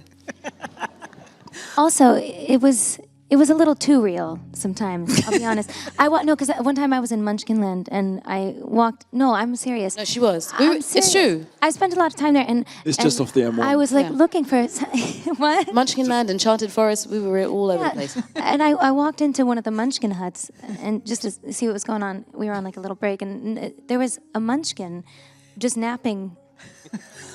Yeah. In the Munchkin hut, so it was very real. But and I know it's funny. No, it's true. I know it's funny, but also it's really powerful at the same time. I know it's like funny, but also to be performing No One Mourns the Wicked, and there's this massive propaganda of this caricaturized version of your best friend's face with all these nasty words on it is not easy to look at, you know? Yeah. And it takes that kind of collaboration and that many brilliant creators behind, that aren't here sitting with us talking about it right now, that make it possible for us to feel those real feelings. Yeah. There's a massive effigy of Elphaba that I have to set on fire, and it's impossible to sort of navigate that feeling, you know? Yeah. And I remember on the day you were so emotional about it. That's how deeply she was in Glinda. And we kept talking about how much do you want to show? How many? Well, these are the people you're supposed to present to. So I loved that you were in it so and far. we have to still kind of not let them see all that just yet, Yeah. you know? Yeah. That was really hard. Yeah. Because that's my friend. And your brain doesn't know the difference between what you're performing and seeing, especially at that point in the game. We're so in it. Yeah. And your brain doesn't really exactly know the difference. Yeah. Yeah, it's just that look, that kind of almost like, it's like a really split second just before you sort of put the torch on, and you can really sort of get a flicker of the pain just in that expression. It's wonderful. It's so powerful. Am I right in thinking that the first musical number that you shot was What Is This Feeling? Yeah. And that's got the number of setups. It might have been popular. Was it popular? first? Yeah, it was popular.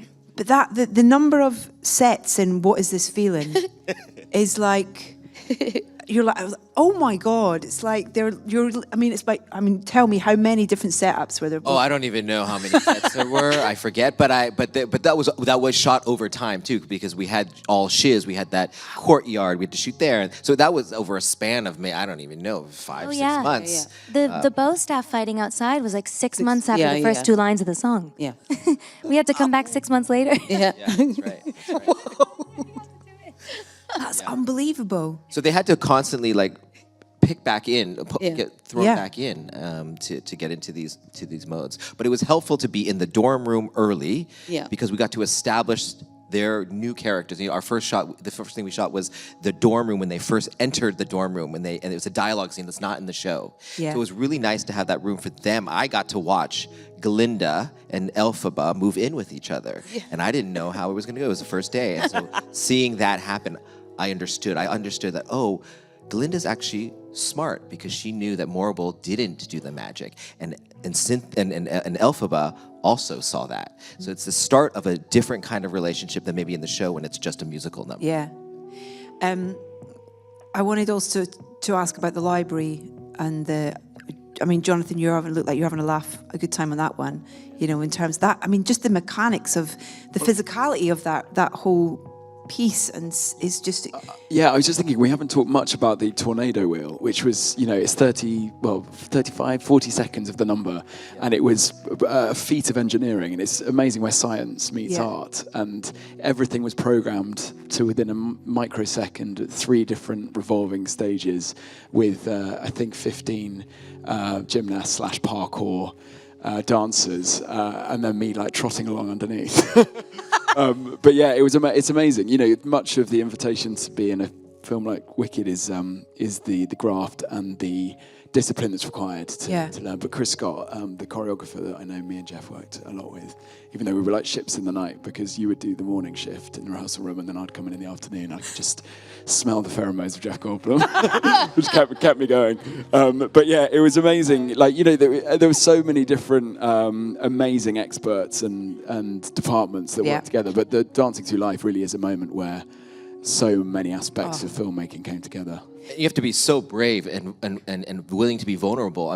He was learning these dances, getting in there. The insurance didn't like us throwing you in there because you could get your head chopped off from the ladder. We were very safe, don't worry. And but yeah, he had to be willing to do that. Yeah.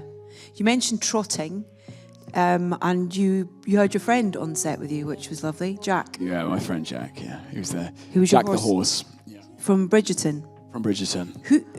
Who did Jack's voice in the film? I don't know. Is it you? It wasn't him. No. It was a new person. Okay. I'm not going to tell. Name right now. But, okay. He really is. I like it. A secret. It's such a good voice, isn't it? It's a great voice. It's a great voice. The horse and the Tamarin monkey for me. The Tamarin monkey and Something Bad. The little tiny guy. Never mind. Well, later. I'll come back to that. We have to talk about singing live. And just why that was important, and also we feel it. You can. It has the energy. It's the performance. It had to be, didn't it? There was no. Yeah, we it wasn't really a question for us. We knew immediately that we wanted to sing live because it allowed us to get closer to the reality of our situations. Yeah. It gave us the space to play even more. If Ari wanted to improv, then there was space to do that. If I needed to take a breath and elongate and a vowel sound, then I could. If our voices broke with emotion, then we could. And sometimes we would start in silence, and instead of singing to track, we had a live pianist on set, Dominic, who is beyond, who would just be on set and would be ready to play at any point, so that he would start once we found the rhythm. But it meant that we were always telling the truth of the matter, and on top of which, this is a musical. Both of us, all of us really, know what it's like to do 8 shows a week on a stage and sing live on a stage. And there are hundreds, if not thousands, of women and people who have gone through the college and university that is Wicked on stage, who have sung this 8 shows a week. So there was a really sort of it was an honor to be able to sing it live, but we could not have done that without the set being made for us to sing. Simon, who is one of the best sound engineers in the world, who I saw last night at the opening, was so serious about making the space correct and ripe for the sound of our voices. The whole place was like a live recording studio. Mics in anywhere you could think about, in my hat, in our lapels, in the ceilings, so if a wind was flying at us, you could still hear us clearly. If I was doing a loop-de-loop whilst flying and doing Defy Gravity, you could still hear me. If she was hanging on the chandelier, you could still hear everything. And it meant that we had the freedom to just sing and play, and it was just as important as the words coming out of our mouth when we were doing it. Yeah. Cynthia's referring to Simon Hayes, who's one of the ought to be a great national treasure here. Yes, one of the very great much sound folks. And I've done about 8 or 9 movies here. It's a wonderful place to work, mostly because of the craftsmanship that the crew puts into it, from every builder, every electrician, all the way to Simon Hayes, who I won't do a movie without. So credit to all those wonderful craftspeople who helped, starting with Simon. That's how it worked, really. I love Simon. I could talk to you all night about this film. I think we should all watch it again. I can't wait for the next part, and I can't wait to go and watch it with my mum and my kids and my mates, because it's a rare thing that you have the opportunity to watch a film with like generations of people and you all can take something away from it, and this film does that. It just gives so much to so many people. Thank you for all your brilliant work. Thank you so much. Thank you. Huge round of applause for our wonderful, wonderful Jeff, Jonathan, Ariana, Cynthia, Marc, and Jon. Thank you so much, folks. The work of art that we just saw on screen, it took a long time to get from the Broadway stage. It took 21 years to get to this amazing finished product. So I'd love to start with Marc and ask you, was there ever a moment in those sort of 2 decades where you were like, this might not actually happen? Like, was there ever a moment where you lost faith that you would get to this moment that we're at right here? I never lost faith. I was just patient, and I got to work with Stephen Schwartz and Winnie Holzman, and knew that Winnie would write the screenplay, and she was so prophetic what she wrote 25 years ago. It's like she wrote it today about the world we live in, and that's a credit to her. It really is a great credit to her, and Stephen Schwartz and his brilliant lyrics as well, and their vision. But I used to always, as we were making, I would say to Jon, we don't have to make the movie. And I always felt like I wanted it to be a movie, but it had to be the movie because it was beloved so much, and I wanted to honor the fans and honor the material and honor my daughters, who I started in the beginning because I wanted them to see strong women portrayed on the screen. And women who could speak truth to power, which is what this is about. And I had to wait for Jon Chu. And Yeah. and thank goodness, or thank Oz, he came into my life and then brought this beautiful, glorious, and talented group of actors. So Yeah. that's my story, and it's all them. That is really, it's really incredible. I mean, Jon, your vision in terms of taking this sort of like gem of a Broadway show, beloved Broadway show, and expanding it and even bringing a new dimension to it is so fantastic. I'd love to know when you sort of first came on board, because you've had a long history with Wicked too. You saw it in 2003, an out-of-town tryout. How did you know what to do with the stage adaptation? Like, where did you begin your artistic journey with this film? Well, one, I was a fan. I saw it in San Francisco, like you said, and it just blew me away sitting in the dark watching it. It swept me away like movies when I was a little kid, and it was live theater. And even to today, when we were making the movie, I would remember what it felt like to see her float in the bubble coming down, what it felt like when she rose into the sky. And in my mind, I was like, oh, she flies around, right? I'm like, no, she just goes up on a rise. I'm like, I swear she flew around. And I think that was the main thing, is the translation. And everyone, Wizard of Oz is so personal to everybody. It's personal to my family as immigrants, and my family came over. That Wizard of Oz, the Yellow Brick Road, the wizard that would give you your heart's desire. It is. We all have our pieces in this. It's the American fairy tale about the American dream, and where we are. Even what's interesting about the timelessness of it is that yes, what's happening now didn't exist when they wrote it, but but these scenarios always did, and everyone always rose above it. The resilience of the people always rose above it, and I love that we get to remind people of that you have to just keep walking. So for me, it was how do you get the big scope and use the tools of cinema to sweep people away? I really believe that movies, and I saw it with Crazy Rich Asians, really can change things, really can make a difference. Like when you see that, there's no going back.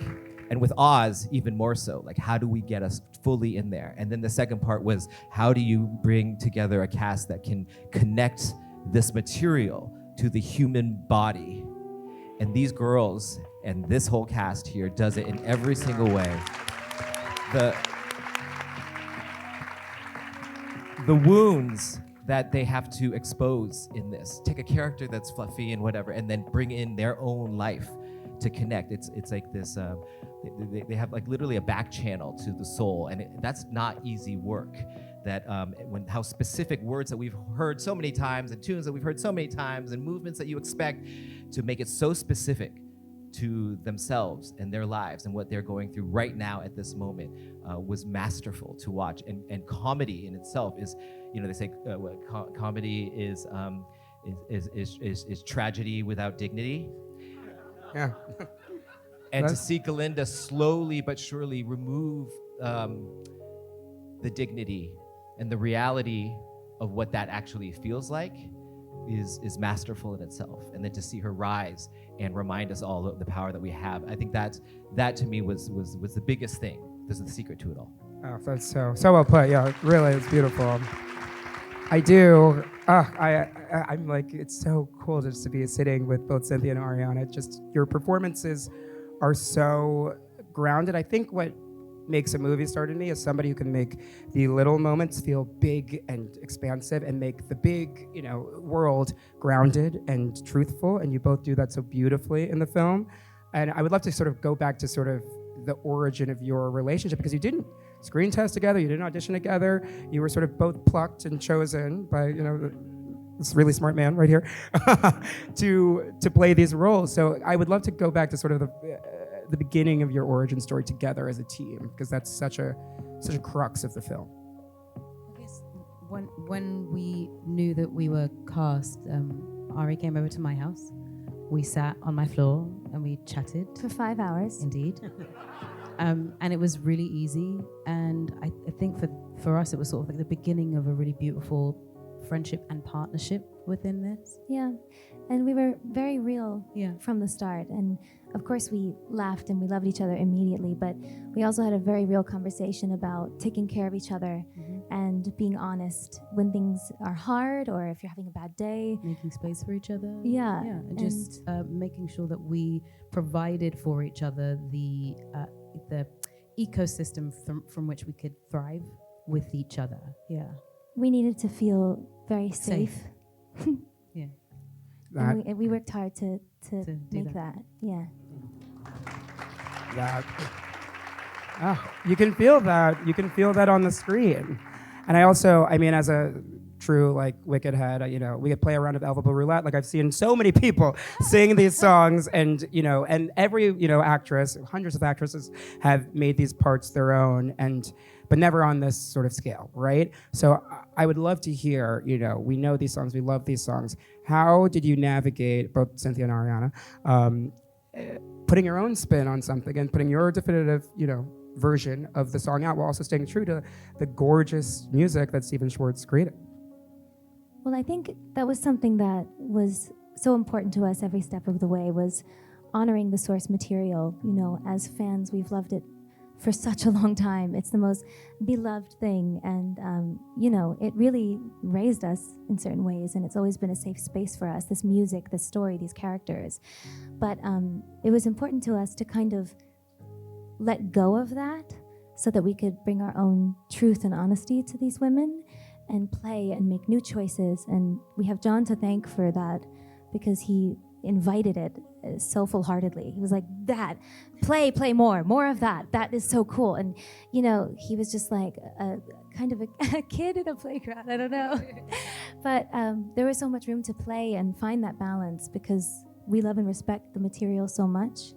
But we also wanted to find our own truth to it, of course. And I think that came from our relationship.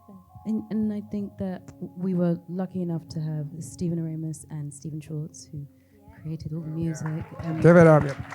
Sort of their watchful eyes over us. And both Ari and I really wanted to honor the music that had come before. And as we were, advancing on the music and doing our pieces and singing, Stephen Schwartz would be like, yes, and more and more.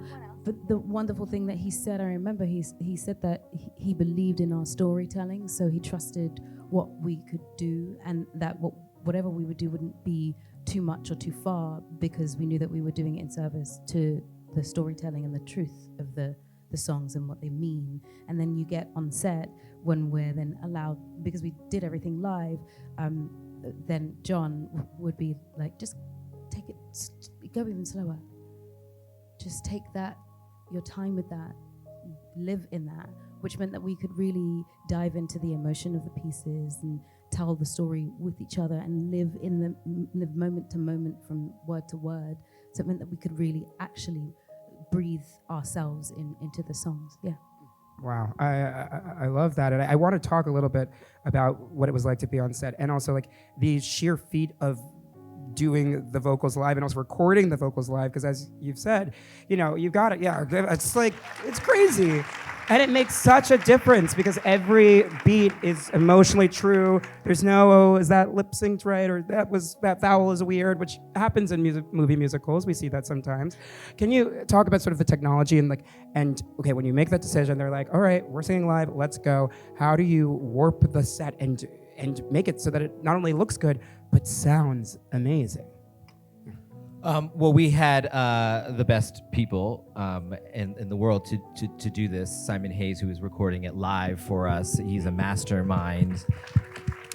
He was he would get very angry if anyone would make any noises, including the birds in the rafters that would sing when she would sing. The birds would sing, and he put on these sounds of birds of prey to scare the birds. And she's like, "The birds are with me. Don't Stop it, Simon." Bugs. Anyway, so there's a lot of technical stuff like that, but we didn't plan this before. I mean, we do pre-records to have for rehearsals and to be ready. And I at first I'm like, listen, we have the pre-records. We're gonna throw wind at you. You're gonna be on rigs. You're gonna be doing all this stuff. Like, you don't have to do it. And I think the first day we started shooting, and I think it was like popular, and we started doing it, and we had trouble a little bit getting in. She's like, I just want to like slow it down. I just want it. So we have a live pianist there all the time, anytime we want you. And then they have their earwigs. And the moment that they took off that veil, and by the way, this is extremely hard skill set to have, because your voice has to be that's the easy part for you, and that's the easy part for them. But it's not easy for everybody. So you have to have at that level first. Yeah. And then once you started doing it, they got to plug into their character and just almost speak it, and the music just emerges from them, and that's where the magic happens. That's where the technical stuff doesn't matter at all. And the fact that we could have that ability to do that, and they had the ability to switch on a dime, and we did that every day. One day we were like, okay, let's do it another day. We did it again. You're like, oh yeah, this is kind of working for us, and we just kept doing it. And I think that's what you feel. You really can. The vibrations. Grips were singing in the corners, popular. They were like bouncing to their cars. And the birds, and even the birds. Wow. Oh gosh, I love that. I'm a theater kid. I went to theater camp. I want to sort of talk about what it must have been like to have been on the set for you. You guys filmed this for like 2 years. You were there for a while, for a long time. So I want to open it up to Jeff and Marissa and Ethan. What was it like to spend so much time together? Yeah, you. Yes, Jeff. Together filming this project. It sort of seemed to me like this was probably like the best theater camp experience of all time, potentially. Yeah, Jeff, take it away. Yes. I got the whole thing. Well, a dream come true. Yes, I'm a theater kid, haven't gotten the bug. Very emotional. Especially this show. I was, a box of Kleenex, moist and wet. And the first time I saw it, but then with these practitioners, with Jon at the helm and Marc, it was very beautiful. It was a once-in-a-lifetime thing. Very, very beautiful. And Jon was great. Do you remember in rehearsal, I'm nothing if not conscientious, and I had worked on my part, including, although I was devoted, worshipped the material and Dana Fox's and your script, but I kind of tinkered with it, and then I came, and what I had done when I first saw you, I knew you were busy, I recorded everybody else's parts, and I did my whole part, in both shows, I think, and kind of just showed you my current thinking and all the some little change. You said, good, and then called in the women a couple of days later, or maybe then, you said, do everything you were doing, just go along with him. And we did something like that, and then, I had a lot of bad ideas, even on the set that he was cordial to, but then finally, thank goodness, cut me into something that looked okay. That's not true. No. That's so not true. He's We need the wizard's cut. Yes. Those sessions were the best. I mean, it's a one-man show of Wicked from his voice from his iPhone. This is not a joke. It's true. And then when these girls came in, and again, it was that sense of play. It was summer camp. And then when you got to play, then you got to release all the stuff. It's already in our hearts, but you got to release all the other stuff, and we got to create from the ground up. And to me, that was the best part of finding this new wizard. And who is he? And is he actually bad? Or is it, how far will the storyteller go? If he loves people loving him, and if he loves to entertain, if a villain, how far will you go? What will you cross to get there?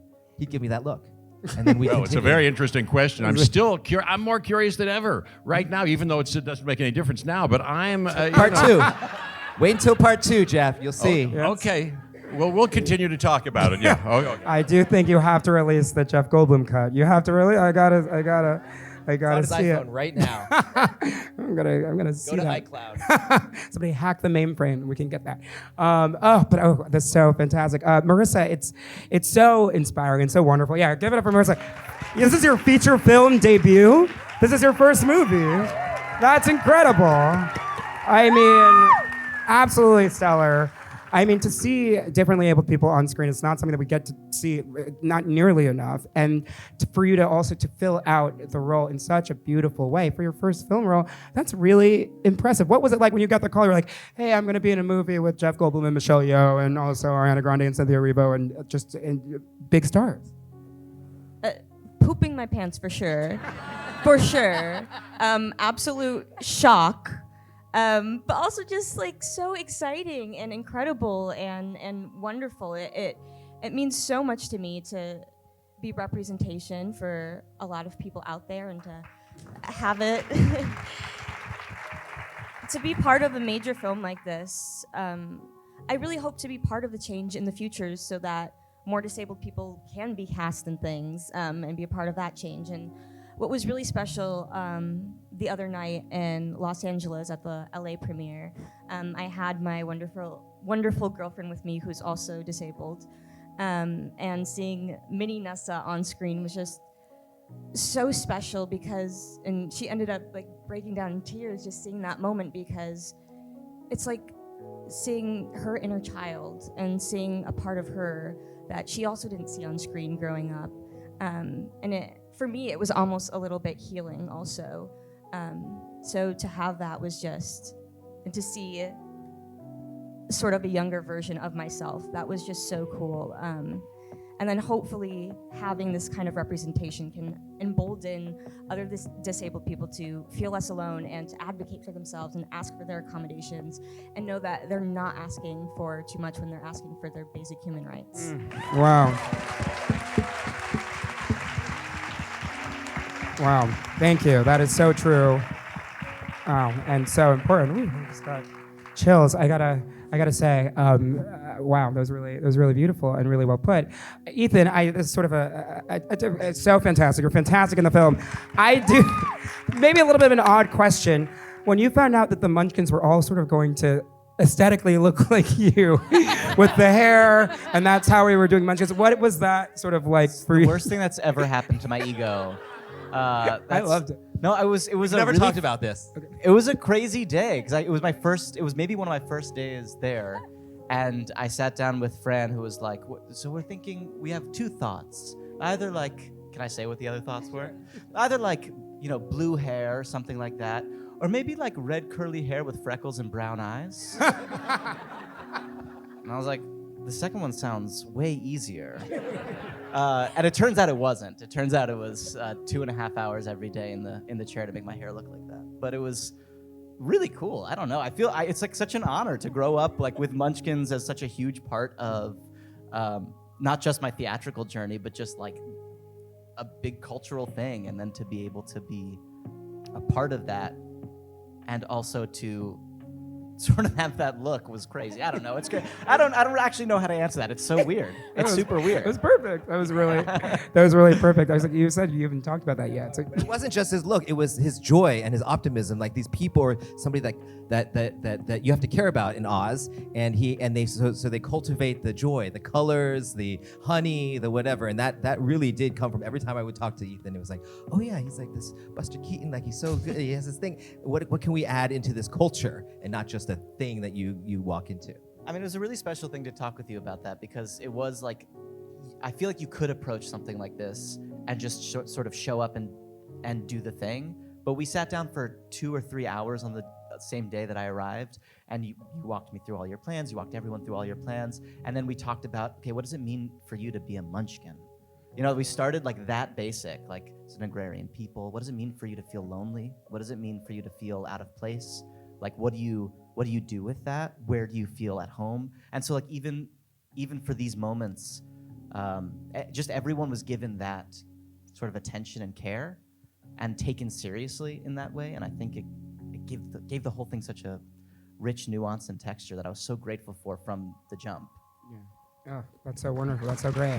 I love that you just said attention and care, because it's so clear how physical this film was. I mean, the sets, the train, the yellow brick road, the thousands and thousands of flowers. There's so many. 9 million tulips. 9 million. I'll see myself out. Millions of flowers. 9 million flowers. Can you talk about sort of the importance that you put on actually physically creating the world, and not, filling it in post or making it overly CGI, because it makes such a big difference for us in the audience. Well, I felt it was my duty in a way, because when you talk about Oz, we've seen it in many different forms. But when we're talking to this cast and to these ladies specifically from the very beginning, they wanted to create from the inside out. They wanted to create real characters, not a stereotype of some sort. And that means that Oz has to be real. That's their grounding station. So what is Oz? And we all have a different relationship with Oz, the colors, the thing. And what we did was we really looked at Oz and said, okay, what is the wounds of Oz? What is this friend that we've known but not known? And what are the people, and how do they struggle together or apart? And in order to do that, we had to actually build cultures. We had to build Munchkins. We had to build what Emerald City was, how diverse or how ambitious those people were. We had to build what the wizard was bringing to that. And that meant you had to touch it and feel it, and wanted the ground to be dirty. You wanted to have dust and scratches in these places, and for us, it gave us a touchstone so that they can then build characters, real characters that could have real reactions to certain things. And yes, that's part of actually, even the process of acting it, to see a giant wizard head that actually moves, which took a crazy amount of engineering. Or the boxes in Popular, it seems simple, but there are like giant men in small spaces and wiring that could crush your toes if you get too close. And the chandelier had a guy up there for safety to spin her around because she's actually very, very high. These things were there in place so that we could take the characters seriously. And I think credit to Marc, who defended us against the studio in every way, and credit to the studio for believing in that. They were very supportive. But our ambition was, we're shooting the moon. This is Ben-Hur. This is Lawrence of Arabia. You get one shot. This is legacy. And that hopefully gave us a little bit of a palette for them to play. I walked in on a munchkin taking a nap. In Munchkin Land. Inside the munchkin huts. And there was a munchkin sleeping. Anyway. That's really, you don't say that every day. That's crazy.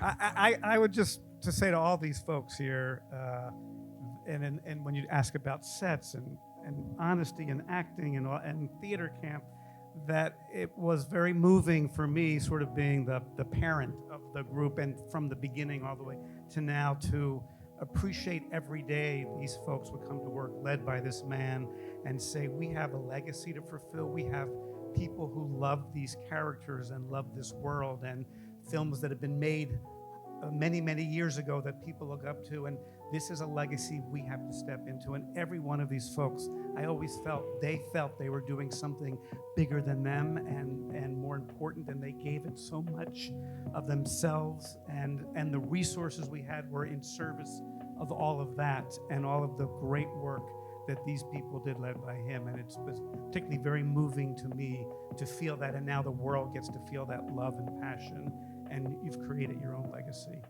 from Oz. Wow. But 9 million tulips? But really? 9 million tulips. It all comes back to that. Wow. I think that was so beautiful and well put. And I do think, I would be remiss to not mention, after, the week that we've had in this country, we're all looking for something to escape to, but you watch the movie and you're like, wow, this is actually a story about these times right now, sort of thinking about the wizard and, a leader who has created a cult of personality and makes people do whatever he wants.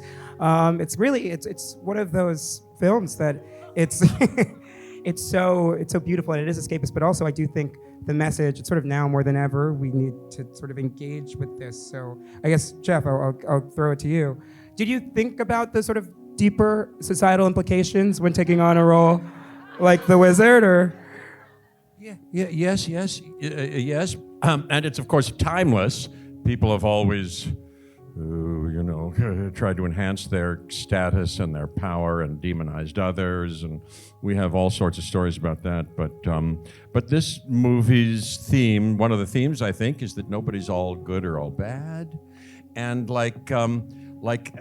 sometimes when you play even a so-called bad guy, as we all know, the cliche is, but it's true, you have to, if you're that person, you justify what you're doing, and it's complicated in this, my relationship with Madame Morrible, and who knows how that started, and what that's gonna be, and all of that.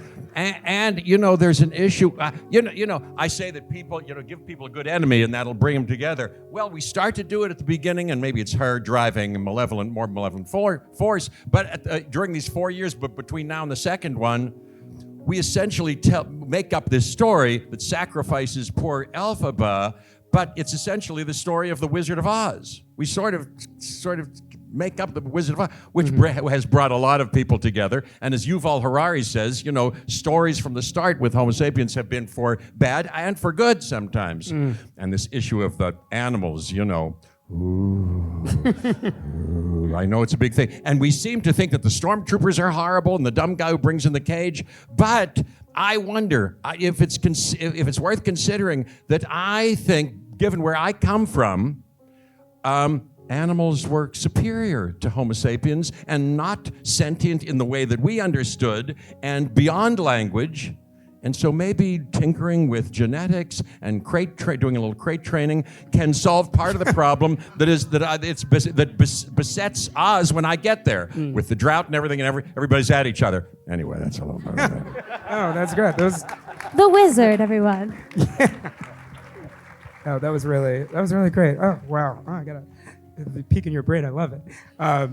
Wow. I think this film, I know we have to sort of wrap up soon, and I have there's a million questions about every scene and every moment. It's all so artfully put together, and it becomes such even more than some of its parts, and all the parts are so wonderful too. And there's another part still yet to go. So I guess for those looking forward to to this time next year, I guess I'll ask Cynthia and Ariana, what more is in store? Because it feels like you gave everything for this, but what more is in store? Well, we've only really just begun to sort of crack open the relationship that these two women have. They have such a long way to grow, and they have more heartbreak, they have more love, they have more learning to do. I think that their darkness is explored. They grow and they grow up. And what that means to them is very different to what you see here. And I'm really excited for everyone to see that sort of exploration. We were sort of given carte blanche in this second piece to really just stretch our wings. One thing that came to mind when Marc was lauding us and giving us wonderful praise here is that when a lot of our discussions would happen in my trailer. Like if I had an idea about what was coming or what older Elphaba needed or wanted or would grow into, he would happily come and sit by my side as I was getting greenified, and just discuss an idea, even if it was just about a piece of clothing or a hairstyle that would influence and change the way she moved or how she looked or the extent of her vulnerability, because that's something that I really wanted to explore with Elphaba, just her vulnerability more, let it be on the outside, because I think that we think of Elphaba one way, and what I wanted to do is sort of crack that open just a little bit so that you could see the whole human being, not just the emblem for what she has been in the past. Yeah. Yeah. Wow, there's so much to look forward to, which is really, great. Jon, if you... Oh, I mean, I was just gonna say that I heard something today that I thought was really fascinating, that like we all live in our own realities, and that we have different villains, we have different heroes, and they are, we need each other, is what I heard today, and I thought that was really beautiful. Even though it feels sometimes like the end, that there's so much more to do, and I love this story because we need our Elphabas and our Glindas. We need our Glindas to pop their bubbles, and we need our Elphabas to stand tall and keep going. And I love that in this movie that we get to show the choice, how difficult it is to when it is revealed that what you thought isn't, that the yellow brick road may not be the only path, that actually maybe it was never made for you. And that maybe the wizard isn't someone there on the other side of the curtain to save you, that you have to save yourself. And I think that Ari and Cynthia, they embody these two different sides of yourself, of when you are confronted with that, because it's not about the plotting. It's actually about what do you do when you're in this situation. Once you know the truth, every actor has a moment where they wake up and ask a first real question in Oz. And then the question is, okay, now that you know the truth, what do you do? And so everybody reacts in a different way. And I think that place that we're in right now is so interesting. Again, it is timeless because it's repetitive, but the resilience of people, and that when you decide, I'm going to walk my own road, and I'm going to go, and I'm going to gather, and I'm going to just keep walking. To me, that there is no happy ending necessarily. That life is beautiful because it's a bunch of to be continued over and over again. And I love that they just keep rebuilding. And I think movie 2 builds on consequences and how hard it is when you decide to take a certain road that nobody else wants you to take. Wow. Well, I think with that, I hope you all come see the second part next year. Part 2. Wow. Well, would you all join me in thanking you all? You do such amazing work. Congratulations.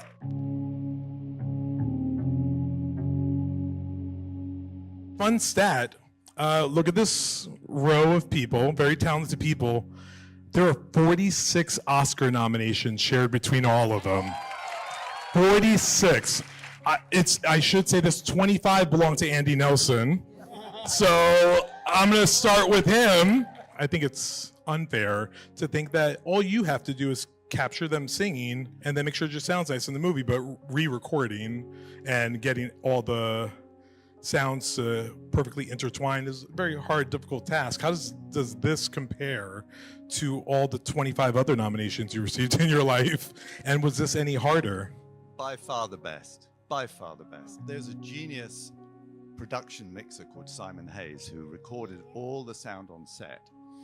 And I worked with him first on Les Miserables. We've worked together on a few films since. He captured, the genius of him was capturing all this sound. Then you put the genius of two vocals with Cynthia and Ariana. What am I going to do? All I can do is mess it up at that point because it was so much fun to play with. Jon Marquis, who did all the sound effects work, we worked together. And it was just a complete labor of love, you know. It just was, listening to that orchestra in London was unbelievable. I got used to the Broadway album because I wanted to get into the DNA of the songs and understand the balance. But I threw all that out when I heard the orchestra because this was a brand new thing. And to put it up on a screen like this, we knew it had to have this phenomenal cinematic soundtrack. And I hope that's what we did.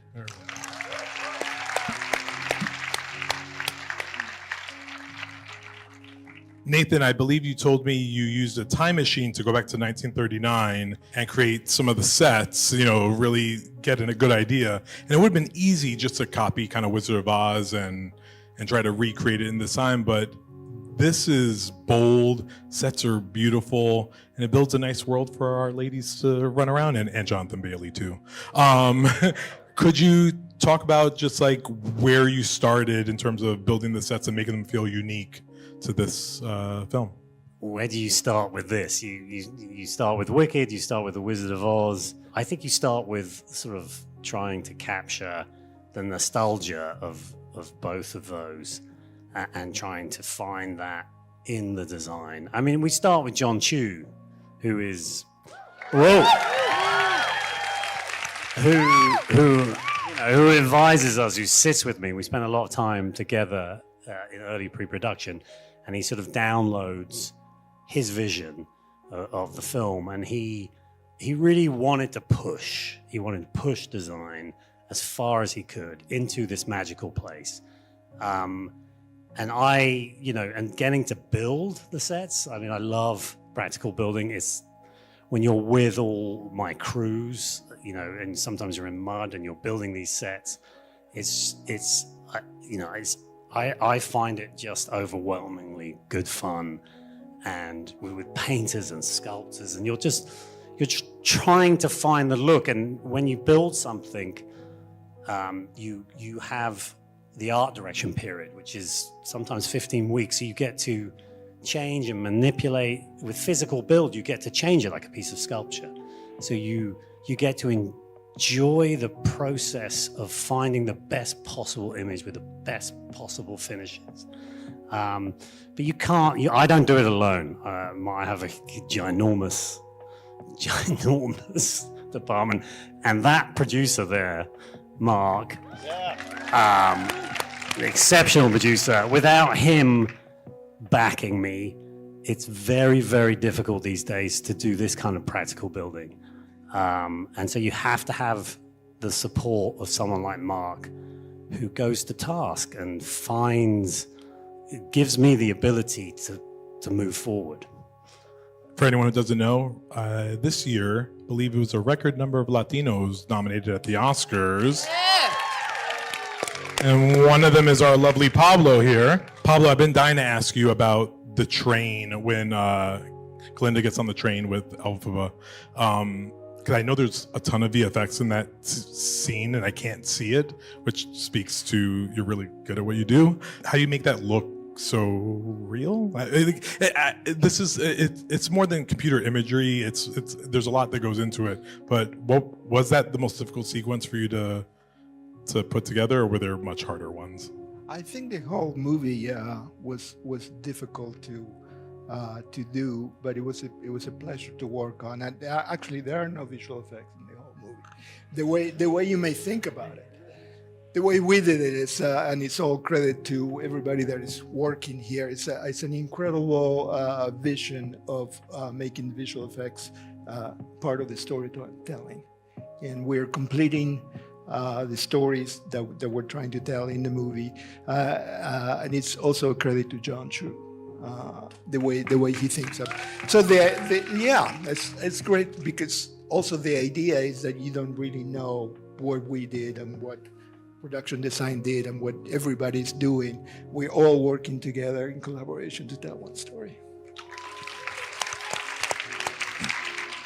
I knew you could fly, by the way. I knew that was real. John Powell, did you, I mean, I saw Wicked on Broadway, and I assume that you saw it and you said, I'm gonna one-up this for the movie, and I'm gonna put some really great music in between all these fabulous songs. Where does the composer start putting music to a film that there are a lot of Wicked heads who know that music better than you think they do? No, it was a nightmare. I didn't know the show, didn't know any of the music. Only when I got the gig, I said to Holly, who's out there somewhere, I said, should I do this thing called Wicked? And her face just went crazy. And I thought, this could be significant. So I didn't know anything about it, and I saw the films without anything other than the songs. The only thing I saw was just no music, no music. Then as soon as somebody started singing, then I heard that. But other than that, I heard everything dry. And it just was a very affecting film like that. Even, for me, I was imagining other things in there, but it was very affecting. It was very hard. The relationship between the fans and the actual material. I've never worked on anything that's been so sort of touchy. Thankfully, I think we got it right, but only just. I could have really ballsed it up. I mean.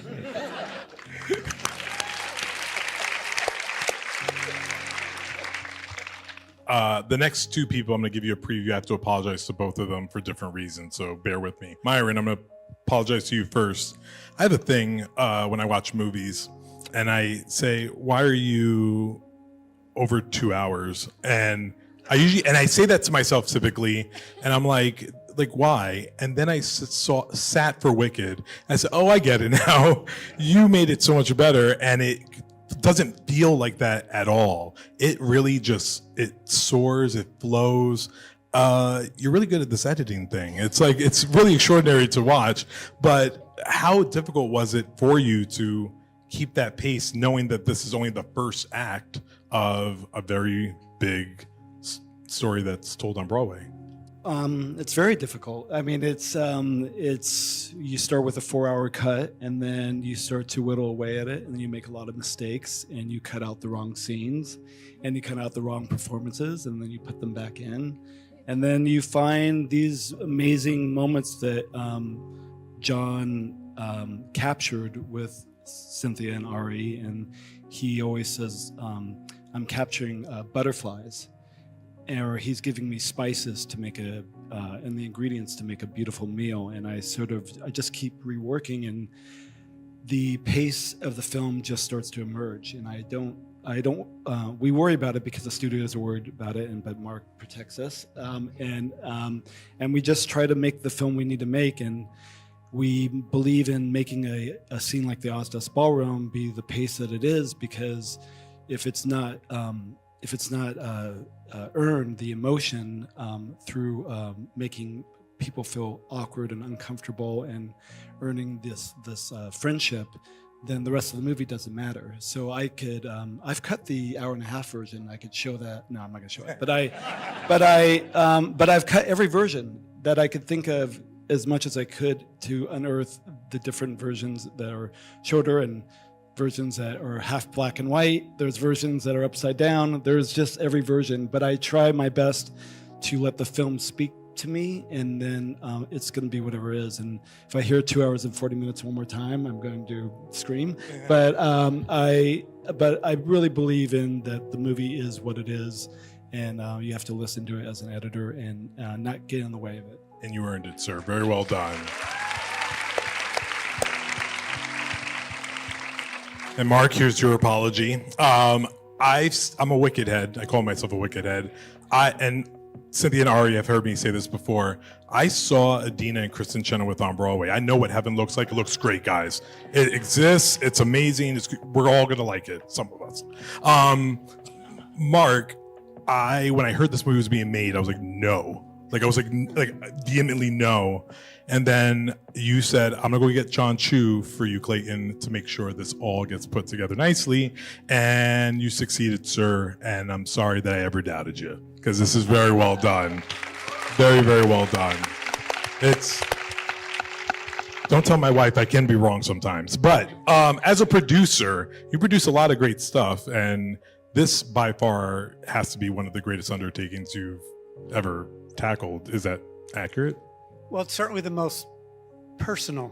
I mean, all my films feel personal to me, and the stories I tell because I want to tell. But this is so part of me, having read this novel in the 1990s and thinking what a great movie this would be, and then starting to develop it as a film, and then having Stephen Schwartz call me and say, would you consider making it a musical? And then going, of course it wants to be a musical, and then putting it on stage. And then I waited 22 years since it opened on Broadway. It's been probably 22 years. It's enjoying its best year ever on Broadway, I might say. But I waited a long time for a number of reasons. One, mostly because I didn't want to screw it up. And I felt pressure on myself and an obligation to the fans who have tended and protected and loved these characters, who've meant so much to them in the story. And so the bar was very high for me. And part of me was insecure. And I wanted to acquire all the skill as a producer and have the vision in my head of what it could be and what I wanted it to be and all the resources I wanted to do it. So I waited for the right time. Those are all the things I knew why I was waiting. What I didn't know that I was waiting for was, first of all, for the stars and the rainbows to align, that John Chu would be available and raise his hand, and he and I would connect in that way. And I didn't know that I was waiting for these two women who are the only ones who could play these roles that could be there. And if I could indulge myself just for 1 minute, indulge me, because to get to work with these group of artists, all of whom undersell themselves, by the way. I mean, the sonic narrative that Andy created in that mix is extraordinary, and the world that Nathan created that transported all of us to Oz is extraordinary. And it's not just the train. Think about the character of Dr. Dilliman and Chistry, how we felt their feelings and what they were thinking. And that's this man here. And to take a Stephen Schwartz score that's beloved and to write so much music, you're not even aware of how much music is there, but all of us feel like it's all of the world of Wicked, and it moves us, is the testament to this man. And this guy, I mean, think about the moments in the film that weren't scripted that way, where someone says, is it true you were her friend? And all of a sudden you're in this impressionistic world of seeing these two women. You don't see Elphaba, like little clips, little images. That's brilliant editing and storytelling, in addition to the music and everything. So I actually waited for all of these people. That's the truth. Amazing.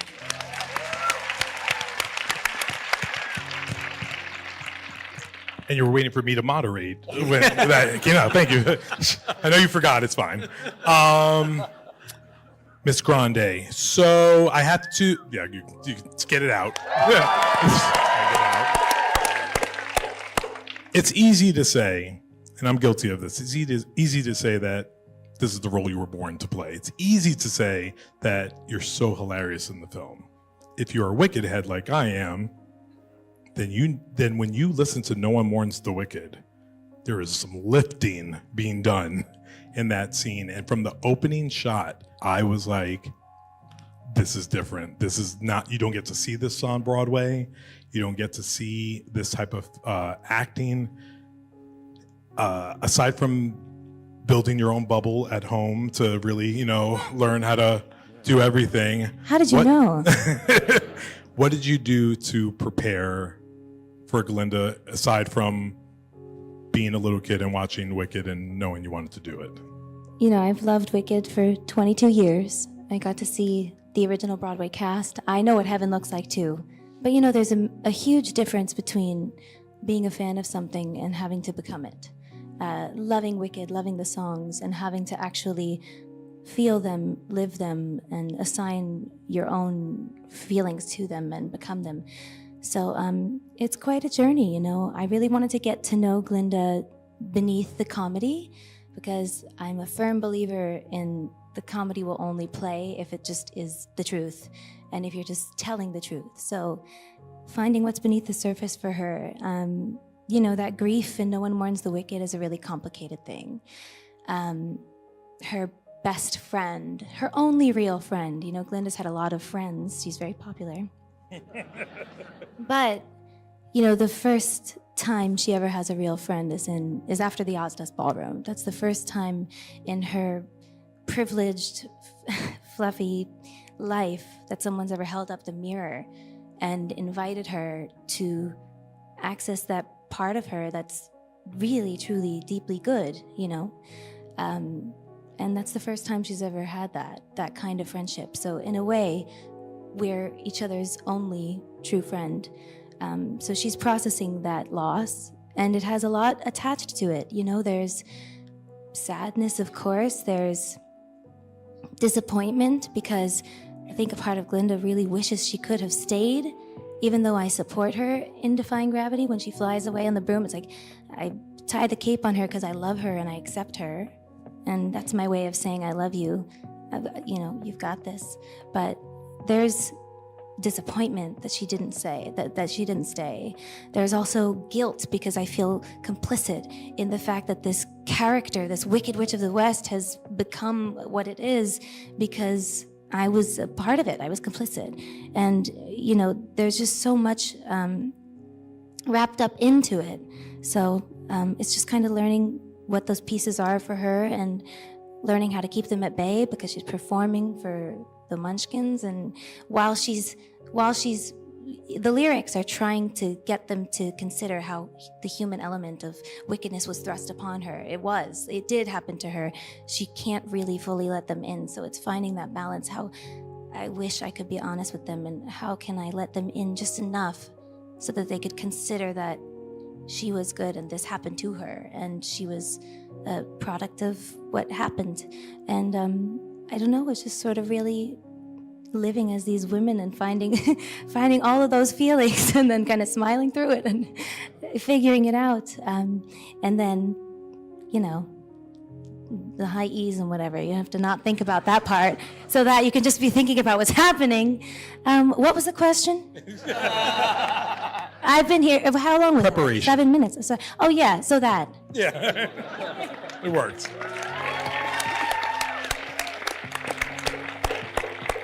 And you got an Oscar nomination for it, so well done. Thank you Very so well much. done. Thank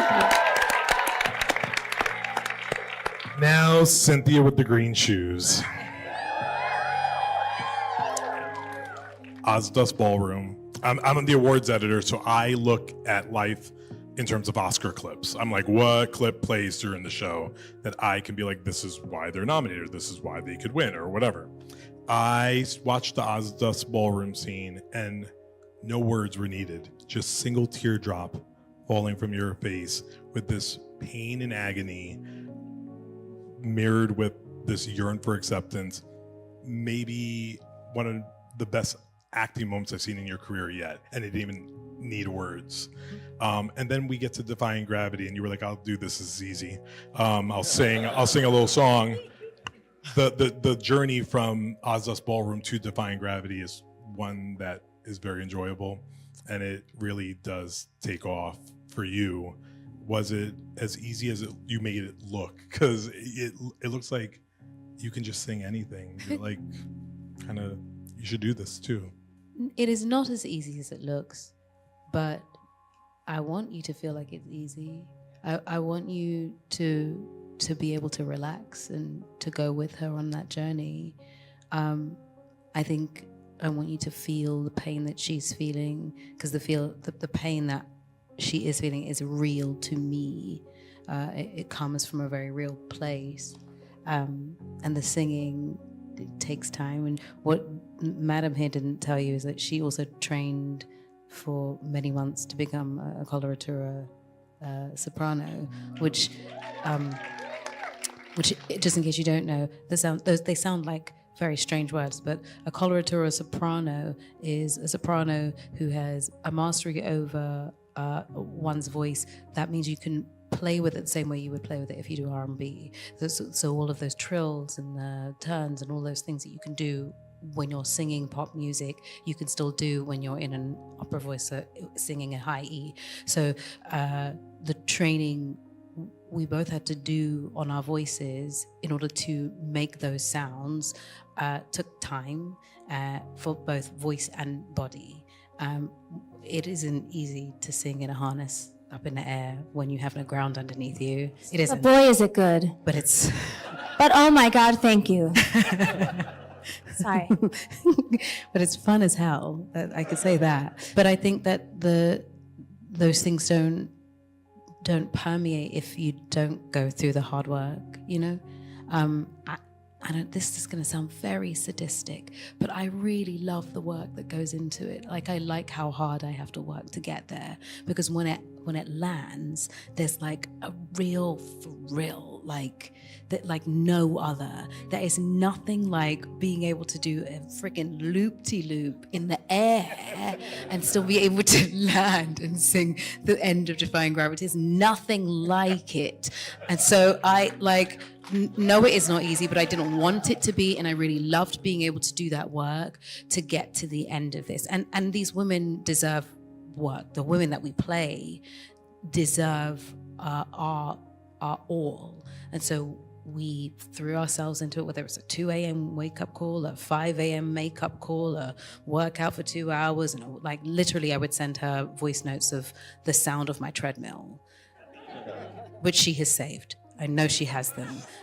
And she would send me voice notes, and I would hear her on her treadmill. You know, we were working, or she's just coming out of Pilates, or this is the constant thing that we would do to make sure that both mind, body, and soul were ready to play these characters. And it really was a physical and vocal job for us to go through. But why else would we not? Why would we not? This is, it calls for it. These are the moments that call for it, and they call for you to call on the things that you've been through. They call for you to be brave enough to access all the pain, any pain that you've been through. It calls for you to tap into any shame that you've been through, any moments of feeling ostracized or lonely, because the Ozdos Ballroom doesn't work if those tears don't feel real, if those tears don't come from a real place. And it doesn't work if the fear of being rejected doesn't come from a real place. So all of that work is real, but you shouldn't see it. You should just feel it. You should just feel, Yeah.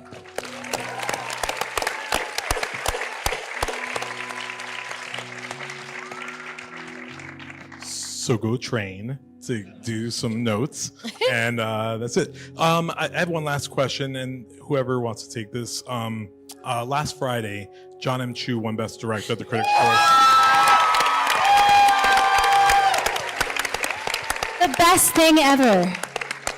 It was the best thing ever. However, he's let it go to his head and he's not here today. So I would like someone to say something very nice about Jon M and what it's like to work with a guy who just loves movies. And that's not always a given from directors, but the dude really, really loves fucking movies. He really does. And he pours his heart into everything. And watching him win was a delight. And they're leaving this part out. Everyone cried at the table, instantaneous, and not just Bowen. Everyone was there. But say something nice about Jon M. I know it's hard. Well, I want the girls to take it, but let me just say, first of all, that was the most joyous moment, probably of the journey. For me, it was always going to be hard to give over to someone's dream of something that had been in my head for so long, and from the moment I met Jon, not just the love of movies, which is very real, the love of Wicked and what it was for him, which was so meaningful to me. But his imagination and his vision and his point of view are extraordinary, and his ambition genuinely reaches over the rainbow. And all of that talent is only exceeded by the size of his heart, which when you do Wicked, which is all about humanity and human connection, when people are so different or outside, or when someone's misrepresenting the truth to you, is what it's all about. And so I love that man for all those reasons, and his talent is extraordinary, and there is none of us here without what he gave to all of us and this film.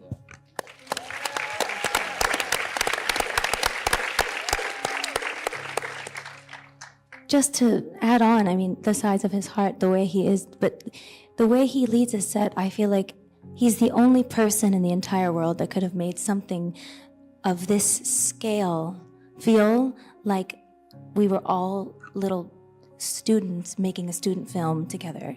Like it felt like we were just making something quiet and tiny and intimate and safe and warm, and he treats every single person he encounters with such respect and patience and care, and the same thoughtfulness that you feel woven throughout every single frame of this film.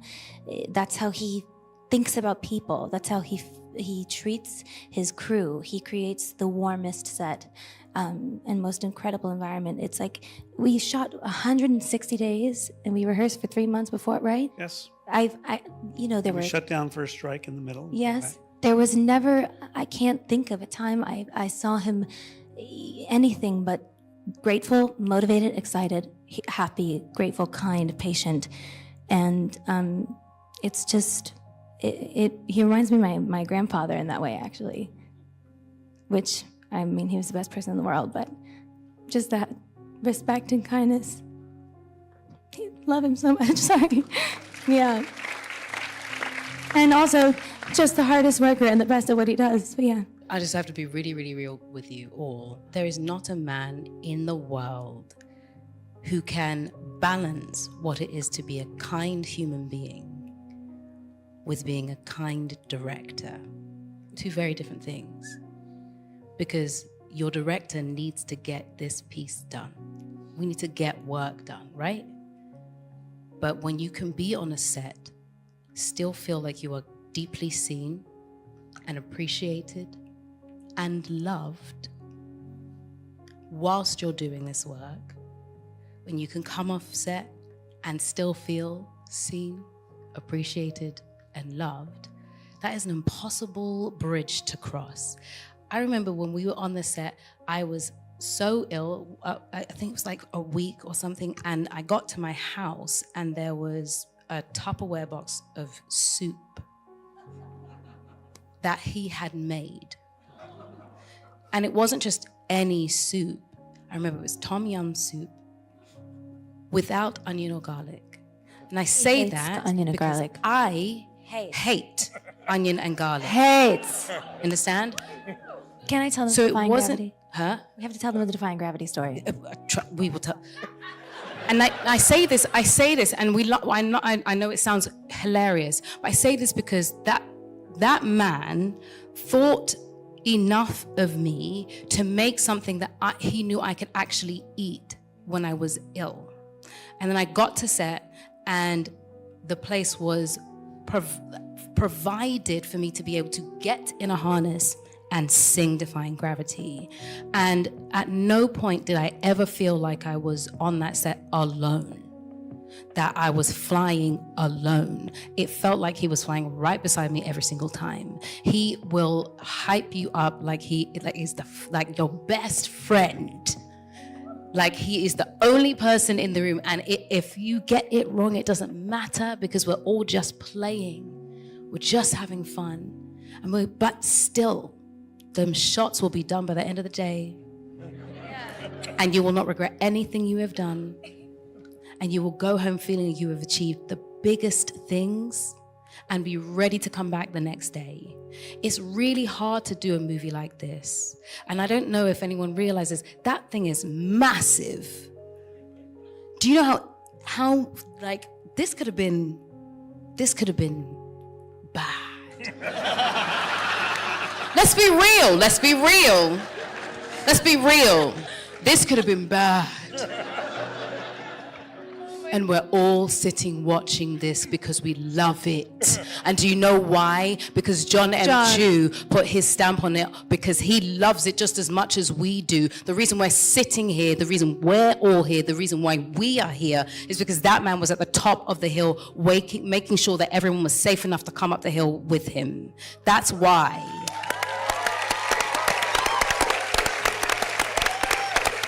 I want to add one more thing to that. It would be important to Jon, which is because it's a very challenging time that we're living in, and the world is very, very challenging. And this was a very arduous shoot and journey of many years. And what I want to say about Jon is that every day he brought joy to the journey. And it's important to him, which is why I wanted to say it, that the film, which deals with, it's very entertaining and makes us laugh, but makes us cry and also makes us think about things. Like if you make it discouraging enough, you can keep anyone silent. Lines that, really have relevance today. It was important to Jon that the joy that he found every day, he would come on the set and go, today we get to do Popular. Can you believe that we're doing Popular today? It's going to be so great.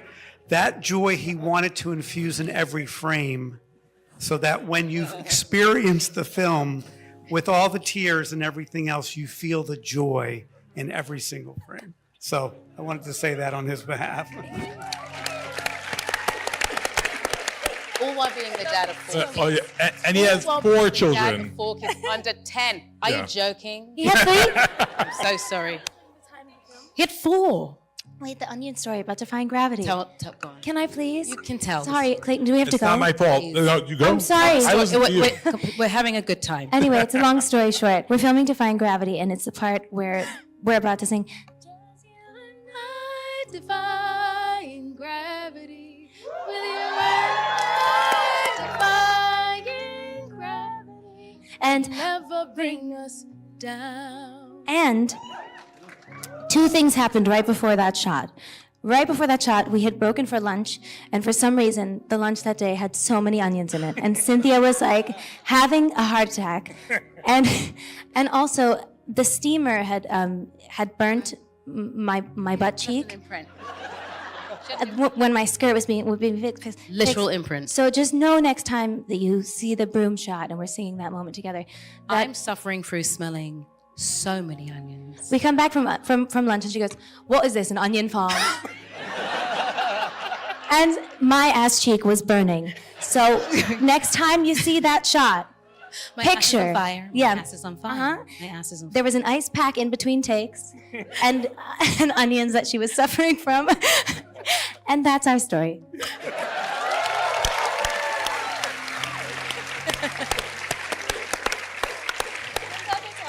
Wow. So if you look under your seat, there's soup under your seat. That's a gift. We're going to play Wicked for Good right now. No, I'm lying. He's kidding. That's so mean. Even so I wish. Are we doing that right My now? room's like, I didn't cut that. I don't know what you're talking about. Listen, all you talented 46 nominations, all between you all people. You did a good job. Yeah, not bad. Not bad. Thanks, babe. We look forward to the sequel, the completion of the story. And we look forward to some good news over the next few weeks at several award shows. So, one last time, the cast and crew of Wicked.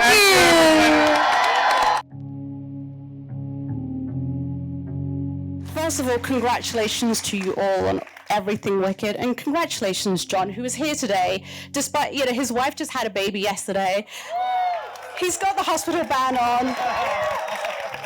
Really, we should thank my wife. She allowed me to come here today. She said, you missed your premiere. Go talk. Not to me. Go talk out there. And we're also grateful for you giving us your other child, Wicked, that has been years in the making. What is it? Yes. What is it like for you to be here finally with this other child of yours that you've been working on for years? Well, just even in line in the hallway there, and I just look at this group, and it's,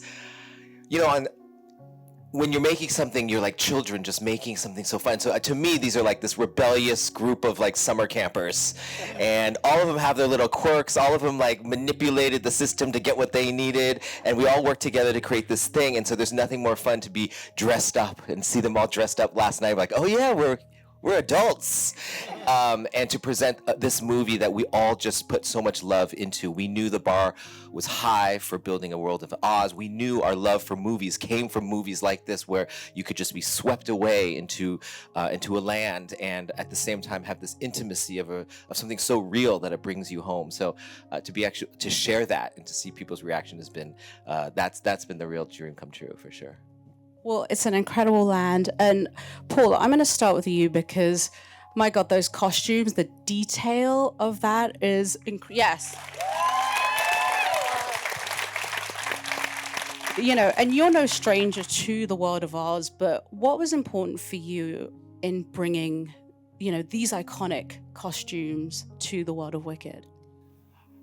So many things were important. I mean, I think that it was multi-leveled, but it was hugely daunting when Jon reached out to me to actually design, this film because of the fan base of Wicked and because of the beloved Wizard of Oz, and we were going to be pulling, ideas from both in a way that needed to then be re-envisioned so that all of the audiences would actually, kind of embrace this new telling.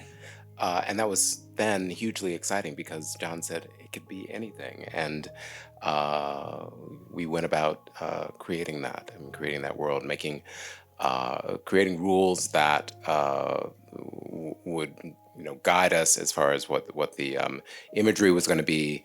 And then being able to put in Easter eggs that were fun for the audience members as well. Incredible. Francis, your makeup on this, everyone is gonna want to know. Yes. And we've been talking about it. Like, Cynthia is so beautiful. You made Elphaba so beautiful. Talk about getting that green to just sit on her skin and just look so natural. It doesn't look caked on at all. It just looks like Cynthia Erivo Elphaba is naturally green. How did you do it? Well, very much with everybody's input, of course, but particularly from Jon, it was very easy to find the right shade of green for Cynthia, but it was very hard to make that right shade work in every light for Alice and everything that was needed because of all the different transitions she goes through.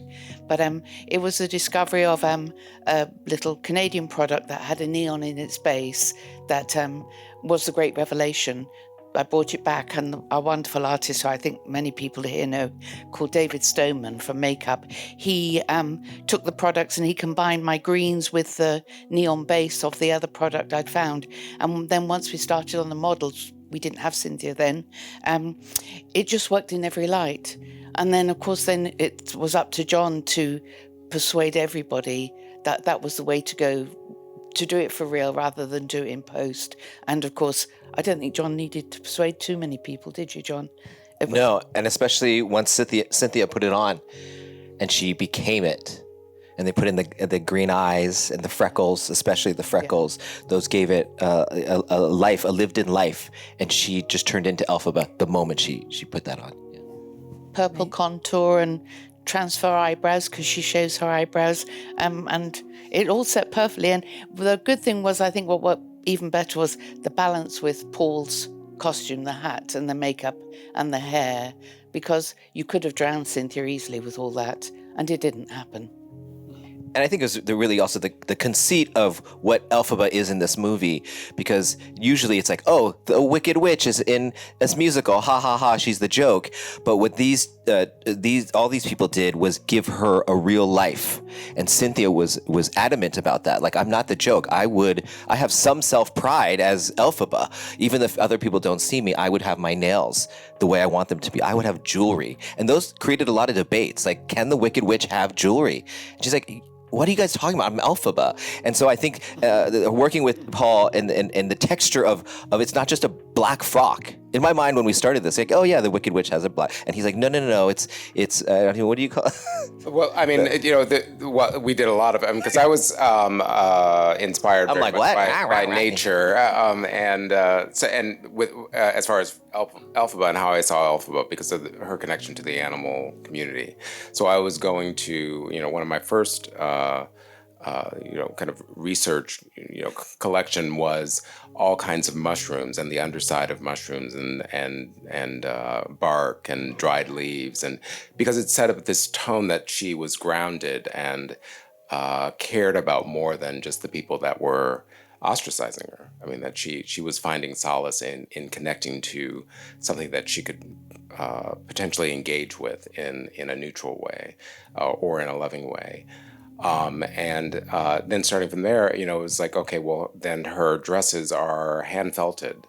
And even though they will be black, which was another, question, is, why is she always in black? I mean, and we made the decision that because her mother died early in her life, that she had been in mourning and then held to that as her, identifying color palette. I mean, it was a place of safety and also armor for her. Just to be able to evolve, because I've said before, it's simpler to make sparkle and pink, lovely pink and femininity, kind of beautiful and attractive. That's something that is fairly simple to do within design. I think that we relate to that in kind of the idea of the fairy princess.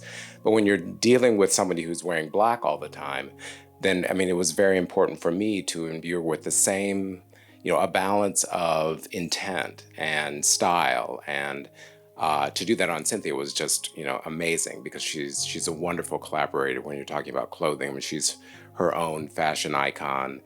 Then to be able to, massage all that together and create looks that speak to the Elphaba that she wants to play was really an honor.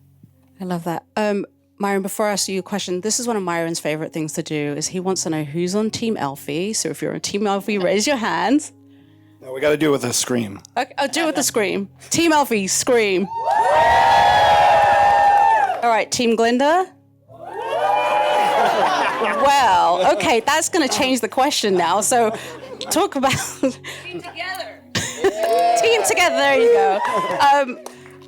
Myron, Ozdos Ballroom, that sequence is so incredible, so powerful. I heard a few people sniffling during that sequence. Talk about cutting that and how long you spent working on that sequence. Because I think if that doesn't work, a lot of the film doesn't work too. Yeah, Jon told us from the get-go that if the relationship doesn't work, then the rest of the film doesn't work. And so we knew that as a set piece, the Ozdos Ballroom was critical to setting up the relationship, setting up the emotions. There's nothing like getting 10-minute takes that are beautiful from start to finish that make you cry every single time. And I was sitting in London by myself watching these dailies and panicking because I was having a real emotional response to the dailies, and again and again, and Jon and Alice just were crushing me take after take.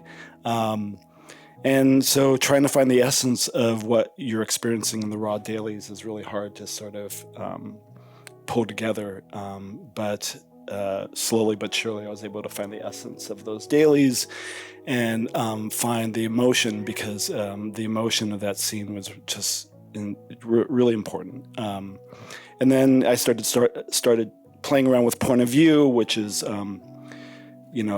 seeing Elphaba, who's at first she comes in there sort of really hopeful, and then we find out that she's crushed.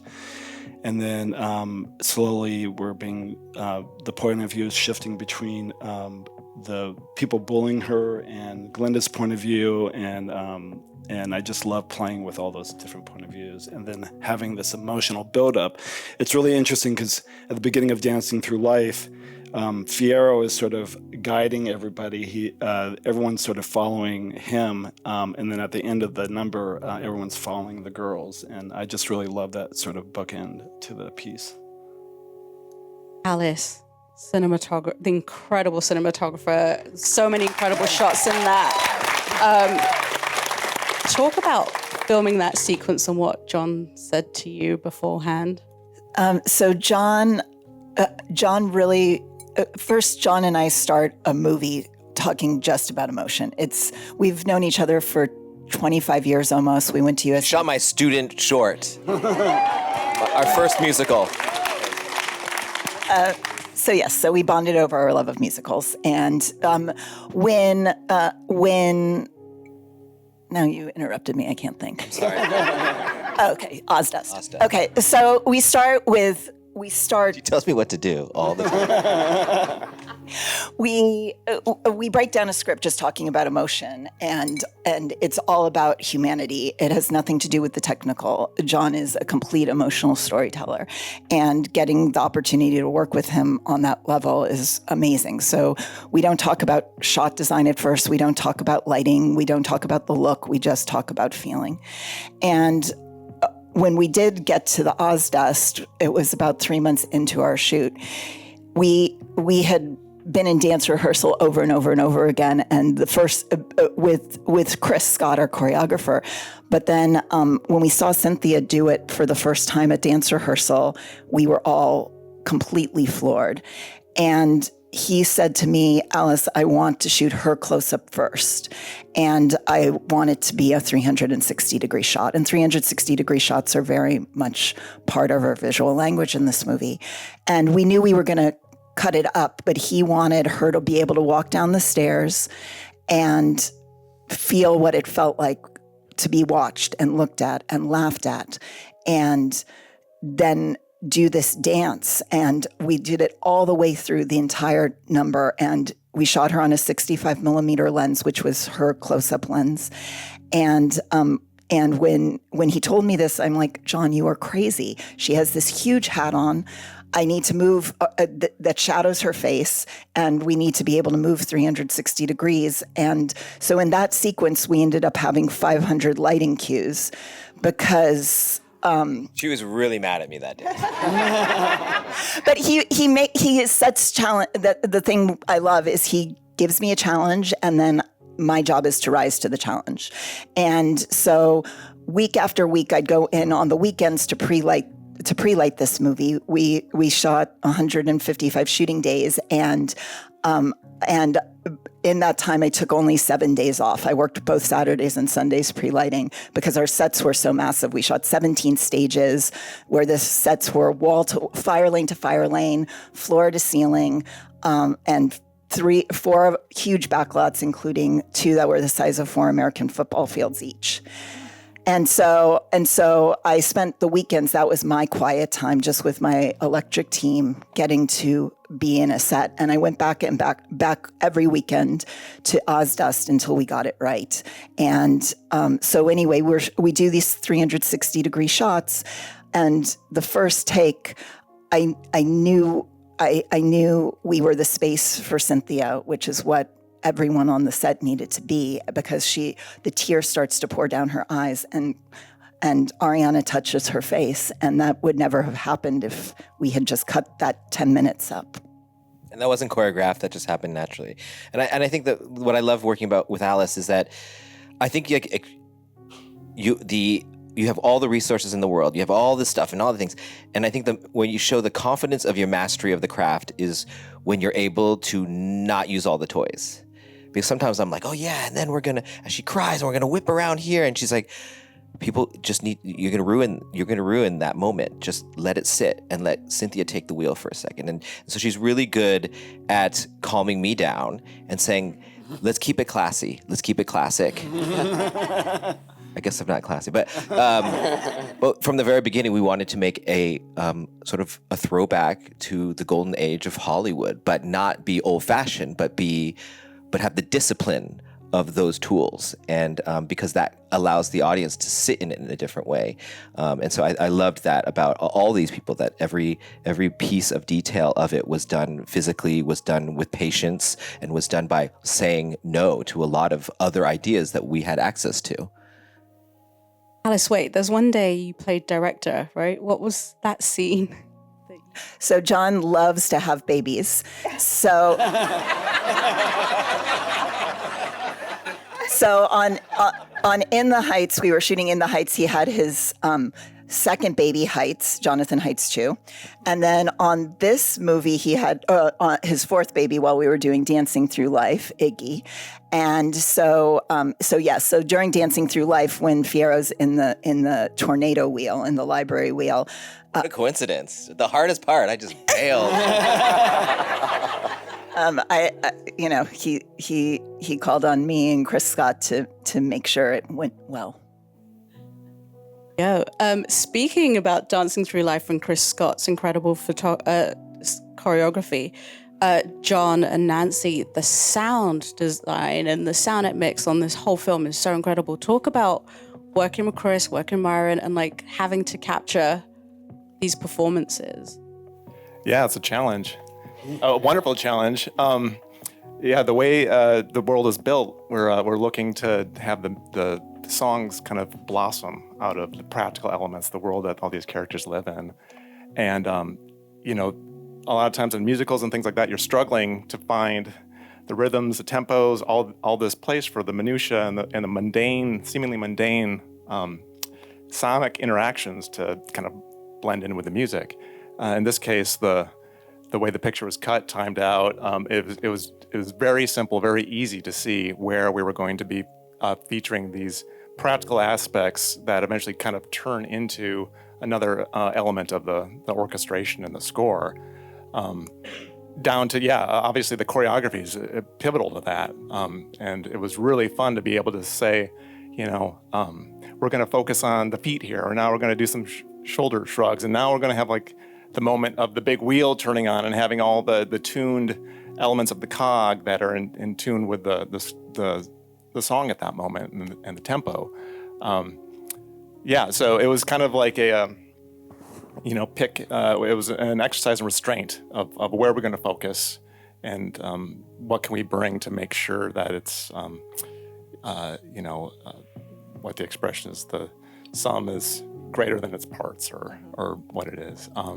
And from the beginning, the goal, I think, with the sound is always make it organic, make everything feel just as if it's just happening. There's no crazy transitions from speaking to singing. It's all very much in the scene, and to that end, all the dancing and there was never let's make it turn into a music video. It's like this is happening in real time. So we're hearing the wheel, we're hearing all the enthusiasm of the dancers and the ensemble. And I mean, this never happens. I got to work with Chris Scott, the choreographer, from the sound department, and we brought in, actual dancers to come in. And Simon Hayes, our production mixer, was amazing and got a lot of great stuff on set from dancers just emoting as they do with the rhythms and their movements and even footsteps. And then on top of that, we layered Foley footsteps and really sharp just reactions and vocalizations. And if you play it without the music, you know what song you're listening to, because it is so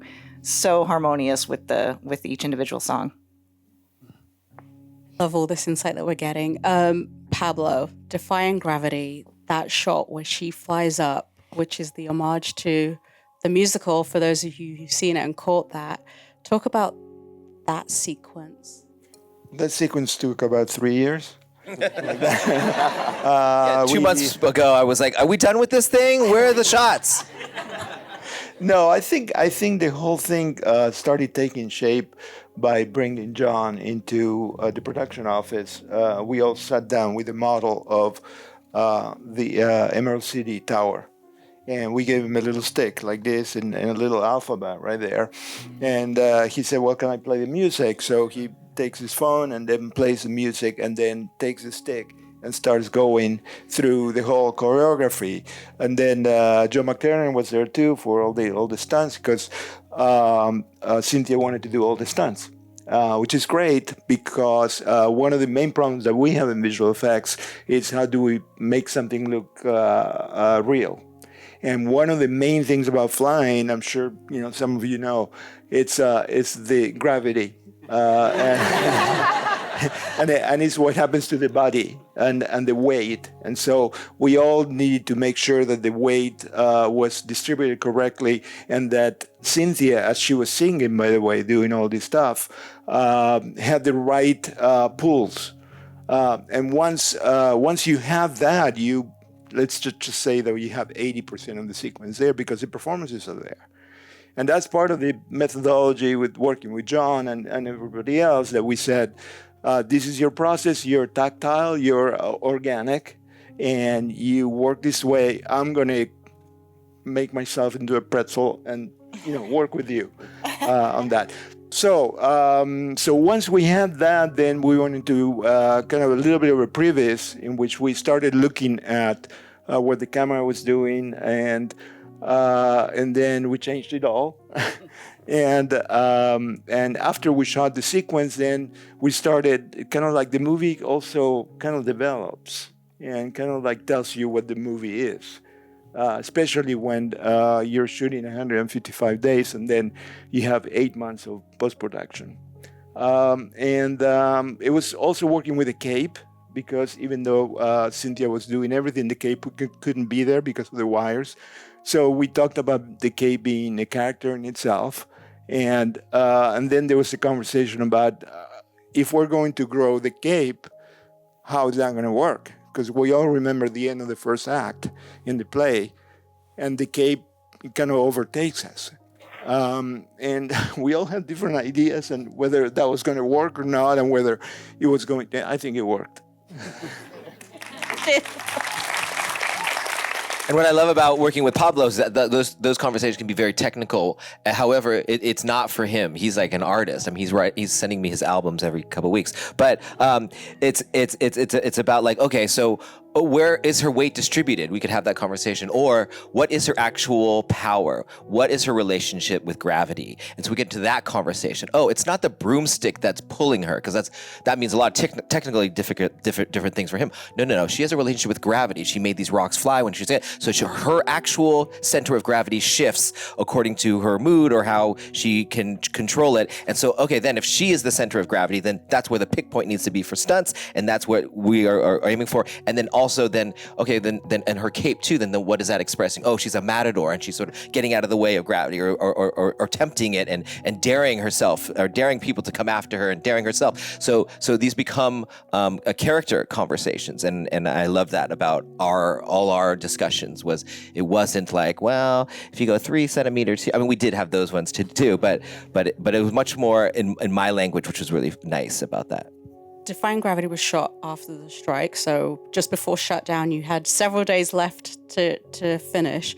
What was going through your head during the strike, and then after finally shooting that scene? Well, I really felt for Cynthia, because she trained really hard for that for a year. That's why we put it at the end of the schedule. And we had these sets, and we had 3 different giant sets that we had to do. One where you could actually like have her in the air, and that could have enough room for that. One where we could do the close-ups of the people on the balcony, and then one where she goes up the stairs. And she had been training, spinning, and doing the loop-de-loop. And then, because it's live singing, how she could sing it in the harness and whatever they had to design for that. And that takes a lot of muscle memory. That takes a lot of working. She did that, and then the strike happened. And that's not including the emotional work that she had to get Elphaba to. This is the end of the movie. This determines whether 1 movie and 2 movies work. She has to give it. This has to be the part where we want this for her the whole time, and this will be satisfying enough to end this movie. And it was like her breath left her and she couldn't. And that right when the strike happened, we were all watching it live on the thing, and then and they had to walk away, and she just was bursting into tears. Like, I don't know if I can hold on to it this long. It's too much right now. And I was like, I think you need to let it go. I think this could be more than a month. And then at 3 months, she calls me. She's like, I haven't let it go. I can't let it go. I can't let it go. I want to be there when it. And 6 months later, we're back in London, and I thought we were gonna have to train her for another month and do all that. She dropped right in. And she was like, I'm fucking ready.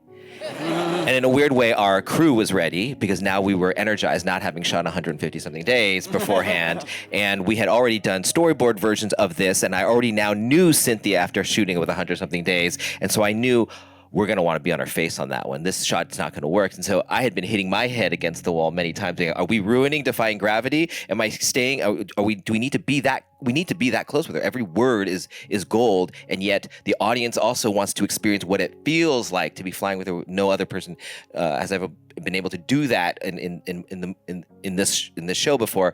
So anyway, those things that we got to negotiate and figure out, and then go and execute. Yeah, I do think I think Defying Gravity actually benefited from it, because then we went in and everything was very specific, and we started doing camera tests with Joe McLaren and stunts, and just figuring out how our crane would be moving with Cynthia, and how to actually achieve some of these shots of the loop to loop and everything, and these big, huge sweeping shots that she was doing, but also the gentle push-ins on her. And so we did in December, before we went back, knowing we were going to go back, we did a whole round of tests, and then we were back, and on the weekend again, we went through all the lighting, because the sunset. Throughout the movie, the sun is always setting for Elphaba and rising for Glinda. So in Popular, it's a long sunrise scene. We meet Glinda during the sunrise in the morning in Munchkinland, and we see the sun setting during I'm Not That Girl, and then Defying Gravity is a whole 40-minute sunset. And what's amazing is until she jumps off the tower and she starts to descend into darkness, and she finds her power during the darkness. Because Jon and I talked about this theme very early on, where the light is not the light in this movie, and the darkness is not the darkness, that good is not good and evil is not evil. And so the script actually originally had this scene was supposed to take place at night and not at sunset, and Jon and I discussed it, and we changed it to sundown, and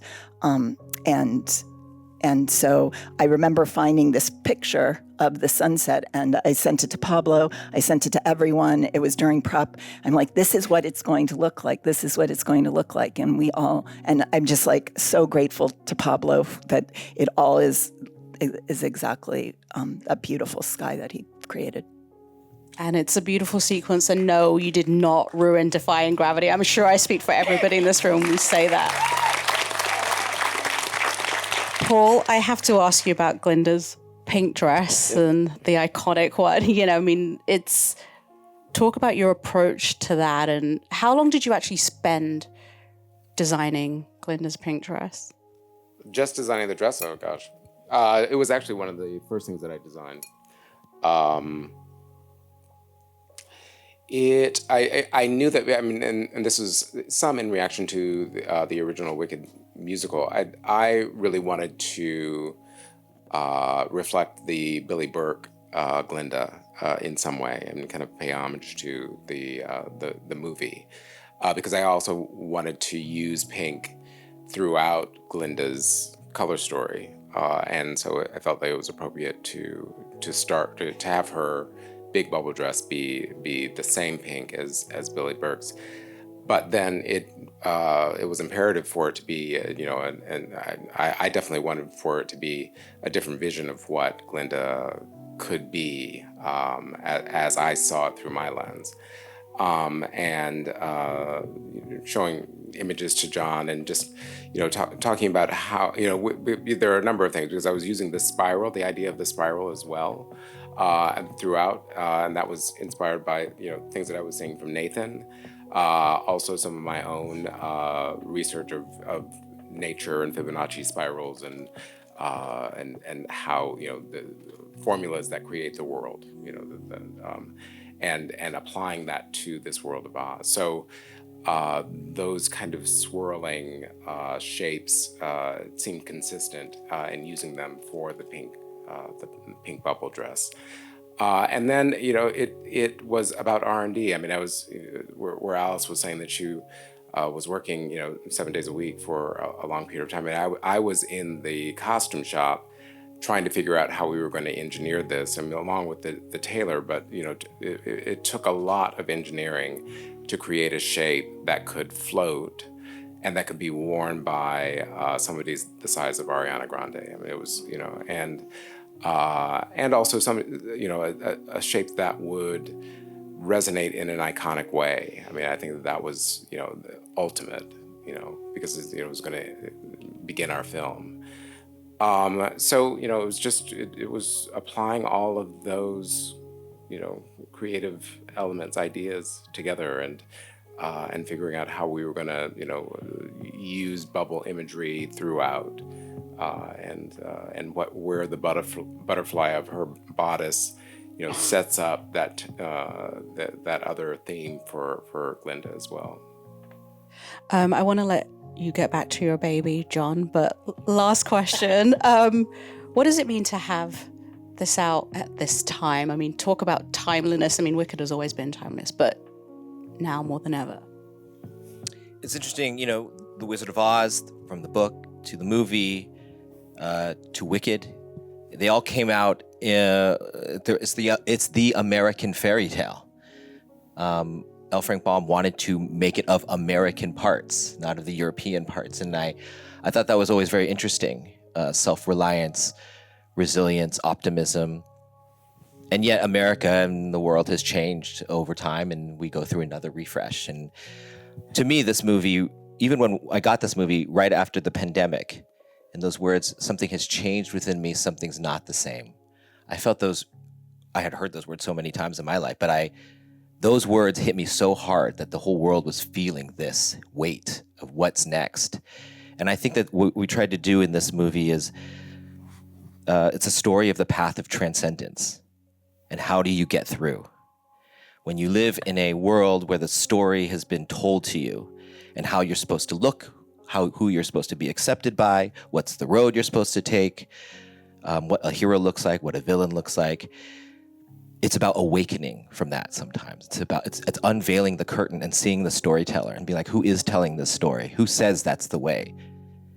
And through Elphaba and Glinda, each of them who live in this sort of magical, happy world have to wake up and ask the real questions. And those questions are uncomfortable, and they are scary, and they get them angry, and you go to places where you don't know where you can you express yourself like that, and they both will do it in this movie and the next, and you fight, and then at some point you have to hear each other and maybe even forgive each other for some things, and then you can get through. And I love that Elphaba's journey in this movie is transcending that. At some point, what is your reaction to that the wizard is not real? That the path, the yellow brick road, is maybe not made for you and never was.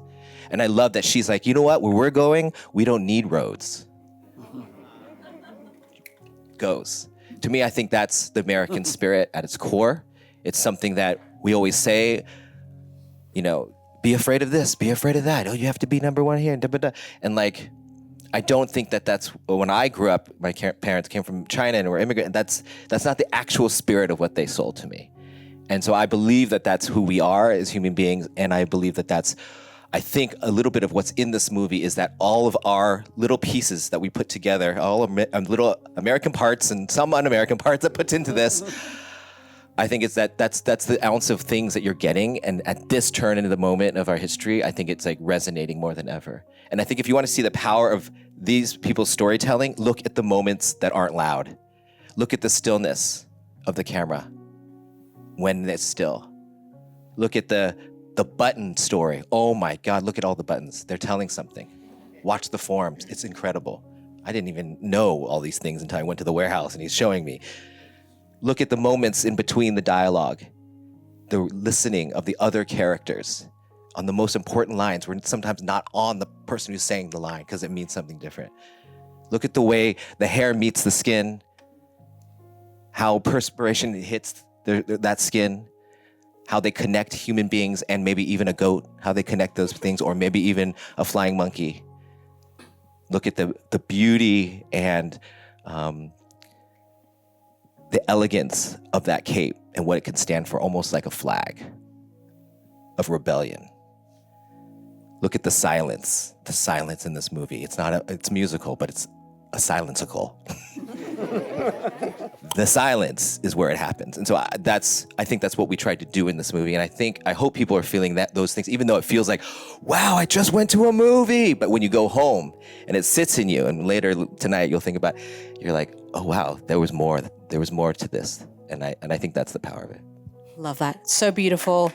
Congratulations to you all. Thank you for giving us the gift. That's wicked. Thank you, everybody, for coming out on a Sunday afternoon. We're going to let you go. Winnie, how long ago was it that I was invited to sit at a table read at Universal in one of the Bear sound stages? How long ago was that? I'm going to say 2000, because does that? Yeah. So wait, I'm not the best we'll at go math. with 2000. But my first question is, what took you? No.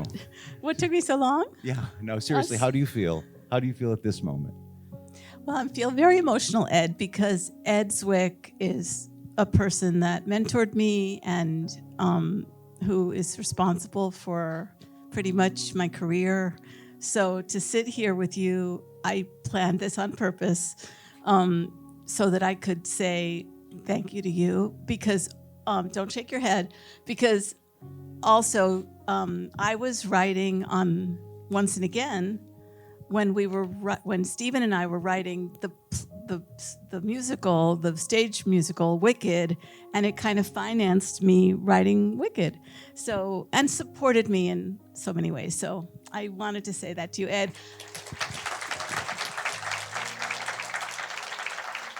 I mean, we're all writers here, and we know what it's like to have somebody who looks at you and gets you and says, I believe that you can do this, and I want to hear what you have to say. And that's who you are for me. Oh. All right. Let's move on. But I got it in. Dana, when did you first see the play? Oh, that's a kind of a funny story, because I saw it a long time ago and I thought, well, that's the best play there is. That's great. And then I was invited by Winnie and Stephen to join this incredible group during the pandemic. So I was like, oh, I got to go see the play again 400 more times so I can do a good job at this job. But it was the pandemic and you couldn't see plays at that time. So I got onto YouTube and I found tiny little pieces of there were like 400 of them, and I just played them in order and watched the entire play again on YouTube. I think it was like Germany. There were a couple other countries, a couple other languages in there, but I got the whole play on YouTube. So that was the second time. And then you generously, after the pandemic ended, you helped me out with tickets and I was able to go see it again in person. But by that time, had we handed No, in? you're still in it. Oh. Yeah. Okay, so I got to actually see it again. It was incredible. But yeah, being in that room and feeling the way that people feel about the play was so important for me, because it was something we thought about all the time when we were working on the movies. Is the fan base is so passionate about this. They are so loyal. They feel so strongly that this is their thing, that we knew we had to really make something for them that they would also feel like it was theirs. And we thought about the fans like every single day. True. But we also, I think it was a balance, wasn't it? Because we also very much, both things were in our minds, I think, wanting people to be able to enjoy it, who'd never seen a musical, who would never go to Broadway, who were all over the world, maybe, and people who don't go to theater. Both, we wanted to do both. Yeah. And that's part of why it was hard. Yeah. So let's talk about that, about how hard it was, because I think most people in this room are very interested in adaptation. And this is definitely an adaptation. It is the musical, and it is something else as well. It's axiomatic that in a musical that when people reach that point when they cannot express things properly enough or grandly enough or deeply enough, they sing a song. Right. But in a movie, you have images. Right. And those are full of meaning and full of narrative and all those things. So is that something you guys thought about? Yeah, I think it was interesting because we tried to figure out places that we could carve out more story without disrupting people's incredibly passionate feelings about the original. So, there were these extraordinary songs that we knew we had. And by the way, I have to thank you now. I mean, I'm the asshole now thanking you for the experience because it really was magical. It was watching you and Steven do your work and being a part of it, or just a little fly on the wall for it, was truly extraordinary. And I am honestly going to be grateful for the rest of my life that you welcomed me into this. But we knew that we needed to, the play ends at the edge of the stage, and they wrote such rich characters and such beautiful songs and such beautiful words that you kind of imagined what went on the other sides of the stage when you would walk off there. But now we really had to be able to walk off there, and we had to be able to smell it, and we had to be able to see it, and we had to be able to feel it. And so we did a lot of world building, I think, in the beginning, and talking about what is Shiz actually like if you leave that one classroom that we all know very well.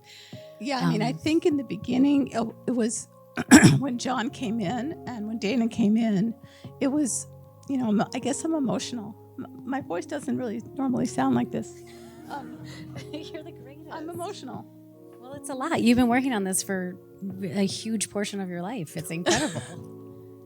Well, Jon did this great thing where he would ask us, Steven and I, he went through every beat of the show, but also every beat of the screenplay that I had written prior to Jon and Dana coming in, because I had been actually writing the screenplay off and on for years. So we had made a decision to make it into 2 movies. And this was a very considered decision. It took a very long time to come to that decision. And it was really Jon who convinced Steven and I, that's how I remember it, who said, I believe it can be 2 movies. And he helped us to see that if we made it 2 movies, that they could both have integrity, but that we wanted to, as Dana was saying, we wanted to go deeper in certain places. We really wanted to expand, but we didn't want to cut any songs. Well, name a few of those places that obliged you to go deeper or to find more armature in the narrative so as to let it sustain.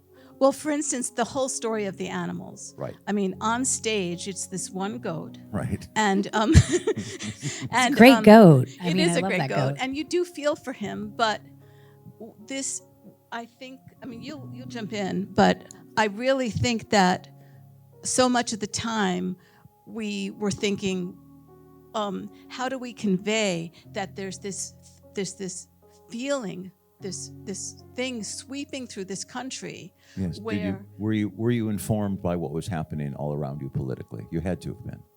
Yes, but just don't. But yes, and my improv days. Yes, and the story has always been the story. Sure. In other words, Gregory Maguire, when he wrote Wicked, the novel, he was writing about.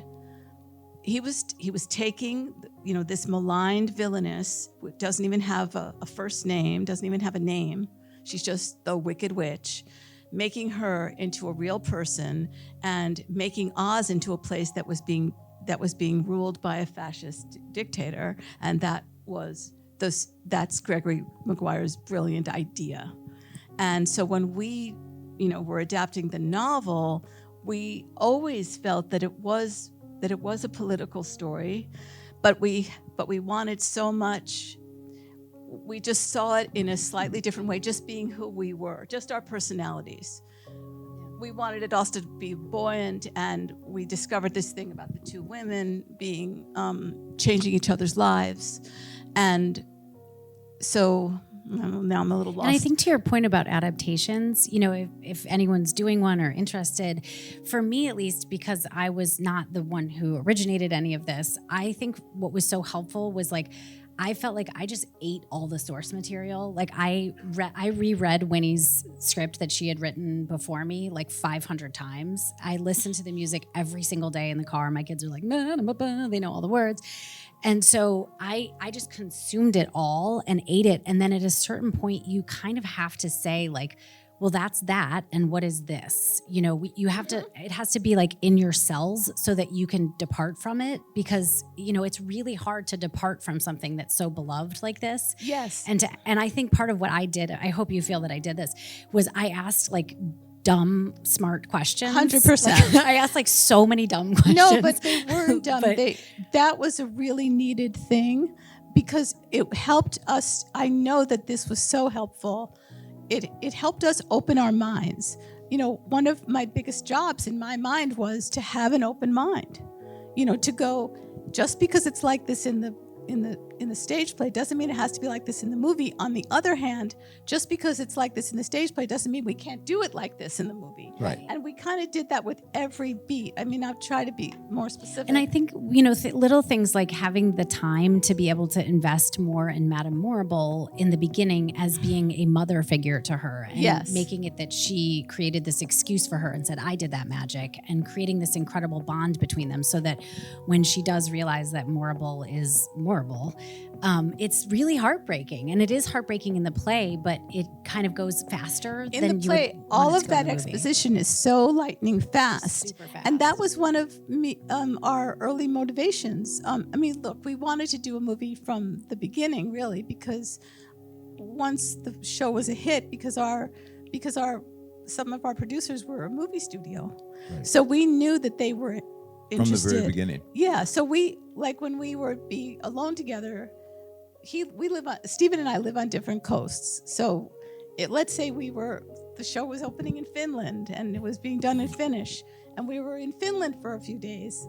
We would just start talking, hey, maybe that, like this thing that this director was doing in Finnish, maybe that's right for the movie. Like, you know, we were always thinking about the movie, but what happened is that when John Chu came in and when Dana Fox came in, the movie went into like hyperdrive because, first of all, because of John, but also really because everybody said, okay, this is really happening now, and they booked sound stages. Right. And then it was like TV. Right. You know, then it was like we'd made this decision to make it 2 movies, and we had to. That was. Well, and I added up just for funsies the amount of time we spent on Zooms together, and it was you, me, John, and Stephen for 153 hours before we. How did you add that up, Dana? Because I had it on my calendar, That's so I was just crazy. like, "Well, let's see what this looks like." And then it was, and it was like during the crazy, pandemic, and it was during the pandemic. So you know, it was really great in a way, in that weird pandemic way, because we felt like felt we community. were, we felt were, close to each other. We were so like in touch with each other, and we'd never been in a room together, but we had a lot. We had a lot of focus, I think. So Yeah. I think that was helpful. Well, And John was really like, I have to say, John is like the most amazing. extraordinary Yeah, person. he's and I had amazing. worked with him before, and we're friends. And I just told him, I'll do anything. Don't even tell me what it's about. Anytime you call me, I'm going to say yes. I'm obsessed with you. And then to watch Winnie and Stephen get like the John Chu experience was such a delight. Like I was like, oh, they're about to fall in love. Oh, let's watch this one. Like, you know, and then John would say something and they'd be like, ah, like, you know, it was just so cute to watch them all fall in love with each other. He's really amazing because he's really good at listening, and he has his ideas, which are very strong and exciting. But he really wanted to hear what we wanted to, to do. Let's talk about that for a second, because he's a film director, and you're taking playwriting and trying to turn it into screenwriting. Now, you've done both. Right. And in fact, what maybe the audience doesn't know is probably when I first met you, you had done Arthur Lawrence's I started musical theater writing class in New York.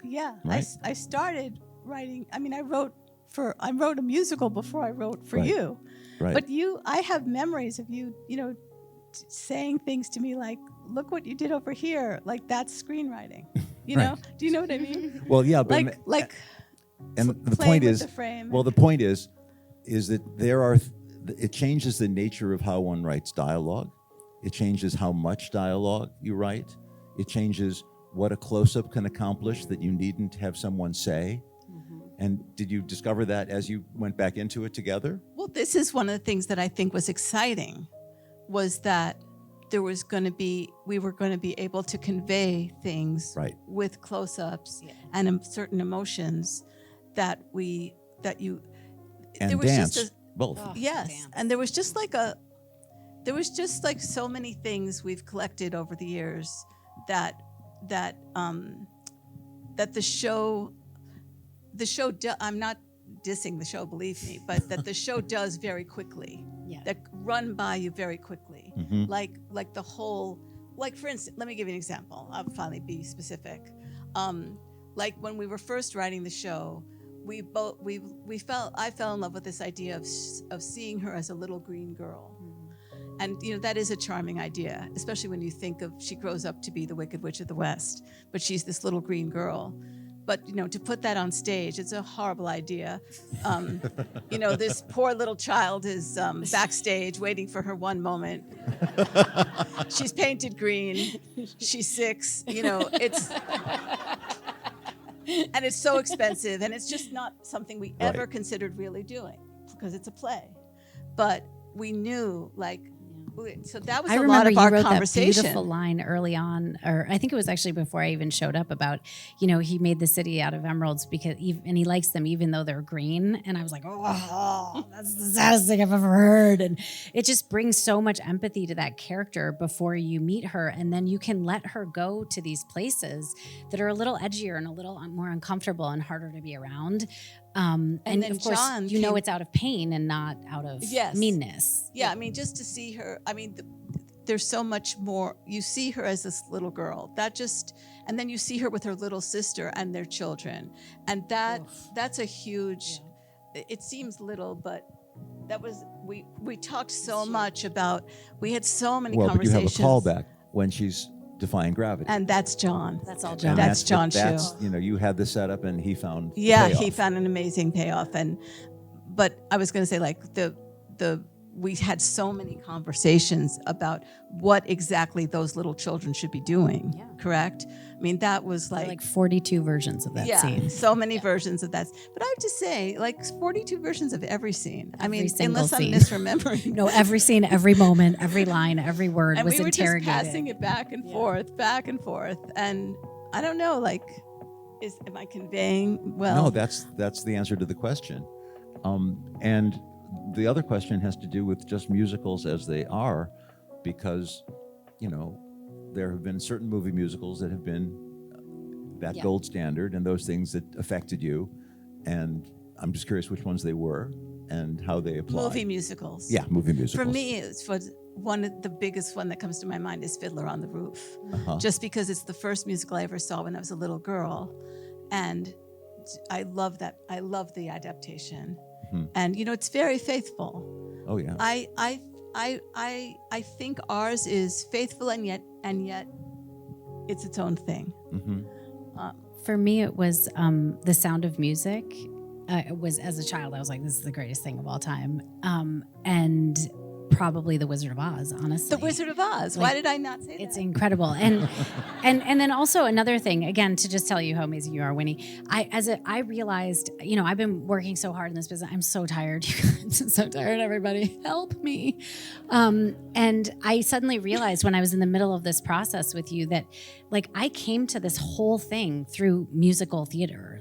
As a child in a small town in upstate New York, there was no one who did my job or this job. Nobody did anything like this where I was from. And I got there through theater. It was high school theater that I sort of fell madly in love with this and wanted to do this. And then there was a day where I was with you guys in Zoom and you guys were being your brilliant selves and Steven was made up something incredible in music. And I just burst out crying because I realized I'm home. I came back to this place that I started from. And it was, again, I just thank you for that experience because it was amazing. Well, we started in theater too. Yeah. I mean, not together, but. No, we did. And I realized, I always leave this out when people ask me questions, but my whole childhood I was listening to albums every you know, Camelot and West Side Story and You're a Good Man, Charlie Brown, and just my favorite album, King and I, and all of the Rodgers and Hammerstein, and so I without being a singer, which I'm not, I had a lot of, from the time I was little, I listened to a lot of I think musicals. the toughest thing for me with musicals when they're made into movies is it is so easy to lose control of tone. It's like the tone is constantly threatening to get away from you. And we worked so hard on, a theater joke is different than a movie joke. Well, do you think doing two movies allowed you, or has allowed you, to actually have the experience of time? Because often a movie musical is a kind of condensation in this way, and they've had to cut an enormous amount. What you're saying is you've actually been able to expand. We really wanted to. We wanted this so much. It's funny because we also resisted the idea of two movies. Right. It was so scary. Every It was time we would scary. talk about it, everyone was Well, like, it "Whoa." still might be. Yeah, it might be still very scary. It might be. But I mean, honestly, I feel within myself, I've come to, John believed it was the right thing. I've put my faith in him. And I now believe it was absolutely the right thing, because we were able. Oh, thank you. Thank you. That's so. You haven't even seen the second one yet. And by the way, neither have I, and neither has anyone, pieces, because but he's nothing. still assembling it, and whatever. But but. So lost I the thread. have another this question. This is for Winnie, because I remember at the table read, I remember turning to you and saying, "Oh, my so-called witch." And I remember that now. and it's a fair question, which is to say, you're talking about a girl and a transitional moment in her life and her adolescence. And has it occurred to you? Well, I don't say that phrase, but yeah, I mean. For those of you who don't know, when he wrote My So-Called Life. I had 20 years before I met Winnie, I was wearing like an off-brand I Love Jordan Catalano t-shirt that I had made on like some creepy website. She was. I saw the picture. Yeah, I sent you a picture. Yeah, of course. I mean, I first of all, I think Stephen, honestly, that he had seen my musical that I wrote when I was pretty young. But I think the other ingredient was he had seen My So-Called Life, and I think both of those things married together in his mind. As I think that's why he felt comfortable with me. I mean, we also just had a click that, as you know, is very important and hard to describe. It's funny. I just felt like, you brought up Arthur, that he was my mentor, Arthur Lawrence, and obviously I learned a lot from I was very lucky, and he taught me a lot. But he never liked Wicked. He didn't like the show. Wow, He's great. the only gay man I've ever met that hated the Wizard of Oz movie. The Wizard of Oz. And I'm not saying that's the reason he didn't like the show. I think it was just not for him. But he just, and it really taught me a lot. I mean, I realized that I had this amazing relationship with him, and I'd learned so much from him. He helped me so much, but it didn't. He didn't necessarily like what I ended up doing. This reminds me of at the party after the movie when I hugged Jeff Goldblum and I was like, "Daddy, did I do okay?" Like this sort of reminds me of that. Are you okay? Well, I am okay. Well, Dana, you've worked with John before. I do. Who worked with who? With John Chu. Oh, with before. John Chu, the greatest person. Yeah. So that's a very interesting question about his influence, in the same way that a director may have influenced you in a different movie, in a TV show, and whatever. Mm-hmm. So talk more specifically about what you felt his focus really was and his influence. And I understand the influence is ubiquitous and you can't even describe it, except specifically on your process.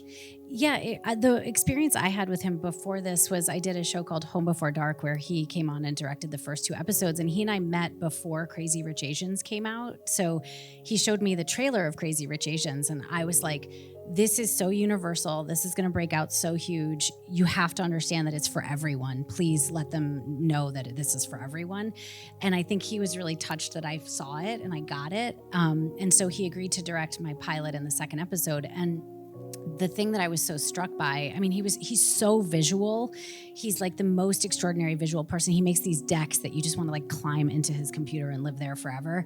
And so he would make these beautiful decks and these extraordinary leave behinds and these things. It was just so juicy and great. And like you see how his brain works. And it to me, it turned my thing into a different thing. I saw what he was doing, and then I immediately started writing to what the visuals were that he was showing me. And I did that too. Yeah. I mean, I definitely was hugely wanting at that point. I felt like my job, our job, was to provide for him what he was envisioning, and to find a way to into his thought process. Well, really. and the other thing he did for me that was like really extraordinary, because I'm a woman and I was the boss of this show, and he kept referring to me in front of other people as like the boss, and kept saying like, she's the boss. And there was something so amazing about that. Like, I know it's ridiculous to need someone to give you permission to step into your power or whatever, but he just did it so effortlessly with absolutely no ego. He's so generous. He wants to bring everyone into the process of enjoying the thing that he's making. So you'll be on set and he'll show you like a million things he's got cut together, and he'll show a stranger on the street the things he's got cut together, because he's like a child who's just so excited he gets to do what he gets to do.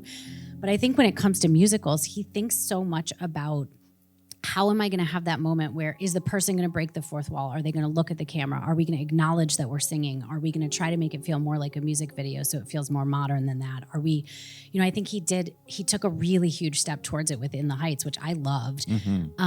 And I think for me, the really amazing moment in that is when he like spins right at the beginning of the movie, he spins this little thing on the ground, the pothole. He like goes, and it's like, oh, whoa, this is new. And I think he just tries to sort of, I think he's finally with this figured out a way to sort of reinvent the movie musical in a way that feels incredibly throwbacky and wonderful. It does remind you of The Wizard of Oz, and yet feels very new and fresh because of the intimacy. And he's so good at going huge and then staying so small, so that you want it so badly when you get the big, because he's holding it, so small for you. It's just, I love it. So the last person we haven't really talked about is Steven. Oh, well, and he's the first person. He's the greatest of all time. Yeah, And he's a master. Yeah, but talk about, because it went through so many iterations, and he had to participate in each and watch that morphing. He was just always. He's an amazing person, because yes, the songs are so incredible, but he's an amazing storyteller. He truly is a dramatist and storyteller. And so his imprint is on every scene of the movie, of both movies, because he has a very deep understanding. So you would have his input, his draft, and his notes, and John's. Yeah. And the studios. And Marc Platt. I mean, yep. The people, I would say, we didn't. This is interesting, and I'd like to just say this, publicly, because it's just rare. The studio, and maybe it's because we had an unusual relationship with them, because they did produce the stage musical, so they've known us for more than 20 years. But the studio really just exhibited faith in us, and really I don't remember really they any were just studio like cheerleaders. notes. It was I think wild. sometimes they did send notes. I don't remember really. I don't mean to be flip, but I don't remember really thinking about them too much, because I was focused. Honestly, I think this was the right thing to do. This was my job. I was focused on what John believed that he needed, and on Steven's input, and on Marc Platt, and on you. And I wanted to hear all of those voices. And it's nothing against, but they didn't really say that much. I mean, it was really incredibly supportive. And I think it's so rare. I wish there was more. Well, there's a lesson in that too. Yeah, what do you mean? because of the You result. mean letting the artist do the work? Yeah. No, but I mean, yeah. Yeah. They pick really great people and then they trust them. I think we could go on and on. I'm getting the signals from over there. I think we're pretty much done. You want a couple more minutes? No, and is anyone allowed to ask a question? Maybe it's too late. I don't know. They told me that they didn't want that. Okay. But, Okay. Thank you so much for so coming. many writers. I think there's so many questions. Thank you.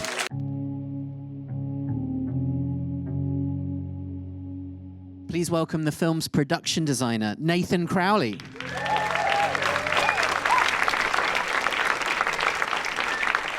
We have costume designer, Paul Tazewell.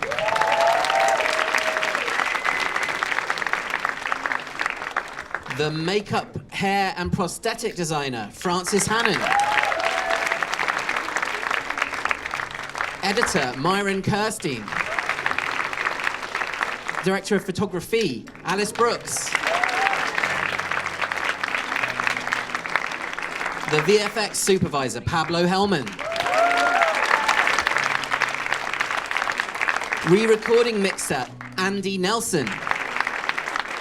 And last but by no means least, the production sound mixer, Simon Hayes. Thank you all for joining us tonight and for transporting us to Oz. Alice, I wonder if I can start with you because you have the longest history with Jon Chu. Tell me about your relationship and how long there's been a passion for this musical. So Jon and I met each other almost 25 years ago at USC Film School. And he asked me to shoot his short musical, a film called When the Kids Are Away. And we bonded over our love of musicals. It was a time pre-Moulin Rouge, pre-Chicago. Hollywood wasn't making musicals anymore, but we were two kids, and all we wanted to do was grow up and make musicals.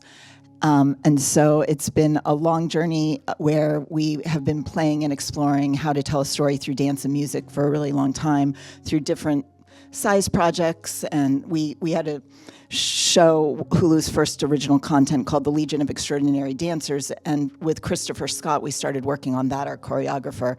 And we spent 3 years on that show, doing 30 episodes. Really sort of that became our sandbox for what we wanted to do. And gravity was always a theme we wanted to play with. And then we made a movie with In the Heights, and Myron cut that movie, and we did a dance on the side of a building. And so then getting to do Wicked after that and actually have a song called Defying Gravity and get to leap into a whole new level was pretty amazing.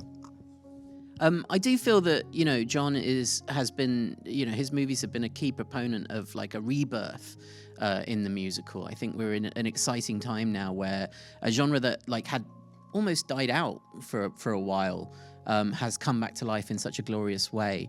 But I wonder, when you were adapting this musical, what were the keys that you kind of wanted to get right, given that we know Oz, we remember The Wizard of Oz, and I think probably most of us have seen the stage show. Well, for Jon, he's an emotional storyteller. Everything is about humanity. We take a script and we look at it and put up all the scenes on the wall and start talking about scenes in one-word emotional description, like yearning or longing or loneliness or power or passion. And for months and months and months, I've been working on this movie for almost 4 years. We just talked about that emotion and themes and goals. And one of the goals, or he asked me what my goal was for this film, and I said it would be the greatest love story ever told between these two women, these best friends. And then that became my intention for everything. It became my intention for how we move the camera, how the lens through which we see Oz, and to have a director that trusts all of us so amazing. I mean, it's been an amazing journey with him because he finds his creatives that he trusts, and he knows the technical will come, but we're there to support the story, and that's what we all did. Nathan, one of the things that I love so much about the movie is just how much color there is to it, how much saturation there is to those colors, and how enormous these environments are that the characters inhabit. tell me first of all, where your production design journey on this film begins, and especially with reference, please. Sure. It starts. He knows what I'm going to say. It starts with John saying he wants to be taken away. He wants it to be whimsical, colourful, fantastical. So sort of my journey, well, apart from trying to soak in Oz, The Wizard of Oz, Wicked, all the books, was to start practically. I mean, my thing is if we're going to touch Oz, we have to build Oz, we have to touch it, we have to be in it. All the actors need to feel that.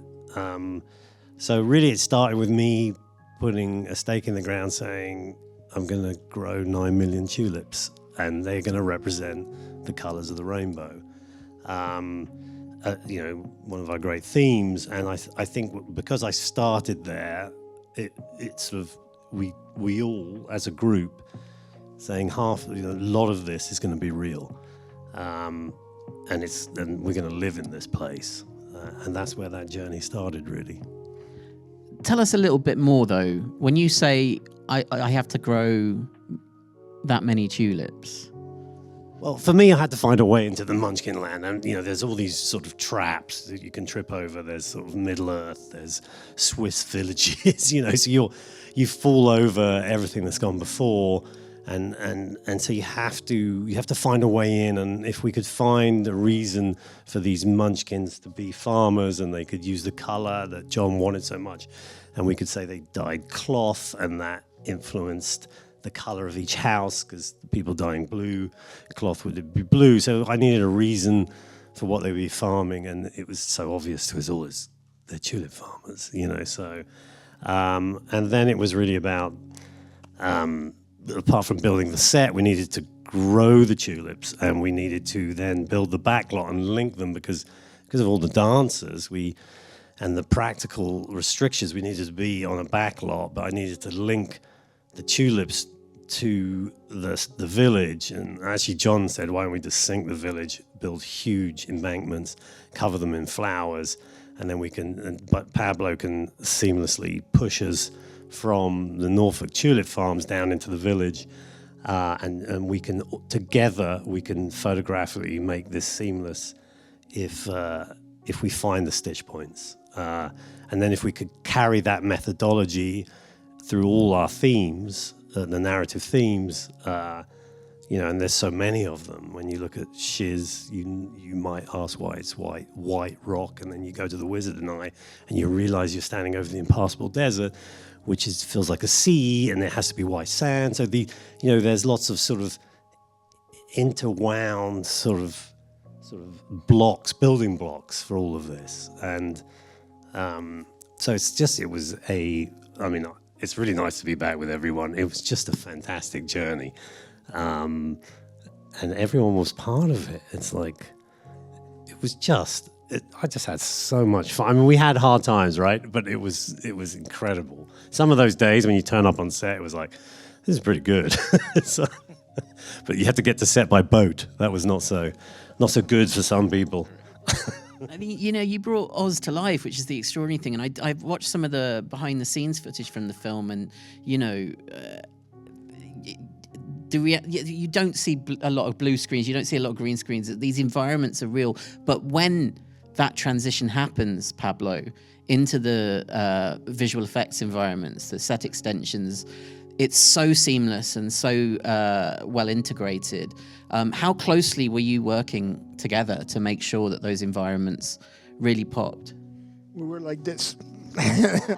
I think a lot of it has to do with getting up at 4:30 in the morning, all of us, and nobody gets up at 4:30 in the morning to be late. So, and we work for 15-hour days, and we prepare, and it's really important that we all understand what every department is doing, because when we finish the 155 days of shoot, then we have to pick it up, and we have to keep going with that stuff. So I spent a lot of time with everybody, pretty much, and they all laugh at my jokes, so that's good. The other thing that I wanted to ask you, Pablo, is about the animals in the film, because there's a real, they're not animal, they're not human, but there's something in between that I don't think we've seen before. What kind of work went into making sure that they were right? Well, I think the idea was that we all talked about the fact that they were animals and that they were going to somehow speak. But they will have to be a little bit stylized, but they would have to stay animals. Once in a while, they would stand up and walk in twos, but not very often. But I think the main challenge for us was to give Jon somebody to direct on set, and for Alice somebody to light, and for Myron to have something to put in the edit, so that we could later on come in and replace those things, but we know what the scene is and what the coverage is. And so we came up with about a 15 people animal unit that were actors that would stay on set, and they would know their lines, and Jon could direct them. And if he didn't like something, we could change it in post. But being that the animals are the topology is so different, so much different than humans, we can still rely on their emotions, and there's a certain psychological response to somebody's face that we all kind of gravitated towards, and if we kept that, then we were okay. It works so beautifully, and Paul, I have to ask. It's such a big cast of characters in this film. One of the things that I think you do brilliantly through the costumes, and I think it's kind of baked into the musical as well, is that everybody has this very distinct style. And with reference specifically, I suppose, to Glinda and Elphaba, I wonder how much work went into, just sort of showing their personalities and their journeys through these clothes, because they do evolve through the movie.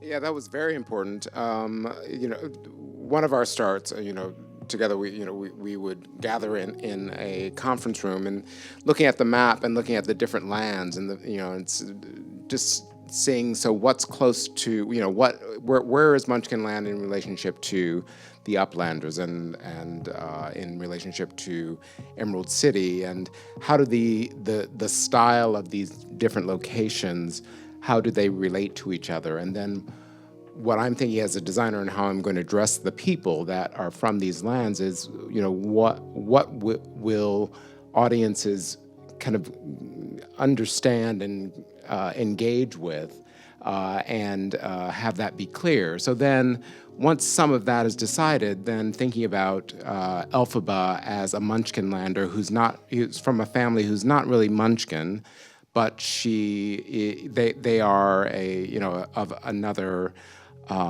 class, a ruling class of the Munchkinlanders, and then how does Elphaba and Glinda and Elphaba, how do they contrast each other, relate to each other? Overall, we're creating this fantasy world, but at the end of the day, it has to be about the emotional relationship of the two of these women, and how we're going to relay what their emotional arc is throughout the two films as we tell the story. So I was working on two different levels in a way, one that was creating something that was very magical, and another that needed to feel very real and allow for an audience to respond to what they were seeing and what they were wearing. I mean, it's a combination of those images, those icons that feel nostalgic that you get, and then choices that are very specific to the characters and who they are. And there's a huge conversation, a huge collaboration between you and Francis, I think, in the sense that, so much of the look of a character comes from the hair and the makeup. But in this case, more than most, I do wonder whether the earliest answer that you kind of needed was what that green was going to look like and how to design around it. Yeah. Would that be fair to say? Absolutely. I mean, it's because you can't get around it. I mean, it's the major theme of the story of the film. I mean, I was relating it to, I wanted to show as much skin as possible, and Jon wanted to have shown as much skin as possible, so that we set up Elphaba as a woman who actually is okay with her skin tone for herself. She's trying to figure out how to relate to other people and how to take up space and be okay with that. But it was necessary to see evidence of skin through, as you've seen, skin through fabric, so that it plays a part, definitely, in what we were doing. And then it was up to Fran, actually. Well, Fran, in the 1960s in Star Trek, we might have painted an actor in green paint and called him an alien. But here, there's real tone to the skin. There's real depth to it. Give us a sense of the layers that go into it and how long it took to get that color right for the camera. We started. The main thing was finding the green for me. That's how I started. But I started by buying everything that was on the market, getting everything available. And I found the green tone that worked really well for the skin tone quite early by using models. But what I couldn't find was how to make it work for Alice in all the different lights that we knew Cynthia had to go through. So and we did many, many trials, but I found a product that was Canadian, actually, and it was an eyeshadow, and it had a neon base. So I took that back to David Stoneman, who makes products for us. He makes bespoke, and he took out the yellow neon base from that and put it into the green, and then he made, I don't know, 300-400 bottles of the product for Cynthia. We airbrushed her, but I think not only had we found the perfect product that worked in all the lights Alice needed, I learned that using black wig, as was on the stage production, didn't work for Cynthia. We went to browns. I learned that keeping everything very small from her face made everything Paul was doing work much better, so we didn't lose the Elphaba performance between everything we were adding to her. And then just adding on top every of those small details we know, like tiny little freckles to make her look younger. Cynthia has no eyebrows. We used transfers, very feathered. Spraying her head green so the wig look, you could see her partings were all green as well. All the tricks, but one thing I did have, and everybody knows, the beauty of Cynthia.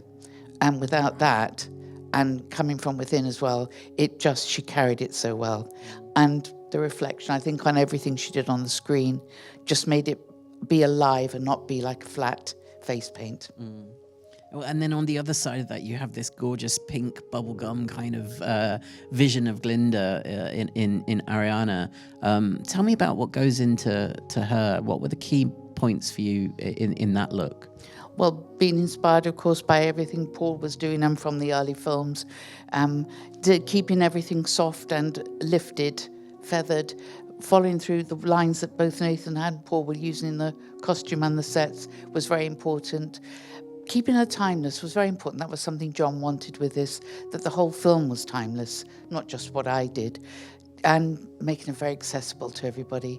But for the lighting situation, again, it was to keep her quite opalescent or iridescent, so the reflection from her and Cynthia's, though two extremes, had the same end quality about them. And I think it worked very well for Alice. Yeah, I mean, I was terrified about the green, like how we were going to do the green. And Fran and I started working together. We had 18 weeks of prep, and we started working together at week 2. And I just sent Fran all these early stills I had on my computer last week, and it just looked terrible. And I was sure we were going to need to do it with visual effects. But as soon as Fran found that green neon, suddenly my world opened up, and I could actually light her in every light I wanted. And we have 6,000 lighting cues in the movie. I never would have been able to do that if Fran hadn't found that makeup.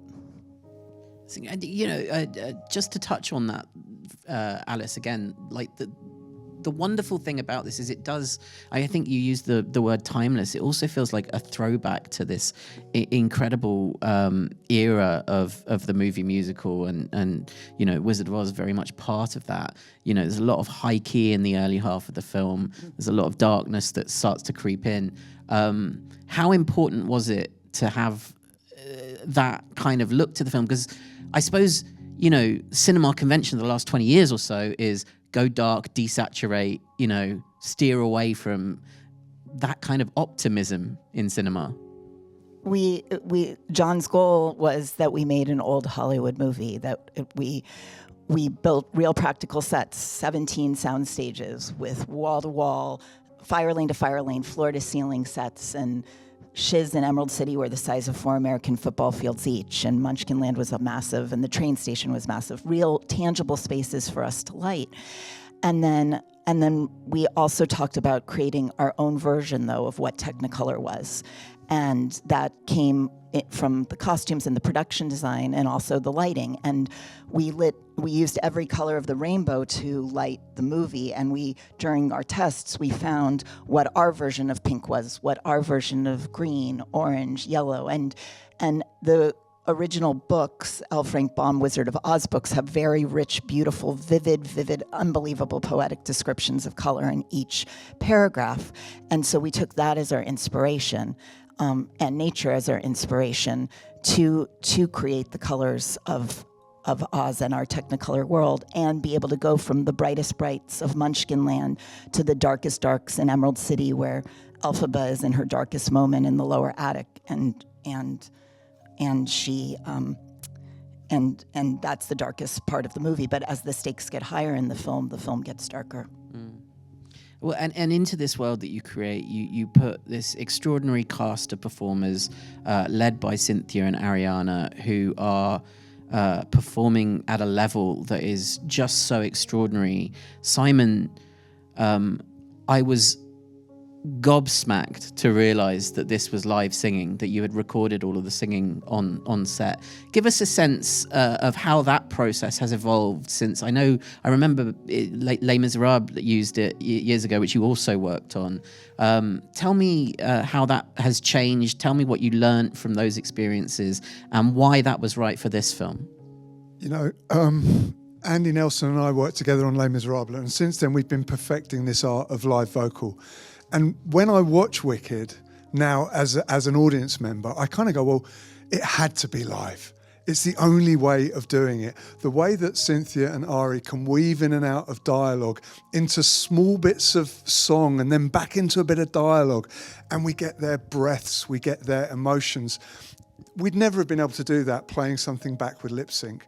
And something that Andy and I have both always spoken about in our musical journey together is that kind of old school musical where you hit that transition where you go, whoa, there's the lip sync, when you're weaving from dialogue into song. And that's something that we've both tried to get away from. When John we did a Zoom, which is always how LA and London filmmakers meet. We meet on a Zoom. And John said, look, my instinct is we have to go live here. But I've given Alice so many cameras. I've told Nathan to build the biggest sets, 4 football field size sets. Are you going to be able to do it? We've got to have wind on these actors. And that was what we wanted to support. We got silent wind tubes. We were aiming wind at actors, but having the machinery miles away from the set.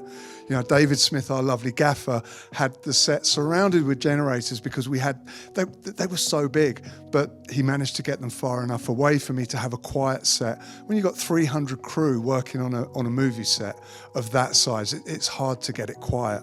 But what we all came together to realize was every single person, from the grips all the way through, everyone, as soon as those 2 actresses started singing, we all kind of went, this is it. The other thing that we found was when they sung together, it was something quite extraordinary. I knew that they were both great singers. What I didn't realize was that the way that their voices would blend, it was luck more than anything else, but it was quite spine-tingling. And when we were recording live on the set, obviously we can't have any music coming out of speakers. We're recording them clean.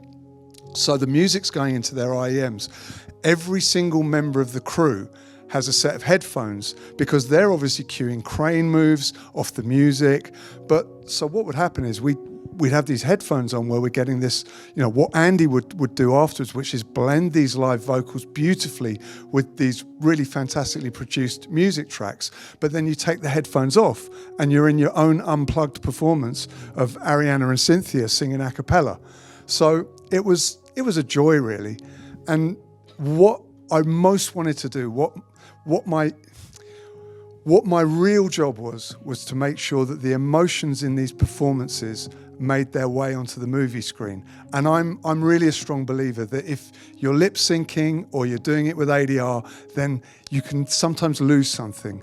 And I think that when I watch Wicked and I can hear those little breaths as someone, as one of the singers moving around the set, and the breath matches the body movement, it's real because it's real. And getting those emotions into the movie theatre is what we tried to do.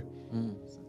Well, Andy, the one thing that I wanted to ask you specifically about is then how do you take these live vocals and blend them with this orchestration that is so huge, this beautiful score from John Powell and Steven Schwartz? What kind of work goes into getting that balance right and making it feel as enormous as it should? Well, that's a really good question, because you don't really know how it's all going to work initially, of course. And what I had done was got used to the Broadway cast recordings so that I could get into the balance of those and get used to the songs, get really deep into the DNA of each song so I could understand the way it had been performed and recorded over the years. But once I went into the studio and listened to the 90-piece orchestra start to play, I knew we were onto a completely different playing field now, because this was so elevated from what I'd been used to. So I throw all that away and we started again. So what I did with the vocals, which Simon so brilliantly gave me, was I was able to just make the vocals and the dialogue tracks play as if it was one. It was just what I tried to do was just allow the story to come through, whether it was spoken or sung. It kind of didn't matter to me in a sense, because that was my foundation for the soundtrack. And then I was able to bring in this incredible orchestra. I had lots of different control over the orchestra, the woodwinds, the brass, the strings. And then Greg Wells, who produced the rhythm tracks and recorded them, guitars, drums, bass, keyboards, things like that. I mean, I had a myriad of things in front of me, but the voices became, that was the sort of kingpin. That sat there, and then I just wrapped the orchestra around as tightly as I could. The thing about the film, which I loved, was I had plenty of dimension to work with, because Jon had beautifully decided that instead of rushing through this journey, he would allow this to play out in a better form, which was to allow us to do the two films. It helped so much, because dynamically, for the soundtrack, we could really allow it to go very big when we needed it, very, very quiet. When Cynthia sings I'm Not That Girl, we wanted that to be the most quiet moment. And if it had just come from a loud section before, it would have been very hard to get all those sort of dynamics. But the way the film was constructed, by Myron, of course, brilliantly edited, it allowed me to build all these dimensions in, and that was my focus. Andy has been teeing up my transitions all day. It's fantastic. Myron, I wanted to ask about the two-film structure, splitting this story into what benefits does that give in the edit, and also what challenges does it create in wanting to tell complete stories with each of the films? Sure. Well, when we worked on In the Heights together, we found that, first of all, cutting a musical is very difficult because, to have any story, you have to have dialogue and scenes in between songs. And if you cut all those dialogue and scenes out, and then it's one big montage. And, brilliantly, Jon decided to make this into two movies to give us more real estate to develop these characters, develop these story arcs, develop world building, allow all these beautiful craftspeople to sort of, build Oz together, and to give us time to connect to things emotionally, and that way we have just plenty of real estate to do that. The challenges are, of course, if you're dividing the two acts of the Broadway musical, and is making the first one feel very satisfying. And the good news is that we sort of treated it as one big origin story for Elphaba, but also to establish these two relationships and to feel like if we can, at the end of the first movie, it feels like one big Empire Strikes Back sort of climax, then hopefully the audience will give us a little leeway to end there. And then in the second movie, it could be the consequences of everyone's actions. You know, what happens when two, really this beautiful love story then goes south, and what happens when they're all torn apart, and what happens to Elphaba and Glinda and Oz and the Wizard and Morrible, and hopefully that will work as well. We just have a few more minutes left, and I'd love to take a question or two from our audience if you have one. I can see a hand going straight up at the back there, and then if we have the time, we'll come to you, sir. Hi, thank you very much. My name's Shikhar. Amazing film. Thank you to everyone involved. I think my question's probably directed a little bit towards, I guess, the production, set design, and director photography. On film, you have so much more freedom with light, with camera motion, and in stage, you're very limited to the audience perspective and the size of the stage. How do you kind of balance that extra freedom, or the near infinite freedom that you suddenly have when translating an adaptation of a book to a musical, where you have so much imagination?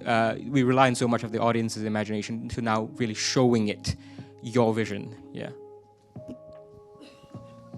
So this is my third musical in a row, and it's always the most exciting part, taking a stage taking a stage musical and turning it into a movie musical, because you're locked into a proscenium when you go see a stage play. I grew up going to theater. My dad was a playwright. I love theater with all my heart. But for a movie, you suddenly get to see the other side of Oz that we've never seen before. We get to move the camera 360 degrees. We get to have Elphaba and Glinda look right into the lens at each other. And we get to see this big, huge, vast, epic world of Oz and these massively huge sets that Nathan has created and built. But we also get to see all the little details that every single person on right here has created. And each one of us represent hundreds and hundreds of people that worked so hard on this movie. And I'm so, this has been a great week because we haven't been together in so long, and who knows when we'll ever be together again. And when I had my goal of this being the greatest love story ever told, I didn't realize that it was going to be that way for the crew as well. And it has been just this incredible story of passion. And so when you take when every single person here suddenly creates details that you can't see in the stage show, and we get to put it on screen, and I get to move my camera in ways I never could have dreamed of, because Jon Chu's imagination is endless. Then I don't know what my point is, but I love all these people, and being able to take a musical, which is just an extension of expression, and put it on screen is a dream come true. Also, the joy of cinema for me since I was a kid is I sit there and it takes me away and I forget about everything and I'm gone. And if we can, if I could, or we can all recreate that childish moment of falling into the cinema and being taken away from a stage show, from a movie, from a book, that's really our job, is to let you fall into the screen. And it's always been magical to me when that happens. And you forget everything. And you forget you exist. And we just have that, right there, and that'll be our final question, I'm afraid. Thank you, and just really beautiful job, all of you. This maybe it's for Alice and Myron. Just interested in the kind of process of making previses, or how early on, Myron, you came into the process of kind of cutting this. Obviously, there's so many amazing kind of dance sequences, but also working with a musical, so much is prescribed before you go into the edit. So I'm wondering kind of what point you came on and how you worked together. Well, Jon had started talking about Wicked around in the Heights, and then so we knew about it for a while. As far as cutting is concerned, it was really only a couple weeks before we started shooting that I was really closely involved with any of the pre-production. Jon, to Pablo's disdain, no, he just doesn't like previs, and so Alice and Jon shot 250 hours of footage between the two movies, and handed it over to me. And Alice and I talked every day because we started doing that in the Heights and on Tick Tick Boom, and we just downloaded each other as far as what was working, what we needed to do better, what could I help as far as like the next day shoot, providing something for second unit, or if they hadn't completed a scene. But a lot of the stuff that we do in general is just find it together in the edit. And Jon gives me a lot of freedom to explore the footage and just have a voice in it and be an artist and find the performance. And every once in a while I'll run over to Pablo's office and say, I don't know what I'm doing here. Can you help me as far as like understanding, how a monkey is supposed to transform, or how is a balloon chase supposed to work? I've never done this before, and I haven't either. So, but the thing about the previs though is that it's not not everybody has a different process. And the only thing that a previs does, probably to your question, is more or less it gets us all in the same room, the same space, and we all know what we are doing. Because if we don't, then what happens is that everything that we have to bring on set, it gets so much bigger because we have to be prepared. Nobody likes to say, I can't do that because I didn't bring it. But we replaced the previs with meetings in which we would get the models of, the production design. The 3D models. Yeah, the 3D models. And so we all sat down there and we, with a cup of tea, and then we talked about it because you're here, so that's why. And we listened to Jon, and we also we were troubleshooting everything, and we were also negotiating because it's very transactional what happens on set. So you do this part, and I'll do this other part, and then that's how we communicate. So it wasn't really the previs; it was just so that we all understand what we're doing. You know what? We had a different type of previs. We had an acoustic previs on Wicked, right? There's a DNA of Wicked, and it's a rhythm. And it starts at the beginning of the movie, and it takes us through. And we supply the emotions, and we support the emotions from our cast. But that DNA, that rhythm, drives us through the movie. And so, if you like, it's just a different type of previs, right? And Jon, he does storyboard. We storyboard together, and we show Myron the storyboards, and Myron and I we download every single night. But we had what was called the War Room, and it had all of Paul's designs, and it had all of Nathan's 3D models on tables, and we'd just all be together and talk about ideas and figure out how we were making this movie together. And it just was a very, I think all our handprints are on this movie, and it feels very handmade for such a big movie. But it was organic, like they were cardboard models. So we had bags of people, and it's like, how many dancers? We got 60 people. Let's put 60 people there, and you move them around. You're like pushing things with sticks on a war room table, and then it was like, oh, we need a hole in the set, so you just ripped that part of the model off. And there were they were beautiful drawings all over the war room, which were Paul's drawings, and me and my team would go in there and we'd look at these sketches of these costumes months before they were made and start to plan where we were going to be able to put our microphones. That war room was incredible, right? Incredible. And then we're also missing Christopher Scott here, who is our incredible choreographer. And that process is also, we go in and shoot dance rehearsals, and it was me and Chris and Jon have always gone in, and sometimes we're all together, and sometimes we're apart, and then. And this time we also got our Steadicam operator Karsten on for 10 weeks of prep, so he was learning the choreography too. And then Jon would take all the footage and cut little. He'd cut the scene together roughly, but he'd also show it all to us, right? And cut to the music from the Broadway show, and then we started to get pre-records, and that started to get everyone on board. So Jon just shares all his ideas in very different multimedia kind of ways. I love this. I feel like we're just scratching the surface of an incredibly deep movie and an incredibly deep collaboration. So I just want to suggest to everybody in the room, how about we all meet here again in like a year's time and keep talking. Please thank the wonderful team behind Wicked.